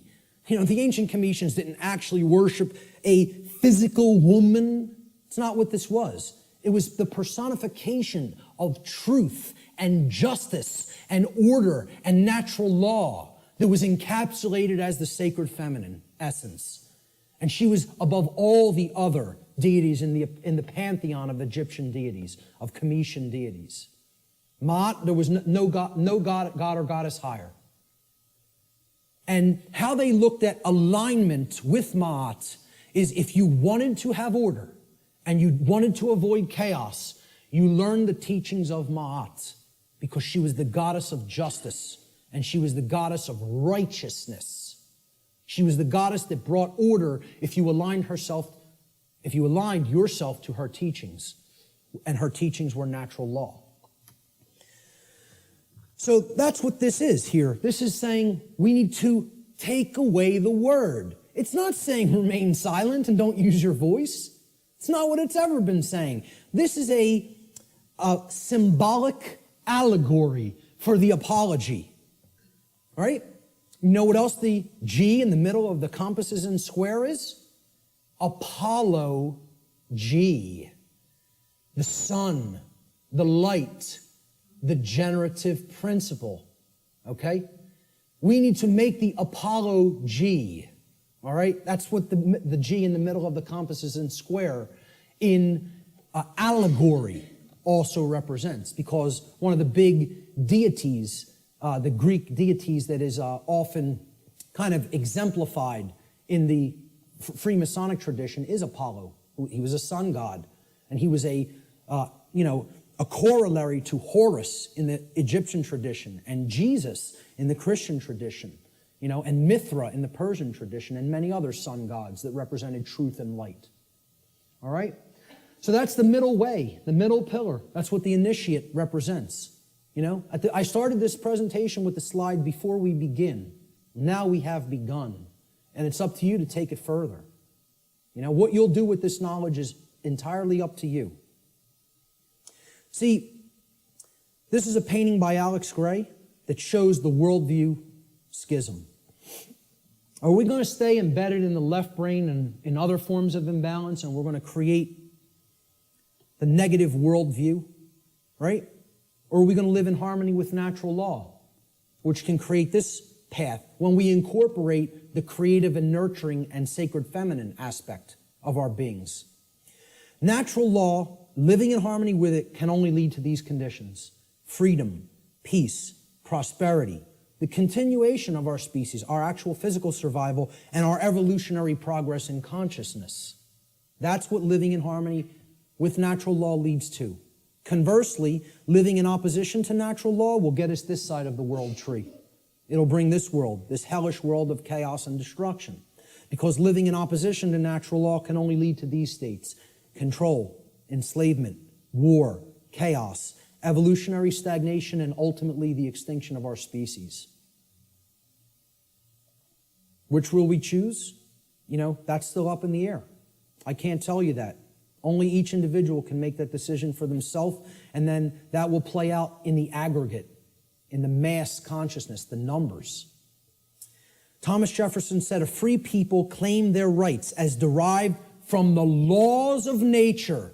And this was also embedded in the Declaration of Independence. The laws of nature and of nature's God, and not as the gift of their magistrates. John Locke said, "The natural liberty of man is to be free from any superior power on earth, and not to be under the will or legislative authority of man, but only to have the law of nature for his rule." Former Grand Master of the Order of the Rose Cross, the Rosicrucian tradition, Francis Bacon, said, "Nature, to be commanded, must first be obeyed." If we want the forces of the cosmos on our side, we have to learn and adhere to the principles of natural law. If we do not align our behavior to that, nature will not stand with us. It will continuously stand against us, and it will itself create more strife and suffering in our lives. And we certainly won't command it. We won't command its forces with things like free energy used for any positive purpose. It'll only be used for destructive purposes. The psychologist Alfred Adler said, "There is a law that man should love his neighbor as himself." And he's referring, of course, here to the Golden Rule. "In a few hundred years, it should be as natural to mankind as breathing or the upright gait. But if he does not learn it, he must perish." And you know, folks, I would really hope this is going to take less than a few hundred years. But based on where we're at, I'm not so sure. You know? I think we could do it a lot faster than that if we accept the key that's been shown here today, that, as I said before, has the power to unlock all the locks on all the doors to all the cages. And that's what the knowledge of natural law comprises. Will we make the choice to climb the ladder of consciousness through an act of our own free will, choice, and effort? It's not a simple climb. I mean, it's a difficult climb. It's not overly complicated to learn these concepts, to learn these truths. It involves abandoning many things that we've already been conditioned with that don't serve who we are, okay? But I'm not telling you it's going to be easy, all right? It involves a lot of deep introspective work. But if we do it, we can step out of the prison that we've imposed upon ourselves by balancing the sacred feminine and masculine forces within each one of us. And by recognizing our own inherent sovereignty, and that there is no legitimacy and never has been any legitimacy to slavery and control and the external rulership of human beings as subjects. Okay? That recognition of sovereignty has to go hand in hand with our knowledge of natural law. It's a totally integrated component of it. This was the title slide. This card, this tarot card was on the title slide. When you understand, and I've talked about this in some of my work online, when you understand the deep connection to the tarot tradition and other mystery tradition teachings, specifically its very deep interwoven relationship to the Kabbalistic tradition of the Middle Eastern mystery traditions, all right? You understand that this card right here actually represents the will of creation and what creation itself, what the mind of the universe itself ultimately wants to manifest in physical reality. Not in some other worldly dream world or fantasy realm or spiritual reality that is to come or not come. Right here in the physical domain, which is not separate and distinct from the spiritual domain. They are one and the same.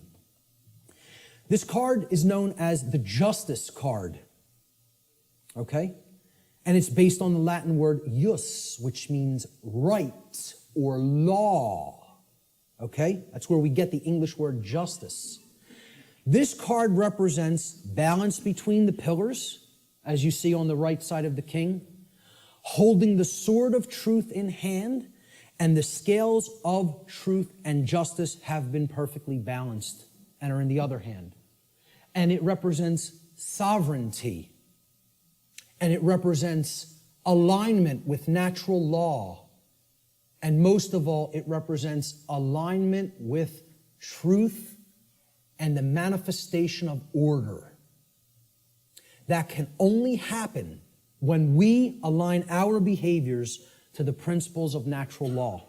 Only then will we see the manifestation that the universe is itself wishing for us and trying to help us create, which is justice and order. If we let go of the things that are holding us back and break our mental chains of bondage, we can create a world that is based in actual, real freedom. It is possible. I'm not telling you it's not going to be arduous work or a difficult journey, but it can be done. Okay?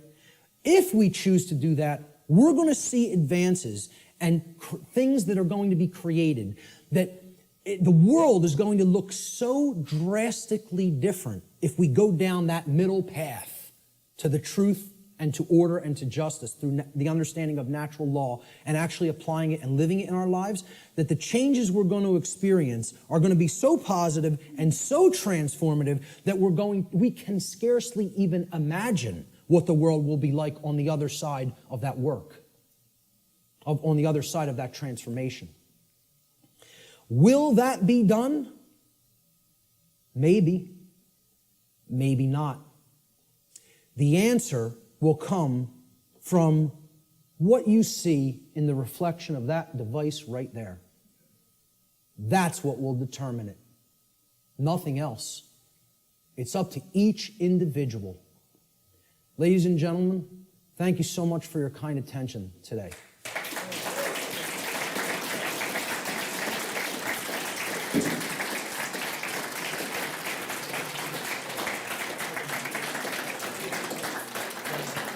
Thank you. Thank you. Thank you. I appreciate that. Finally, this right here, Lex Rex, simply means the law is king. The law is king. Lex Rex. That's my final slide. Thanks so much. Let's do some question and answer. How much time do we have, by the way? Did I run way over or did I leave some? Oh my God. Hey, I'm very happy that the venue allowed us to go over by this much, okay? And that they didn't just come in and say, you got to get out of here. So I really did want to leave time for questions, but I think it would be, I don't know if it would be really just, intrusive and ignorant at this point to just stay even beyond this time. So maybe we should start packing it up, all right?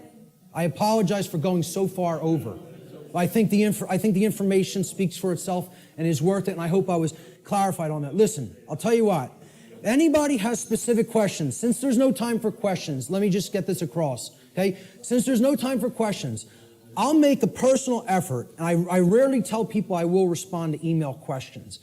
You tell me that specifically that you attended this seminar here today in an email. And if you have a specific question, get to the specific question quickly in your email, and I will make the time over the next few weeks to try to respond to everybody. I'll promise that. How's that? Does that sound okay? All right, great. Thank you. Thank you guys all so much for being here, for staying for the whole thing. Thank you. I'm very impressed with you guys today. You know, that takes a tremendous effort of will and attention. So, you know, thank you guys so much.